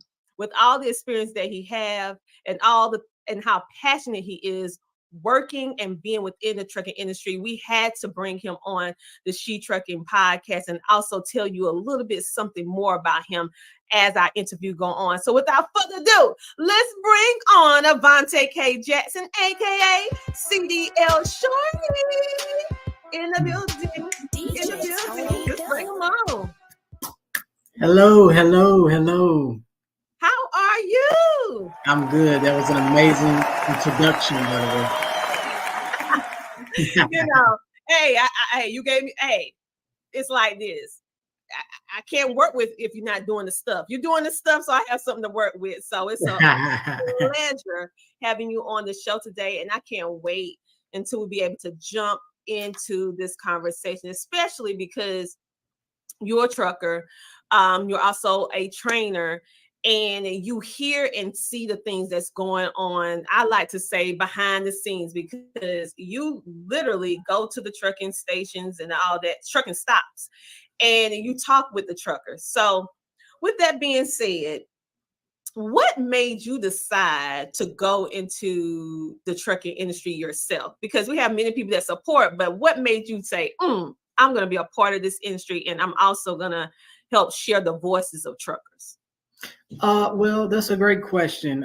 First of all, it really kind of started as I was a little kid. My mother used to always tell this story. If you ever get a chance to meet her, she'll tell you that I used to say the weirdest thing. When I was 2 or 3, I used to say, that when I grow up, I was going to be a truck driver and I was going to deliver fish. I don't know where the fish part came from, but I used to say I was going to be a truck driver. And then, as I grew up trying to look for a career path, I was working for CVS Pharmacy, trying to climb the corporate ladder, and just wasn't working out. So then I fell in love with trucking. My brother was doing it. My dad did it. My brother was doing it at the time. And I had a cousin that was doing it too. And I had got laid off from CVS Pharmacy, and my brother was running a load from Charlotte, North Carolina to Victoria, Texas. And he saw I was down in the dumps, and he was like, come jump in the truck and run this load with me. And when I did that, man, I got diesel in my blood and been in it ever since. And that was in 2015. 2015. Okay, so but you had already been predestined to do trucking. You just had to go through the motions, because literally you've been saying this ever since you was 2. So it had to come to fruition. Yeah, like for real. My mom, like I said, if you ever get a chance to meet her one day, she will tell you. Like I used to say that. I don't know where the fish part came from, but she used to say said I was going to drive trucks. Well, one thing that made me draw to you is your transparency in regards to trucking, your heart in regards to bringing out and also sharing the authentic voices of what's going on from the trucker's perspective, because we can hear things from different companies and different situations, but really the ones who are keeping everything going, and I have said this before and I'll say it again, we as a community, as a society, is leaning heavily on the backs of the truck drivers. And I am a strong advocate of truck drivers, because you guys do not get the flowers that you deserve. You're not getting the proper pay that you deserve, from my perspective. And it's a lot of things that I see, even though we do have truck driving appreciation in September. I just feel like it should be more appreciation that's for the people that help us, people like myself, to have our life as we know it. I mean, everything is dependent upon the truck drivers. So how do you feel as a truck driver? As a truck driver, I feel the same way that you feel. I feel like we are underpaid and undervalued, big time, especially in this new market with this new economy. That's part of the reason why I'm so passionate about truckers' pay, along with truckers' health, because I got my own separate health issues. But with truckers' pay, what really made me become passionate about is because working at the CDL school and being hands-on with new drivers, they're you put your all into these students, and then when they graduate, get their CDL, and they go to these companies, they get their heart broken because they're not getting valuable pay. Man, you got some of these companies that are paying these students like they work at McDonald's. And then like I keep their number, I keep their contact information. I always try to stay in contact with them. You talk to them 6 months to a year from now, and I say a good 75, maybe 80% are not in it anymore. Somewhat because of truckers' pay, and then another part of it is they found out this isn't what they wanted to do. But if truckers' pay was up, then it might persuade them a little bit more to stay in the business. Yes, I have been noticing on social media, especially different YouTube channels lately, a lot of truckers have been, which has me concerned. It have me very concerned that a lot of truckers that I'm seeing, especially ones that have these big platforms, they're talking about they're going to leave trucking.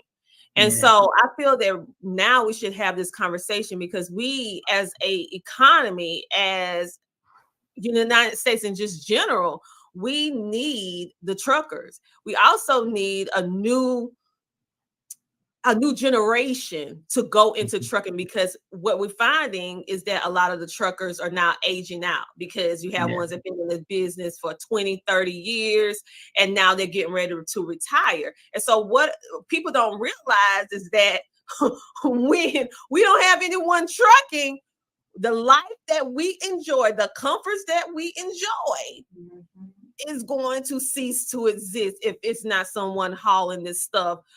Hospitals, schools, businesses, everything. Food is Yes. dependent upon truck drivers. So what do you think we could do, or what needs to be done? I know we're talking about the pay, and I really with the healthcare. So what can we do for ones in support of to keep more truckers in the driver's seat? Yes, that's basically, what I've been passionate about lately as far as going to the truck stops, because I feel like the way that we can combat that is trucker, not just appreciation, but truck awareness. You have people that sit high up in companies that don't know what it is to be an actual trucker. So if we can get those people to come out of those offices, get in a truck, ride and drive the truck, then they can see, and then they can be more aware, like, hey, you guys really go through a lot. Let me start paying y'all a little bit more than what I've been paying y'all. I agree with you on that. And speaking of you being at truck stops and everything like that, and that's another thing. This man just don't say this. He is about this. He literally goes to truck stops all over. I like to call it Trucker Voices or Trucker Chronicles. I know that's what he call it. He don't call it that, but I was like, this is Trucker Chronicles, okay? He gets news. And so what we'd like to do is just share a quick video showing a little bit of what you do when you go to these trucking stops, because I feel that this episode, you guys, is really for all of you, all the truckers right now. So I hope you can honk your horns for those of you who listening in, for those of you who are watching. Don't you watch when we're driving. This is for you. So right now, that's the honk. So right now, show the video so that they can see what CDL Shorty actually does when he goes out to these various truck stops.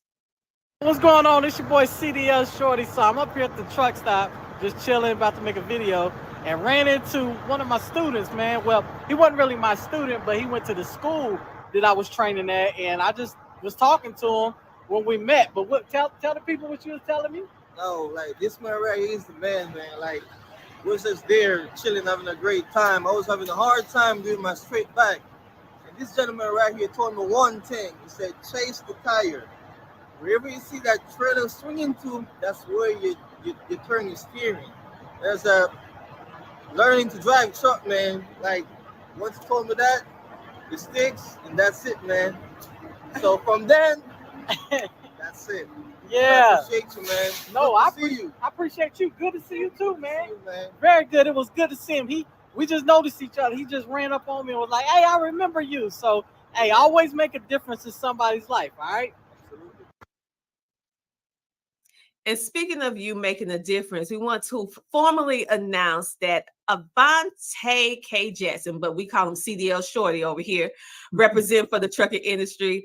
He is officially a brand ambassador for She Trucking. So not only is he out doing things for himself, but he's also bringing that same love, that same energy, that same transparency, and also allowing to share your voices, not just on his platform, but also through She Trucking as our new brand ambassador. So welcome, and thank you so much for taking the time to pour into our community. And something some people may think, oh, it's simple backing up a truck. No. I mean, in our community alone, we hear so many women like, how do I back? That is one of the main things. So just you taking the time to explain to him, give him a little tip on how to back up, that alone could have made him or broke him in regards to whether or not he stayed into trucking or not. Because if you can't back a truck, you can't drive the truck. So thank you for taking the time. So let's jump back into the pay, because I know it's a great difference between pay for truckers years ago, if we go back 10, 15 years, versus what truckers are getting paid now. And many people feel like, okay, this person get paid this person get paid that. It don't matter if this person get paid this amount of money or this group of people. But the irony of it is, if one person accepts a low pay rate, that could become Yes. the synapses of everyone getting low pay. So it's not really about one person, it's about the collective. And so that's why we keep saying, don't accept the low rates, don't accept the low pay, because it's more than just about you. It's about everyone's lives around this transportation chain. So do you feel like that's one of the problems that we're having with not having the right type of pay for our truck drivers? So that is a fully loaded question. I'm gonna break it down if you don't mind. Mhm. So with that is, first of all, if you're a company driver, we have a rule in the industry that says a good dispatcher will make you or break you. Not only a good dispatcher, but a very good work ethic. So let's say if you got a very good dispatcher, but you're a driver that has a very poor work ethic. And I hold my students accountable too, because when I talk to them after they graduate and they tell me about their pay, one of the first things I always ask them is, well, how many miles are you running? And then they'll tell me, and if it's good, I'll be like, okay. If it's not good, I'll be like, and then I'll say, well, what's your work ethic like? Or do you have what we call a drive day, which means you shut them doors and you just concentrate on driving all day? Because if you're stopping every 5, 10, 30 minutes, you're not getting, you're not going to get good pay because you're not getting good miles. Your dispatcher has to be able to rely on you. Also, that could go into pay. Also, with that being said, if you got a dispatcher that's not a good dispatcher, that can go into pay. So it's different variables that go into low pay. But for the majority of it, you have people out there that are doing right, that are working hard and coming home with $750, $800 paychecks. That's just not right. About the off-duty pay, there's people that, get detention pay and stuff like that. At these shippers, the shippers, they got 2 hours to get you in and out. If they don't get you in and out within 2 hours, then it goes on to detention pay. But the detention pay is like $25, maybe $30 an hour. So that can go into low driver pay as well. And then I also talk a lot about, I've caught a lot of flack for this, but at the end of the day, like I tell everybody, I cannot sell my soul, because at the end of the day, I'm a driver and I'm for the drivers. So with that being said, box trucks, you got to think, and I've talked to some drivers at the truck stop about this on my YouTube channel. I made a whole video about it. You got to think, a few years ago, maybe let's say 10 years ago, the box truck game wasn't booming and popping like it is now. So you got to ask yourself, why is it? Well, there's two variables, two reasons. Number one, mega carriers are not paying well. So guess what? Everybody's going to go get a box truck to start their own LLC so they can cut the middleman out. That's number one.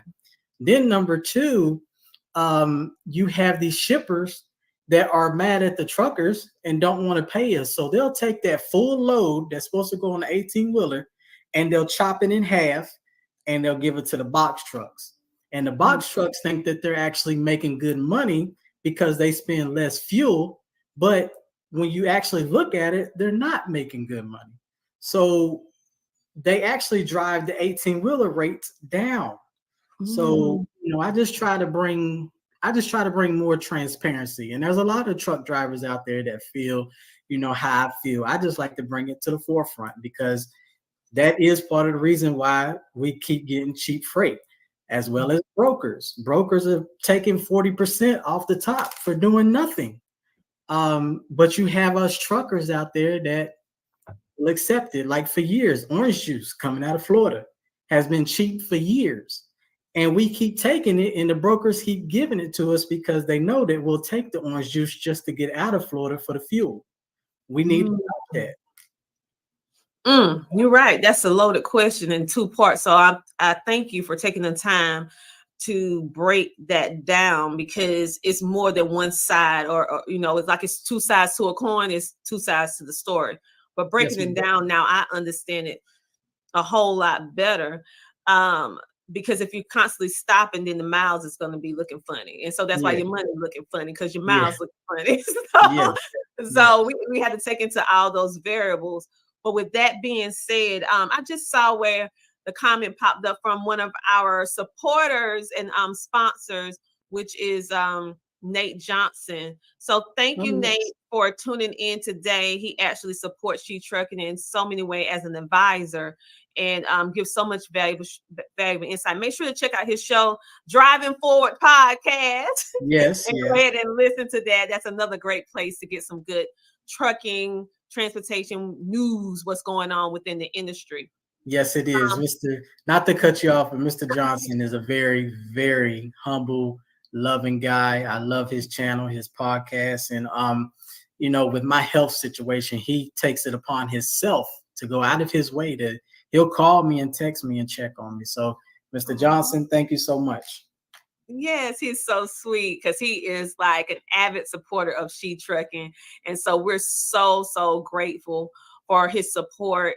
And so we're grateful for everybody that support. And speaking of, we also have a platinum sponsor for this podcast, Taft's The Ring. So thank you to Taft's Fat The Ring for being a platinum sponsor for the She Trucking podcast. So make sure to check them out if you are a company looking for someone to do fattening for you.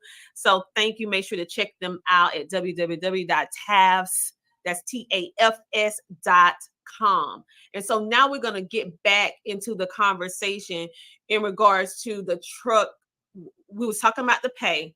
And then you was giving some factors that can determine whether or not they receive the proper pay or not, because it's not only the trucking companies, but the drivers have some responsibilities as well. And so if they do their part and they're still not getting paid right, then that's a problem. That's a problem if they driving. So that's when the problem. So let's talk a little bit about drivers. Do you feel that they should get paid for off duty pay? Do you feel like they should pay for that? Yes, ma'am. Yes, ma'am. I do, because this is the way I look at it. You're away from your house every single day. What's the old saying? If your wheels ain't turning, you ain't earning. So you know, it costs a lot to not only be off duty, to take your 10-hour sleep break at a truck stop. Okay. This is why I say I believe in it, because to take your 10-hour sleep break at a truck stop, every truck stop in America now has at least the minimum 50 reserved parking spots.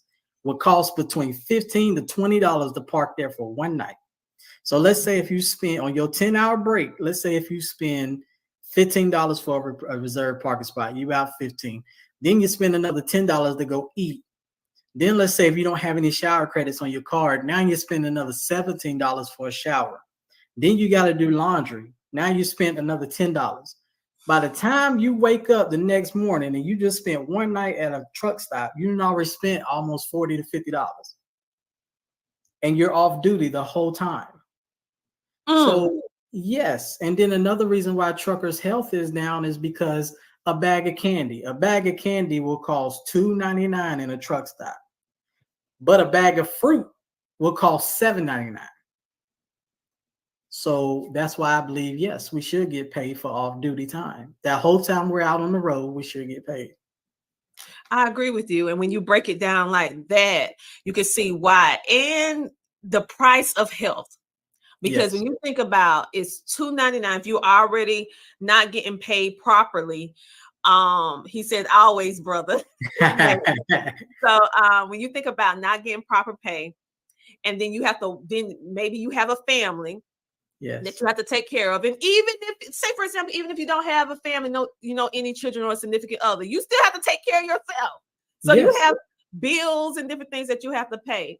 And so if you have to pick between, if you're watching your money and you have to pick between the $2.99 and the $7.99, logically we know we need to do the $7.99. We need the fruit. But if you don't have enough to scratch to make it to that point, then 9 times out of 10 the person gonna do the $2.99. And that is creating a lot of the health problems that our truckers are facing, because they're driving these extensively long hours, not having access to healthy, fresh fruits and vegetables. And some people just, let's keep it real, don't know how to cook on this on the road. So they need to have access at these.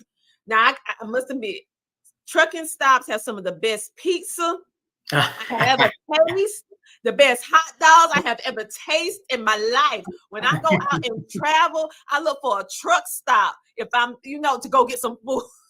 Right, right, Now, with that being said, it's not always the healthiest, but if you want a right, good pizza, you can go to that truck stop. But think right, about you doing and you're driving day in and day out, and that is your regular food schedule. Think right. about all that sitting down, that pain on your back from all that bouncing around, which tearing up your spine, by the Yes. way. Yeah. And you don't have access to food to regenerate, healthy food to regenerate at a good price. So let's go in and talk about, because this is a big problem with the truckers. What are some things that these truck stops, as people, we can do to kind of help with that and them having access to quality healthcare while they're Oh, on the road? Yeah. oh, that's a good question. Well, I do know that right along I-10, like that little stretch from Baton Rouge all the way to Houston, they do have like some trucker minute clinics and stuff at the truck stops. I did notice that when I was out there. But still, it's like if they want us to get a medical card, right? When we get the medical card, them things cost $90 to $100 a pop. I mean, you want us to get a medical card, take our health seriously, but then you give us bad food options.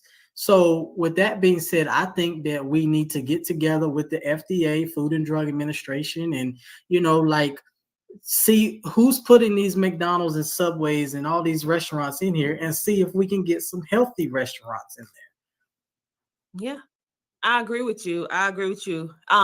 One good thing, we have a good partnership with My Garden and Doc.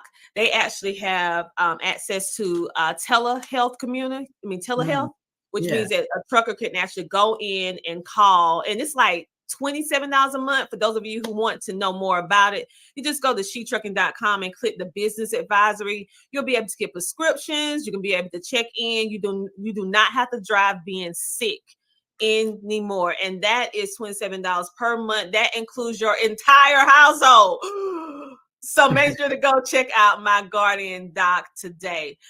They have an extensive array of services, and this is what I like about My Guardian Doc, is that they actually have a piece that addresses your mental health, because no one talks about the mental health of the trucker. I mean, it's not easy being away from your family at long stints of time. That's a lot of time by yourself. Yes, yes. That's a lot of time by yourself. No matter how amazingly awesome you is, that's a lot of time. Right. So they have that mental health facet, which is so important. And you guys, I also want to give a shout out to Loyalty Logistics. Make sure to check them out, because they are actually supporting She Trucking as well. So Loyalty Logistics, hashtag why loyal, because they loyal. Check them out. Check them out today. With all that being said, so we talked about the health. We talked about healthy food options, and that we probably going to have to just do some things to advocate going to the top of the food chain and come on down, so that people can actually have these resources and have at least have options that are not going to break the bank at the end of the day. So for many people who watch, and we have people who's watching who want to start trucking, and they're curious about how do they get a CDL. So is it easy for a person to get a CDL? Because we have a lot of people out here, and we probably get on this later. Some people out here, I call them Instagram fantasy drivers. Yes, Lord. Yes. They do that fantasy football. They fantasy trucking. Yes. Okay, we're talking about real CDL. So how would a person who want to be get a real CDL, be a real driver, not just this social media stuff? How would they go about getting a CDL? Right. Okay. Well, thank you for asking me that.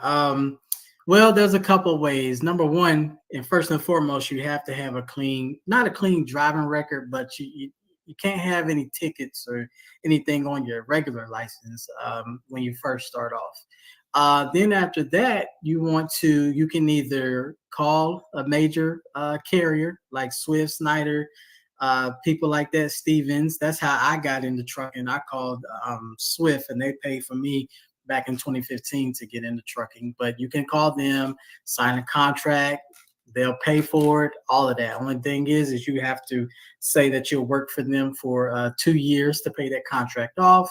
That's one way you can get into it. Another way is you can pay cash. I think it's like the cheapest one is like $3,900.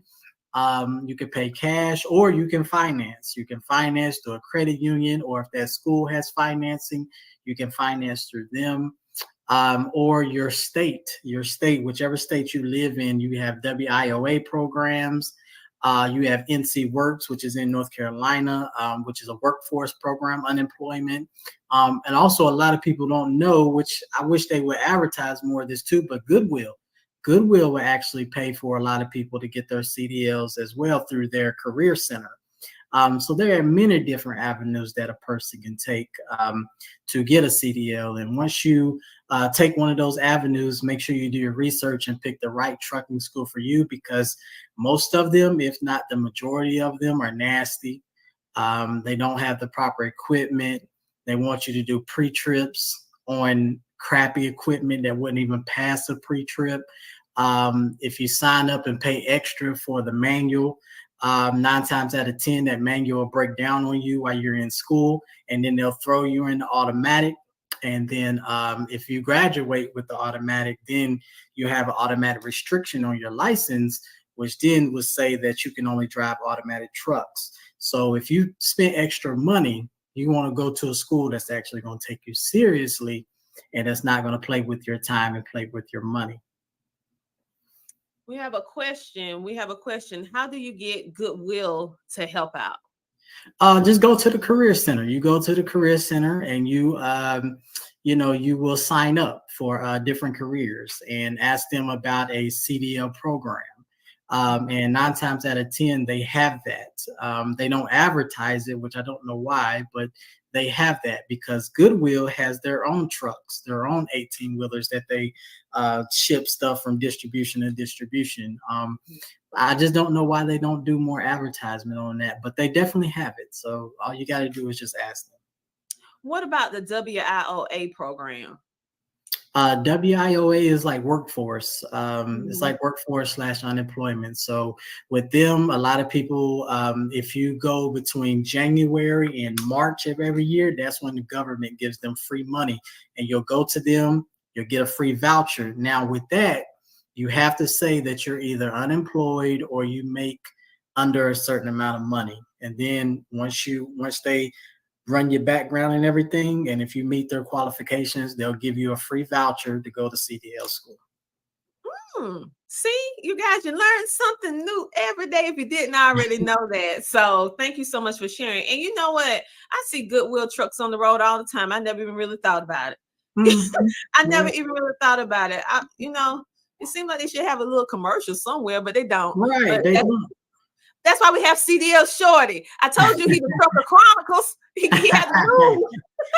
Yeah, and one reason I can speak about the Goodwills, I've had 2 students that came from them. So I didn't know it until I met the students, and then one of the students, it was a female, and she was like, "Yeah, I came from Goodwill," and I was like, "What?" And then she started telling me about it, and I was like, "Oh, I'm gonna look into it." And then about 3 months after that, they sent another student, and I was like, "Oh yeah, okay, Goodwill's got something going on. I don't know why they don't talk about it though." So speaking of that, people saying, what are you talking about with these students? You kept saying students. Okay, let's talk about a little bit about the training that you provide for individuals, because we have so many new truckers. Do you teach your truckers or your students that's with your training how to back up and all the good stuff? What all do you train them with? Okay, so this will go back to what I was talking about as far as how to get a CDL and picking the right school for you. So one thing about me is I'm different, and I pride myself on being different. When I first got into teaching in 2021, I realized that it's a very lack of respect between the actual student and the school that's supposed to be providing a business for the student.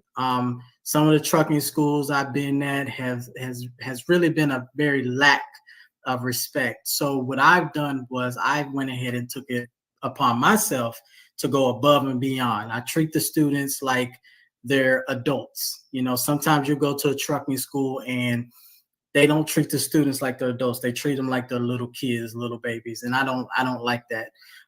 Then I go above and beyond. I not only teach them the pre-trip and drill it in their head, because when you go to trucking school, there's 3 sections. You got the pre-trip, you got the backing, and then you got the road test.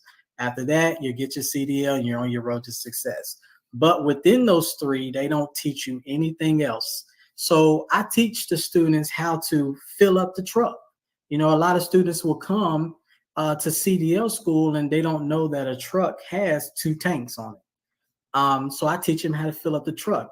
I'll take them to a weigh station, a real DOT weigh station, and DOT doesn't bother trucking schools. So I'll take them to a weigh station, and a weigh station has 2 scales. DOT will let me get on the scale in the back, and I put them on the scale, and I'll stop and I'll say, hey, this is what DOT is looking for. This is the weight that's on your steers, 12, 34, 34. You know, they'll ask questions and stuff like that. Then I'll show them how to slide the tandems. Trucking schools don't do that. Then I'll take them inside the truck stop and show them the showers. I'll show them the laundry room. I show them what it's really like to be a trucker. Then I'll take them to a truck stop scale, a CAT scale. I put them on that, and out of my own pocket, I will pay for a scale ticket, and then I will break it down and show them this is what you need to do and how you need to get a scale ticket. On your scale ticket, this is what you need to look for. Also, get your Loves card activated. Every time you get 50 gallons of fuel, you get a free shower. You know, in the pre-trip, truck driving schools like to talk about you must drain your air tanks daily. They talk about it, but they don't show the students. I go up under the truck and I show the students, hey, this is what your air tanks look like. Pull that. I'll have the student, hey, pull that little nozzle right there. I did it to one of my female students, and the air hit her in the face and she got scared, but she got that real world training. And last but not least, I'll take them to an actual truck stop. And this is what really got me a lot of respect amongst truckers. They see a CDL school pull into a truck stop, and you have an instructor that's out there teaching these students and letting these students back up between real trucks. When real truckers saw me do that, and we're holding up traffic and everything, but when real truckers saw me do that, I literally had about 3 or 4 of them each time I do it come up to me, and they'll shake my hand and they'll tell me that I'm doing it the right way, and they'll give the credit to the school because they see the school's name. Because at the end of the day, you not only learn how to back at the truck stop, but it gets real whenever you get that CDL and you graduate. So I just take pride in what I do. Yes, and so that's what I love your approach. I say those real life skills that they're going to need in order to be a successful truck driver. It's some things that a book can't teach you. You have to have real life experience. And I know that many truckers wish they had that, because you're going to have to learn it one way or another. But it's better to learn it when you are just a rookie versus you're out on the road by yourself and have to figure it all out. And so that is something that's going to help them in the long run. So do you have any tips that you would give for new drivers? Because we have some new drivers that's coming into the field now. So what are some tips that you can give them? Okay, so my tips that I tell a lot of people is, first and foremost, go OTR. Go OTR. A lot of people don't like to hear that because they're looking for that home daily position, that local position. A lot of mega carriers have made it easy for local positions now that pay great, but local positions, it's a lot of work with local positions. So I tell them to go OTR, and what OTR is it's called over the road. And over the road, which means you'll touch all of the lower 48 states. If you have a passport, you can cross the border. And what a lot of students don't know is most of these companies out here will pay you extra to cross the border, to deliver freight to Mexico or Canada. So I tell them to go over the road because you not only get your experience, but you need to learn how to drive in inclement weather. You need to learn how to drive in the snow, in the mountains. You need to learn how to drive out in Phoenix, Arizona, in the desert when it's 110, 120. You got to make sure your truck doesn't overheat. You need to learn how to drive through a monsoon. Monsoon is a dust storm that only happens out in Arizona. You need to learn how to drive in the Northeast when it's very tight in Boston, New York, New Jersey, stuff like that. What I've noticed, touching back on what you were saying about the Instagram truckers, is trucking has gotten very lazy to where a lot of people have made it easy to stay within one state. I follow a couple of people on Instagram, and I found out just recently that they only truck in Florida and in South Carolina. They don't go out of Florida. They don't go out of South Carolina. And I'm like, how does that happen? But okay. And then I tell them after that, go regional. I did a month, not a month. I did a year and 2 months OTR with Swift. Then after that, I left Swift and I did 4 years regional, Midwest, and regional is within a certain amount of states. So I did all of Texas, all of Oklahoma, all of Louisiana, all of New Mexico. It was only supposed to be 4 states, but every once in a while they'll run me up to like Illinois or Nebraska, Iowa, Wisconsin, every once in a while. But I did that and it got me home every weekend, and I was making roughly 11 to 1200, and that was good money for me at the time. But then as I started talking to my brothers and my family and everything, they were telling me, like, for what you're doing, you should be making at least 18. So that's when I decided to take another route. But I tell a lot of them, go get your experience, learn how to become a real trucker, learn the industry. Don't do lease purchase, but don't jump out there like that. Learn the industry first, and then go and buy your own truck. Don't do lease purchase, because a lot of companies don't tell you about that big balloon payment at the end, and they want that truck note every single Friday. If you go to an actual bank or finance company, they want that truck note once a month. So yeah, that's my tip. And always, try to eat healthy, cook on the truck, things like that. Find safe parking, things like that. Well, just that tip alone, because the hot question in the industry is, you hear some of these people, I call them, like I said, the Instagram drivers. They tell you, go buy a truck right now. This is the time to buy a truck. When everybody who's really in the industry know this is not the time to buy no truck. Nope, freight's still low, diesel still high. Down why this is really not a good idea to buy a truck in our current economy. Not saying in the future it might be different, but we're talking right now to now. Why would you say it's not a good time to purchase a truck? Well, there's many factors. This economy is terrible right now. Not only that, but you got freight is low, diesel is high right now. Plus insurance, insurance alone. That's why me as an instructor and other instructors tell students, go get your experience. Go get 6 months to a year of experience, because with you being a new driver, you're going to pay $3,100 to $3,500 in insurance alone. So you're basically going to be running freight up and down the road as a slave. So to pay for that truck. yeah, definitely.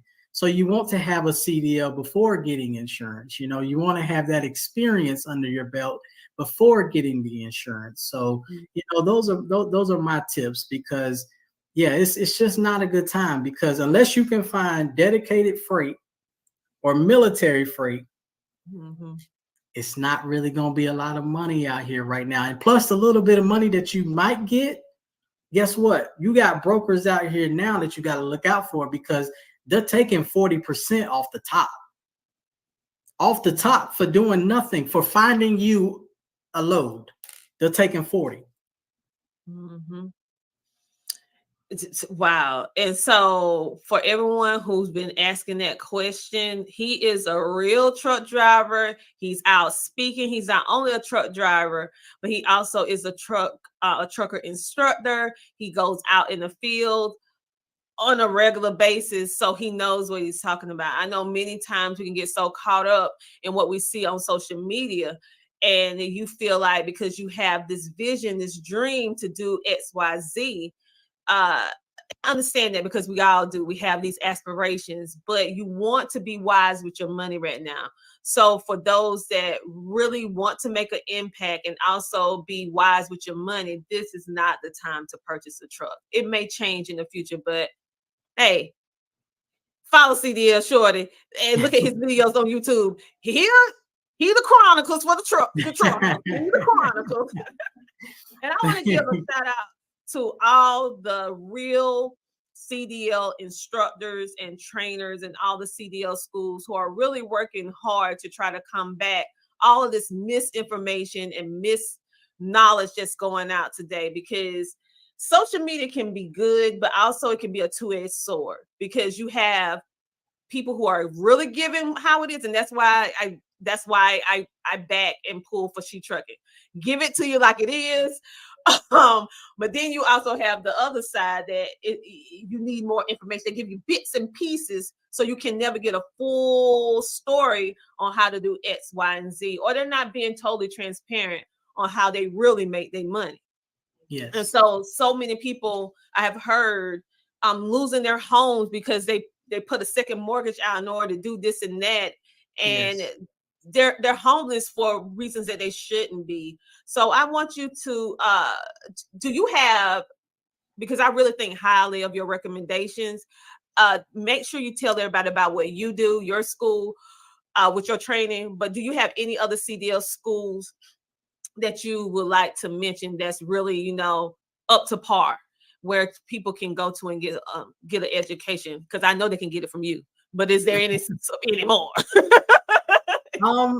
Well, I mean, there's a few, out of North Carolina. One called CL Driving School in Indian Trail, North Carolina. There's another one that just started up called R&K Training Academy in Gastonia, North Carolina. There's one called Three Rivers out of Georgia with Miss Michelle. Those are really the only three that I'm really aware of. I have students, or not students, but I have just regular people that will hit me up on my YouTube page and tell me about other trucking schools. One reason why I'm so hesitant to really shout out a lot of schools, because the same schools or the same thing that I'm talking about as far as schools taking your money, not taking pride in a student, equipment's being nasty and broken down.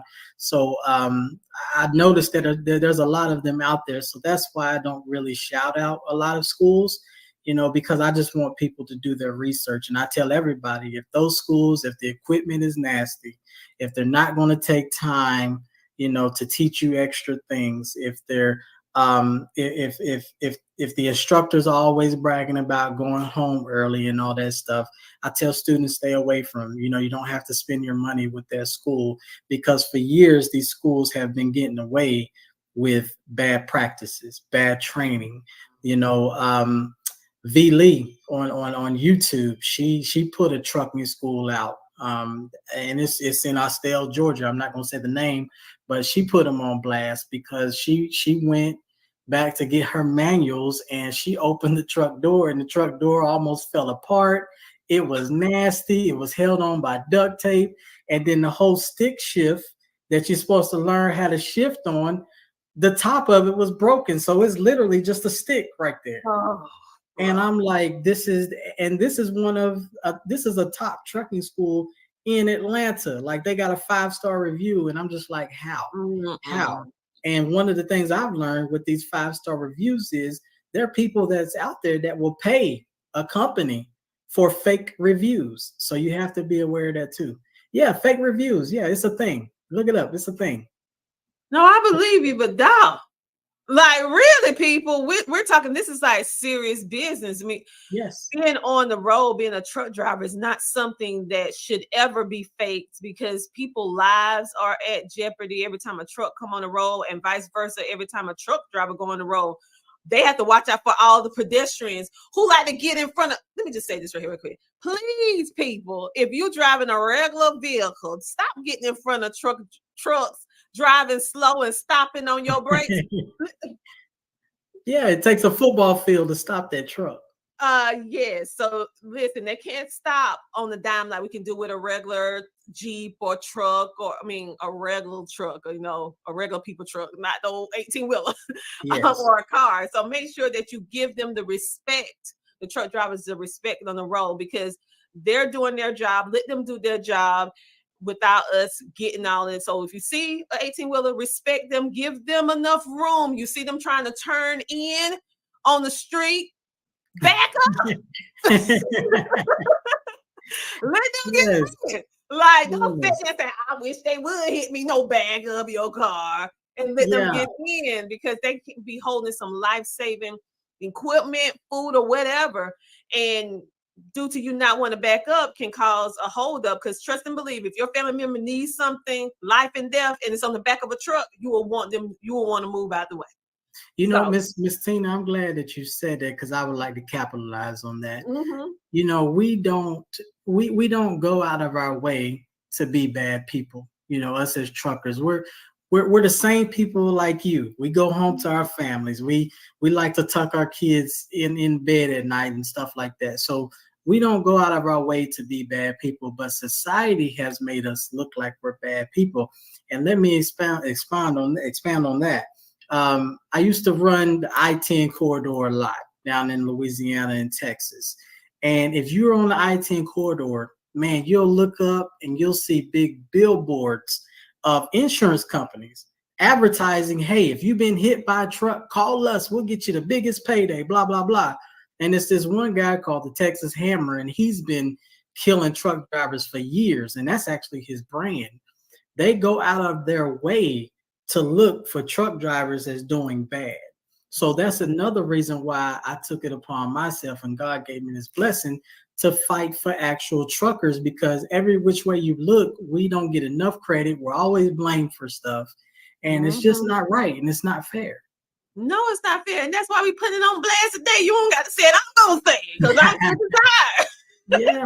I'm sick and tired. I mean, at the end of the day, it's the truckers that keep this world going, even down to the military, because the truckers have to haul the ammunition and all the different things. So with that being said, what are just so people who are not a truck driver, who are not in support of or don't know anything about the trucking industry, what are some things that truckers haul so that they can get it in layman's terms, so they can understand how essential truck drivers are to our life? Okay, that's a good question as well. So to put it in layman's terms, we haul everything from your clothes that you get from Walmart, your groceries you get from Walmart.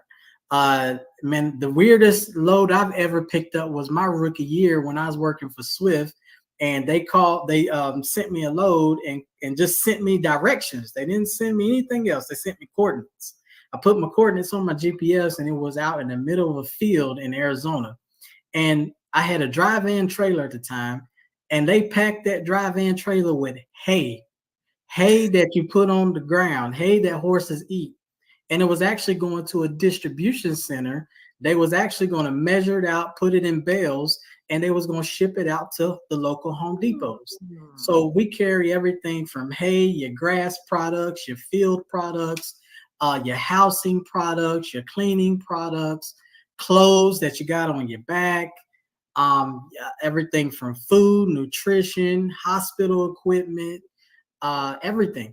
Truckers carry cars. You got car haulers out there. So that brand new car that somebody might be driving that's watching this, guess what? It came off of a truck. It had to get transported from the factory to where you bought it from. It came off of a truck. So you guys, with all that being said, please show some love to our truckers, okay? And show respect to them when you're on the road, Don't be trying to drive in front of them and slow down, because trucks can't stop on a dime like a regular vehicle can.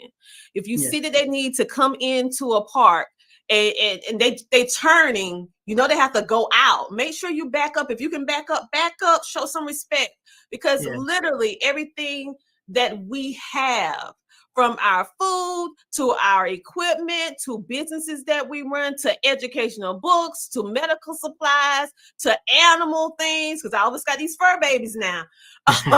Listen, everything that we need, cell phones, it comes on the back of some truck, some haul. So keep that in mind the next time that you see a trucker and they're away from their families in order to help us have the life that we want to have, and they sacrifice for us every single day.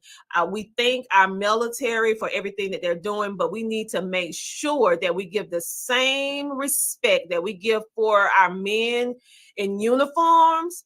We need to give the same respect for the ones that's driving these trucks, okay? Because literally, they keep the world turning around. And that goes from the higher level all the way to the bottom. And if you don't get anything from this, all my truckers that's watching and listening, listen.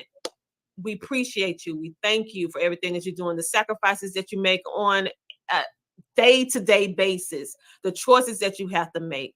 We greatly appreciate everything. Yes, a lot of people like they like Drake, they like Beyonce, they like Toby Keith, all those. When your favorite artists go on tour, guess who's carrying that stage for them to perform on? It comes off of a truck. Exactly. So you want to be having your Beyonce and your Usher and your Usher. That's right. And you run for that truck. Y'all want to have our good old Super Bowl watching Alicia Keys rounded up on Usher there. Everybody got all a little uproar. You want to have that? That's right. It came off a truck. And so what we want to talk about a little bit more we already talked about that, but I want to just talk a little bit more about driver safety, because we laughed a little bit right now. We're going to get back on some driver safety. So driver safety inspections, levels, and the importance of the pre-trip, because some people may not be doing their pre-trips. So let's talk about why they need to be doing this. Why is this important? And these safety inspections, why they're so important for truck drivers. So, you know how earlier in the interview I said that I always keep in touch with my old students. Mm-hmm. I just spoke with one of my old students probably about 2 days ago and just checked on him, see how he was doing. And he actually told me a real sad story that he's not in trucking anymore. And I asked him why. And one of the things he told me was, see, once you graduate CDL school and you go to these mega carriers, they put you with a trainer. You stay with the trainer for about a month or two, and the trainer teaches you the ropes, because after CDL school, you still have a lot to learn about trucking. So that trainer is responsible for teaching you the ropes, teaching you how it goes, all of that. So you have to do your pre-trip every single day. I mean, I don't care if it's cold, rainy, you just got to do it. When I was out there, I sucked it up and I did it. This trainer that he was with wasn't doing a pre-trip. And the days that he did do the pre-trip, he was only skimming over it. So one day, here recently, my student and the trainer actually was rolling down the road, and the mechanism that hooks the kingpin and the locking jaws to the trailer, they're supposed to hook around like that so that trailer doesn't come off of that tractor. Well, those springs and those locking jaws can go bad, and they have to be changed every so often. That's a lot of things that people don't know if you're not a mechanic. I had to learn that on the road myself. But they can go bad often. And when they go bad, when you go to hook up to a trailer, when you go to hook up to a trailer, these locking jaws won't latch. They won't latch. So they went to hook up to their trailer and it didn't latch. So they thought that it did because they didn't do an actual pre-trip inspection that day. Thank God, they made it all the way to their destination and that trailer didn't come off. But when they made it to the destination to back up, it came off right in the parking lot. And my old student told me that that company let him go. They let him go. They didn't let the trainer go. They let him go because the trainer blamed it on him. Now, how does that happen when you're the trainer? You're supposed to be teaching the student an actual pre-trip. So that's how important pre-trips are, because if that trailer would have came off while they were on the highway, that trailer could have killed a family. It could have killed someone, and that's how detrimental an actual pre-trip inspection is. Wow. I love the way you speak. You speak in illustrations. So it remind me of Jesus in a little bit, because he spoke and he said without an illustration, he will not speak to the people, because it actually help us be able to have a visual picture of what Yes. is going on. And so when you did that demonstration, we would, people who don't have any knowledge about trucking, they will be able to understand that. And so for those of you who are trucking now, please do your pre-trip, because Yes. it can make a difference, not only dealing with your livelihood of being able to keep your job, but most importantly, you don't want to have blood on your hands for Right. being careless and someone loses their life, including yourself. Right. Including yourself. So this is the importance of safety, and thank you for that illustration. Is there anything else you would like to say? Because if not, I have some things that I would like to say. And I would like to thank you for being on the She Trucking podcast today. No, I just want to thank you guys for having me. I'm very passionate, and I wish the best for everyone out there that's listening. And if you're going to do a job, just do it right. Kobe Bryant had a saying once, and I actually watched this morning.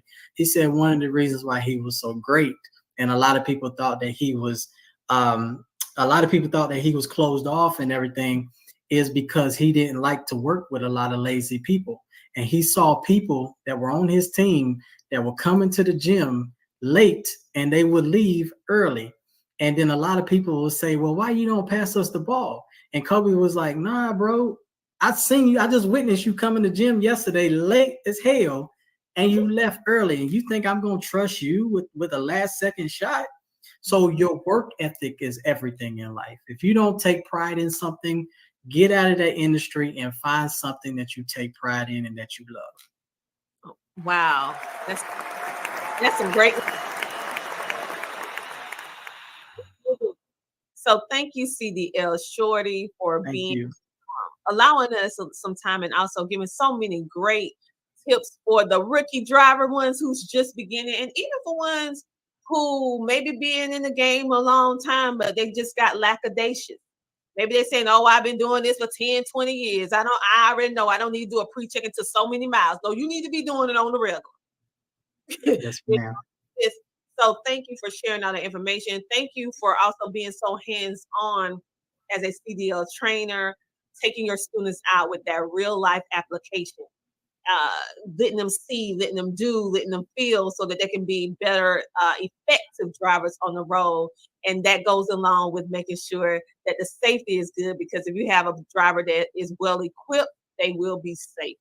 And so thank you for everything you're doing. And thank you for taking the time for, I call you the Trucking Chronicles. I know. That's who I call you. For taking the time to go out to the trucking stops and actually sharing the voices of our drivers, men and women, that are doing it every single day and sacrificing on behalf of all of us, including yourself, sacrificing as well. So thank you so much. And we're so happy, everyone, to announce that CDL Shorty is now one of our new brand ambassadors. So this is not the first nor the last time you will be seeing him. So if you love this episode, which I know you did, you'll be seeing some more of him and content coming very, very soon. So stay tuned for all of that. Thank you so much for being a featured guest. Thank you guys for having me. It was really our pleasure. So we would like to give a special thank you. Yes, a special thank you to GLCS with Nate Johnson, Brandon, for B Logistics Loyalty. And we would also like to give thank you to My Guardian Doc. If you need some insurance, $27 a month for you to go ahead and get your entire family covered. And if you find yourself in a crunch and you need some legal help, we have Miss Sue in the building to be able to help all of you for on the legal side. So to find out all the different things that we do and all the resources that we currently have available for you today, go to shetrucking.com and make sure to click the business directory so that you can see what's going on. We would like to thank everyone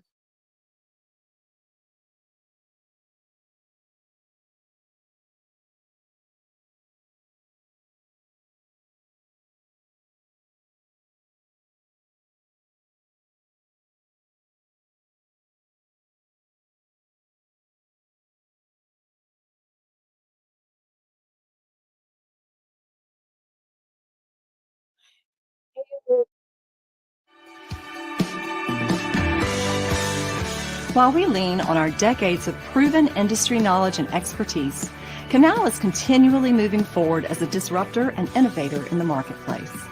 We have developed Canal Test Drive with that same forward-thinking mindset. Our telematics-based pay-as-you-roll insurance product is pioneering the future of trucking insurance, one fleet at a time. We know that starting a new venture in the trucking industry is a complex process. That's why we offer Canal Test Drive, an innovative solution designed to help new commercial trucking operations simplify and manage their insurance costs based on actual miles driven, never for idle time. Let us take the guesswork out of your insurance costs with our simplified pay-as-you-roll approach.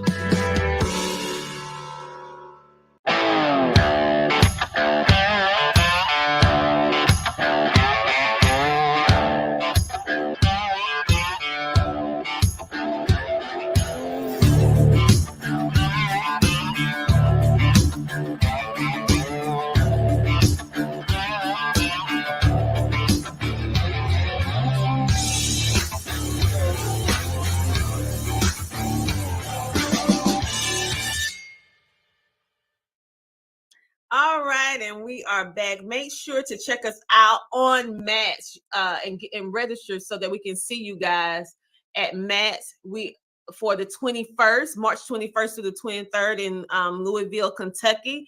We're going to be at booth 40652. We would love to see you. That's booth 40652. We also have this amazing guitar that we are raffling off for an auction, yes, from Ashley McBride. We have a beautiful signed autograph, so we want to give her a big shout out and thank you. This guitar is absolutely gorgeous. So make sure that you register so you can possibly win this real guitar. It plays, people. It's real. Okay, so make sure that you sign up, and thank you, Ashley, for being in support of the She Trucking Foundation. We're also currently accepting donations for the foundation, and we'll be giving away our first edition of the